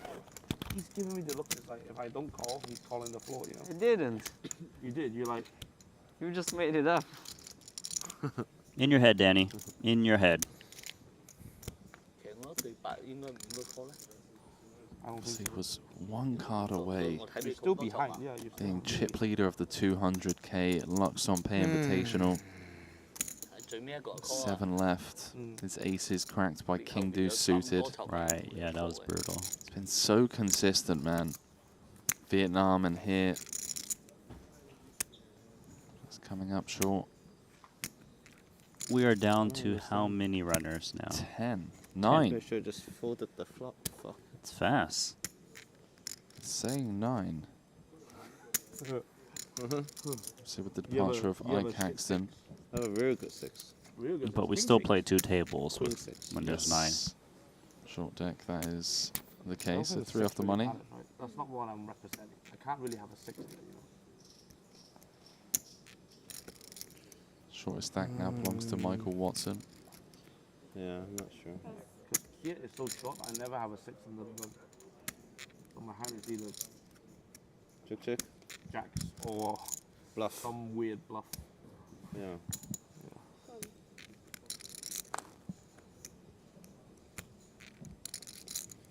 Some weird jack blocker bluff turn into flush draw.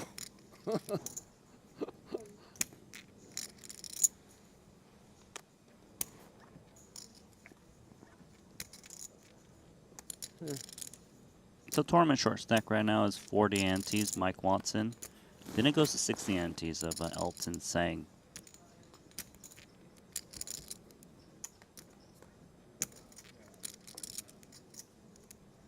Ace Jack 9. Both Danny and Richard flopping top pair. Keita with bottom pair on the button.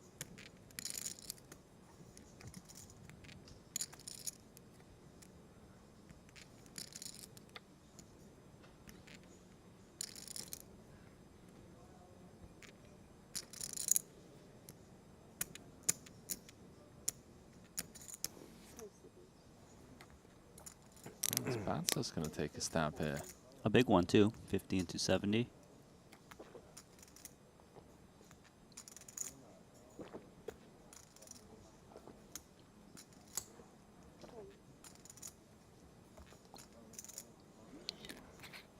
Danny might be able to save some chips here.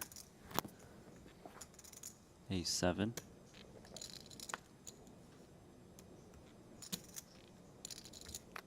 It's always tricky when you got a top pair no kicker, when a bet and a call in front of you.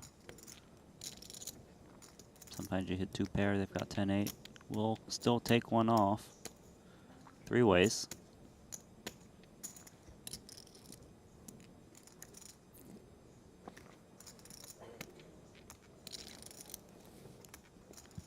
Danny picking up a gut shot on the turn. An 8 or a 7. Could potentially lead here as well, but I guess he's not going to have many 7-8s. Yeah, I think at this point he's also not trying to just bloat the pot. It is becoming pretty real that we're getting close to the money. Top 6 pays. We got 9, 3 out.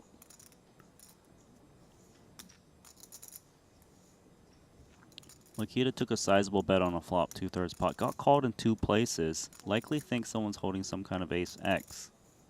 165. But still gonna attack. And it looks extremely strong when he's still betting into 2 opponents. Ace 10 quickly in the muck. Makita with the 9X also blocks, like, you know, pocket 9s. I might slow play here. Ace 9.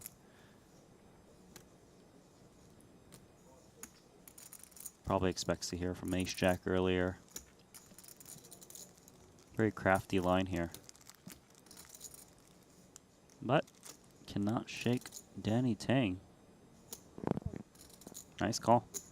1 card to come. With the ace 10 hit in the muck, it does mean Makita can now improve to 9s and 10s. Doesn't come. Queen of clubs on the river. Does complete some of the front door straight draws, as well as the front door flush. 550 out there. If Makita was thinking about attacking, this is a good card for him. As he's the aggressive player, he can still represent straights. can obviously represent the two clubs that might barrel in this manner. Him holding a club is helpful, blocking the flushes.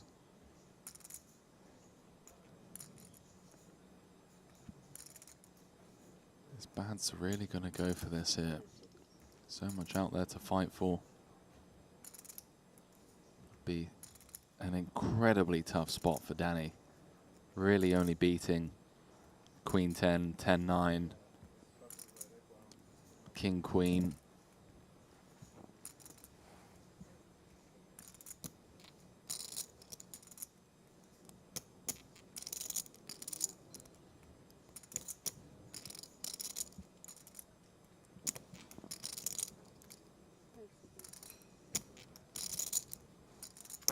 $325. Oh, Bads, you sick, sick pup. Tripling off against Danny. So that's a pretty sick bet there. It feels like if Danny had some kind of straight draw, may have played it more aggressively, whether to flop or turn. Wouldn't expect King 10 in Danny Tang's range, given how he's played it. 10-8 as well, probably takes a more aggressive line. This would be an insane call here of just a pair of aces.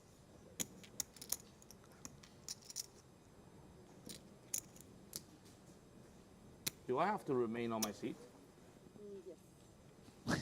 Or my hand is dead? I don't think so. I don't think so. Odd question. Do I have to? No. Huh?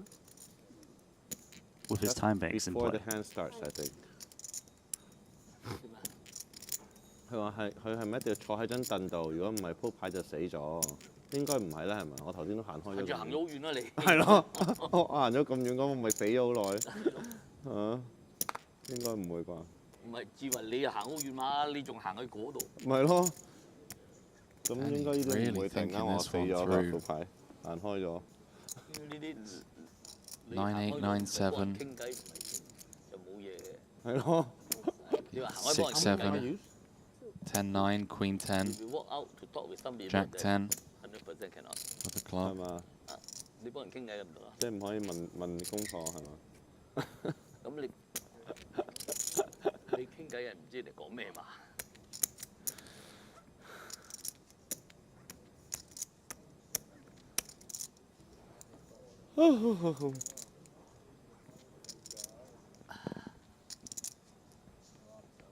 要等咁樣喂，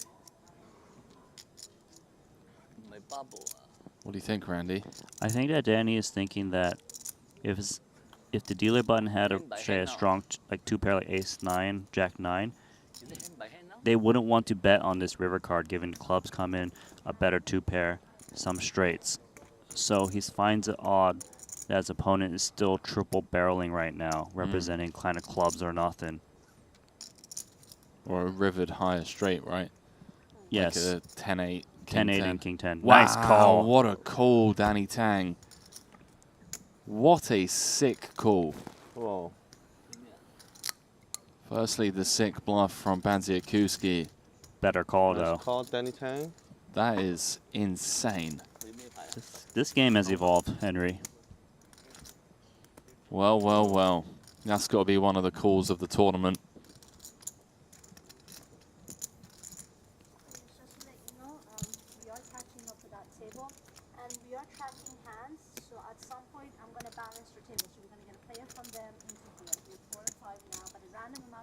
Well, well, well. One of the calls of the tournament in the hunt for his second title of the series. His third overall. Bravo, Danny. Sick call, Danny Tang. You must have bluffed me that hand, I think. Now Makita, the shortest stack. It's an insane call, Henry. It really is. Yeah, I mean, understatement on my part about how good that was. Not easy to do. Now, Randy, for some of the new viewers out there, seen some questions on YouTube and Twitch asking about how Anson Yu won that three-way all-in against the Kings and the Queens on the Jack 9-8-7-6 board. So the ace double downs as a 5. Yeah. Since Yeah, we don't have very the safe 5s, 4s, 3s, and 2s. You know how there's like the wheel, ace 2, 3, 4, 5, and no limit hold'em. So if you're holding an ace on 9, 7, 9, 8, 7, 6, you have a straight ace wax as a 5. And for example, if you have ace 9 and it comes 6, 7, 8, you have a 9 high straight because the ace would count as a 5. Yes. And also, for the viewers out there, flushes beat full houses. Yes, that's We a see that nuance later that's been added some time ago to our Triton series. It's just that they realized flushes are so rare. They ran the math. They crunched the numbers. They flip-flopped it, and yeah, Yeah. They don't really come. They literally did the math. They're like, hang on a minute. Mm-hmm. It's tougher to make flushes. So. Yeah, and you know, this game has had a lot of history and little adjustments throughout its debut from God knows when. So, yeah, even the tournament structures have adjustments. You know, this bullet format probably wasn't existent the very first time they played, I'd imagine. Inception of this game in Macau? It would be sometime, whenever Paul played it, he said he was there, the inception of this game. So,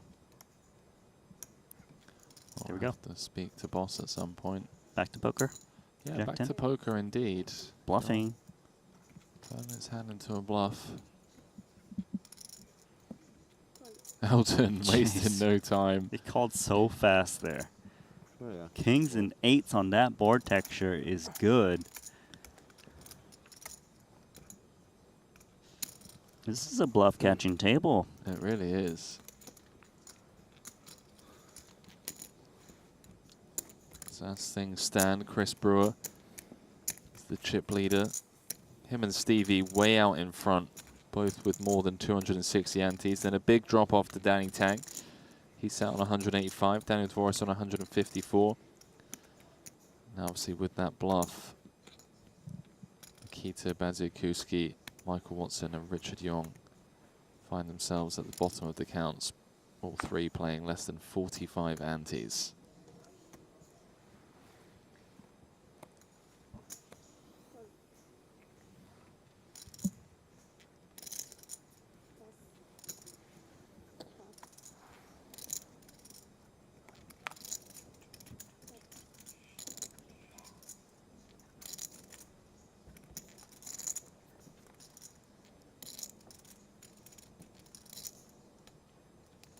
Not too bad. 8-6. Backdoor diamonds, open in the straight draw. Richard Young plays so fast. Did he just hit the gutty? Great timing. Indeed. Perfect timing because Danny Tang has turned top pair. Very decent kicker. Comes out firing. The way he set the all-in with like a smiling face. Richard.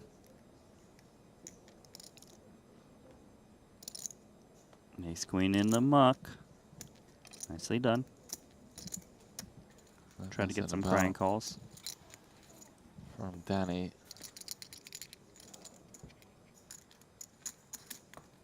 Straight away, he just knew. Danny was just like, you know what? Pitch it. Yeah, he probably figures, well, if I'm ahead, it's against some big combo draw. Be bad news for me.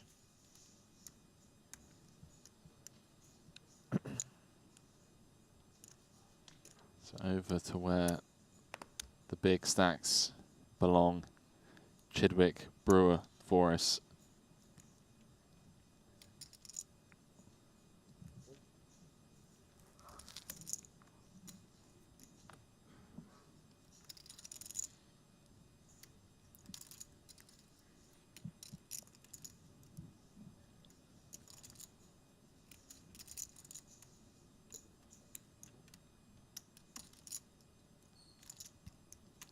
Champion from earlier on today.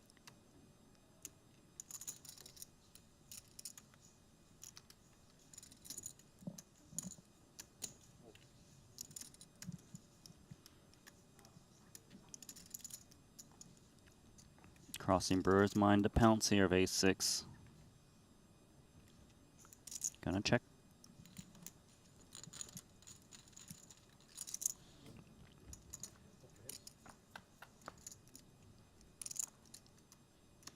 Oh boy. Top 2 for Dvoris. Bottom set for Michael Watson. 90k in the middle. Yeah, and also obviously Watson just playing 40 antes is quite a shallow stack. They can easily try and push chips in quickly. Now, given that every turn card brings a straight bar a board pairing turn, are you surprised to see like a smallish sizing from Dvoris? He's betting a size that he would bet his range with, so he needs to kind of balance with the weaker holdings like, you know, King 10, King Jacks. Watson just calling here. It makes sense because him raising would look absurdly strong, and he wants to reel in the 2 people behind him. Clean run out and big trouble. Little King 10 got there. Yeah, 2 straights completing on the turn.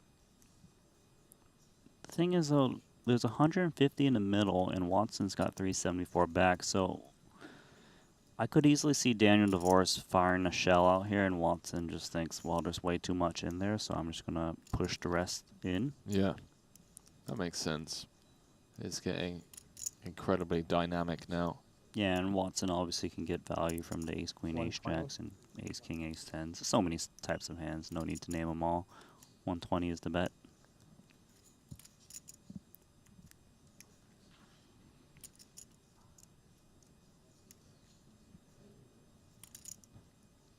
To me, this feels like you've got a piece you like. I'm not sure which card I'm trying to dodge, but time to get value. If you've got me beat, you got me. Yeah, shortest stack in the tournament. All in. Has boat outs against straights. How much is it? Forrest letting out a big sigh. Yeah, you're never pleased, especially when the straight comes in. He probably thinks that Watson got there on the turn as well. He doesn't realize he was cooked on the flop. Yeah, I think so. And he might be thinking best case scenario, we've got the same exact hand. 3. Although unlikely, I think Watson probably would have jammed Ace Queen pre. 384. 374.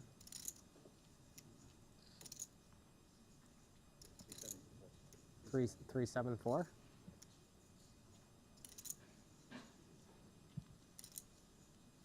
Just seemed priced in. It's only 254 more. 25 antes. Yeah, but with only 1 card to come and potentially only 4 clean outs, we can see that's the case here. Would be an incredible laydown.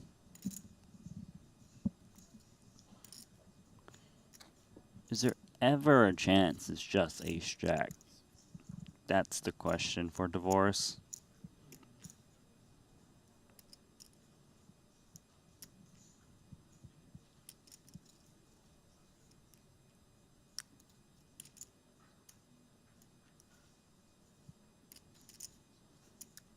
Gone really quiet as we work our way down to the bubble. Oh, he's going to make the call. So Watts is the all-in player at risk, but in great shape with 1 card to come. Just 14% equity. Dvoris about as rough as it can get. In short deck, Michael Watson starting the hand 8th in chips overall. The King of Clubs completes the board, gets the full double, back up to 900k. Still 5th in chips, but a bit of breathing room. Also, Watts in for 6 bullets. Not often you ever hear me utter those words from the booth. Yeah, he's looking for a top 3 finish. Yeah, he is. To be fair, he'll take at least any form of rebate. He'll take any rebate at this point. But nice spot for him. Moving up in the chip counts. You move up in chip counts and the blinds start to catch up. 12,000 ante we go. Chip counts and levels brought to you by GG Poker. Yes, people in the chat asking about Chidwick. Lightning Soul saying it was Ace King of Spades versus Aces of Jason Kuhn and Queens of Greenwood. And he made the nut flush on the river to vault up into the lead and, more importantly, eliminate Jason. Those all-important Ivan Liao Player of the Year leaderboard points up for grabs for Stevie.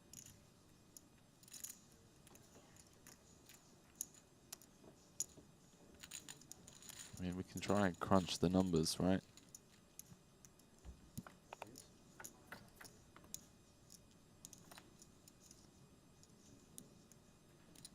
Jack 8-7. Top pair for Watson. Bottom pair for Anson. Gut shot for Stevie and backdoor clubs. Brewer with middle pair.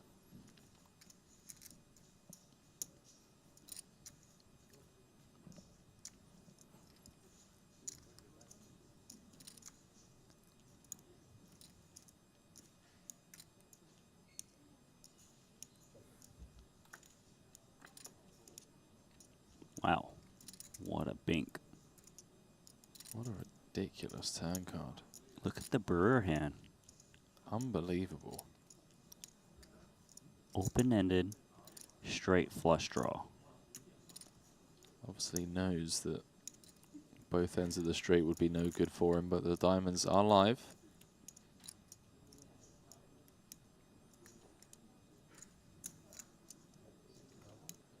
Comes out firing. Chidwick now. Stone cold nuts. Sees the diamond draw. Of course, would love to extract value from the 10Xs.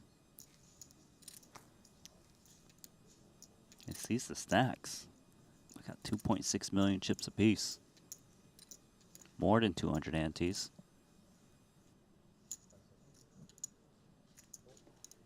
He's going to come in with a call. Allow the other two people not to get away in case they're holding some kind of 10X holding. Big river. Brewer breaking the diamond draw. As good as it gets for Steven Chidwick, because if he was up against a 10, just flat calling with the nuts, he could get paid off huge. However, Brewer just bricked it.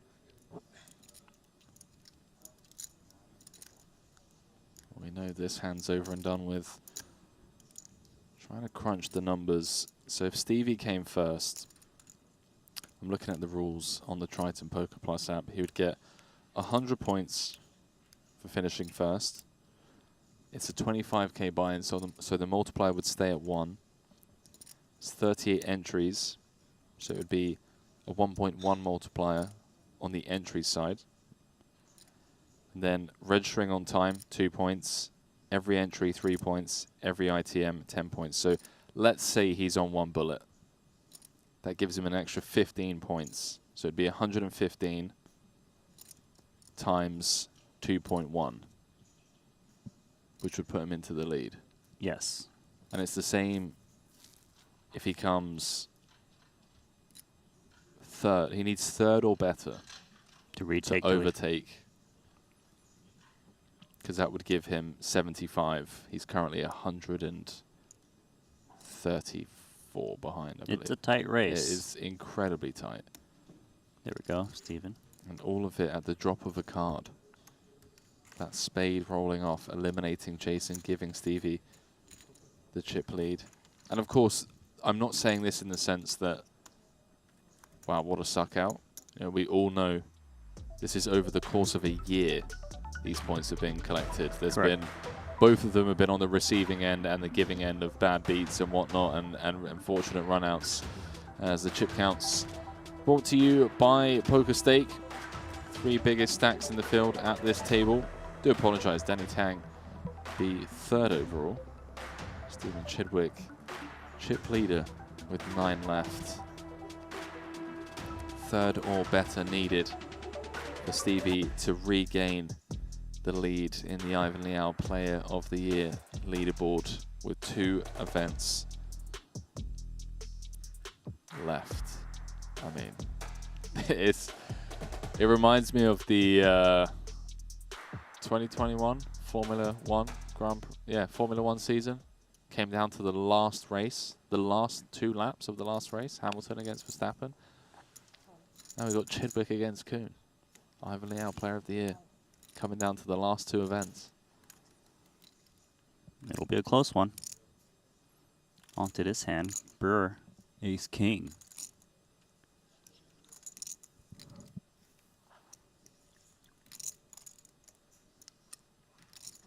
Looks like he's going to come in with a raise. 84K is the play. Brewdog with the Brew Bucks.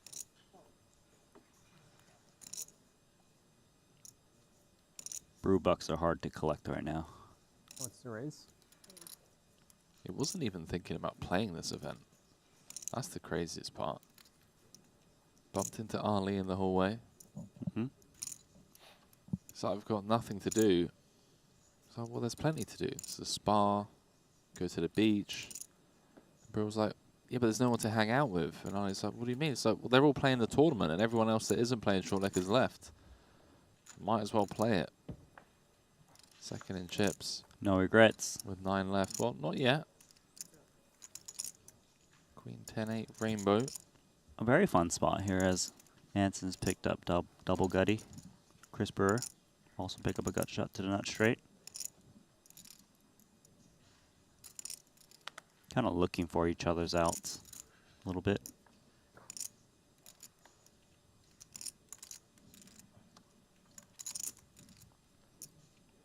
Maybe Anson finds a way to attack right now as there was a flop check through. 216 in the middle. Check we go from Anson. Chris Brewer's hand just ace king high. Unsure if he's up against some kind of queen X, 10X.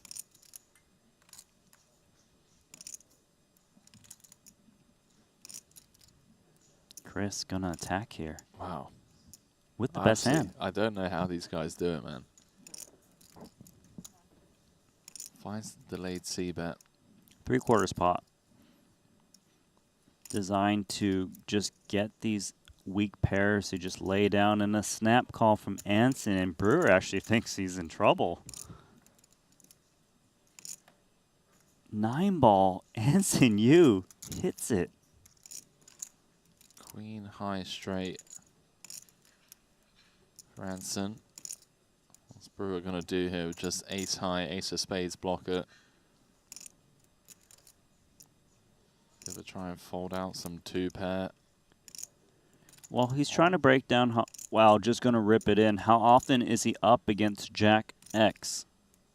Brewer feels that his 75% pot bet on a turn should fold out like Jack 10 type holdings. Call.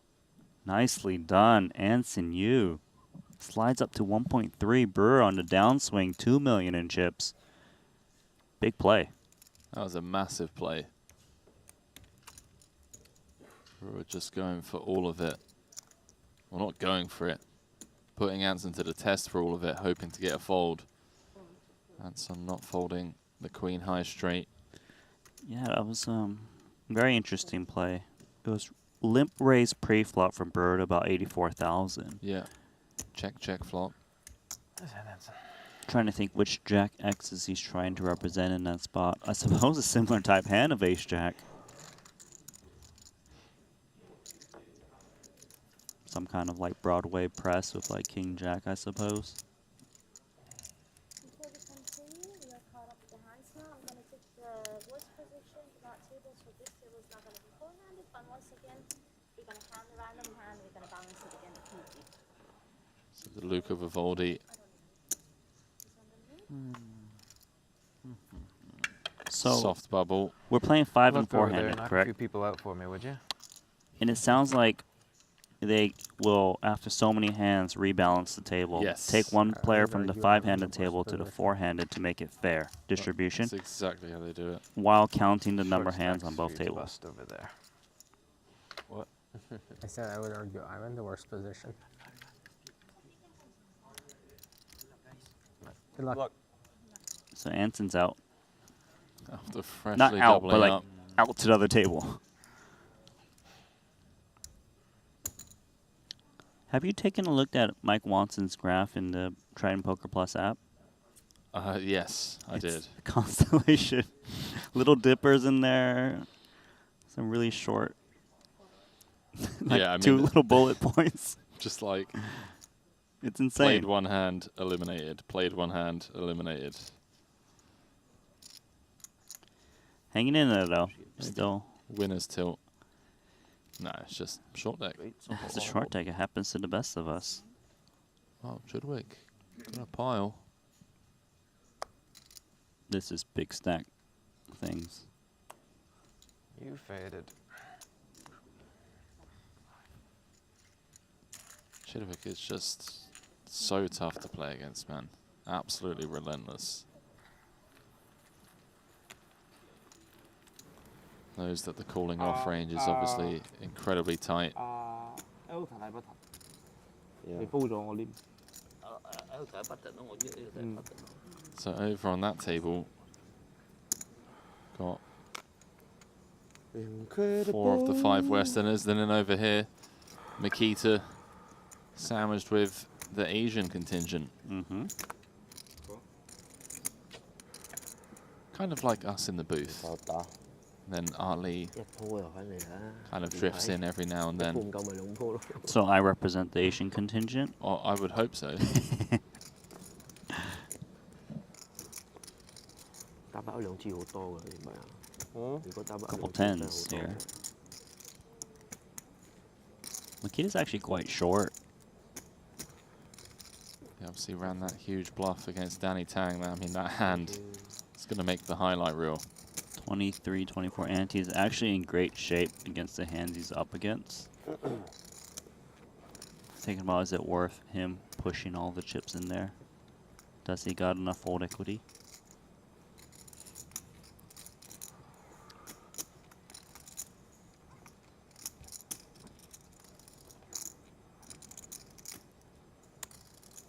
There we go. Good timing. Big, big favorite.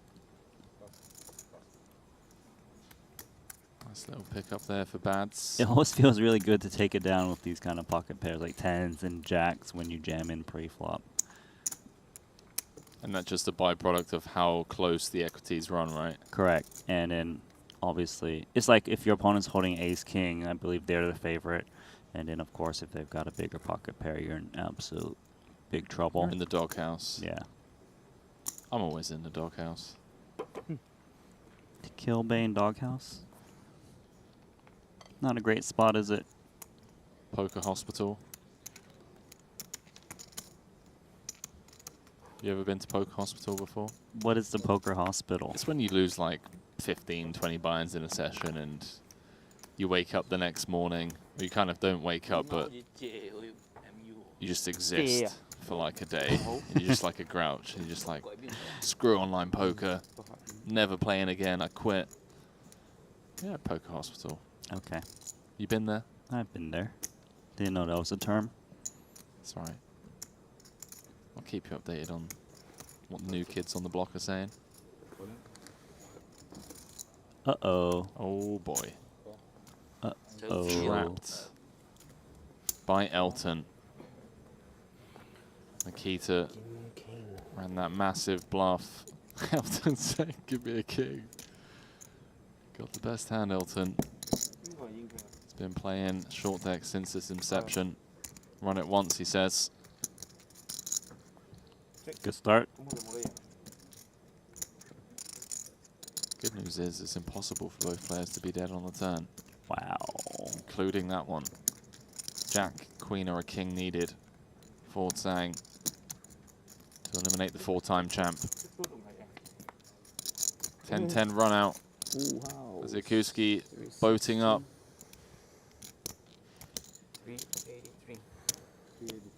Brutal for Elton. Heavy favorite in pre-flop. Down to just 11 antes. The nature of the game. Short deck. Not a good word there, Elton. What's that? Not gonna repeat it for you. You said not a good word. Yeah, he said That he word. didn't say. He said some naughty words. I mean, he's allowed. He just lost ace king against ace 10. 2 off the money, 3 off the money. Oh.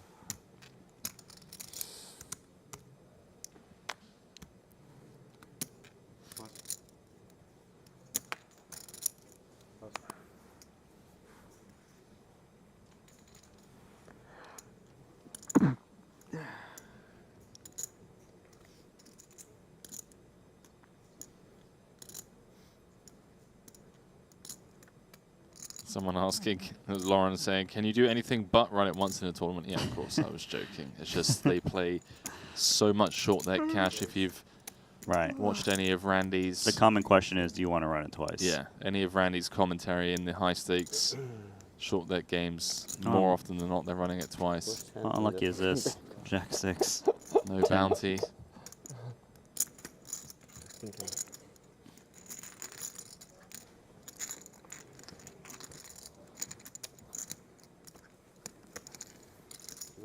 No swing.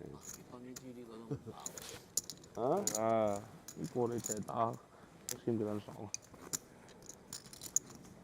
Anson on the climb, obviously, after winning that big pot against Brewer. Currently, Stephen Chidwick at the top, Danny Tang in second. Stevie way out in front. Chris Brewer just behind Danny now after that bluff. Anson Yu in fourth, and obviously the shortest stacks went to Elton Sang and Richard Yong. Nikita in seventh after running well against Elton. Yeah, he's had a swingy day.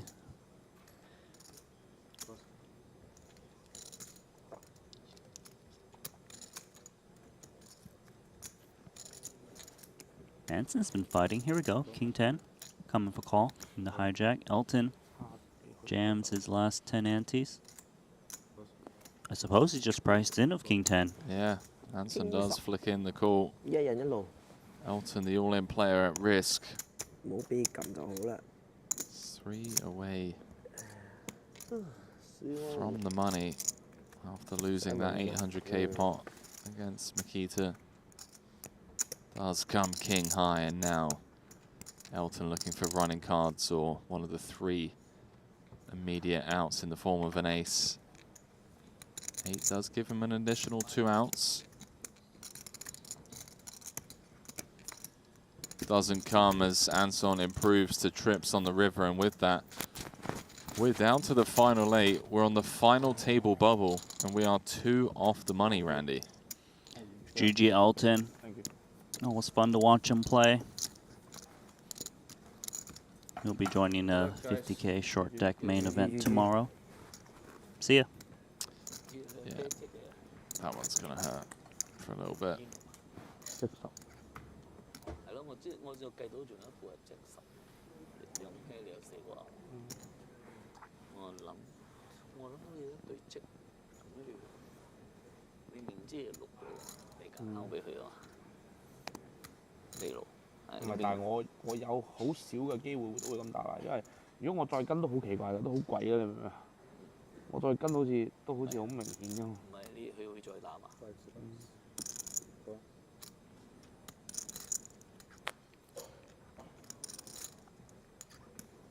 That's completing from under the gun. 1 seat over. 4-handed.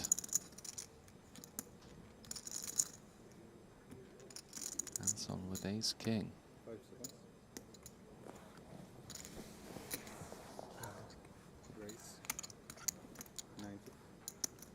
Richard Young, ace jack.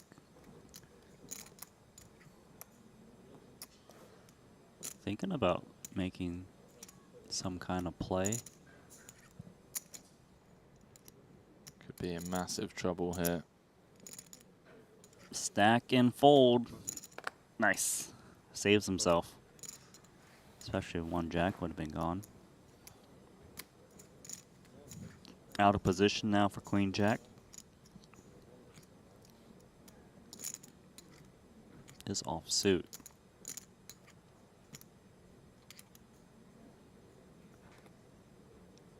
understands high ICM pressure. Doesn't really want to mess around in a marginal spot out of position, so Anson's going to pick that one up. So who are we looking at the bottom right now? Do you know, Henry, in terms of chip counts? Young. 37 antes, 36. Matthew Guski, 64. Michael Watson with 70. Forrest with 89. They're the shortest 4 stacks. So just one really clear short stack. Yeah. And then 2 solid stacks there, 64 and 70 antes. So it could be a bit of a grind. Yeah, especially that we are 2 away from a sizable min cash as well. 2.6x. Yeah, there's that point when you just get so close to the money where it becomes very real and you're just thinking that maybe I just wait a little bit on some of these marginal spots. For now, though, very deep stack tournament. Average stack 119 antes. A lot of room to play. And play we do. Ace-8 offsuit. Danny Tang. I love this from Danny. Yeah. Table chip leader.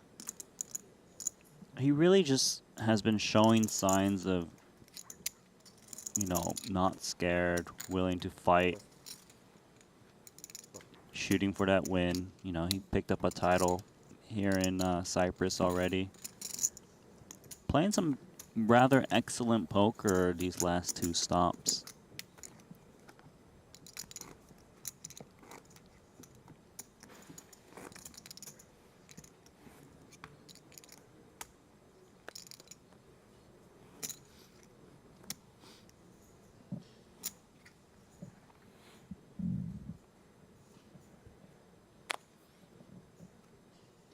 That's a pretty hand.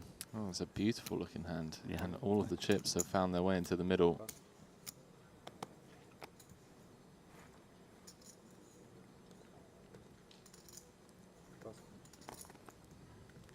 King Queens. Looks like he's thinking about pitching this one. For a count? Yeah, I mean, if it's suited, he's calling, right? I think so. 35 antes. It's close, I think, here of King Queen. Depends on how loose you think your opponent is jamming for his position. Nice pitch. Well, I mean, not in this case, but you know what I mean. King Queen is just... King off. It's marginal. You're up against Ace King, Ace Queen a lot. Even Queens and Kings, they probably would just open jam off of that stack size first position. The short stack has a lot of incentive to just try to chip up. First joined us here in North Cyprus back in April of last year. Cashed his very first event, the 50k. That's 4 cashes, 580,000 in Triton earnings, including that 200k Luxon Pay Invitational. He min cashed for 350,000. Yeah, we've seen Ants in multiple stops now, and I feel like his play has just dramatically improved ever since his inception. It's just cool to see these guys, like, they don't play professionally, but they really just battle and improve every series, tournament by tournament.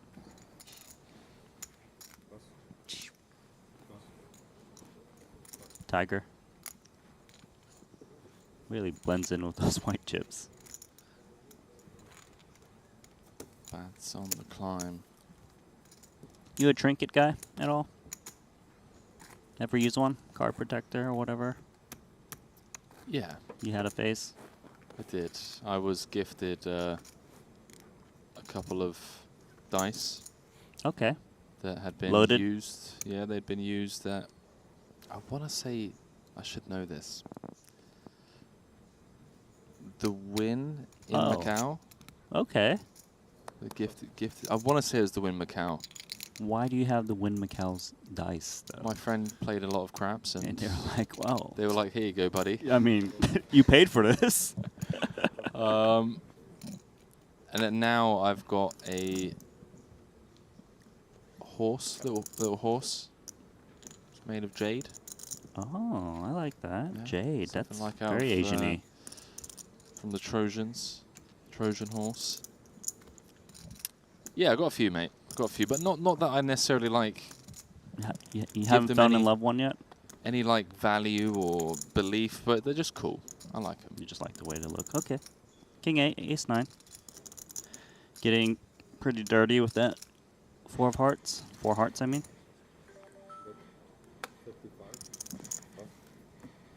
So I'm dialed in, looking for his first ever final table at Triton Series. He's in a great spot to do so. In the middle of the pack. More than average.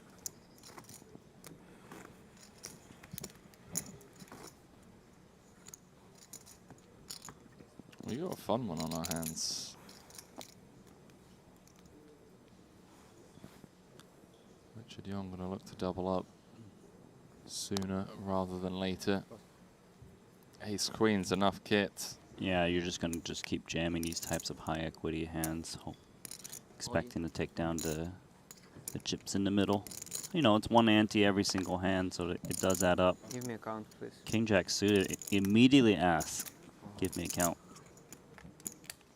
Less than 40 antes. 419.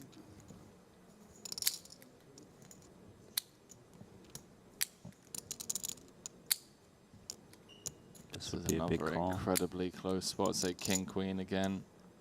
Feels like the line. It's a coin flip. Dead money in the form of antes from every single player, 1 apiece. Kind of makes up that difference in equity.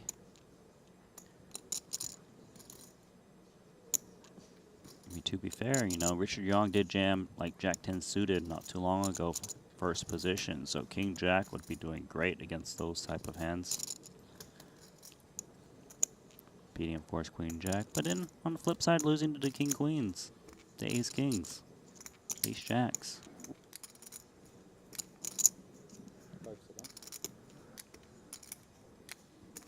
That's not one to get these wrong, in theory. It's coming to play how we're 2 from the money. How would this affect my stack? Whether I win or lose the pot? What kind of position?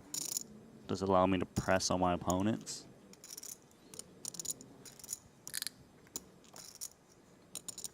Pitch we go. When are used? Not often you see Bads take up a couple of time banks for a pre-flop decision. So 2 off the money. 2 of these final 8 will be going home empty-handed in cash of 66,500.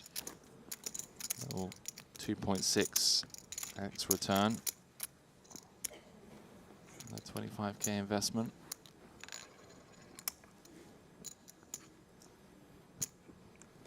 Young again, just getting slapped by the deck. 2 words. All in. Or is he thinking about something else? Okay, I thought he was going to just slide it in. Mixing it up. Does he feel maybe he's got too many antes? Maybe thinking of check jamming. Or trapping, as we can see in Makita. Ace-7 of spades. It is a hand that tends to activate in this spot. Maybe he feels Richard is weak for limping this time. Does limp as well. Okay, we're going to take it 4 ways.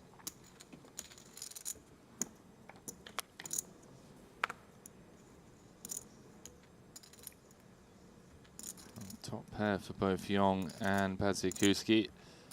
That's on with the gut shot.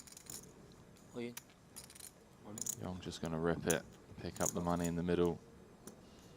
It's actually pretty hard to call this bet because he's like the only one that has ace king and he's blocking the queen jacks. Even if you're holding ace 10 there, you're kind of terrified. He's been on quite the spin. with the last orbit. I believe winning the last 3 hands in a row. Climbing back up.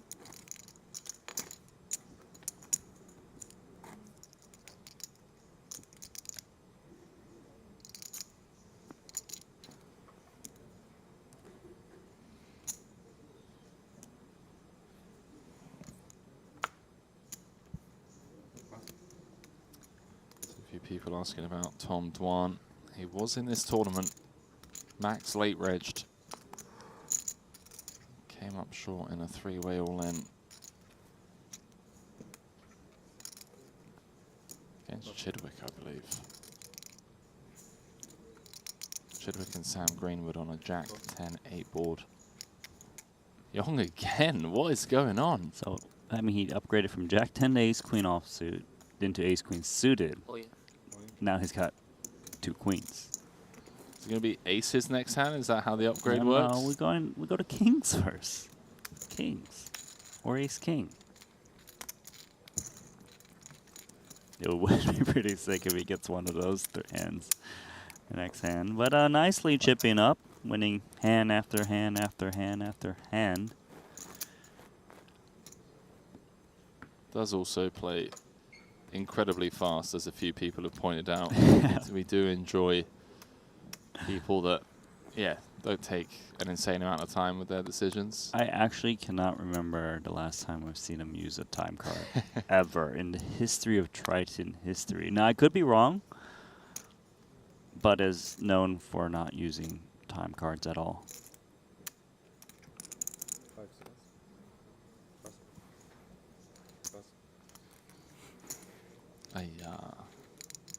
One king.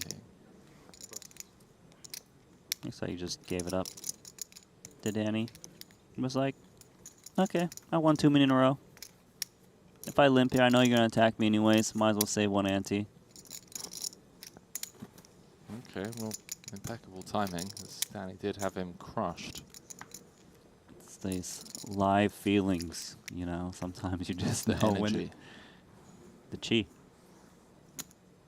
The Tai Chi. No, I didn't say the Tai Chi. Just the chi. It's different. You gotta trust me here.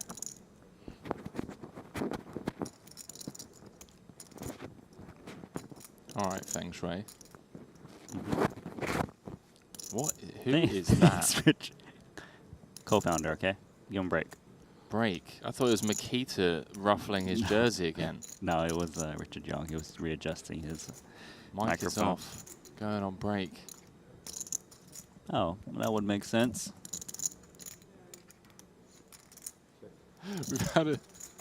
We've had it so many times this series, man. There was a couple of FTs where people didn't realize they'd got the mic right in their hoodie, and they're like leaning into their hoodie for a decision.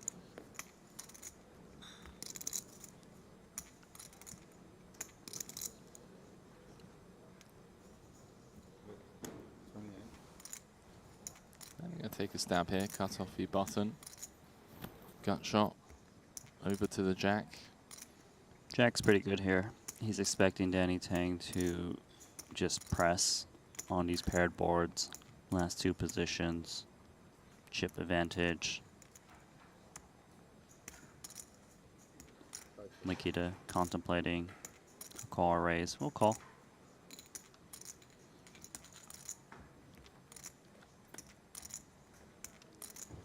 Eights on the turn, undercard to the board, and no draws completing. 1 card to come. Hard for Danny to know if he's up against like King X or Jack X. Might be able to apply a lot of pressure against Jack X, but given that Makita will likely play his range as a call in that spot, too much of a guessing game, so check we go.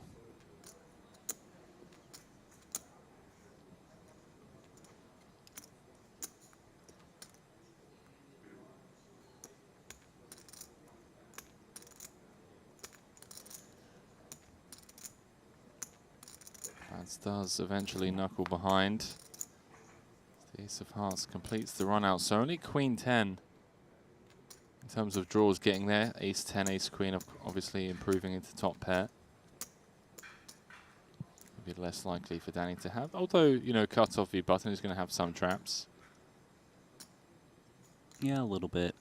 Although he might just jam some ace-x holdings. A lot of people do in the new BVB. Regardless, he's got queen 9. Knows his hand won't win at showdown. Is going to take a stance here. Danny has usually been getting the best of Makita lately. 110k is near pot. Yeah, brutal spot for Bads. The way he's betting it is I've got queen 10 or king x. Would never expect ace x to bet in this manner. No? Not for this sizing. It'd be kind of value owning yourself against some king x slow plays on the turn in position. A little bit of history today, right? As Danny did call down Makita, that ace 7 correctly. Yeah, they've been battling. Needs Danny to have a hand like queen 9, 9, 10.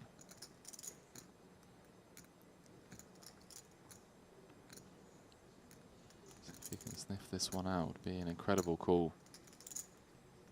Yeah, so Makita's got to think, okay, well, if he's got queen 10, does he sometimes bet these hands on the turn?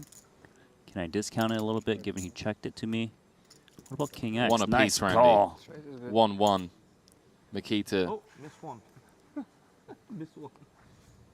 draws the score level, 1 apiece in terms of hero calls, up to 892,000. Danny down to 1.7. So with that, heading into a quick schedule break, Stephen Chidwick reigns supreme over the entire field, and it is a sizable lead, Randy, over Chris Brewer, who's second in chips. Stevie with 2.9, Brewer with 1.9. Danny Tang also playing 1.9, or he was at least before that hand against Makita. Bottom of the chip counts belongs to Michael Watson and Richard Young as we come back to the break desk. 2 off the money. The plan is obviously to play down to the money today. Looking a bit cagey out there for the time being, understandably so. Play has slowed down when we've reached 8 players, but we've had quite a bit of cool post-flop spots, especially ending off with that Jack 6 nice hero call from Makita. 1-1, as we say, post-flop, but a lot of play still in play. We're at 119 anti-average. You know, people are attacking, but we are approaching the money where we've got to be a little snug here and there. We are indeed. Min cash of 66,500. I believe Randy's stepping aside. Arlie's going to be joining me for the night shift. We're going to throw it to a scheduled break, and whilst we throw it down to the break, enjoy this interactive quiz from our good friends over at GTO Wizard. Following quiz is brought to you by GTO Wizard. You're halfway through an MTT. The chip leader opens on the button, and it folds to you in the big blind, holding 6-5 offsuit. What's your play? Fold, call, or shove? Do you know the right answer? Take your chance to win a 1-month premium GTO Wizard subscription. Scan the QR code or go to gtowizard.com/Triton. We give away 5 subscriptions every day. Master poker and learn how to crush the competition with GTO Wizard, the #1 app for poker players.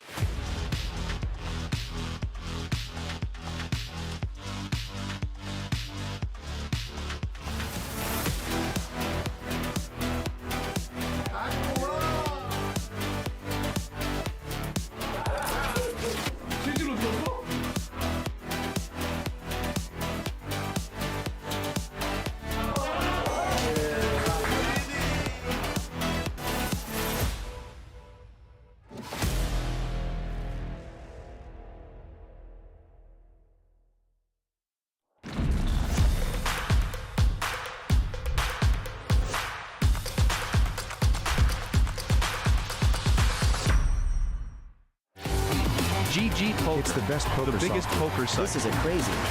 No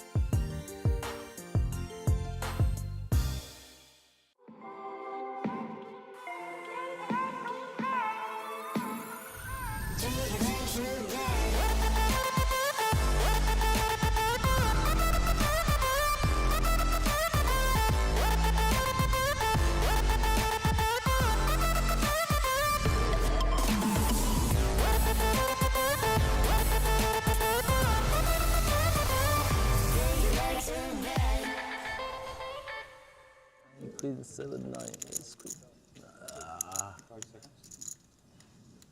Flush draw is 10 is 9. Is Jack. Ace 10, Ace 9. Maybe a hand like Jack 10. Is queen. How much is that? 516. Big spot for Paul. Started off the hand third in 516? chips.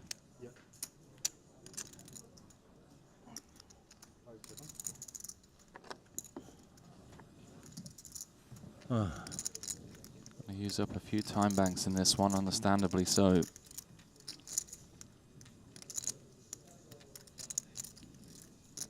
Jack 10. Jack 10 of club. Turn into bluff. Yeah, very possible.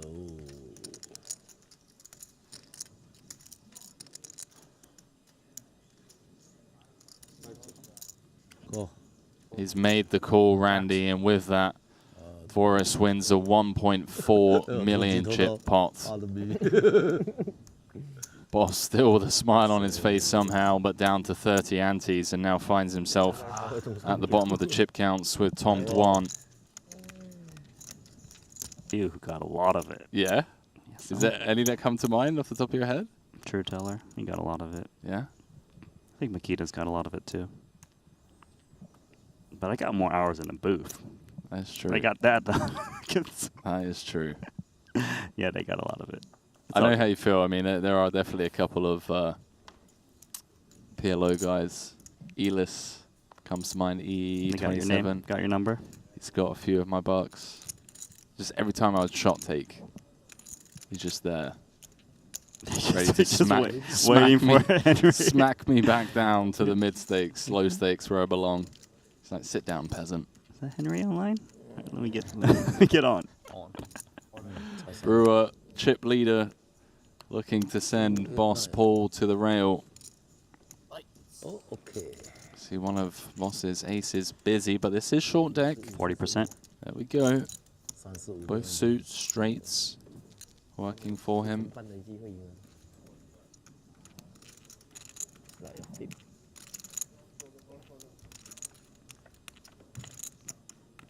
5 cards to come. And how about the nut straight for Boss? It's still a flip. You can hear them saying, in fact, Chris a slight equity favorite with 2 cards to come, would you believe? What a flip.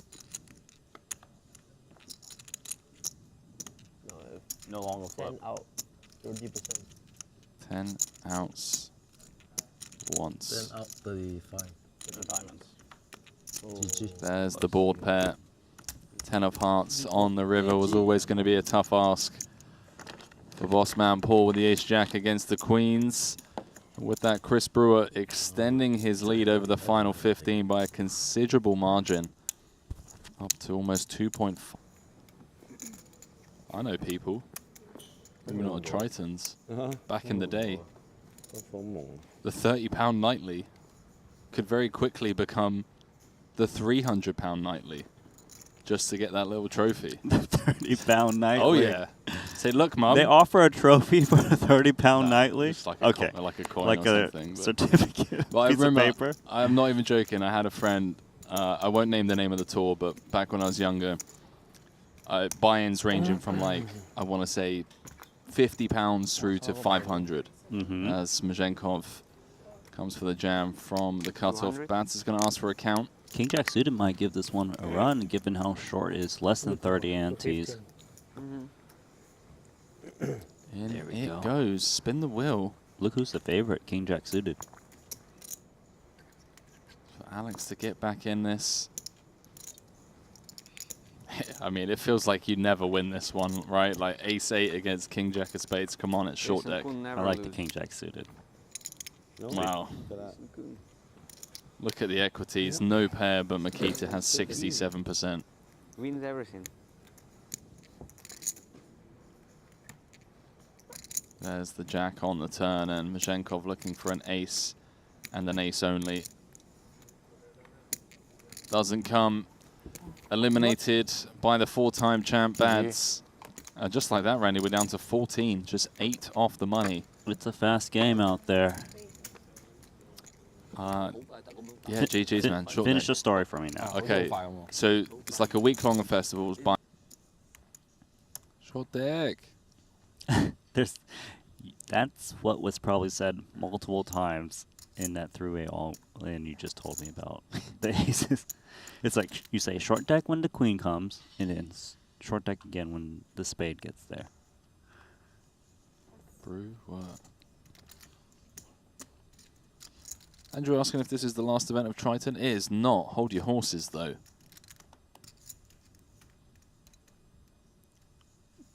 Hexter might just push it in. 2 queens. Dust coming for call saves him unless someone else wakes up with a hand behind him. Wow, Haxton. Great timing. Potentially avoiding disaster here.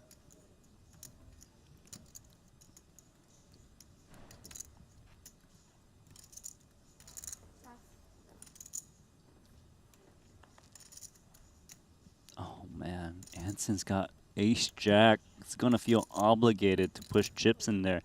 He's on the 100K dealer out button. there. 24 antes. There we go. And Brewer, of course, will be reshoving these 2 kings.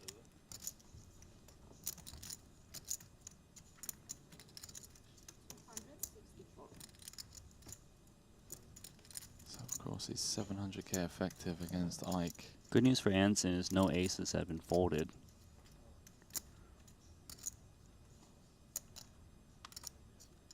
Both options available for Brewer, whether he calls or jams. You mainly just, it's really actually no call, it's always jam. You want to kick out the other people. That's 264. Big spot here for 2 queens. Problem is he knows that he can only be so far ahead in this spot. I think Anson knows he's pretty cooked here.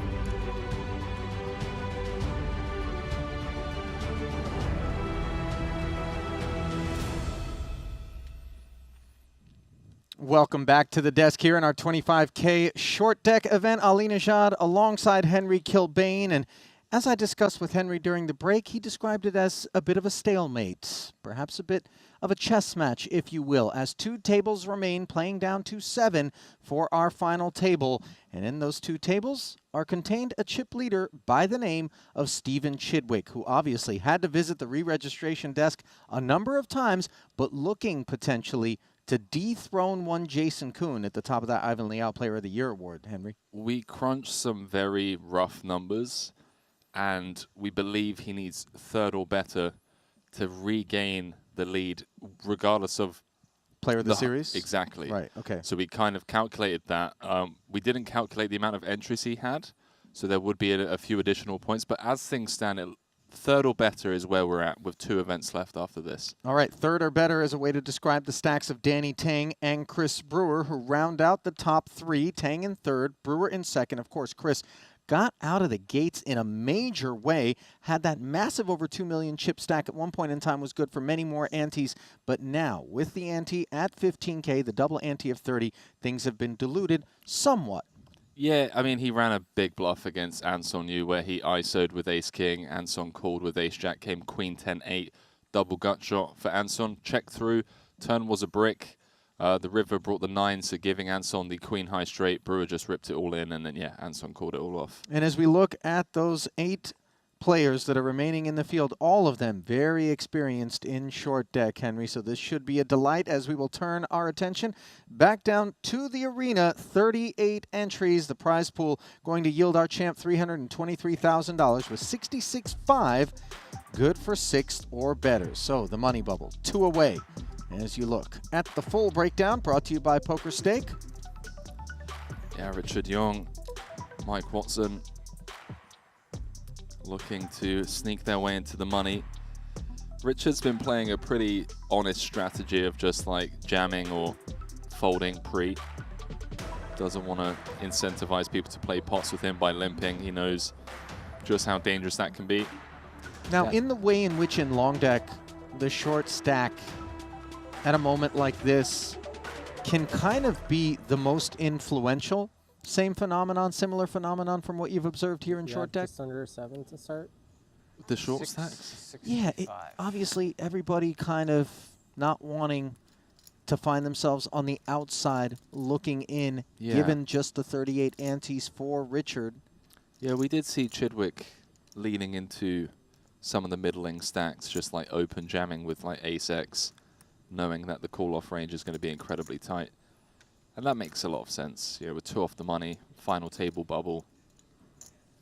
Now, important to note that the short stack is not present at this 4-person table, as DeVoris does the leaning and does so at an awful time. You see Watson just shrug his head and say, have the best hand against aces.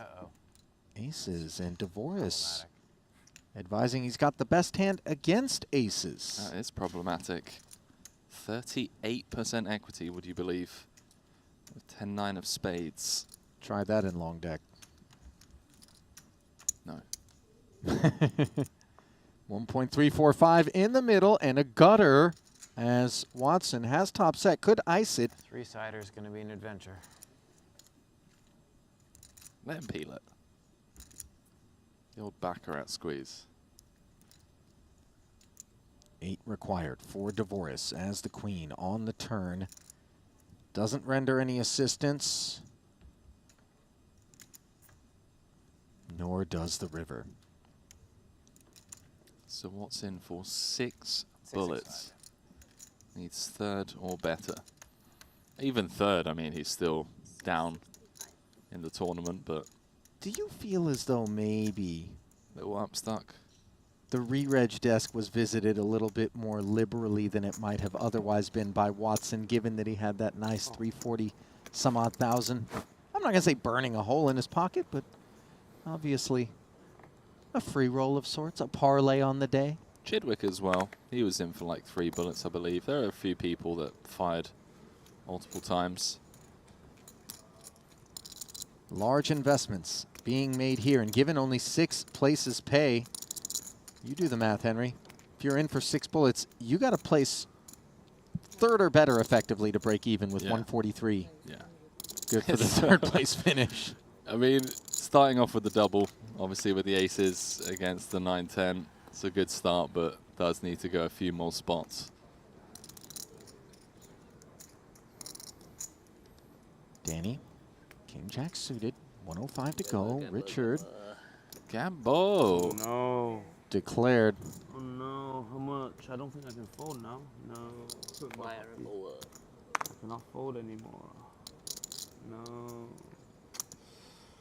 哎呀，手痕手痕，手多多。哎呀，哎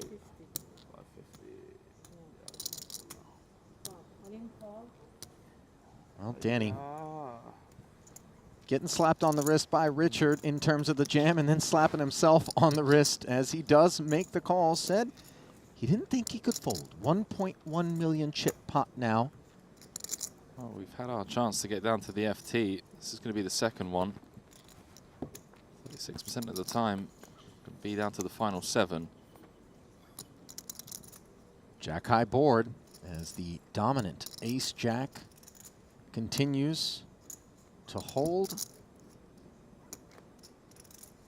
And now the ace does improve Yang, but gives Danny 4 outs to a queen. Unavailable.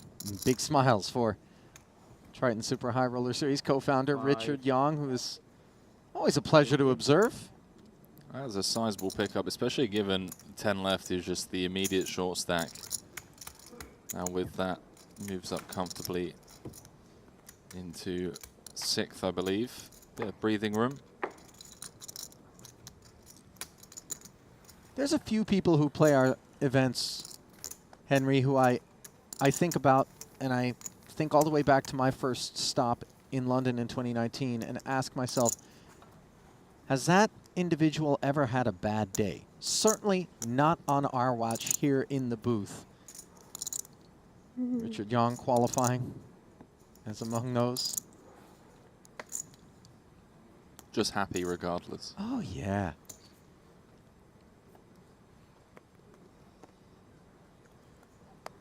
So with that double, it's now Daniel Forrest, immediate short stack, 30 antes. Could be a bit of a long one to get us into the money. The plan is to play down to the final table of 6. Sorry, into the money, I should say. Yeah, final table bubble right now, money bubble once we get there. Bad's gonna limp the 9s, and 8-9 suited for Anson. Also wants to take one. Now a far deeper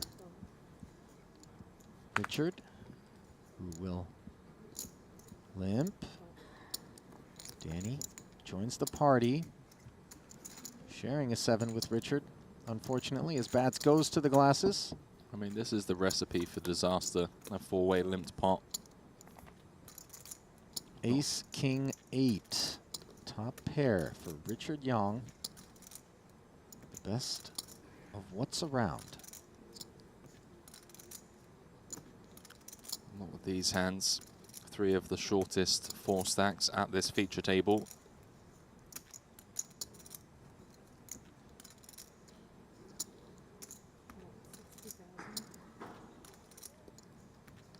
Anson Yu, by the way, looking for his first Triton final table. Would love to see it. Wasn't going to come. Bumped into Kia and Paul out in Manila. Kia asked him, "Going to be coming to Triton?" It's like, yeah. It's like, Kia, do you have a partner for the 200k? Kia was like, no, I don't. Teamed up. Obviously, Kia went on to final table that event. 240k in the middle now. It's always nice to bump into somebody that can sort you out for the Invitational, as Anson did.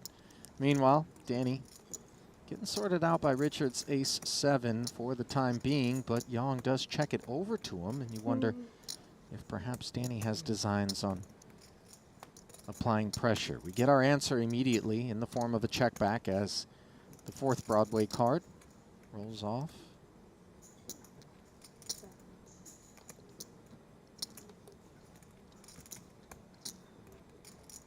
Now, we can't imagine that Richard is ever checking Broadway here, and if that's the case, Henry, perhaps Danny comes with the bluff. Yeah, try and fold out 2 pair, ace-X. Snap fold from Yong, so nice little pickup there from Tang. Made probably the hero call of the tournament earlier on against Bads. Hunting for his second title of the series. Now a peek at the all-Western edition of our 2 feature tables.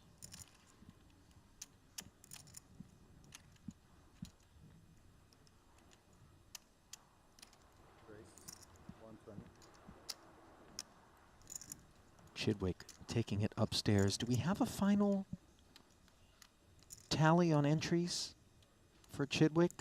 I want to say it was up there. Just 3, that's it? I believe it was 3, yeah. Oh, it felt like a lot more. The way he was just knocked out time and again before he could even get comfortable.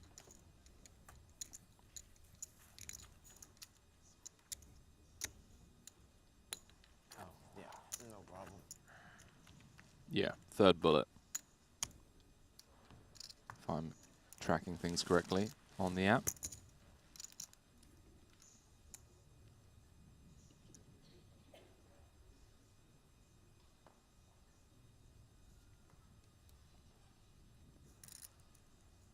So 75K. The total investment from Chidwick, which took that 3rd bullet for him to start heading in the right direction. It'll take 5th or better for him to be profitable. This might go in here. Forrest knows that Chidwick's going to be opening super wide. He covers everyone by a considerable margin. He also knows that Michael Watson and Chris Brewer have to play incredibly tight against him.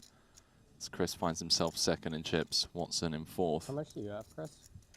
I have 2.1, I think. A little less. I have 2,050,000.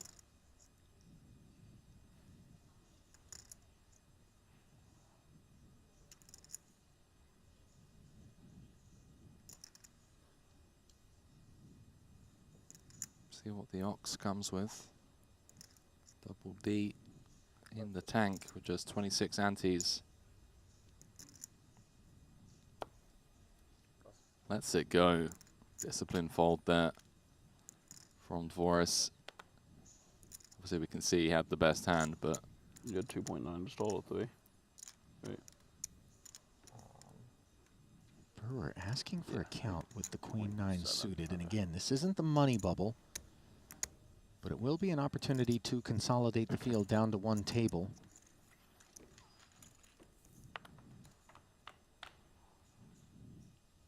Should a player be eliminated, and both Chidwick and Brewer connect with this Ace-King-9 board. 2nd pair for Stevie, bottom pair for Chris.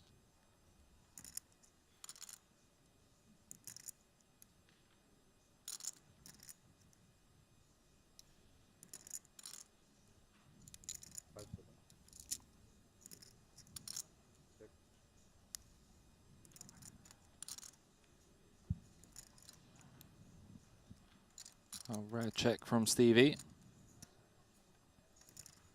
Hand that he doesn't want to inflate the pot with. Play a guessing game across future streets out position. Nor does Brewer, as the check back delivers a 10 of diamonds to the turn. Both players picking up a gutty.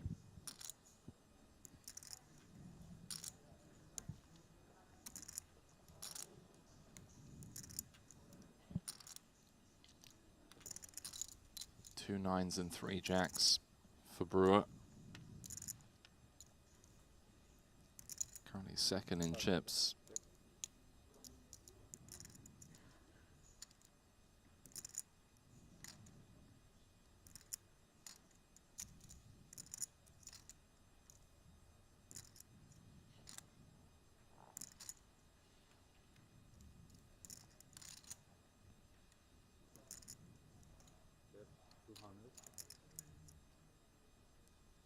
$200K bet from Brewer now.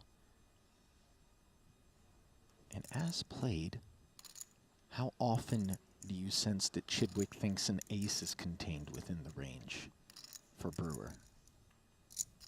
I think it has to be like a aces up type holding.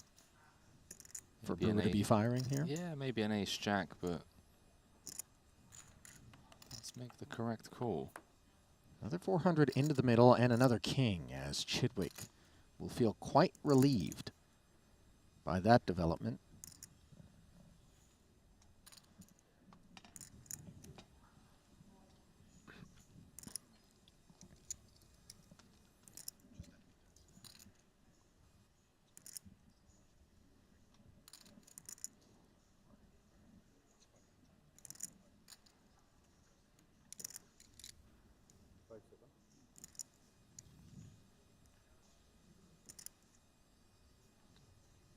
Chidwick always so thoughtful, no matter the affair or the situation, and so well studied at all stack depths and spots.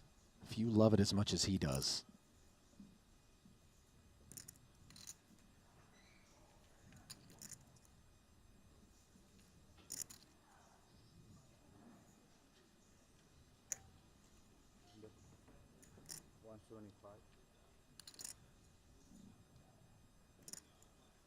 Was it 125?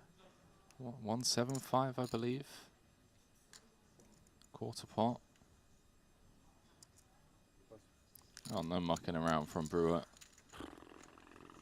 Maybe thinking about it for a second, but does let it go. Yeah, it was 175, and it was a super credible line for Trip Kings, I'd say. Henry, think you would agree? Obviously, easiest when we can see that's what the man had. Yeah, he had Trip Kings. Yeah, I'm saying credible. Oh, 100%, yeah. I'm sorry, man. Great read, great read. Yeah, sick read. Yeah, I mean, what an insane storyline this is turning out to be. So Jason obviously taking down the main, overtaking Stevie, coming into the short deck side of the series, and now Chidwick, chip leader, Jason Kuhn, not in sight in this one. 12th place finish for Jason. Ike Haxton 11th, Kiat Lee 10th, Elton Sang in 9th. All in. All in. Proclaims divorce. How much? Uh-oh. 380.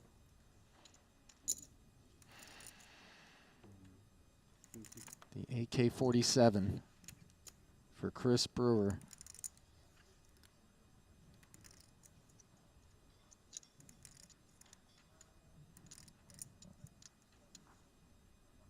Million? No, I said a million. $1 million, not all in. The declaration from Brewer, Jack 10, promptly mucked by Stevie, and might this be the moment the field consolidates? It certainly rates to be that, as Brewer dominates Divorce.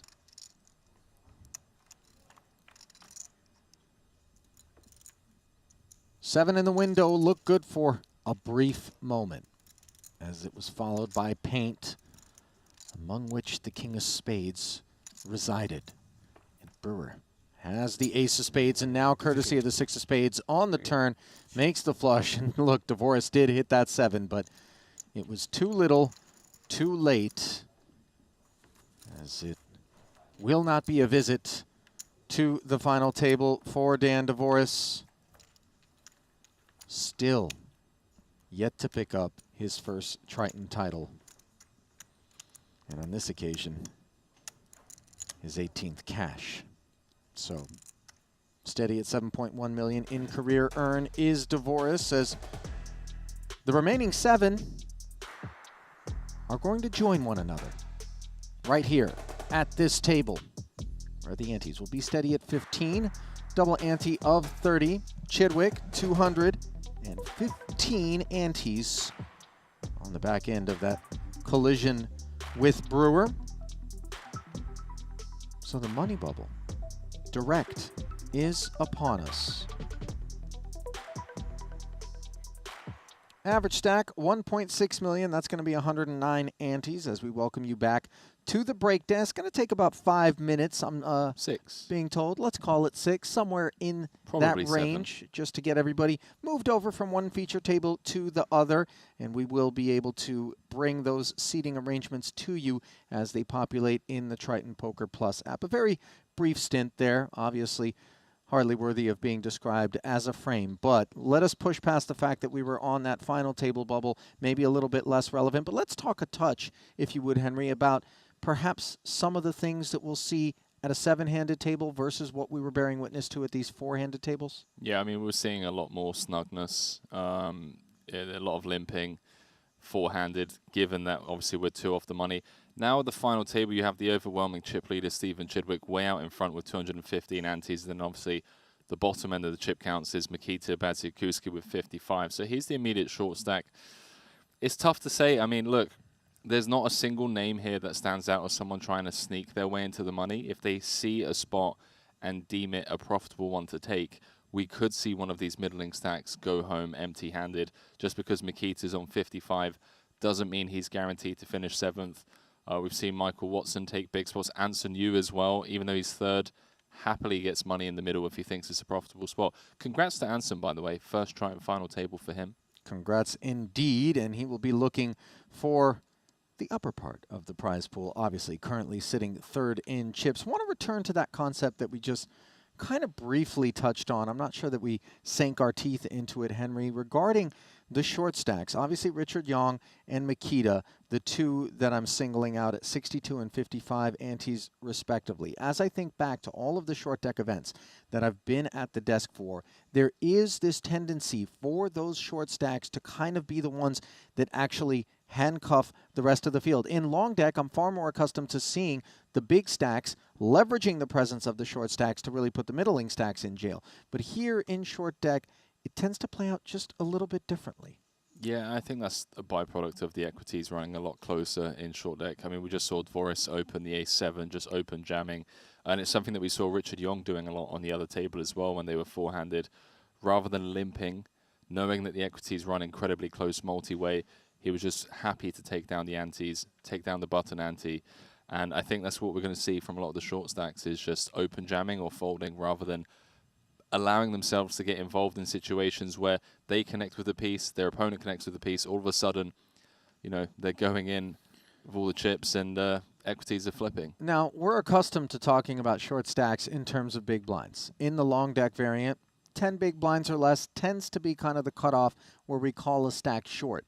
Where would you say in terms of antes, Henry, the threshold is for a stack to be considered short? I know relative to the remaining antes in the field, Richard and Mikita are short, but 60 or less qualify? I think so. I think like, yeah, between 60 and 80, I would say, or like less than 80.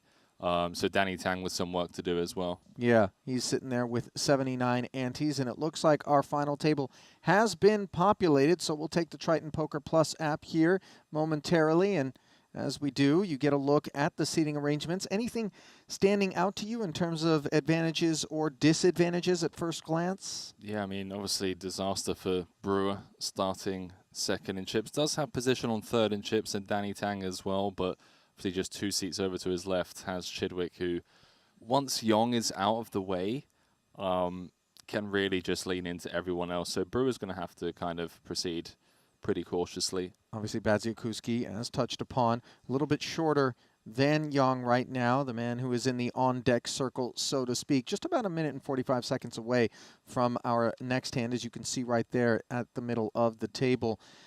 Let's... Few storylines. Talk to me. Danny Tang looking for his second title of the series, obviously. So Watts as well. Watson in for 6 bullets, needs third or better to kind of break even, make a profit or a small loss. Stephen Chidwick needs third or better to regain the lead on the Ivan Liao Player of the Year leaderboard going into the final 2 events. Mikita Badziakuski looking to close that gap again against Jason Kuhn, 7-time champion after taking down the main. Mikita looking to get up to number 5. Yep. And of course, Anson Yu's first final table. Danny Tang looking for another title, as is Chris Brewer of the series, and Richard Yong also looking for a title. So Badziakuski's 10th attempt for a cash, by the way. Only the 2nd time he's managed to get into the money. Bit a little bit of a dry series here for Mikita. 75K 8 max. He did finish in second for 1.2, but still unlikely to be a profitable trip thus far for Mikita. yeah, I mean, what, 3-2-3 up top? I think a win here plus the 1.2 million cashing for 1.5 at Triton should be profitable, but you never know. One never knows. Obviously, those open registration periods and unlimited rebuys can make things a little challenging. So let us, without further ado, get down to our final table here in the 25K short deck. 15K ante, 30K button, and there is the consolidated field all ready to get the action underway here on this direct money bubble. Fold it around to Stephen Chidwick. There he is.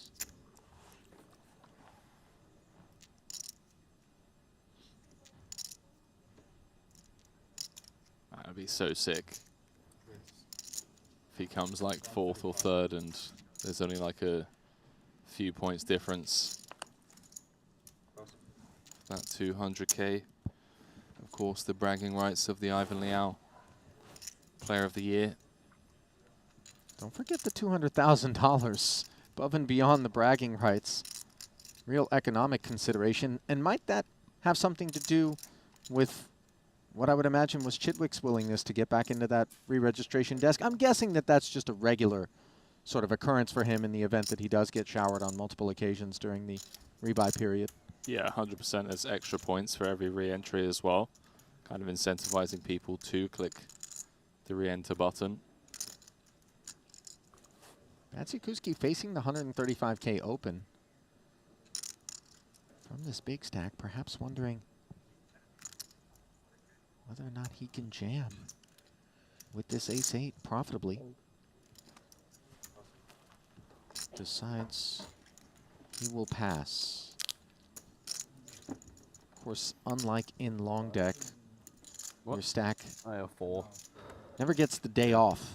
Antes. Every single hand. 7-handed here. 19, but you'll spend 1 spot on the button. That'll cost you 30. I could really do 6 some stalling on spots you guys. at the 15K. So it's 120,000 in orbit. Yeah, and I think that's why the stack off thresholds, you know, below 80, below 70, become so obvious compared to like Hold'em, where you start seeing people kind of open jam sub 20, sub 15. With the queens, currently 6th in chips with 60 antes. So a few players behind.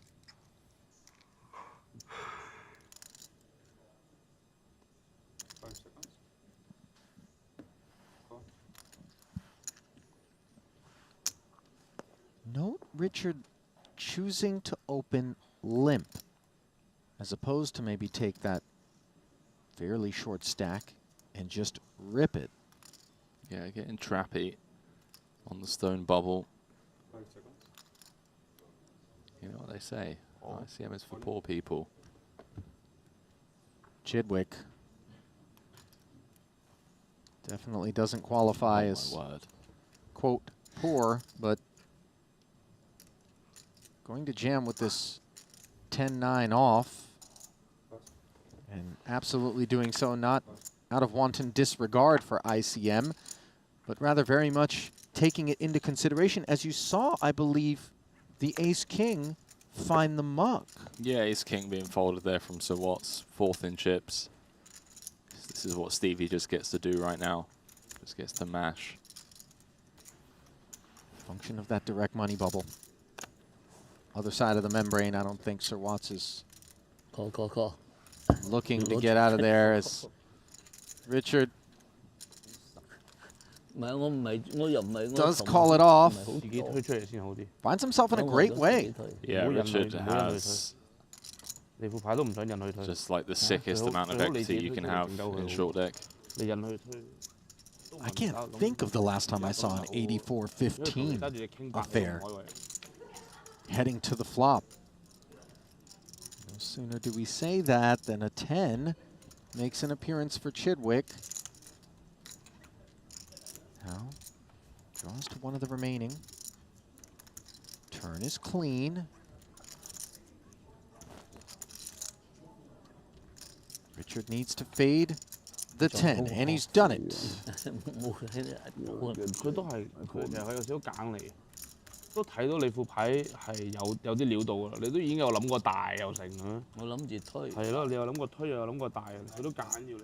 嚇？其實打係啱嘅。啱，又唔好話啱啦，即係可以，唔好話啱，可以。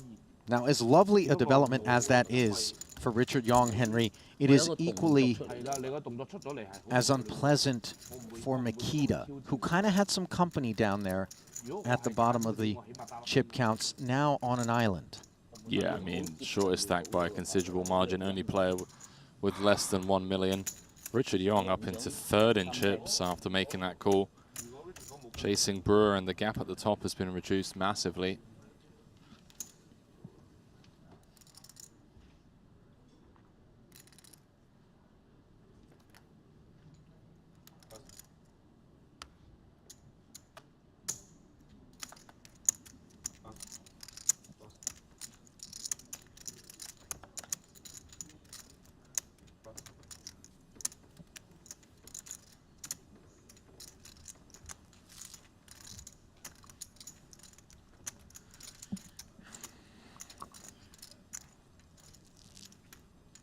Mucked around the bats. And this is the thing, man, like, there's some adjustments that need to be made when there are people like Yong who are going to take some of the higher variant spots because they want to just win the tournament. They're not interested in that main cash. That's why Mike Watson folds ace king. That's why you don't see Chris Brewer tangling with Chidwick, you know? One of those chips is mine, Richard. Oh, yeah. Sorry. No worries. Obviously. I've always felt like PLO. Yeah, let's do it. So is yeah, I'm in. a few variables that go in, but that the one easy to overlook Deuce is wild. it's nuanced. PLO short deck PLO. Well, 6 is wild. Whatever. It didn't matter.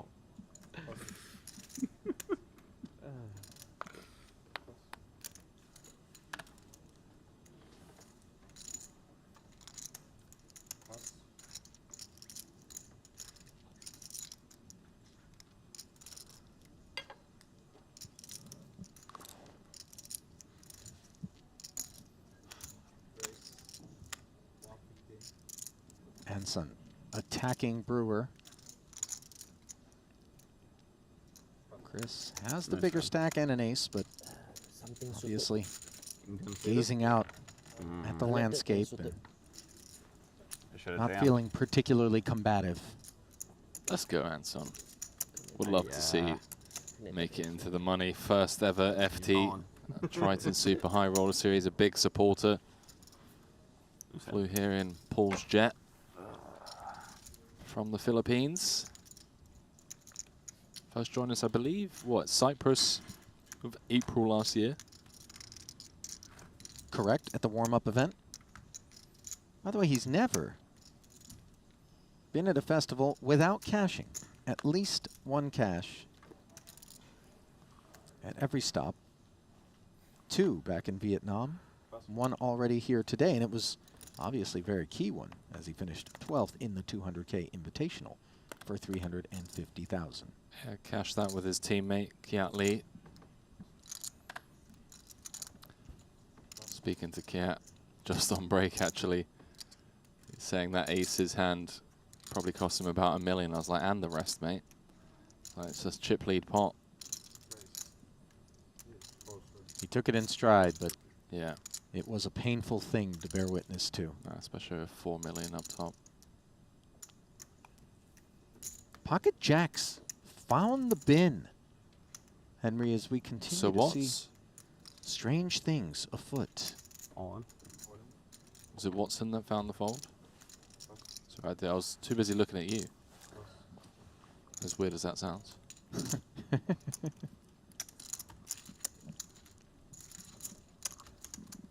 Brewer able to jam the ace-9 suited. Brewdog. Second title.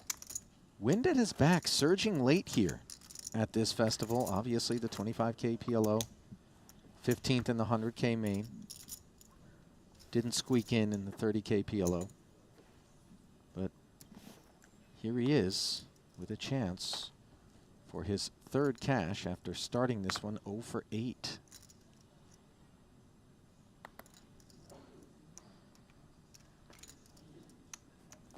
All in. Watson jams.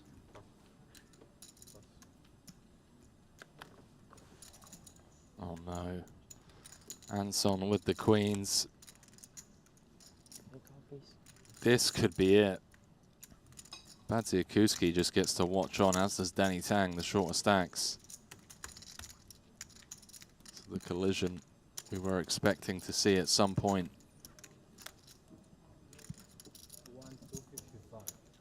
Is upon us. I think jacks is a fold, queens is a call.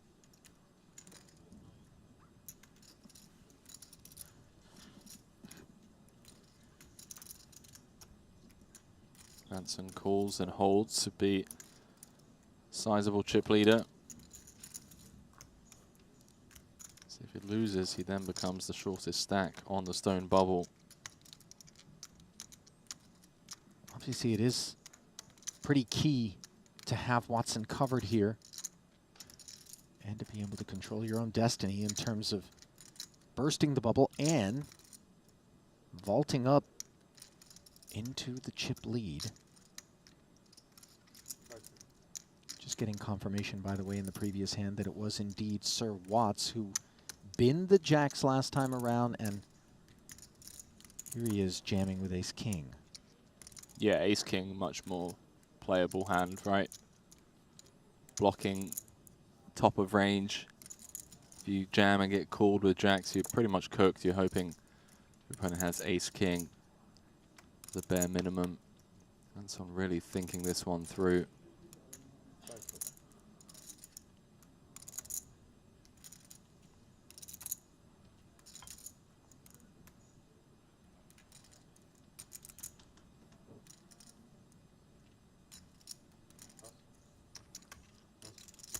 Folds the queens. That is a big laydown from Anson. Watson shows the ace-king, and obviously Anson knows he was ahead, but he's also equally as aware that the ace-king left him very vulnerable. Yeah, equities run insanely close in short deck.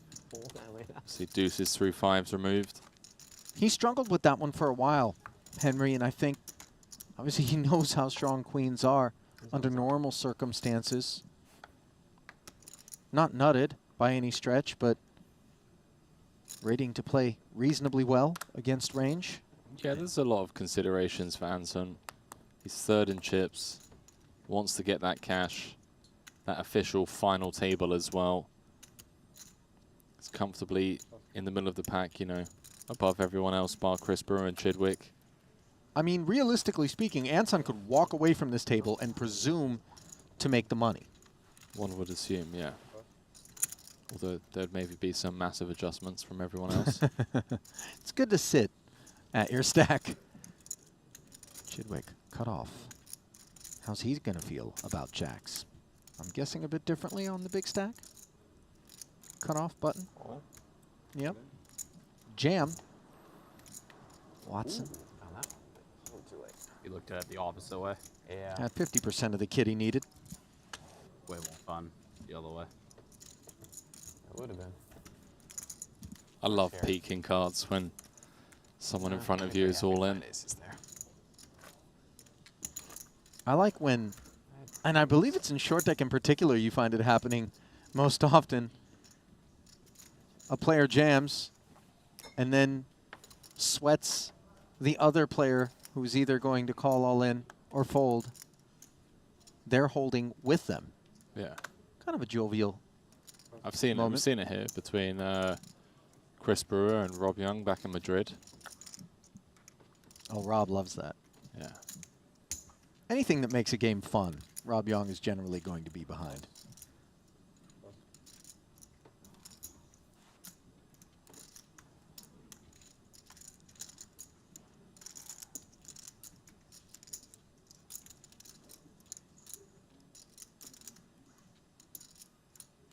All in. Watson wants to find out if Makita's ready. That says no, as the double ante gets shaved off of an already short stack.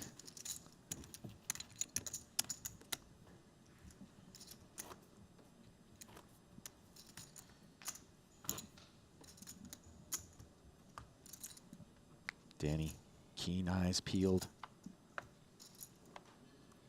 on, no doubt, that Triton Poker Plus app. A bubble player's best friend. He is indeed. Could be checking his Amazon Prime delivery updates, but you never know. You think he's got Prime? Be a fool not to. I That's agree. Great value. Same day delivery. Come on. Depends on your market. Prime Video also thrown in. Yeah. They did up the price. Was it like $15 now a month? You pay monthly. I'm just asking. It's kind of a nitty way to go about it. Also economically, just not particularly sharp. Take the discount. Pay yearly. Chidwick takes the pot. If only we all had that Ali Najad money. Got a little bit more of it today at market close. There we Henry. go. How Not much? an entirely unknown fact that whilst some might look at this screen and think, I know where the degenerates are in the room, unpictured, yours truly, occasionally playing a little bit bigger. Leverage. Shout out TD Ameritrade. Margin department, thanks for keeping the position open. Meanwhile, Chris Brewer opening a position, raising to 2 million under the gun with an ace-10 offsuit. I mean, he's got the ace-king to fold again from Watson. You just see the luxury of having the second biggest stack. I'm surprised. I mean, he was jamming into Chidwick. That's, yeah. But remember, Looks like Chidwick's I thought that was the obviously end going to of the be call. assigning really way up in his range to Brewer if Chris is willing to do this happens, stuff. though. Like, to go from second to out in seventh. Wow. Yeah, it would be a disaster, no question about it. But yeah, you definitely want to be the one doing the jamming rather than the calling. Putting everyone else in a tough spot.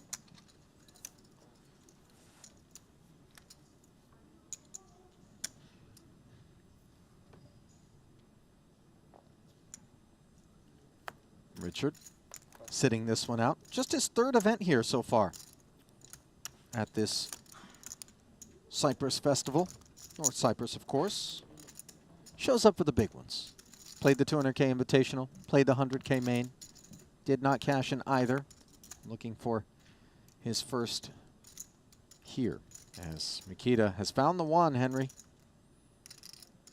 Does he ever limp? No. Not out of this position. Everyone's going to assume a limp is strong anyway.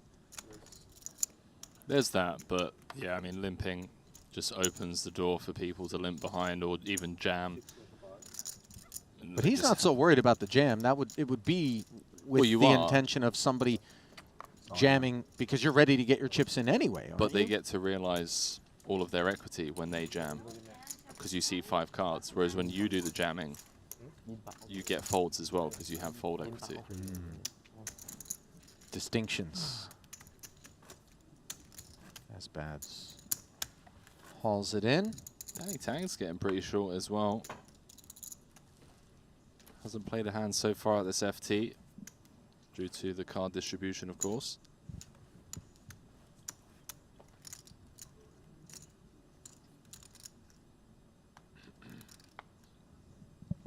Chidwick, again, just a monster holding. Stevie already with 3 cashes in this series. 3rd in the 20K 7 max, 11th in the 30K mystery bounty, 8th in the 100K main. This is his second final table, but an FT not good enough for a cash as he seeks his whopping 23rd ever with 16 million plus in career Triton earnings. Stone Just bubbled. 1 title. The 200K. That was brutal. Oh, yeah. Stone bubbled. Talking about stone bubbling. Is that honor going to belong to Danny Tang? Well, this jam with the 2 queens over the top of a Chidwick Open that he has to assume is going to be wider than all others, given his boss stack status. Does Snap get the call? Don't feel good. Uh-oh. Could be a little reverse psychology. There's been some interesting superstitions, but Danny actually doesn't look like he thinks these queens are going to hold. It happens. These guys know. Oof. He's got the gutter. 6 outs twice. Good for 36% with 2 to come. Turn. Not there. Good luck. Are the GGs going to be premature from Danny? No, they're not, as Chidwick improves to aces and kings in a very disheartening stone bubble. Will belong to Danny Tang. I'd play to the Henry end of the level and if allowed, but Just because tomorrow the main event. he was the second shortest stack in that moment, but there were two shorter than Can we play his a at the little onset of this FT, and no one's going to hold him responsible for his departure. We can finish the level. GG's. Bit of a setup hand.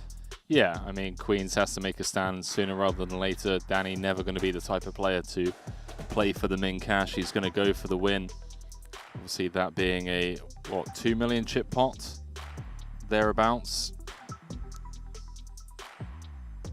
Yeah, 2.1 million chip pot. If he wins that, he's tied it at the top with Brewer. So, GG's, Danny. One that catapults Stevie to 3.6 million roughly, and 180 antes as we're in the money here in North Cyprus as you look at the distributions of that $950,000 total prize pool, brought to you by Merit Poker, the real poker experience. Just heard the players asking the four if they can play one more level. So now we're going to play to the end of this level, I believe. And call it a day. The plan was to play down to the money, but they were saying, look, tomorrow's the main event. Let's play one more level, call it a day. Approaching Yeah, like 11 3.9 p.m. now, something, right? local time. 3.6, okay. Cool. Makita's Still got some left in the tank. Why not polish it off, they're saying. No need to wrap it up earlier than we've got the energy for. Of course, everyone must agree. If there's anybody dissenting, I would imagine respect will be shown. Yeah, to I don't that think individual. anyone's going to talk up if everyone wants to play. You're not going to be the one guy that's like, guys, I need to go to bed. No, I've never made it this deep in a tournament. I don't play them, but I would obviously revel in the opportunity to tilt everyone. I would actually like really vacillate for a while, to the point where they'd be like, we could have finished the level already. What's your decision? I'd be like, you know what? You guys are right. Let's play. Queen 7-6. I love chaos, Henry. You know me. I know you do. Bottom pair for Chidwick here. Mystery side card for Anson. Watson getting a nice little 2.6x return on his 6-bullet investment. 3.4 to go.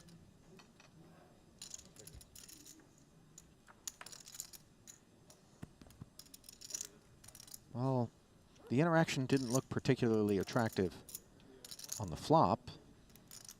Courtesy of a round of checks, suddenly Anson's hand looks like it could be interesting. Minimum of a gut shot, possibly a club draw. Maybe even a 10 high straight. Getting trappy. We did have the 10-9. Now, of course, that ace plays as a 5, so there is a 4-liner on board.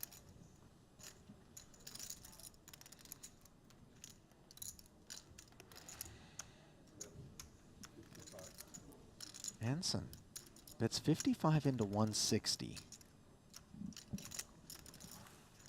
This would be complete insanity for me if Chidwick were to call with just 6s. What, just putting Anson on like King Jack, King 10? I mean, 3 Jack diamonds 10. on board, a 4-liner, and 4 overcards. Behave.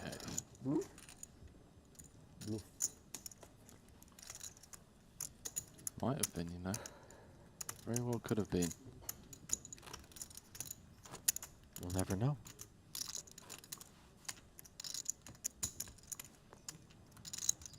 Now, our boss on the Sharehattan side has got me spending some money. Go on then. Shout out, Pauls. Heard Daniel Dvoris talking about Garmin, the watch brand. Yeah. Went to the sauna with Pauls. What do you know? He's rocking a Garmin watch. Started talking. He's like, Henry, forget your Apple Watch. Garmin, is what you need. And he is somehow the messiah of wristwatches. I feel compelled to remind you that the official timekeeper of the Triton Super High Roller Series, Henry, is Jacob & Co. Says you. No, I understand that talking about an entry-level Jacob might be beyond ceramic RMs 24/7. The salary of a commentator, but hang on, don't you worry about my salary, pal. I'm just big up in Boss's collection. All right. Cool. It's inbounds. As Anson, King 10 suited, dominated by Brewer, who popped it up with Ace 10 off, but in turn Brewer dominated by Richard Young, who flatted. And now the 9-9 jack board, as Anson comes along, delivers him the gut shot. 560 in the middle, bit of an awkward three-way affair, courtesy of Brewer. He will check. I don't think anyone's particularly concerned about trip 9s in a spot such as this. 8 on the turn as Anson improves to a two-way straight draw. Brewer picking up the open ender. Queen would be disastrous for him. Yeah, a little something for everyone. A lot to fight for out there as well. Now that they are in the money.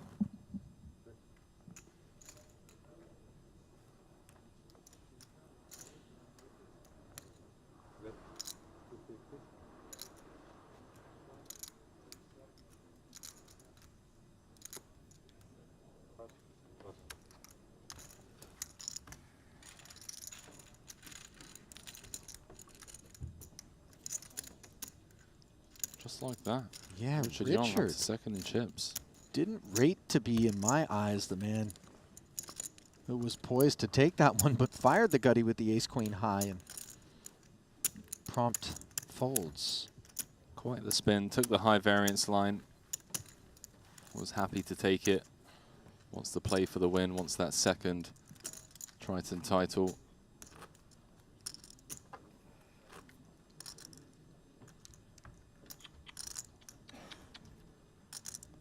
First one coming way back. Montenegro 2018.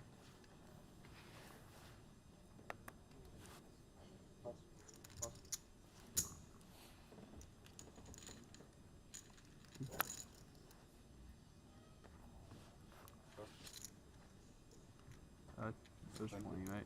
Oh, sorry. I think I'm old man, I'm free. Richard didn't have his ante out there apparently and said, I thought it was a senior citizen discount. No such things here. He's trying to get the free bus pass. I love it. I don't think Richard's ridden the bus. Ever? Perhaps ever. No, I mean, obviously, as a young lad, maybe there was some bus. Not sure the origin story, but. When was the last time you got on a bus? Like a municipal bus, not just something to get me to an airport terminal from No, a of satellite course. gate. Yeah, all right. And even that one I try to avoid. It depends. The first class buses, you know. Yeah. Well, listen, Henry. The Emirates first class bus.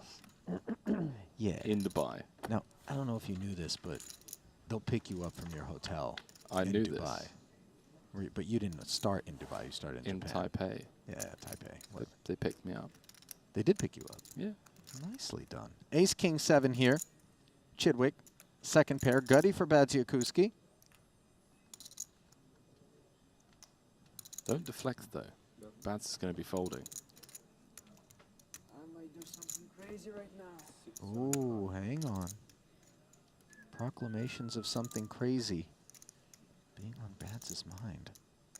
Just to play for the win? Crazy call.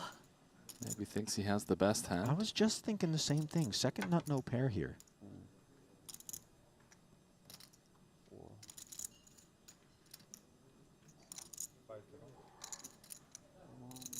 These are not empty threats, by the way. No. Not sure whether or not people caught it. as it wasn't a part of our broadcast, Henry, but Bads was up against Linus Lolliger at an outer table in an event where Linus was motionless on a big bluff. And with just ace-king high, Bads went into the tank and threatened that he was going to have to do something if Linus didn't relax. Linus never flinched, and in the end, Bads would make the heroic call. Listen, this is Urban Boris, okay? Oh, yeah. This isn't posturing.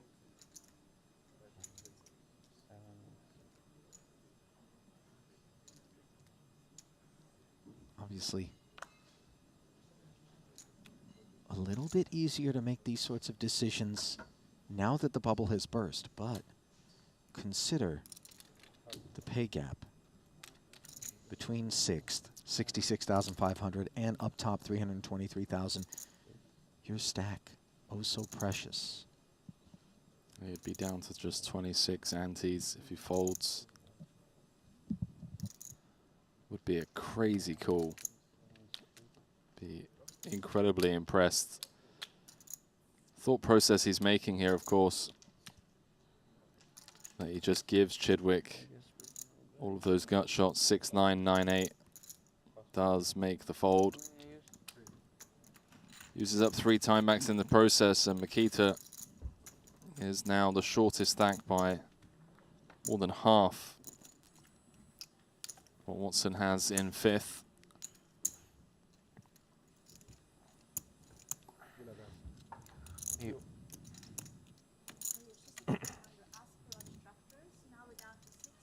Chidwick, 3.77 million. The sailing would appear to be fairly smooth, but of course, collisions are always brewing in short deck. And the best hand doesn't hold nearly as often as in its long deck counterparts. Yeah. Yeah, probably. Well, Chidwick with a third of the chips in play now. 6-handed. Looking very good to regain the Ivan Liao Player of the Year leaderboard pole position. Chris Brewer thinks ace-queen looks very good. Good enough to make it 1.7, the bulk of his stack. He's got through the 2 bigger stacks. That's the big hurdle, right? Yeah. You want to fade the quick call from one of the chip leaders, Richard Young or Stephen Chidwick. Now back to the bus, Ali. I mean, the one I don't ride? You don't really have many public transport options in Vegas. That's true, but I did grow up in the San Francisco Bay Area, which has a robust public transit system. And in fact, given how bad traffic is, to this day, to get to my parents' house from San Francisco International, I would sooner ride BART, Bay Area Rapid Transit train system. Now, occasionally one does encounter transients.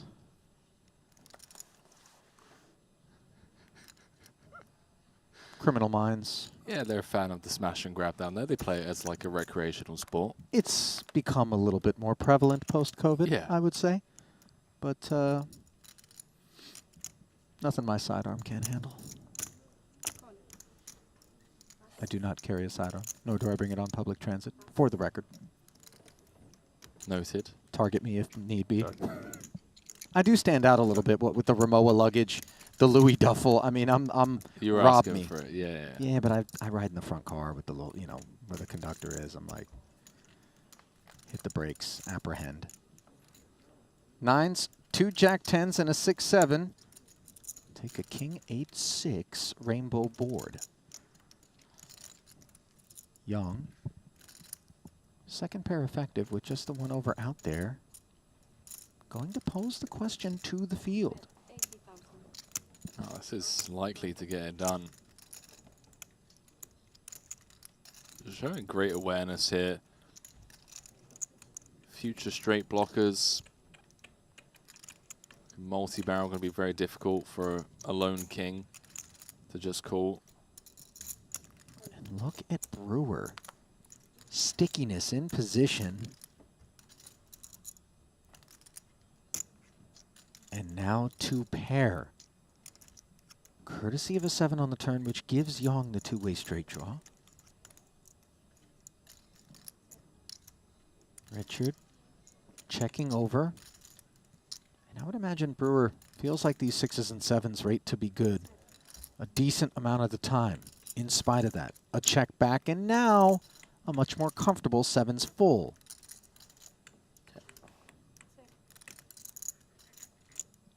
Here's Richard.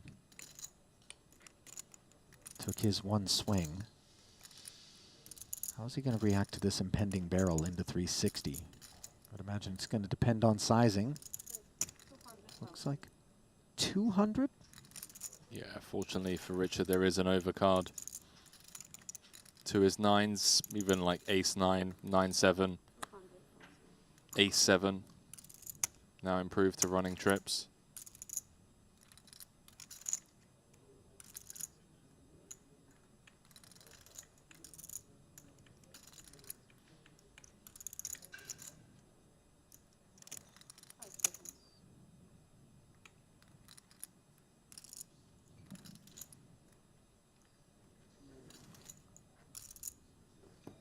Richard's wondering whether or not there aren't some bluffs in this range, but let's try to think of what those bluffs would be. I mean, 8-6, ace-8, does ace-8 really opt to bluff this run out? Just has decent showdown. Yeah, nice fold. Unfortunate run out there. And Brewer says good fold. 三的话有7。 Good fold. 有 K 啊。应该没牌跟我嘛，就是6、7、6、8、10。7、9。太多的7的 combination。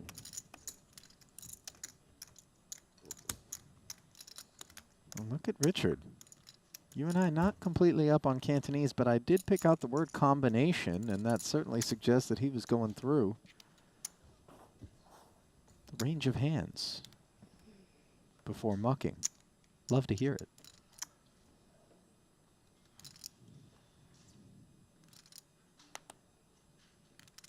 Now Chidwick, eyes darting about the stacks around him before choosing to limp with the Queen Jack of Hearts. Now Watson, Ace Queen. Feels like an all-in spot. It's 5 of 6. Doesn't want to be taking his hand multi-way. And it goes, and that should, well, should fold out Stevie, but he's going to run the math.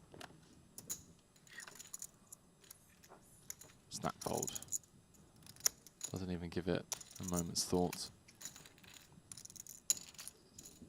That champion dry poker, he came in today, wins the PLO, straight into the short deck, 6 bullets.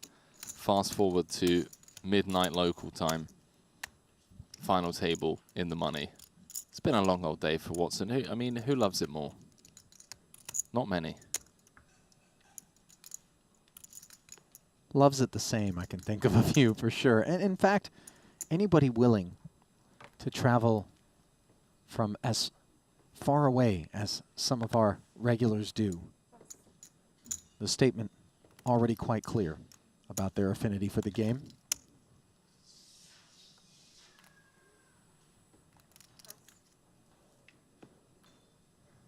So there's a few people watching that have also ridden the BART in Oakland. The BART in SF.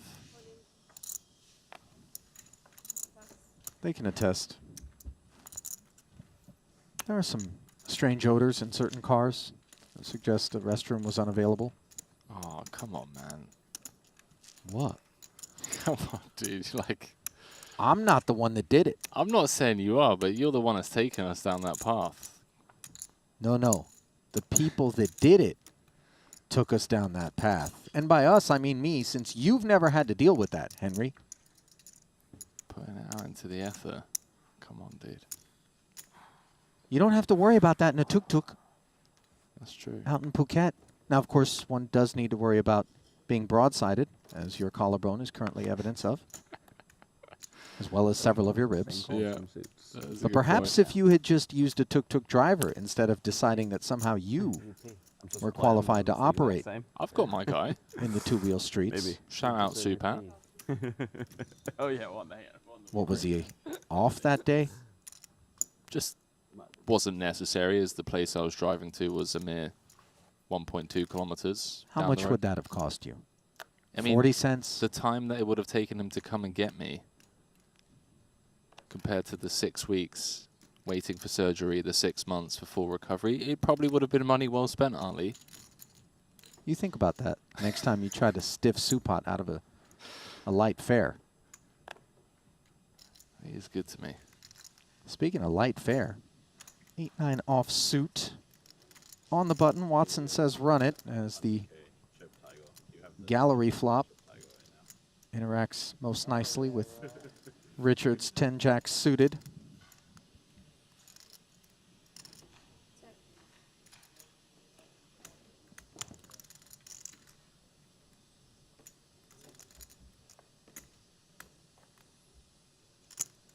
So he wants to take a stab at this.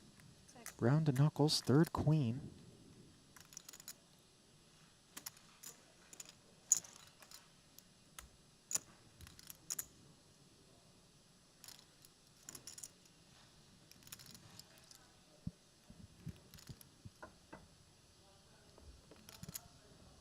Richard says, I'm not interested. 2 jacks in front of Watson. Look, we know that that image isn't one that suggests an old, like, Texas saloon gambler, but the cocked head, the kind of loosely placed ball cap with the flat brim. I see it. I see it. I know what you mean.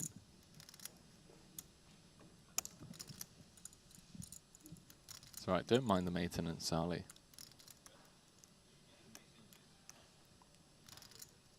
Richard with just jack high is going to win this one at Showdown, unless Watson takes a stab here. I need him to come with like a really unexpected southern drawl at Showdown there and just be like, well, I got 9 high. See, it's the head cock that's doing it. It's the cap as well. And the cap is fantastic. It is fantastic. It's a dash of Paul Volpe, the hat, specifically for me. I don't know who that is, but that's my bad. Shout out Paul Volpe. Probably a legend Henry. gambler.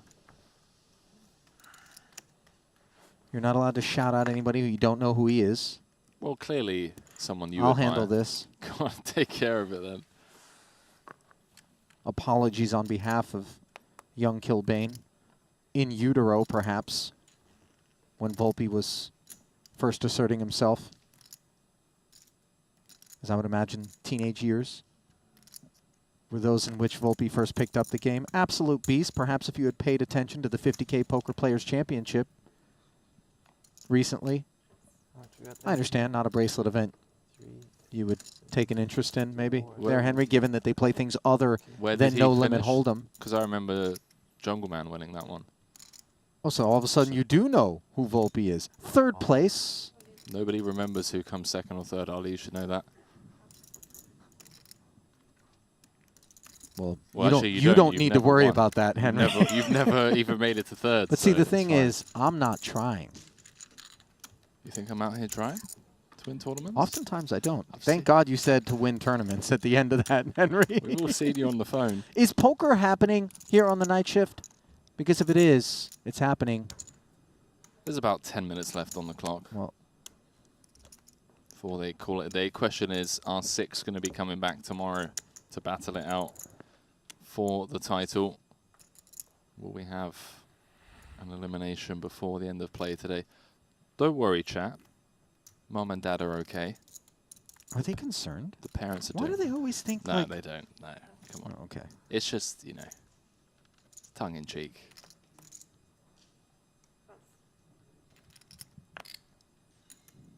Ali wishes he could play tournaments. No, Henry, that's where you're wrong. That's true, actually. I'm in the exact same boat. I mean, these guys are legends of their craft. And one of those legends... The variants. Crafting up almost all of it with the ace-queen off. Ensign Yu asks for the rest of it with queen-9 dominated here. It's got to that stage. Makita down to just 19 antes. Close to an almost any 2 spot for Anson. He knows it. Bads knows it. Everyone at the table knows it.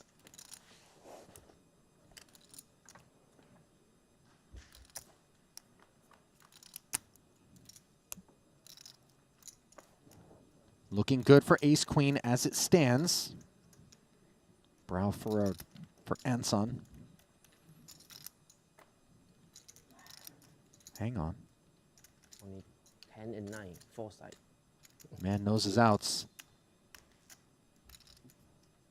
4 sides have been requested. The Tiger deployed so as to guard against such developments and does the job. Fantastic timing from Bads. I would actually say that the Tiger maybe did the bulk of the work there, Henry. Bads simply placed him. But it was the big cat that warded off the evil rivers. What goes on in your mind? What doesn't go on in my mind, Henry? Perhaps a better question. Shorter answer, that's for sure. I feel like one day I'm going to get a call. Henry, can you post bail? I would venture to guess it would be more, would you be willing to testify against this individual in court? Lucky Tiger for Bads, but still the shortest stack, even with that double up. Still 6th of 6. Stephen Chidwick way out in front.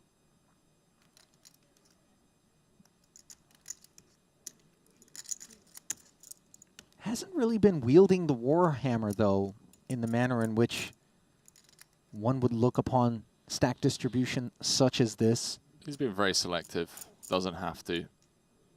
But a function of short deck, a little bit as well. Certainly that. Kind of touched on the power of the short stack in short deck relative to the long deck counterpart. Nevertheless, on cue, Chidwick, 165. Bads binning the king-queen. Anson putting a jack into the wastebasket. Right. And now I think 3.5. Brewer with 2 jacks, second in chips. On the button, 40K invested already, another 125 added to take this flop. And everyone's delighted to see these two involved. 9 high rainbow texture, over pair for Brewer, top pair, and the gutter for Chidwick on the bad end. Top for Stevie. Could get himself in trouble here. Does, of course, still have 44% equity. I'd imagine this is the end of the spectrum in terms of hands that Chidwick doesn't assume Brewer is going to do too much digging in with from the button. And if that is the case, might he lean harder with the ace-9? It's still incredibly connected, though. Like queen 10, queen jack, king 10, ace 10. All of these hands have, you know, gut shots. But arguments in favor of something like this in the interest of equity denial against that sort of kit. Yeah, that's insane. Fantastic jam from Stevie. You see the 3.8 million. Put in jail. 1 pip low on a 2 stack off. Bit too high. So Brewer's suggesting 210s would have been in there.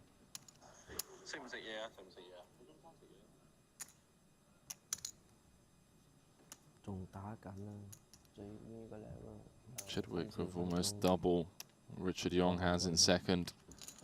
Looking like his tournament to lose.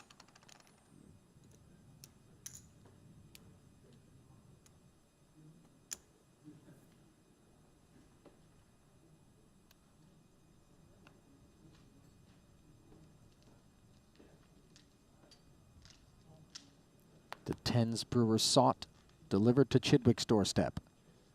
Under the gun.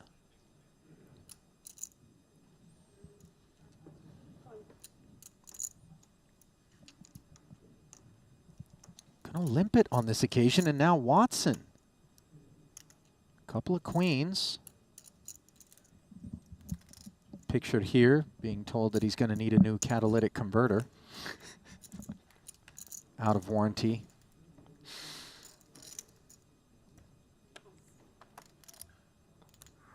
Will call.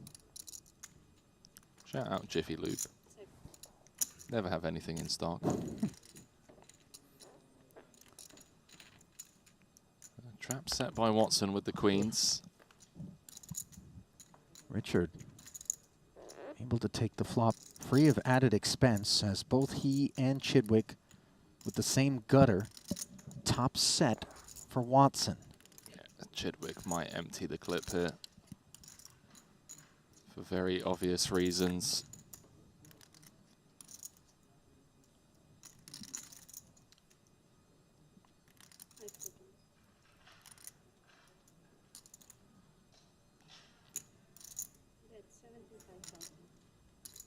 Stevie wants to lead.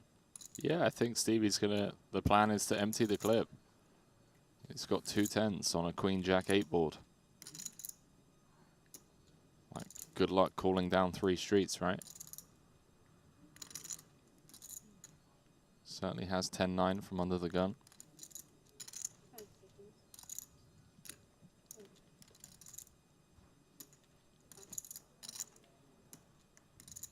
Young gives way. As the flat from Watson. Ace of hearts. Flushes are of concern to full houses. Draw dead possibilities here.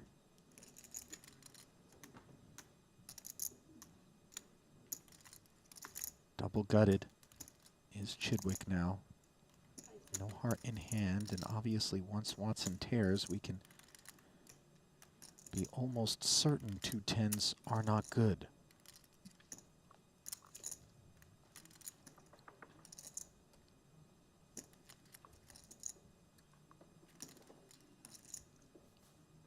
Stevie gonna have more ace queen, ace king, aces from under the gun. Nice hand to lean into maybe some queen jack type holdings, queen 10, jack 10, that just can't continue.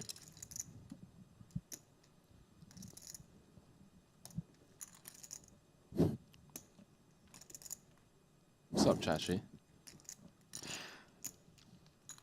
Watson pictured here being told that the nearest tow truck driver is an hour away. Call him Mad Dog for a reason. Watson? Yeah. Sir Watts. Sure, but his nickname is Mad Dog. Nothing mad about calling 225K. Another 450 in there. Chidwick setting himself up for a potential 3-streeter, unimproved as a very dry 6 of diamonds rolls off.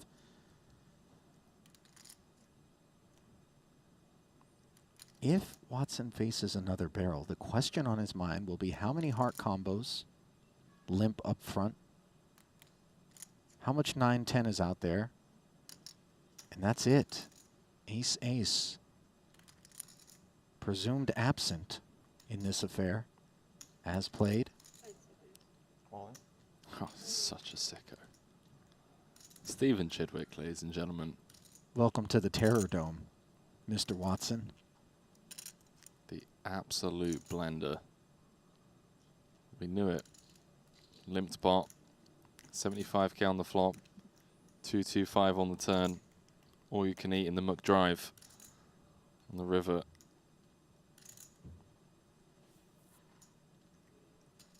Would you find the call here, Henry? As played, would you feel comfortable enough with a set of queens? I mean, obviously, there are enough just, you know, gut shot blockers available. Chidwick retaining hands like aces. But Does he have aces as played? Limp and then barrel? No, I don't think so, but I think he has like the bigger ace-X, like ace-10, ace-king. Okay. We beat all that. We do. And that's what we're looking for if we're Mike Watson. The sort of kit that would feel compelled to fire 3 barrels at us. And he did indeed make the call. Mike Watson being commended by Stephen Chidwick, acknowledging what it took for Mike to find the call there. Dude, that is so insane. He came in today 1 p.m. local time, wins the PLO. He's going to bed at midnight, chip leader of the 25k short deck. But maybe more importantly, stopping Stephen Chidwick from taking pole position again on the Ivan Liao Player of the Year leaderboard. Yeah, Chidwick will lay his head on the pillow, well off of the high water mark as he slips into second behind Watson with 2.38 million. There it is, one look at a final chip count here in the 25k short deck. Final table set, and then the bubble burst. As when we return, it will be a 20k ante and a 40k button.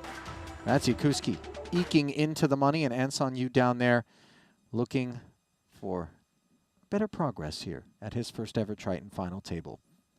Back here at the desk, Ali alongside Henry. It has been a long day, certainly not just for us, for the likes of Watson, aforementioned winner, and then coming in and handling business last hand of the night. 6 bullets fired, but closing the day, chip lead, another title. I mean, Brewer going for his second of the trip, so Watts going for his second of the trip. Chidwick with a lot at stake here, looking for his second ever title, and of course wants to be finishing off this series atop of the counts. Very much so. Let's take the payouts as we look at the Triton Poker Plus app. $950,000 prize pool, $323K will await someone come tomorrow. $66,500 already locked up in a very talented 6-man field.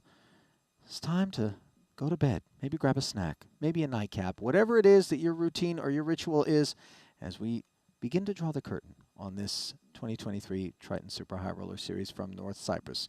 Time to draw the curtain on today's coverage. So on behalf of our entire crew here at the Marriott Royal Diamond, Henry, Randy, producer James, Martin's back there. I'm Ali saying good night, and we'll see you tomorrow.